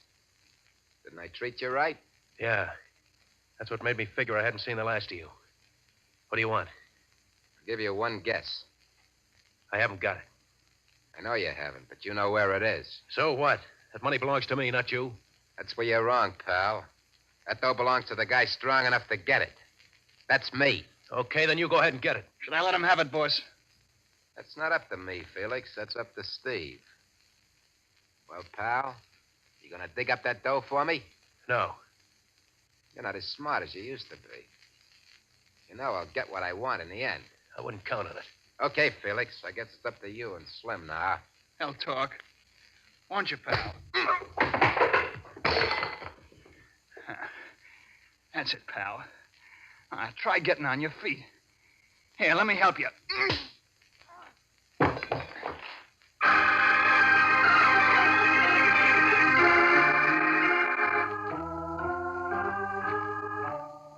How is he, Felix? It's out cold, boss. He always did have a stepping streak.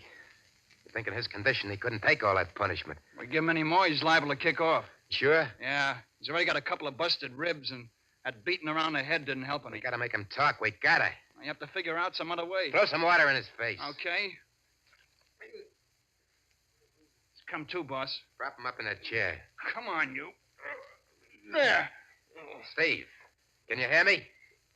Yeah. I can hear you. Felix here wants to try the water treatment. Water treatment? Yeah. Now, why don't you play it smart and tell me where you hid that dough?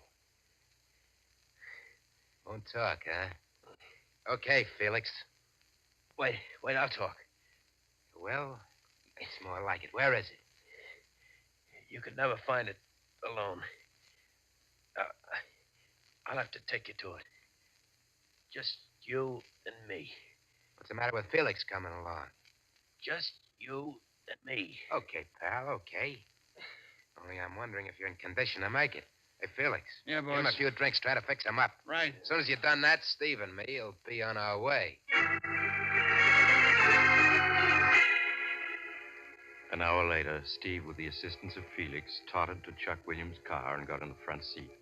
Chuck slid behind the wheel and started the motor. As he drove off, he waved to Felix triumphantly.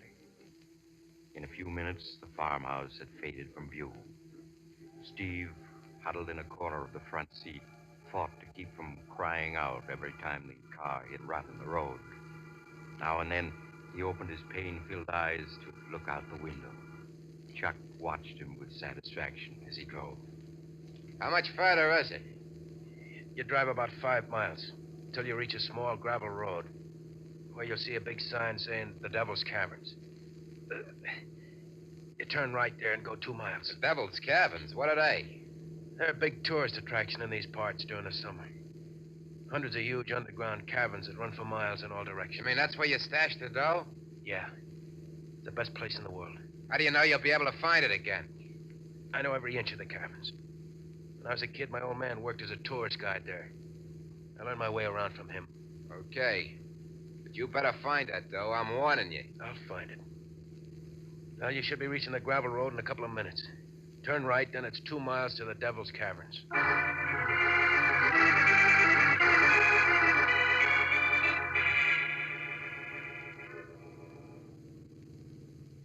This is it. Park the car in that shed over there. Place sure looks deserted. Well, no one ever comes here until June. Is that the entrance to the caverns, that door set in the rock? Yeah. You'll have to shoot the lock off the door. Is this okay? Yeah. No one will ever be able to spot the car here. But you said no one comes here until June. No one does. Why take chances? We'll need a flashlight. I got one. Come out this way. And if you're thinking of any tricks, don't. Remember, I got this gun, and you're in no condition to try anything. Yeah, you saw to that. How come you didn't hide out here when the cops were after you? Well, there wasn't any place to hide the car. Jed wasn't here 17 years ago. Tough. Never saw such a lonely-looking place. Yeah. Well, you ought to be able to blow this padlock off with one shot. You better stand over there. Yeah, that does it.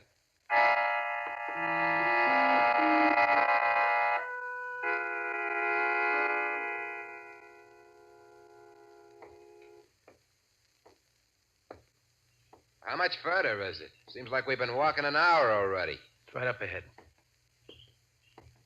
Sure you can find your way out again? All these cabins look alike to me. Yeah, I know the way out. Sure is damp in here. Hey, what was that? Oh, probably just a rat running past you. The place is full of them. Seems to me it's taken a long time to find that place where you hid the dough. If you're trying anything, Here's where it is. I'll hold the flashlight a little higher. That's it. I hid the suitcase behind this rock. Got it? No, not yet. Here it is. Yeah, that's it. That's it, all right. I can still recognize it. Open it up. Well, there's the dough. Yeah. Still in the bank wrappers. Look at it. Over $250,000. What's so funny? Answer me. So you're the guy who always gets what he goes after in the end, huh? Yeah, now I got the dough. And I'm asking you again, what's so funny? Look at the money. Go ahead, look at it. I'm looking. What about it? Yeah, you're looking, mastermind, but you don't see. All those bills are goldbacks. Goldbacks? Yeah, that's right. In 1933, the government called in all goldbacks. That's how the kidnapper Bruno Hauptmann got caught, trying to pass goldbacks after the government had called him in. You mean that dough is no good? That's just what I mean. You try passing any of that dough and you'll end up doing time. You've known all along that dough was no good? Ever since 1933. Knowing it was worthless, I never intended coming here for it. But you made me. I ought to let you have it, you rat, for leading me on like this. Well, why don't you? Come on, pick up that suitcase. Let's get out of here. Oh, wait a minute. I forgot to tell you, Chuck. Tell me what? I'm staying here. You're staying here? Yeah, that's right. Now, look, I've had enough out of you. Start leading the way out. I guess you didn't understand. I said I'm staying here. Get going or you'll get it right between the eyes. That doesn't scare me. You see, Chuck, there was something else I didn't tell you. Something else? Yeah. I didn't get out of prison on good behavior. I got out because the doctor said I was going to die in 3 months. You're going to die in 3 months? Yeah, that's right. I thought I died peacefully on my farm. Only you wouldn't let me do that. So I've decided to die here with you as company. Steve, you can't do that. You can't do that, Steve. You got to get me out of here. You got to. I don't have to do anything I don't want to. But get me out of here, Steve. I'll make it worth your while. I got dough. I got lots of dough. It's too bad you won't be able to take it with you. Steve, I'll give you 100 G's. 200 G's if you get me out of here. It's not going to be tough for me to die because I only got 3 months anyway. But I'm going to enjoy watching you. You're going to get weaker and weaker as you plead with me to lead you out of here. Then you're going to get desperate and try to find a way out by yourself. But you'll never make it. You'll go wandering from one cabin to another, and then in the end, you'll probably wander back here to find me dead. And your flashlight's going to go out. You'll be all alone in the dark with the rats and the bats. Oh, stop it! Stop it or I'll shoot! And as you go weaker, the rats are going to close in on you before you know it. Steve. Steve. I didn't mean it. Well, you made me. Steve, say something. He's dead. He's dead. Gotta get out of here. Gotta get out of here. Help! Help! Help!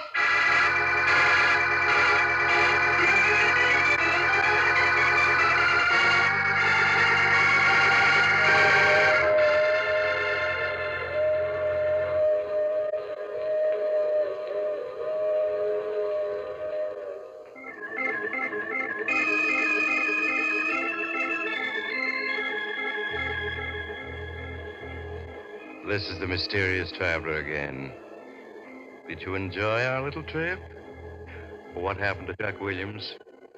Oh, the poor fellow was found dead a month later when the cabins were opened for the summer tourist trade. Seems Chuck had wandered from cabin to cabin without being able to find his way out. Evidently, he'd gone mad in his last hours, for he was found with his pockets stuffed full of bills.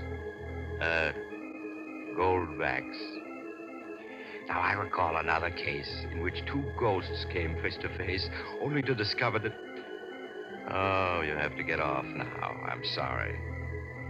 But I'm sure we'll meet again.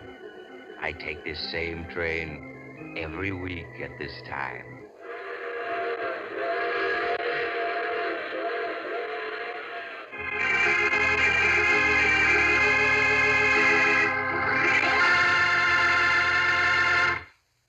You have just heard The Mysterious Traveler, a series of dramas of the strange and terrifying.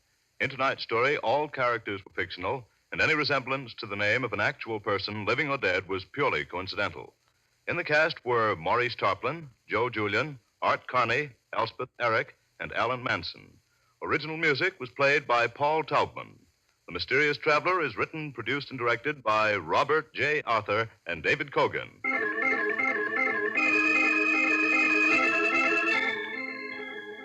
Listen next week to a tale titled Death Writes a Letter. Another strange and suspenseful tale of the mysterious traveler.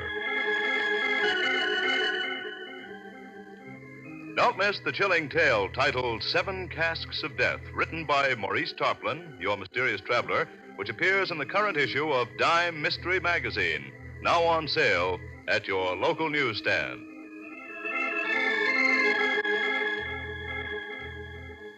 This program has come to you from New York.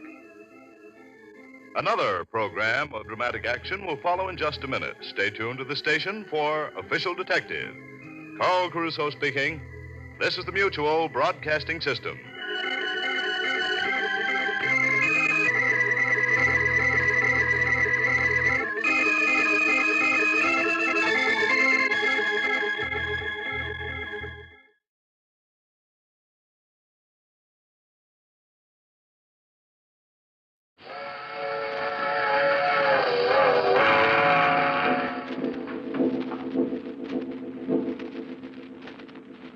The Mysterious Traveler.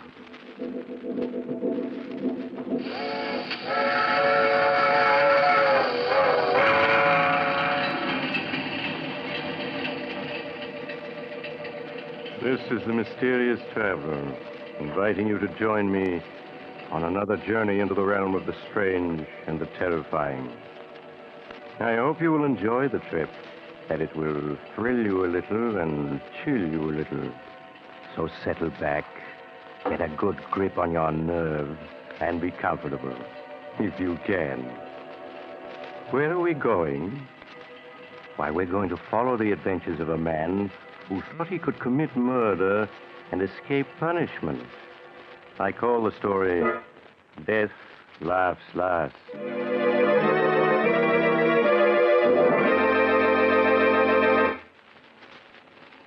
It was while I was practicing medicine in an eastern city that Edward Harrison brought his wife Mary to me for an examination.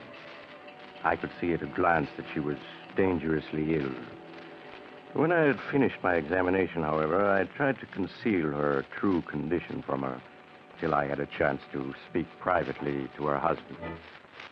It isn't anything serious, is it, Dr. Smith? Oh, please tell me that it isn't.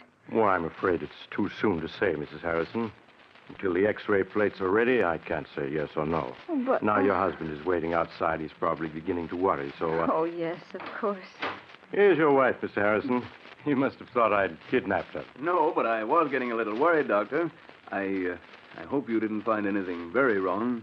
Well, I took several X-rays, but I won't be able to tell much until they're developed. I'd like your wife to come back day after tomorrow, if she can. Of course, Doctor. What time would be the best? Well, any time that's convenient to you. Now, I'll write out a prescription your husband can have filled. Will you step in for a moment, Mr. Harrison? Sure thing. With you in a moment, Mary. Of course, darling. Sit down, won't you, Mr. Harrison? All right. Now, what is it, Doctor? Mr. Harrison, your wife is dangerously ill. Does that mean she's going to die? Her only hope is a brain operation. A very difficult and delicate operation. Without it, well, I could only give her 6 months, a year at most. No, it mustn't be. She's got to have the operation, you hear? I must tell you, Mr. Harrison, that only one man in this country has the necessary skill for the operation your wife needs. He's Dr. Howard Richards, and naturally he's in great demand. His average fee for an operation is about $1,500. $1,500? Well, of course, if you can't afford that, you might consider the circumstances and... No, I can afford it. I can afford anything Mary needs. Well, then I'll get in touch with him at once. Yeah, sure. You make the arrangements right away, and I'll get a hold of the money. I'll get it to you by tomorrow, sure.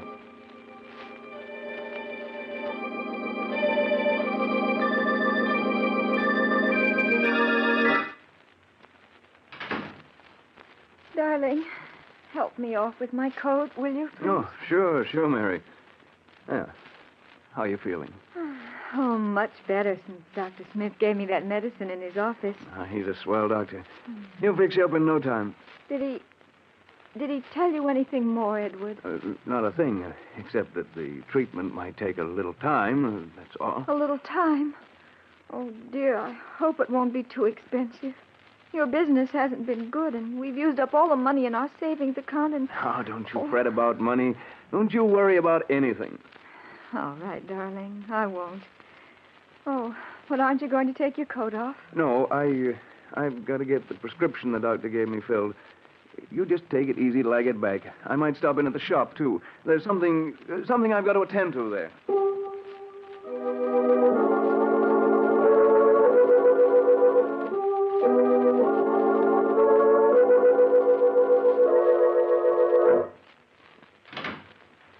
Danvers.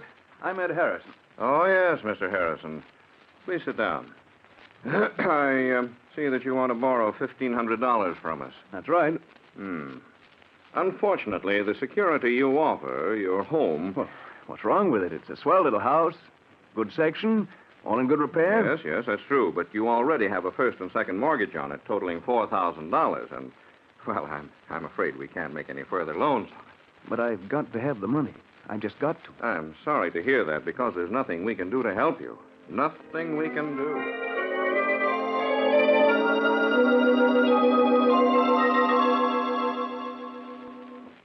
You say you're not employed, Mr. Harrison. No, I own a shop. I'm a locksmith. Mm-hmm.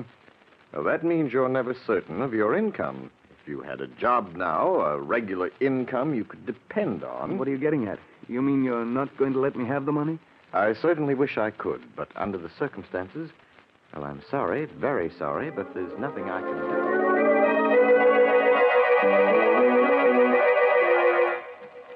I'm afraid the collateral you suggest isn't satisfactory, Mr. Harrison. We'd lend you the money if we could, but we just can't. Sorry.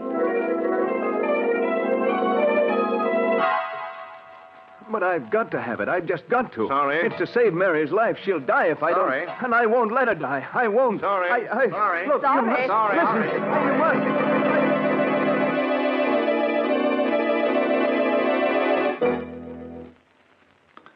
Edward, you aren't eating. Oh, and you're so quiet. Dear, is there anything wrong? What? Oh, no, of course not. You're worrying about me, aren't you? Why, no, Mary.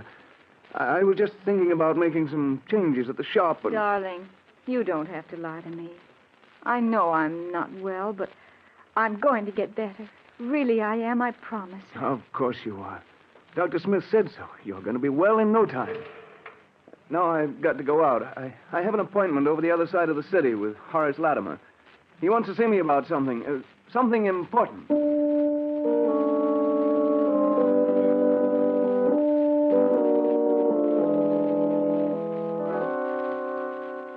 Edward had no appointment with Horace Latimer, but went to see Horace anyway. For he and Horace had been boyhood friends. Then their paths had separated, and Horace had grown wealthy. But in his desperation, Edward Harrison hoped that Horace would remember the past and would lend him the money he'd been trying to raise all day. Horace could spare it easily. But would he? 1,500? That's rather a lot of money, Ed. I know it is, Horace, but it's for Mary, for an operation. I've got to have it. Yes. Why don't you try the bank? You have a house, a business. I have tried the bank and all the personal loan companies in town. They all turned me down, said the security wasn't good enough. I see. Well, that's too bad. But I don't quite understand why you came to me, Ed. Because we're friends, that's why. Because when we were boys, we agreed that we'd each of us always lend the other a helping hand if we could. Boys don't understand business very well, I'm afraid, Ed. No, I suppose not. They don't understand business. They just understand friendship. You know, if I had the money and you needed it, I'd lend it to you in a minute. I don't doubt that at all, Ed. And you can bet I'd lend it to you if I had it. But that's the trouble. I haven't any ready cash. The income tax, you know, and a couple of shaky investments that I had to bolster up lately. All right, Horace, never mind explaining. I get the idea. You're not going to lend me the money. No, really, Ed, I would if I could, but I can't. I'm sorry, Save your but sorrow for somebody else. I don't need your money, you hear? I'll get it someplace else. Yes, I'll get it. Somehow.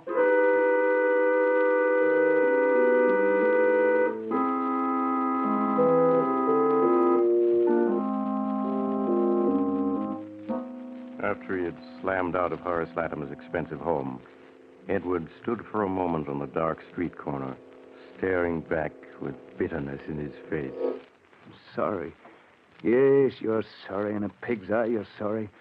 What a sap I was to think you were a pal of mine. What's that, buddy? Oh, was you talking to me? What?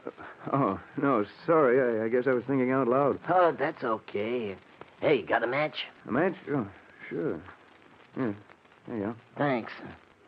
Okay, just hold it like that. Make a move and I'll plug you.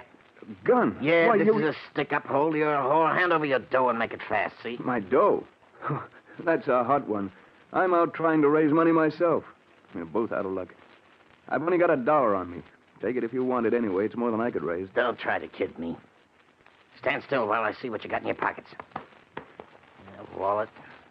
A leather case of some kind. You'll find just $1 in that wallet. Yeah? $1. One measly buck. And I bet you got a roll hidden in this leather case. It's heavy enough. There's nothing in there but my emergency kit. Yeah, well, I'll just see for myself. Say. Oh, this kit is full of skeleton keys and pick locks and stuff. What are you, anyway? Second-story worker? I'm a locksmith and a safe repairman, if it's anything to you. Now, how about taking $1 and letting me go on my way? I'm in a hurry. Not so fast, pal. Not so fast. Were you leveling just now when you said you was trying to raise dough? Yeah, I've got to have $1,500 by tomorrow. What's it to you? You'd be surprised, pal. Okay, I'm putting the gun away, but you ain't leaving yet. Me and you, we're gonna talk business. Because I got a plan that'll get us both all the dough we need.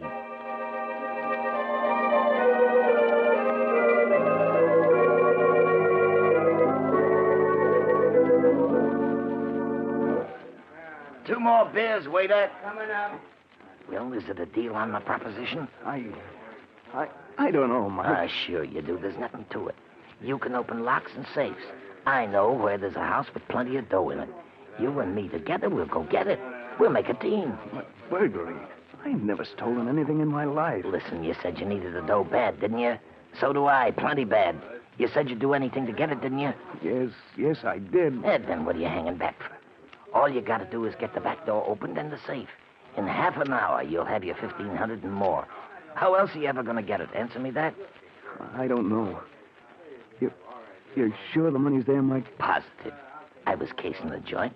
Looked in the window in time to see the old geezer put a whole roll of bills in a safe that's like a bread box. You could open it with your teeth. All right. I'll do it. I've got to have the money. I'll go on the job with you.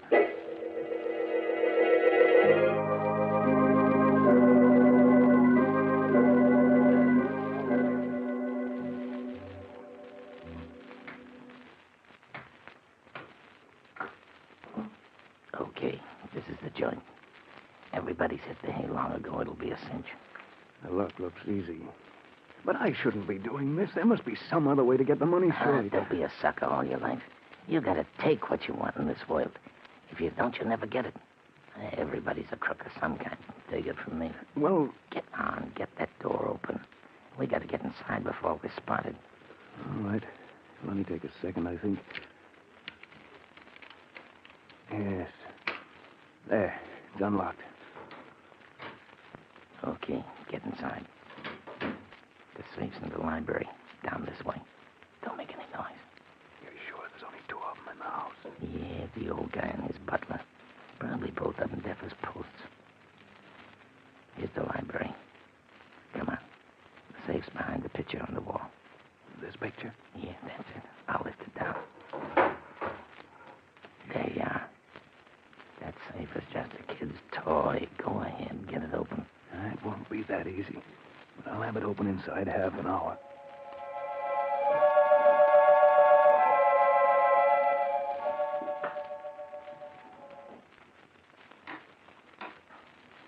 Hurry it up. You've been 40 minutes on that thing. It's coming now. There. It's open. About time, too. Now let's see what's in it. Here's the cash box. Will I open it? There. Look. Dough, cash, Mazuma. What'd I tell you? There must be thousands there. Easy. Come on, we'll count it and divvy it up. No, never mind. Just give me $1,500. That's all I want. You can keep the rest. Are you kidding? No, that's all I want. Just the $1,500 I need. Okay, it's your funeral. Here you are. 10, 11, 12, 13, 14, $1,500 bills. $1,500? Yeah, for just an hour's work. Easy money, huh? What do you say? We crack a couple more cribs tonight? No, I just want to get out of here now and... Get behind this door. I'll take care of it. Burglars. Jenkins, police, help! What'd you expect me to do? Shake his hand? Would you kill him? Yes. I'm an accessory to murder. Cut that guff and let's get out of here. Or do you want to get caught? No, of course not. All right, let's get going. Come on, we can... Stand still, both of you. I have a gun and I have you covered. The butler. If you move, I'll shoot. I can see you perfectly. He's standing on the stairs. He's got a gun. We caught. No, not yet. We ain't. Not by an old scarecrow with a rusty horse pistol. Put up your hands. I'm going to call the police. You've done something to the boss. Okay, we'll put up our hands. Light from me, Will. Oh! Shut him. We gotta get out of here in a hurry. No shots.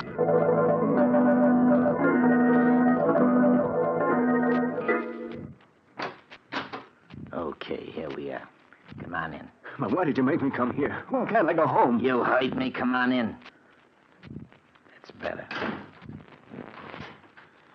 Now, take off your hat and stay a while. But I can't stay, Mike. My wife, she'll be worrying.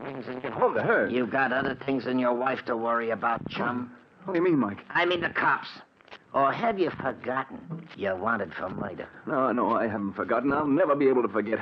Why did you kill him? Why? Well, it was either kill them or go to jail. Or would you rather have gone to jail, huh? No, but I'm all mixed up. How did I get into this anyway? You needed dough. That's how you got into this.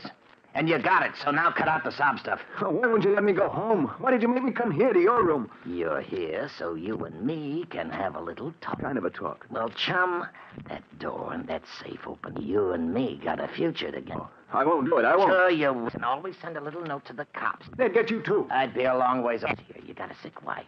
You can, they say. You don't think you can pull a job and then go on as if nothing had happened. Somebody's always got to be another. I did it only for a minute now, and you can't get out. Wait. I will get it off my chest. Oh, no, you do. You see, Dick, and if I talk... Hey, let me go! You got me into this. You know it. I'll take that gun away from you. I'll put you out! Oh! Mike. He's dead. I'm going to get away. In a daze of horror, he made his way to the street. Thoughts which he could not control round in his head. They'll hang me. But I had the money to make Mary. Now they'll catch me. They'll hang me. I've got to. Paid for somehow. But you can't escape if you're lucky. I need a drink. I've got to have a drink before I go crazy. So Edward Harrison stopped the street and struggling to control his shaking as normal. He ordered a double whiskey and gulped it. His senses cleared a little. He heard the radio at the end of the bar, broadcasting a warning to the city. Attention. The police stop for the following man. Committed in the Buxton Park. Please make a note of the following. Say, buddy, what's the radio off for? Because I was... Did? And I got a night I want to hear it. So I'm going to turn it back on again. No, you mustn't. But I'm going to. If you try your gun right here under the bar, see what that dirty killer looked like. I repeat, beyond night, lean and wiry, with reddish-brown hair, in Buxton Park earlier this evening. Man reported once to... Now turn you back to our regular night owl program of popular dance tunes. Lean and wiry with reddish-brown hair, huh? Well, that ain't you. You're heavy-set and black-haired. But for a minute there, you had me going. I was positive you was the killer the way you didn't want me to hear the description. I guess you're just jumpy, huh? Well, here, have another drink. On the house. Thanks. I need some sleep. Yeah, that's what I need. Some sleep. How close he had come to giving himself away. Edward Harrison hurried. Mike, the police were looking for. Not Edward Harrison. And they had. Edward Harrison was safe. His own good luck, Edward was asleep. Quiet and troubled by nightmare, Mary was already preparing breakfast. Good morning, darling. Who? I was pretty late. I stopped at the shop. I was pretty late, a little work. I forgot to watch the time. Oh, this morning you look terrible. I know. You're worrying about me. Really, I am. Of course you are. I'm going to see to that. What do you think? Dr. Smith called up last night. He wanted to talk to you. Said he had some good news for you. Good news? Yes, but he wouldn't tell me what it was. I don't know why. He asked for you to stop in at his office this morning. I think I know what it is. Yes, Sure, I'll go right over and see him. Oh, but, darling, you're going to eat breakfast first, aren't you? I'll eat when I get back. I want to see the doctor first. Anyway, I'm not very hungry. Well, all right, Edward. But please hurry back. I want to know what the doctor says, too. Yeah, sure, Mary. I'll be right back. But everything's okay now, darling. Everything's okay.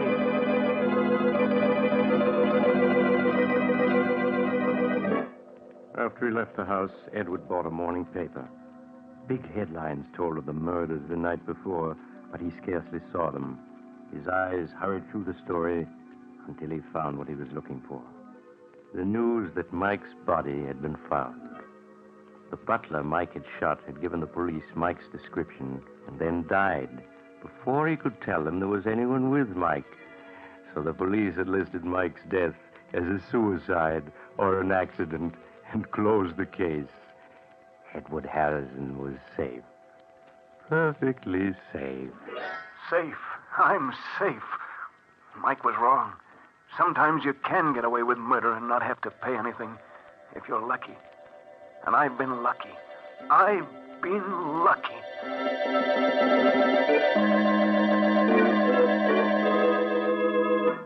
When Edward Harrison entered my office, he sat down beside my desk and tossed a folded newspaper into the wastebasket. His expression was that of a man who had just faced disaster and been rescued at the last moment. Good morning, Doctor. Mary said you'd phoned. You had good news. Yes, Mr. Harrison, I called you last night after I got in touch with Dr. Richards. I wanted to tell you that he had agreed to operate on your wife. Oh, that's swell, Doctor. And I've got the money right here in my pocket. Money, yes. Yes, I was also going to tell you that Dr. Richards had said not to worry about it. You could take as long as you wanted to pay it. As long as I wanted? Yes. Then it wasn't necessary. I didn't have to do it. I didn't have to do it. I'm afraid I don't understand. Never mind, Doctor.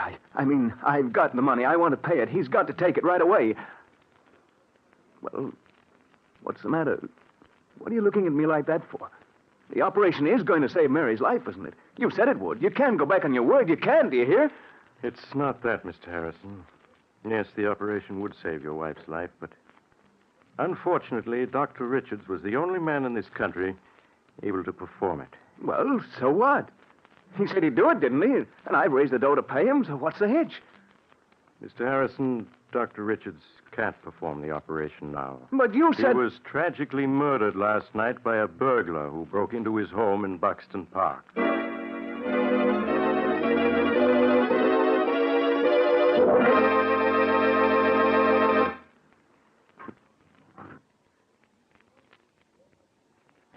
This is the mysterious traveler again. Did you enjoy our little trip into the life of a man who thought he could make good come out of evil? Poor Edward Harrison. He didn't believe that crime must always be paid for by someone, did he? What became of him? Well, after his wife died a few months later, he confessed everything to the police. He didn't have anything to live for, poor fellow. But I hope his experience will teach you that crime really doesn't pay. I always say that if... Oh, you're getting off at the next stop. I'm sorry. But perhaps we'll meet again soon. I take this same train every week.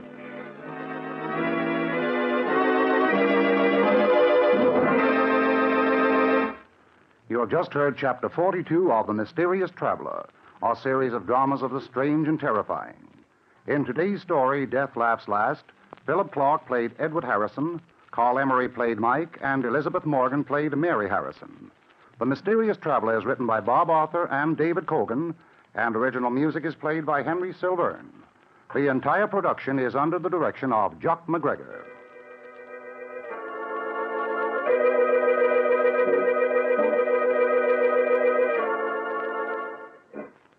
And now, an important message for all of you.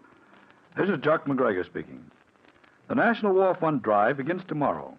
As you probably know, this fund includes over 22 of the major war relief and service organizations. As the war progresses on all fronts, more and more people will need help. our armed forces, American prisoners of war, our allies, and people right here at home.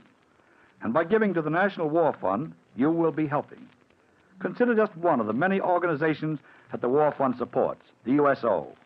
More than 3,000 service units are in operation, clubs where our servicemen and women find recreation, dances, educational activities, reading, writing, and game rooms, and religious counsel.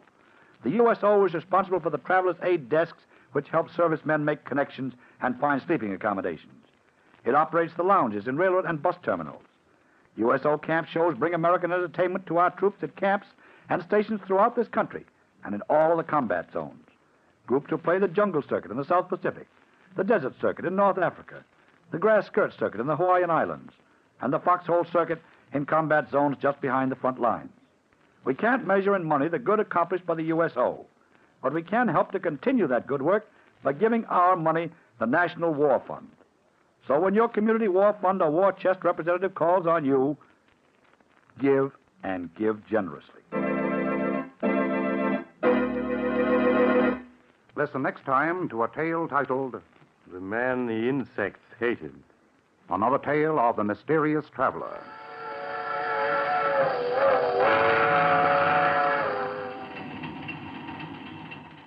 The Mysterious Traveler is presented by WOR Mutual from the WOR studios in New York. Beginning Saturday, October 7th, The Mysterious Traveler will be heard at a new time. It will be presented every Saturday evening at 10:30 Eastern Wartime over most of these same stations. So remember the new time, 10:30 p.m., Saturdays. This is Mutual.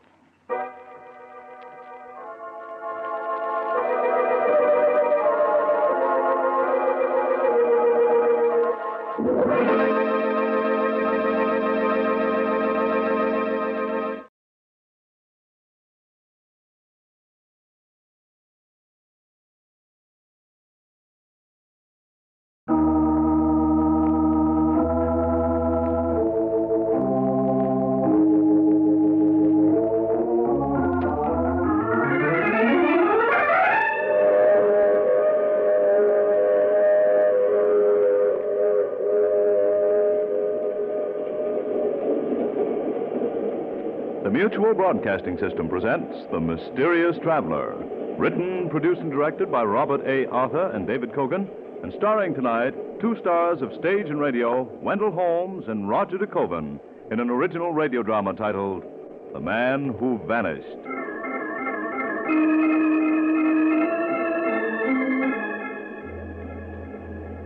This is the Mysterious Traveler, inviting you to join me on another journey into the realm of the strange and the terrifying. I hope you will enjoy the trip, that it will thrill you a little and chill you a little. So settle back, get a good grip on your nerves, and be comfortable, if you can, as you hear the story I call The Man Who Vanished.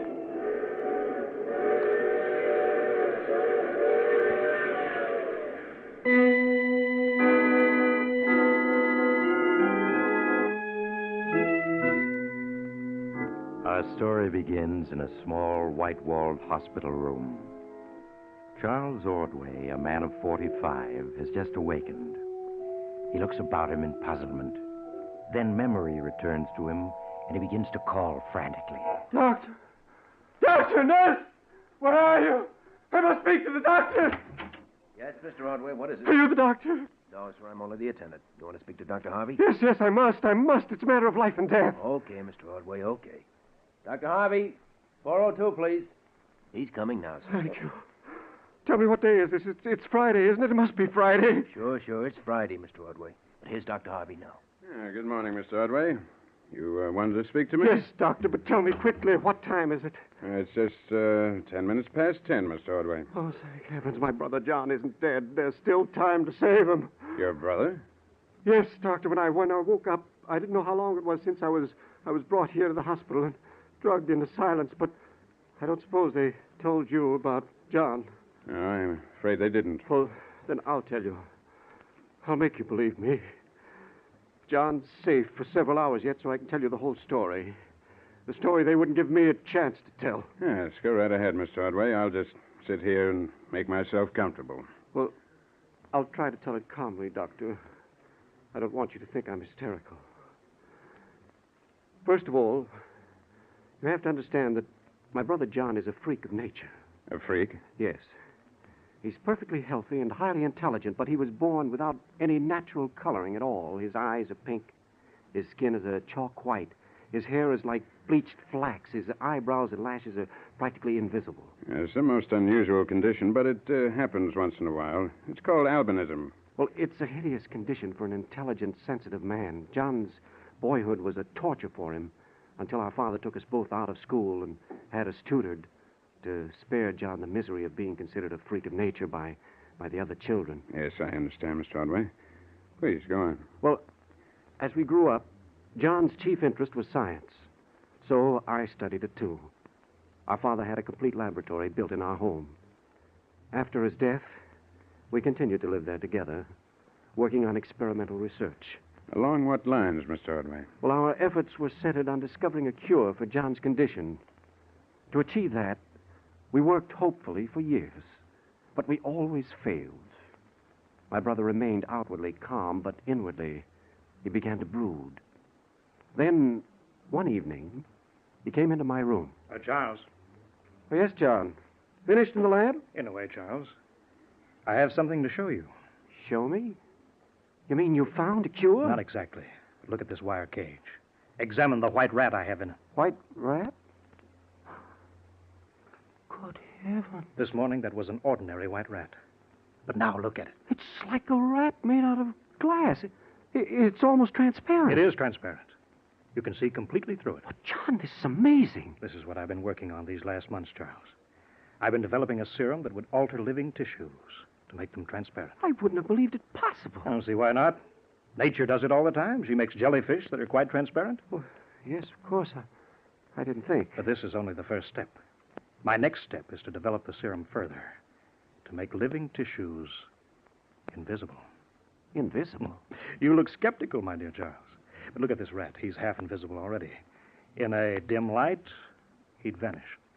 Yes, that's true, but... The basic principle is perfectly natural, Charles. It's only a matter of refining it. And then, Charles, well, take a freak like myself. So colorless, he's already well started toward invisibility. I'll find out what it's like to be completely unseen. Someday soon, Charles, I'm going to have a real surprise for you.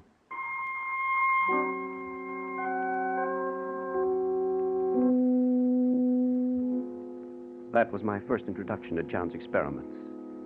After that, for many weeks, he worked in secret. Then one morning, he called me into the laboratory and showed me a cage that seemed to be empty, but there was something scurrying about it, a rat, an invisible rat. To the touch, it was warm and furry, filled with life. But to the eye, if the light was not too bright, it was nothing. Well, Charles, convinced now? Yes, I'm convinced. You've succeeded, John. Not quite. I haven't made myself invisible yet. You're not going to try your serum on yourself. Of course I am. Listen, Charles. Always I've been considered a freak. Now I'm going to turn the tables. I'll mingle with people and I'll laugh at them. I'll be their superior, able to come and go without their knowledge. Able to control their very destinies if I wish. John, that's madness. On the contrary, it's scientific fact. You'll see, because you're going to help me. No, I Surely refuse. You're not going to let me down, your own brother. Well, of course, John. I knew I can get your help. Here's a hypodermic full of the serum. All I want you to do is to inject it into my arm. And watch the result.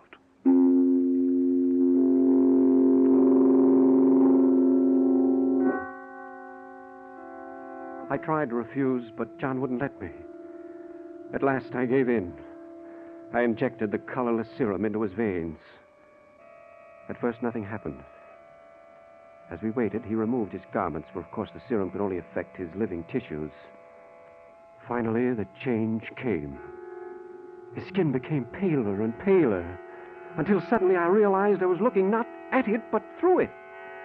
After that, the change was rapid. His body seemed to fade away before my eyes into nothingness.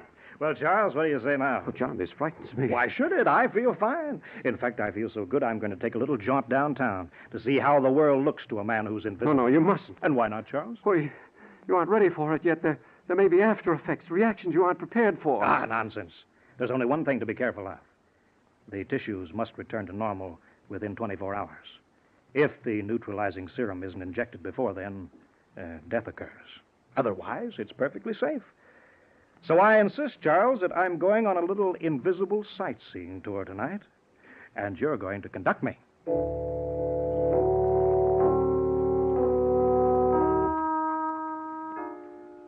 Again, I tried to say no, but John was insistent.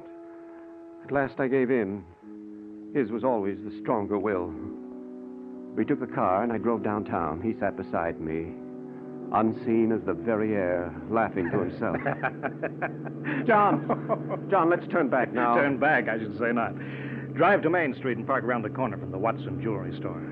The one where our old schoolboy companion, Harry Watson, works for his father. Well, why, John? Because I'm going to try an interesting little experiment. That's why.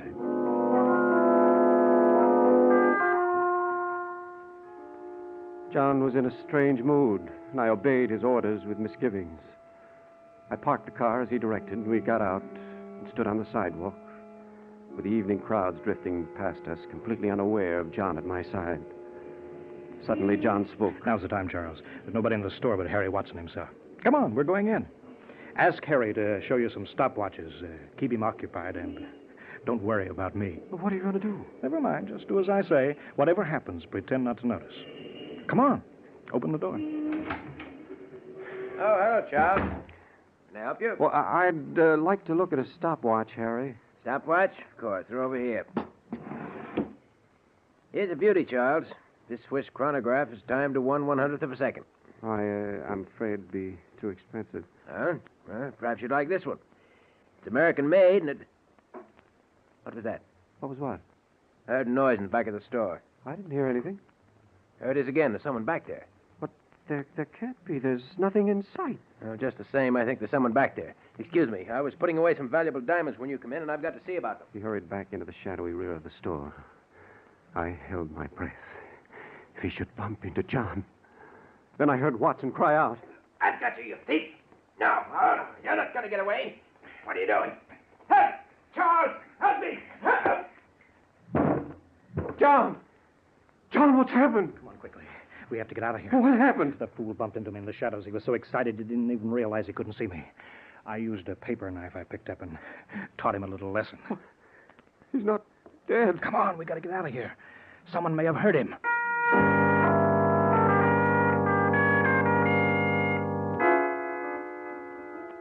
We got out of the store and to the car. But as I drove home, John refused to answer any of my frantic questions. When we reached the house, he hurried me into the laboratory. You got to give me the neutralizer or make me visible again, Charles. But John! No questions. Here we are. Here's the hypodermic. You've got to inject it. Here's the mark from the previous injection. Now go ahead. I pressed the plunger, and the drug flowed into his blood. For a moment, nothing happened. Then, like a man materializing out of nothingness, he grew visible. A misty figure that took on solidity until it was a man. John gave a little gasp of weariness and pushed me out of the room. Now, go on, Charles. You get to bed. I need some sleep. This stuff seems to drain away my energy. We'll talk in the morning. Pleasant dreams.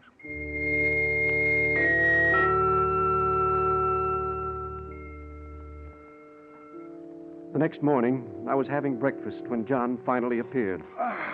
Good morning, Charles. Sleep well? John, look at this newspaper. Anything in it? Yes, there's something in it. Look at these headlines. I see. Local jeweler killed, store robbed, $50,000 worth of diamonds missing. Huh. You killed Harry last night. Yeah, so it seems. Pour me some coffee, will you? John, I don't understand you. You've killed a man, and you act as if it amounted no more than swatting a fly. Well, does it? Of course it does. I can't feel that way about it. When we were small boys, you'll remember that Harry Watson was one of my chief tormentors. Yes, but... I've always planned to pay him back. Last night, I decided to play a little joke on him. Murder is hardly a joke. I didn't intend to kill the fool. I just meant to make away with one or two of his father's diamonds. After Harry had had a chance to explain their disappearance, I was going to mail them back. Yes, the diamonds. The paper says $50,000 worth of missing. Oh, probably an exaggeration. However, put your hand into your left coat pocket, Charles. My pocket? dozen loose diamonds here. Yes, I put them there last night. I couldn't very well carry them myself. We must send them back at once. Well, I'm afraid that might involve us somehow. No, we'll have to keep them. John, what's happened to you? Overnight, you've become a monster, able to dismiss the worst of crimes with a shrug. Please understand this, Charles. For years, I was an object of curiosity. I even had offers to appear in sideshows. Now the tables are turned. I can walk among men, unseen, invisible.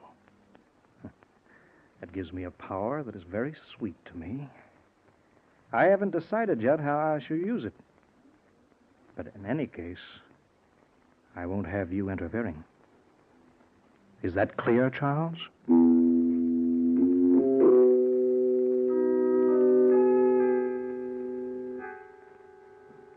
With that, John retired to his laboratory and remained there alone the rest of the day. It wasn't until after dark that he emerged to find me staring with horror at the evening paper. Oh, Charles, what does the paper say? It made you look so pale. The police found your fingerprints on the knife that killed Harry Watson. What? Let me see it. Here. Yes. The police investigating the murder last night of Harry Watson, local jeweler's son, state they are trying to trace down fingerprints found on the paper knife used as the death weapon. They also admit they have discovered further evidence which they hope may bring about an early arrest. They may be here any minute. Ah, nonsense. Even if I did leave a print, how can they trace it to me? Talk of an early arrest is just bluff. And besides, That may be the police now. If it is, what do we do? Oh, it can be. But if it is, let them in. Let me do the talking. All right. Yes, what is it? Mr. Charles Ordway? Yes, I'm Charles Ordway. I'm Inspector Long of the Homicide Squad. I'd like to ask you some questions, if you don't mind. Oh, no, not at all. Come in. We can talk in the living room. What is it, Charles? John, this is Inspector Long. He says he wants to ask me some questions. Really? What in the world about? I don't know. I confess, Inspector, I can't imagine I what. want to ask you what you can tell me about the death of Harry Watson. Watson the jeweler? The one we were reading about in the paper? That's the one. Your brother was seen leaving the jewelry store a few minutes before Watson's body was found. Someone recognized him. Why, yes, that's true, Inspector. Charles dropped in last night to buy a watch for me. But he didn't find quite what I wanted. I'd rather hear him tell it. Well, that's all there is to it. I looked at the watches and then left. Watson was all right when I left him. I see. There's no one else in the store? No one I could see. Well, I'm sorry, I can't tell you more. I'm sorry, too. Well, just for the sake of helping us, would you be willing to let me take your fingerprints? Well, of course you don't mind, Charles. You're thinking of the prints the paper says were found on the death weapon, aren't you, Inspector? Frankly, yes.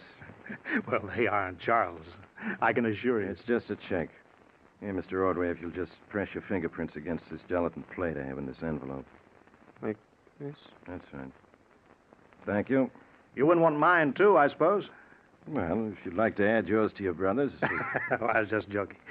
By the way, Inspector, how do you go about tracing down unknown fingerprints such as those of this killer? Well, this is one way, and... Oh, excuse me, a cigarette? Oh, thank you. Yeah, you're asking how we check fingerprints. Well, we have several methods. The FBI records, Army and Navy records, and the one source few people know about. Oh, what's that? Hospital birth records. For a number of years now, they've recorded the footprints and fingerprints of every baby born in this city. In the morning, we'll start checking these records as far back as they go. Oh, that's very interesting. Well, sorry, Inspector, we couldn't be more helpful. It's all in the game. Good night, gentlemen. Good night, Inspector. Now, don't bother to show me out. Did you hear that? They're going to start checking fingerprints on hospital birth records. And our prints were among the first ever to be recorded in this town. Father insisted on it. Perhaps they'll overlook yours. I can't risk it. But I'll stop them. I'll stop them somehow.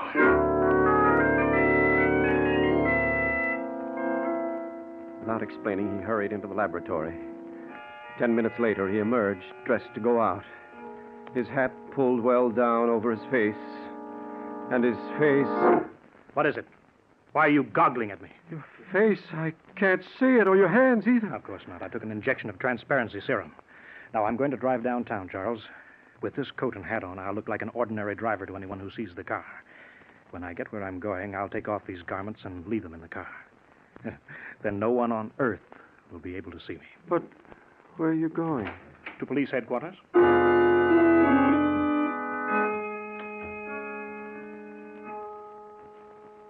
With that, John left. I heard him drive off. And then I could do nothing but wait. The hours crawled slowly past, and I grew more and more nervous. The clock was striking 11 when I heard John's key in the door at last. John, is that you? Yes, Charles, come here. I need you. What is it? What's happened? It's my ankle. I think it's broken. Here, lean on me. I'll help you into the living room. Yeah. Careful. What? John, your coat's all bloody. Yes, they shot at me. Nicked my side. It's not serious, Charles. Here, let me sit down. Shall I call a doctor? No. We'll tend to the bullet scratch in the ankle ourselves. It's a reasonable price to pay, considering that Inspector Long is dead. Dead? Yes, he fell from the window of his office on the 6th floor of police headquarters, while apparently quite alone in the room. And you killed him, too? Of course I did. I had to. Luckily, he had the paper knife there in his office. I was able to wipe all my prints off it. I found the photographs of the prints in his desk, too. I tore those up and I burned them. How'd you get hurt? I tried to slip out of the building again during the confusion that followed Inspector Long's accident. I'd reached the 1st floor when a clumsy cop bumped into me in a dark hall. He yelled and grabbed at me. I had to duck through a door and lock it. I got the window up and was just climbing out when he fired through the door. The bullet nicked me and I lost my balance. When I picked myself up off the ground, my ankle was broken. But I hobbled to the car somehow and, well, here I am. John, what are we going to do? Just sit tight, that's all. The evidence is destroyed. Inspector Long is gone. We're perfectly safe. But suppose they have some other clue. Nonsense. I've taken care of everything, you hear? John. What is it, Charles? A car just stopped in front of the house. Car? See who it is. Yes. It's a police car. Oh, we've got to act fast. They mustn't find me like this. What can you do? First, I've got to get these clothes off. I haven't time to take my neutralizing serum now. I'll just have to hide. They'll not find me if they can't see. Oh, John, you're ill. I feel weak. It's a loss of blood. It's nothing serious, Charles. But I may faint. If I do... Yes, John? Hide my clothes in the kitchen hamper. Yes. Then carry me down to the cellar. Put me in the empty storage room. Lay me on the Excelsior there. Now, if they look in, they'll see it's empty. They won't go stumbling around. Do you hear me? Yes, I hear. But, John... He fainted in my arms. I had no time to think. Swiftly, I did as he had instructed. I carried him down to the small storage room in the cellar, placed him on some Excelsior in a corner, and hurried back upstairs. Already the police were pounding on the door. I jammed John's bloody clothes into the kitchen hamper, and then I hurried to the door. Yes, what is it? The police, Mr. Ordway. We're coming in. Bill, Joe, come on. Yes, Captain. The rest of you watch the house and see that no one leaves. What is the meaning of this? I demand an explanation. And you'll get it. Now, where can we talk? In here? Good. All right, please sit down, Mr. Ordway. I'm Detective Captain Belden. My chief, Inspector Long, was here earlier. Yes, I know, and I answered all his questions then. Well, now I'm asking more questions. Long's dead. Inspector Long dead? But even so, Listen, why? Ordway. Long smelled a rat in this setup someplace, and earlier tonight, when he got your fingerprints, he also got your brother's. But he didn't. He got them on a cigarette case when your brother took a cigarette. It's an old trick. After he died tonight, we found the case in his pocket, carefully wrapped. Well, what of it? In some mysterious way, all the pictures of the murder prints we took off the paper knife that killed Watson had vanished. But we had the negatives. We made new prints and discovered they checked with your brother's prints on Long's cigarette case. Ordway, your brother killed Harry Watson last night. That's completely ridiculous. Is it? Okay, we'll see. Where's your brother now? Why, he's not here. He went away on a trip. Hiding, huh? Bill, Joe. Yes, Captain. Search the house from cellar to attic. And don't miss a thing. Right you are, Captain. Come on, Joe.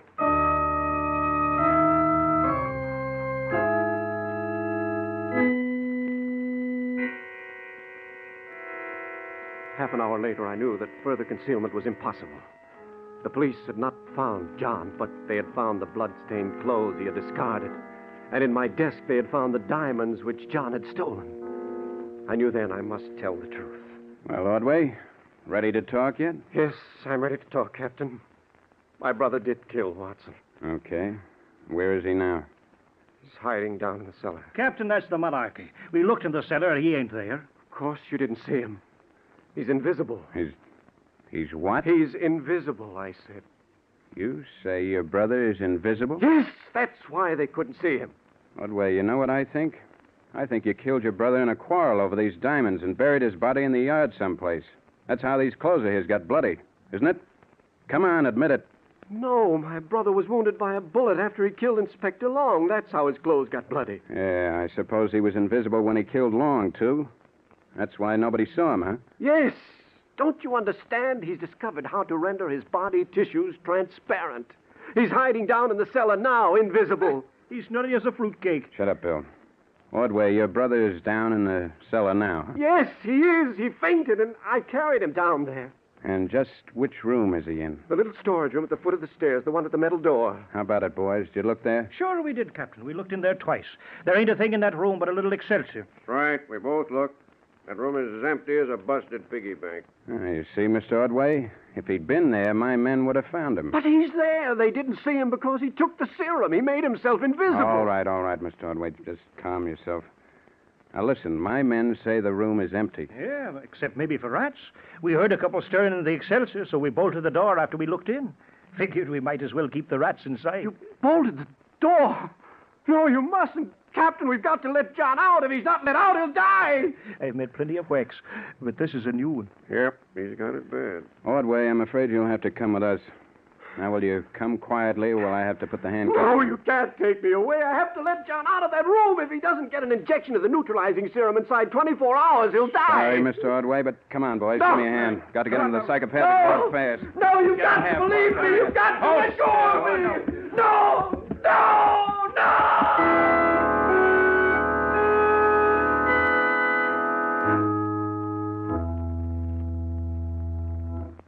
And that's the whole story, Doctor. They wouldn't believe us. They brought me here to the hospital charged with John's murder. And when I kept trying to tell them he was alive, they gave me a narcotic. But he is alive. He's locked in that room in the cellar. And if he isn't let out soon, he'll die. 24 hours is the limit, but there's still time to get to him. Yes, I understand, Mr. Ordway. I'll see to it that he's released at once. You mean it, Doctor? You believe me? Yes, of course. Oh, attendant. Call me, Doctor? Yes, go get my car ready, will you? We're going to Mr. Ordway's home at once to release his brother. Yes, sir. Right away, Dr. Harvey. Oh, thank heaven you believe me, Doctor. You'll be in time to save John. You'll find the serum he'll need to bring him back to normal in a green bottle in the laboratory. I'll take care of him. Now, you go back to sleep now, Mr. Ordway. Yes, I will. I can sleep now. I can sleep. How is he now, Doctor? He's quiet now. He'll be all right. You know, Doctor, sometimes I can't help thinking. Yes, Johnson? You know, he's locked up here at State Hospital for bumping off his brother. Eventually, they found his brother's dead body locked in a little room in the cellar. But I can't help wondering what the cops would have found if anybody had taken Mr. Ordway serious that night he was brought here 10 years ago.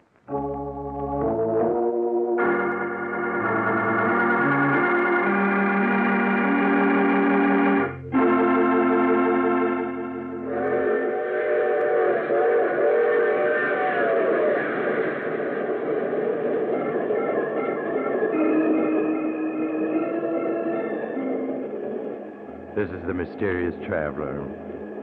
So John could make himself invisible, could he? But unfortunately, he did too good a job of it. For he hasn't been seen around for a long, long time. That's the trouble with having unusual powers.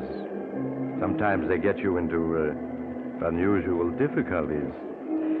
Speaking of difficulties, Oh, you'll have to get off here. I'm sorry. But I'm sure we'll meet again. I take this same train every week at this same time.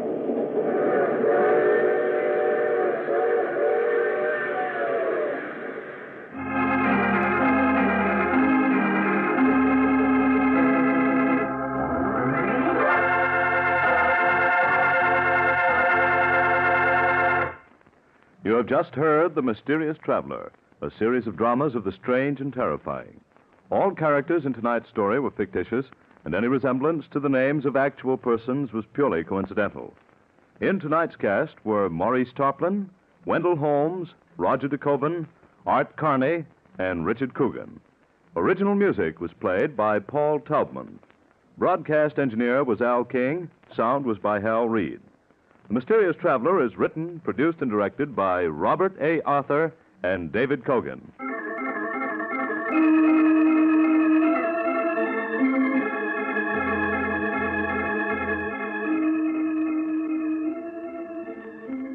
Listen next week to a tale titled Bury Her Deep. Another strange and suspenseful tale of the Mysterious Traveler.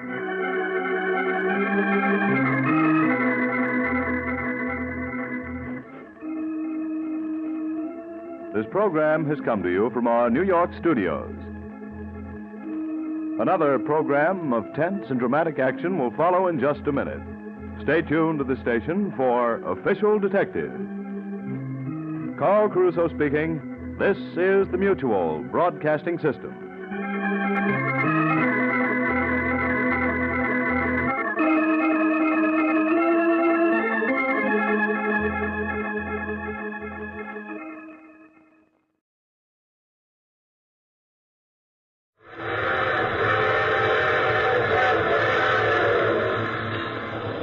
Mutual presents The Mysterious Traveler.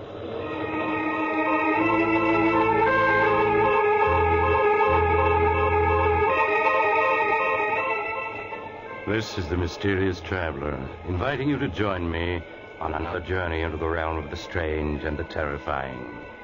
I hope you will enjoy the trip, that it will thrill you a little and chill you a little. So settle back, get a good grip on your nerves, and be comfortable. If you can.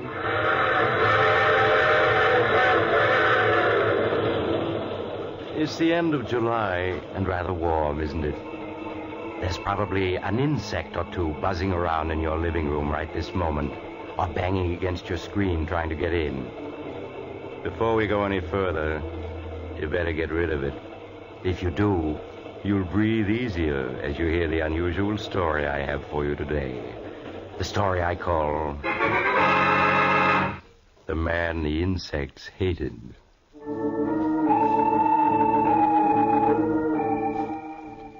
My story begins in a homemade laboratory in a crumbling mansion on the edge of a bayou, deep in the heart of the Louisiana swamps. Outside, the air is filled with the strident hum and buzz of insects, uncounted swarms of them crawling and hopping and flying in the hot, lush atmosphere. Inside the laboratory, the air is filled with the same sound as a small man with graying hair lifts a wire insect trap to a table. Listen to them, Mary. How they hate me, every one of them. The flies, the bees, the hornets, the beetles, the locusts, the spiders, they all hate me. Oh, John, they don't hate you. They're just bugs. They can't hate you. Yes, but listen to them hum and buzz when I come near. They know me. And the reason they're so upset is that they know that we're enemies. And that I'm going to destroy them. Destroy them utterly. All right, John. Oh, Mary, you look tired. This life we've been leading the last few months, it's very dreary for you, isn't it? It's all right, John. It doesn't matter. Oh, but it does. These swamps, they must seem like the last outpost of creation to you. You always did love the city and the lights, the movement, the gaiety. I'm all right. You mustn't worry about me.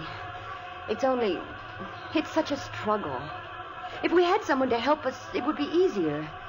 But no one will come out here and work for us. Yes, I know, my darling. Believe me, I do. But it's only for a little while. Soon we'll be rich. I promise it. All right, John. I'll be patient. You do believe me, Mary. You know that I'm on the verge of success now, don't you? That last formula, you saw how quickly it killed every insect in the cage? Yes, I know. It was wonderful, John. Yes, and you know yourself what it'll mean to the world. The perfect insect killer, something much better than DDT. Why, it will be tremendous. It will make the worst jungle livable. It will cut down disease and increase the crops and... There's someone at the door. Yes. It's very odd. I wonder who it could be. I'll see. Perhaps it's Dr. Guernsey or Mr. Conway, the druggist. They promised to call. Good morning. Is Professor Hanson in? Why, yes, he is. Come in quickly. There's so many flies. Yeah. Seems like the air is full of bugs outside. Never saw so many in my life. What is it, Mary? It's someone to see you, John. I don't know who. Andrews, the name, Professor. Martin Andrews. Say, you really are out in the wilds here, aren't you? Thought I'd never find you. Yes, we are rather isolated, but... You're wondering who I am and what I want here.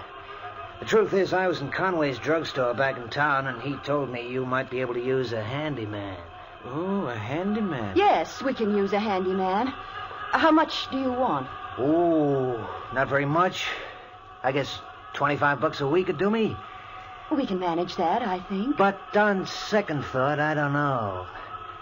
I'm not crazy about these swamps with all these bugs around and... Oh, please try it anyway, Mr. Andrews. My husband is engaged on some very important research, and he needs help badly. Oh. Well, when you put it like that, Mrs. Hanson... Then you will stay. Yeah, I'll stay. What have I got to lose? Maybe I'll like it better than I thought at first. Excellent, Mr. Andrews, excellent. Oh, just call me Martin, Professor. Yes, Martin, yes. Now, there are a lot of details that you can help me with. Now, take this watch. And lunch will be ready in a minute. Oh, yes, my dear, yes. Take this watch, Martin, and you see this wire trap full of insects? Yeah. There must be thousands of bugs in there. There are. You see, I'm working to discover the perfect insect exterminator. Oh, yeah, I see. Yes, and in this spray gun, I have my latest solution, Formula 312. And I'm going to spray it just once at this trap full of insects, and you are to time how long it takes them all to die. You're going to kill all those bugs with just one squirt from that sprayer? I hope so. And they know it, too. Listen to them hum. How they hate me. They know I'm going to kill them, and they wish they could get free to kill me. Huh? Oh, yes, they know me. Insects hate me. All insects, just as I hate them. They'd kill me if they could, but instead I'm going to kill them. Have you got your eye on the watch? What? Oh, yeah, sure. Then start timing. Now, watch and listen. Say, that stuff really mows them down, Professor. Yes, they're dying now. A few of them are still trying to crawl around, but there they go. Now, how long did it take? 29 seconds. It's good, but not quite good enough. But I'm sure I'm on the right track. Lunch is ready, John. Oh, yes, my dear, yes, we're coming. Well, Martin, do you think you're going to like working here, helping me develop my new insect killer? Yes, sir, Professor. I've got an idea it's going to be a lot more interesting here than I ever imagined.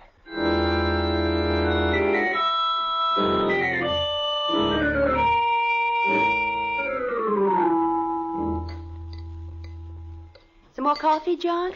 Thank you, my dear. No, I want to go back to the lab to try a new formula. And while I'm mixing it, why don't you show Martin around the place? Why, That's a swell idea, Professor. I'd like to get wise to just what you're doing here. But I'm sure that John could show you around and explain everything better than I could. No, not at all, Mary. And besides, you know how I feel about going outdoors. Well, all right, John. If you want me to. Fine. I'll get started on the new mixture right away, and when you're through, I'll have something for you to do, Martin. Okay, Professor. Well, Mrs. Hanson, I'll be obliged to you if you'll give me the lowdown on everything. Well, all right, Martin. There are things that you really should know.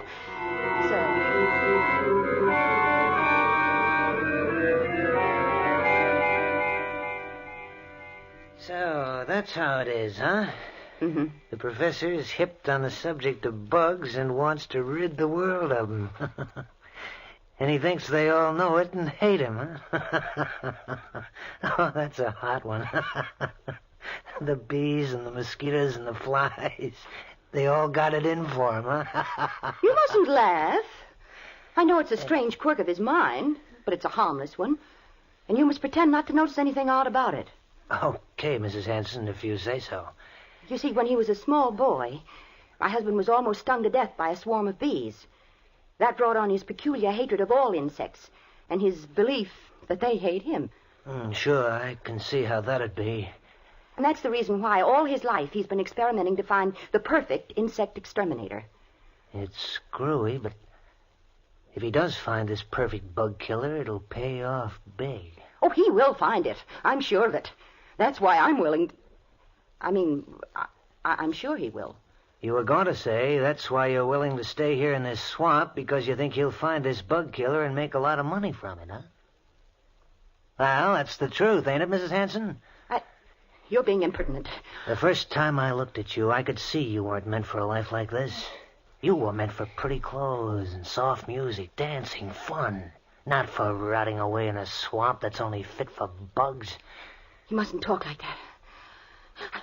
I've got to go back to the house. No, not yet. Listen, the minute I stepped inside that house, I knew you were eating your heart out all for fun and people and pretty things. I don't know what you're talking about. Let go of my wrist. Not yet. Listen, I'm no handyman. I know how to make money when I want to. It's just good luck that brought me here, my good luck. There's meant to be something between us. I knew that the second you opened the door this morning. You're crazy. Let me go. Sure, I'll let you go. There. Well, why don't you run away from me now that you can? You mustn't say things like that. You mustn't. But I already have, and I will again. You weren't meant to be married to a dotty old dodo like the professor. You were meant to live. And I'm going to hang around here until I prove it to you.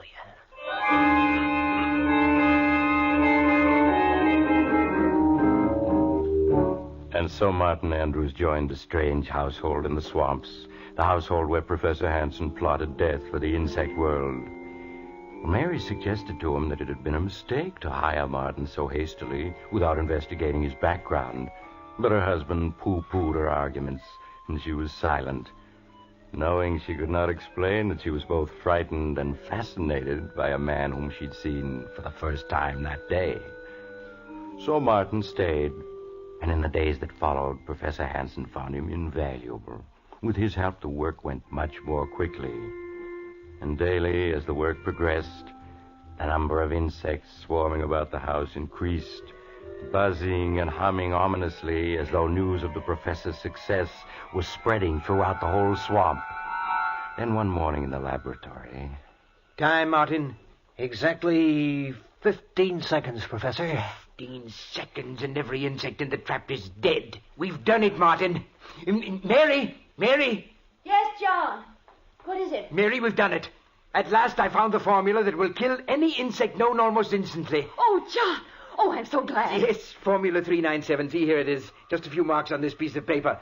But it's man's final victory over the insect world. Ha! Listen to the bugs outside hum, Professor. Yes. They sound almost like they knew what you'd done. Oh, yes, they do know. But they're helpless. They're beaten and they know it. Yes. Now, I've got to write a note to Dr. Guernsey and Mr. Conway. Martin, wait here for me. Yeah, sure, Professor. Martin, what are you doing with that formula? Just putting it in my pocket where it'll be safe.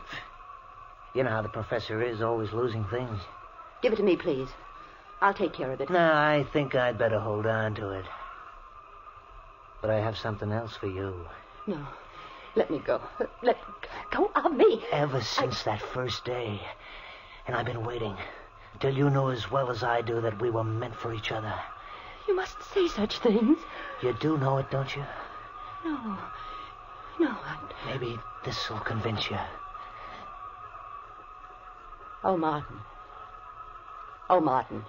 Now you know it, don't you? Yes. Oh, I'm crazy, I suppose, but I can't help it. You've got to go away, Martin. Now, today. You are crazy if you think I'm going without you. Oh, here comes the professor. We'll talk about it later. Martin, here's a note from Mr. Conway, the druggist. I've asked him to come out with Dr. Guernsey tomorrow night. Will you drive into town and deliver it to him, please? Sure, Professor. I'll be glad to. Right away.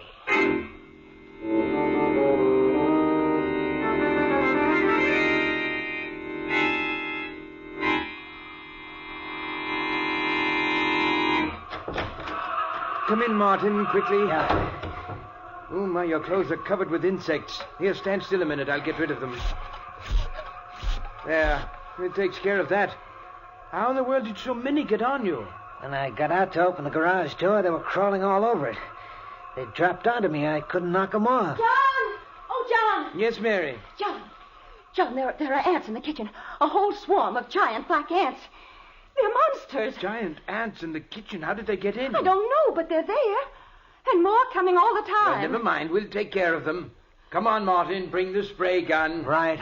They mustn't get into the house. I won't let them. They want to get at me, but they're not going to. There they are, John.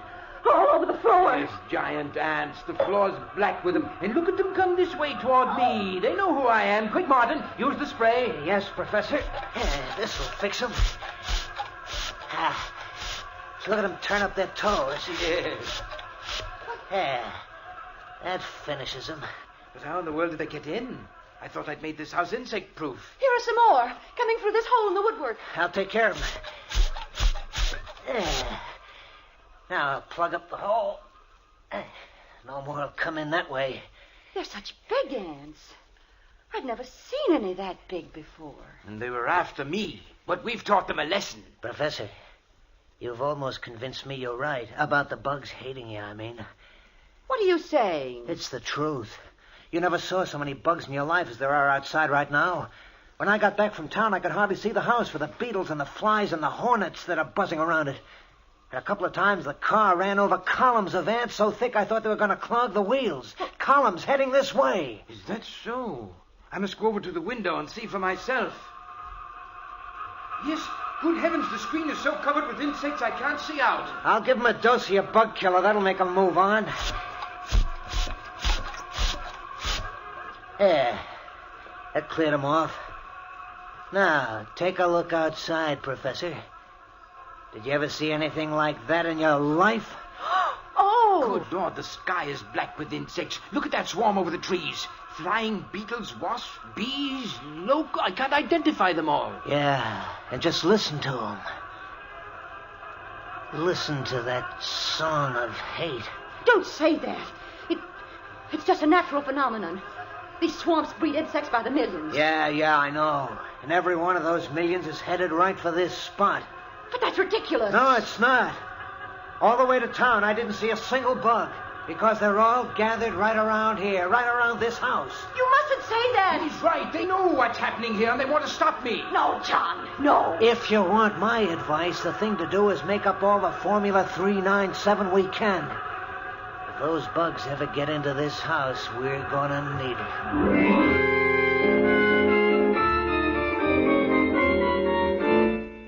As the day wore on, the clouds of insects surrounding the old mansion in the swamps grew steadily bigger. At times, the house was almost hidden by the black swarms of tiny creatures flying and crawling over it, as if they really were trying to force their way inside. But only a few did get into the house through unnoticed cracks, but as night came on... John. Yes? John, the lights won't go on. They won't? No, look. Her fuse must have blown out. I'll go take a look, Professor. I have the flashlight. Thank you, Martin. I'll only be a minute. Listen to them, Mary. Listen to them swarming about the house, beating against the screens, trying to get in at me. Oh, John, they're just insects. They don't hate you. They don't? Well, then where have they come from? Why are they surrounding this house? Answer me that. Oh, I don't know. Martin agrees with me. He said so this afternoon. You mustn't pay any attention to Martin. Listen to them. If they could get in, we'd be dead in 15 minutes. There's death we hear humming and buzzing out there, Mary. Professor! Professor! Yes, what is it? Did you find the trouble? Yes, it's in the switch box, all right. All the fuses are blown out. All of them? But how? The switch box is full of little beetles. I don't know where they came from, but they caused a short circuit that blew out all the fuses. They did it on purpose. Oh, John! Well, anyway, we'll be using candles tonight. And there's another thing. What, Martin? The cellar is full of little white ants. I couldn't find out where they're coming from. White ants? Not ants, Martin. Those are termites. Well, termites, then. They're all over everything. Termites? They can eat their way through wood. They can eat holes that the other insects can enter through. Yeah. That's right, isn't it? Martin, come on. Get 2 insect sprays. We've got to get down there and destroy them before they destroy us.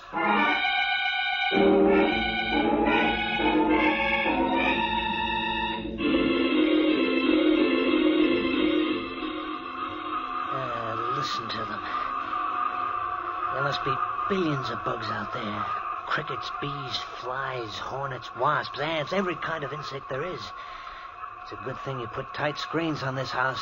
John! What is it, Mary? I thought I felt the house shake then. Ah, don't let your imagination get you. I didn't feel anything. No. You must keep control of your nerves. I suppose I imagined it then. Oh, John, it's almost midnight. Are they ever going to go away? Maybe not.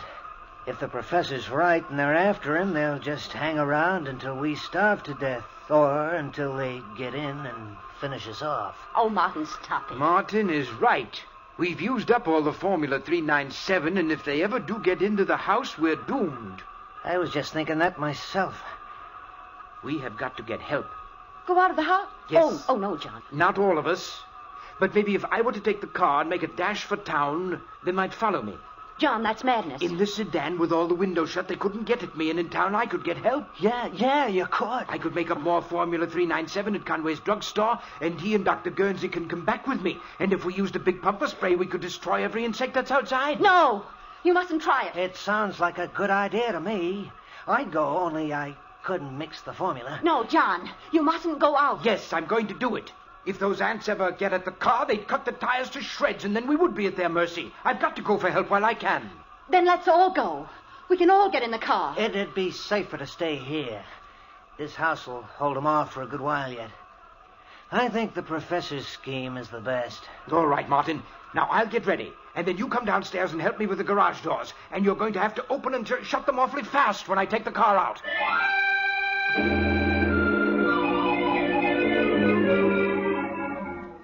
Despite Mary's protests, Professor Hansen carried out his plan. With the car tightly closed, the motor racing, Martin flung open the garage doors.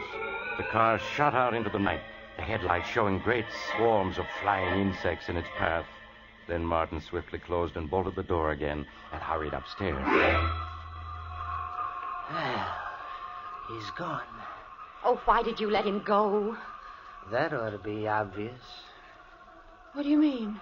I didn't let him go. I made him go. I put the whole idea in his mind so he'd go off and leave us alone here. Oh, no. Sure I did. I'm a bright boy.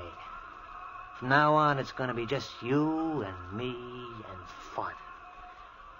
What are you saying? John isn't going to come back from his little trip to town. I don't understand. No, I'll make it simple. In the first place, all those bugs outside don't mean a thing. When I was in town this morning, Conway the druggist told me it happens out here every 7 years or so. There's something about the way the wind blows that makes millions of bugs come out of the swamp to swarm around this house in certain years. Oh, but then why did you pretend to believe John when he said it was because they were after him? Just so as he'd go to town for help. Those bugs are harmless. As soon as the wind shifts, they'll be gone. But then... Right this minute, John's driving to town as fast as he can go. And any second now, the steering gear is going to bust. Martin. No. Yes, baby, because I fixed it to. And when that steering wheel goes, it'll be curtains for John. The car will hit a tree, and you'll be free to marry me. We'll have Formula 397 and all the dough it'll bring in. That's murder. No, it isn't murder. It's being smart. You've murdered John. And I'm guilty, too, because I didn't make him send you away. Oh, you never really wanted me to go. I ought to loathe you. And myself, too, but I... But you don't. No, Martin, I don't. That's more like it, baby. We'll always be together. Always. Forever, Martin. We Martin. Huh? Something's happening. What? The house. It's shaking. Oh, gotta get out of here. The house is caving in. Mary, quick. Grab hold of me. Come on now before... Look out!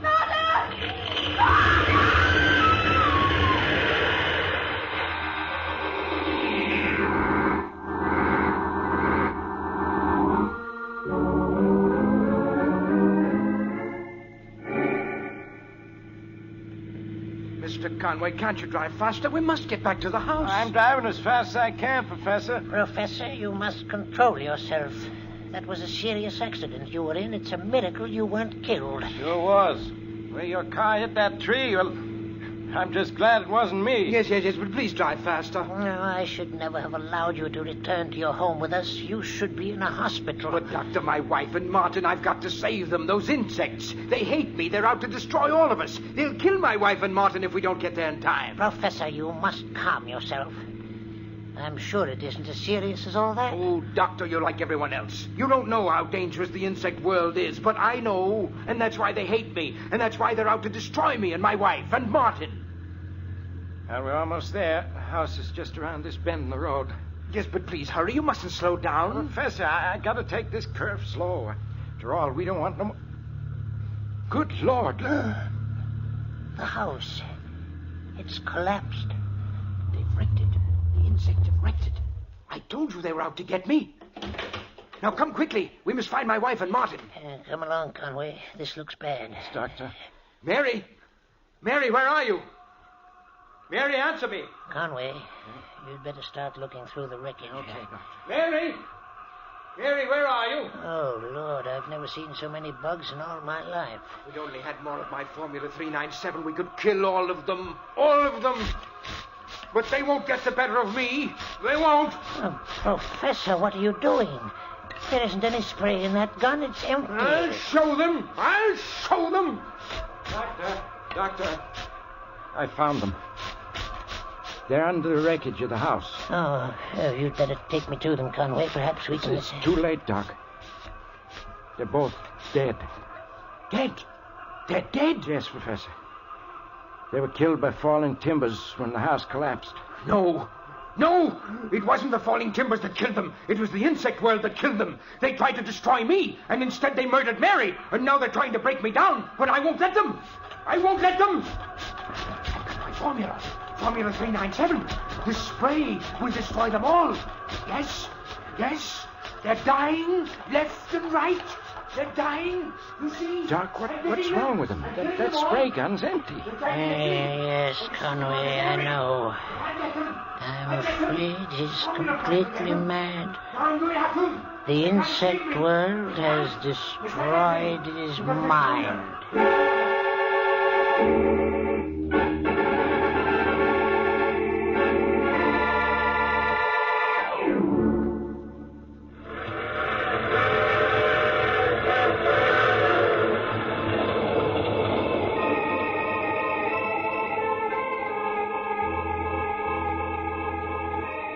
This is the mysterious traveler again.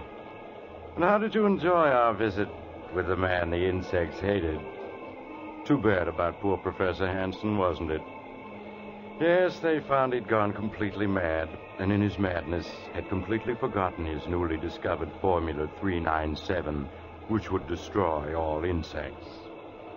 Oh, what happened to the copy of the formula which Martin had stolen? Well, strangely enough, when Martin's body was removed from the wreckage, the formula was not in his pockets. Some people say that the insects... Oh, you have to get off here. I'm sorry. But I'm sure we'll meet again. I take this same train every week at this same time.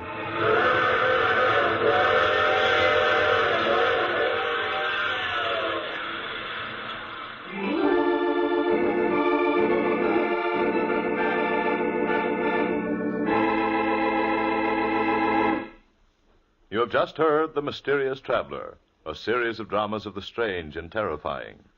In today's story, the cast included Maurice Tarplin, Eric Dressler, Helen Shields, and Robert Dryden. Original music was played by Gene Perazzo.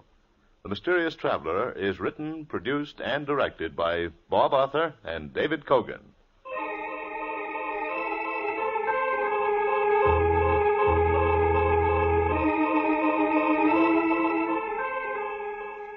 Listen next week to a tale titled I Dream of Dying. Another strange and terrifying tale of the mysterious traveler.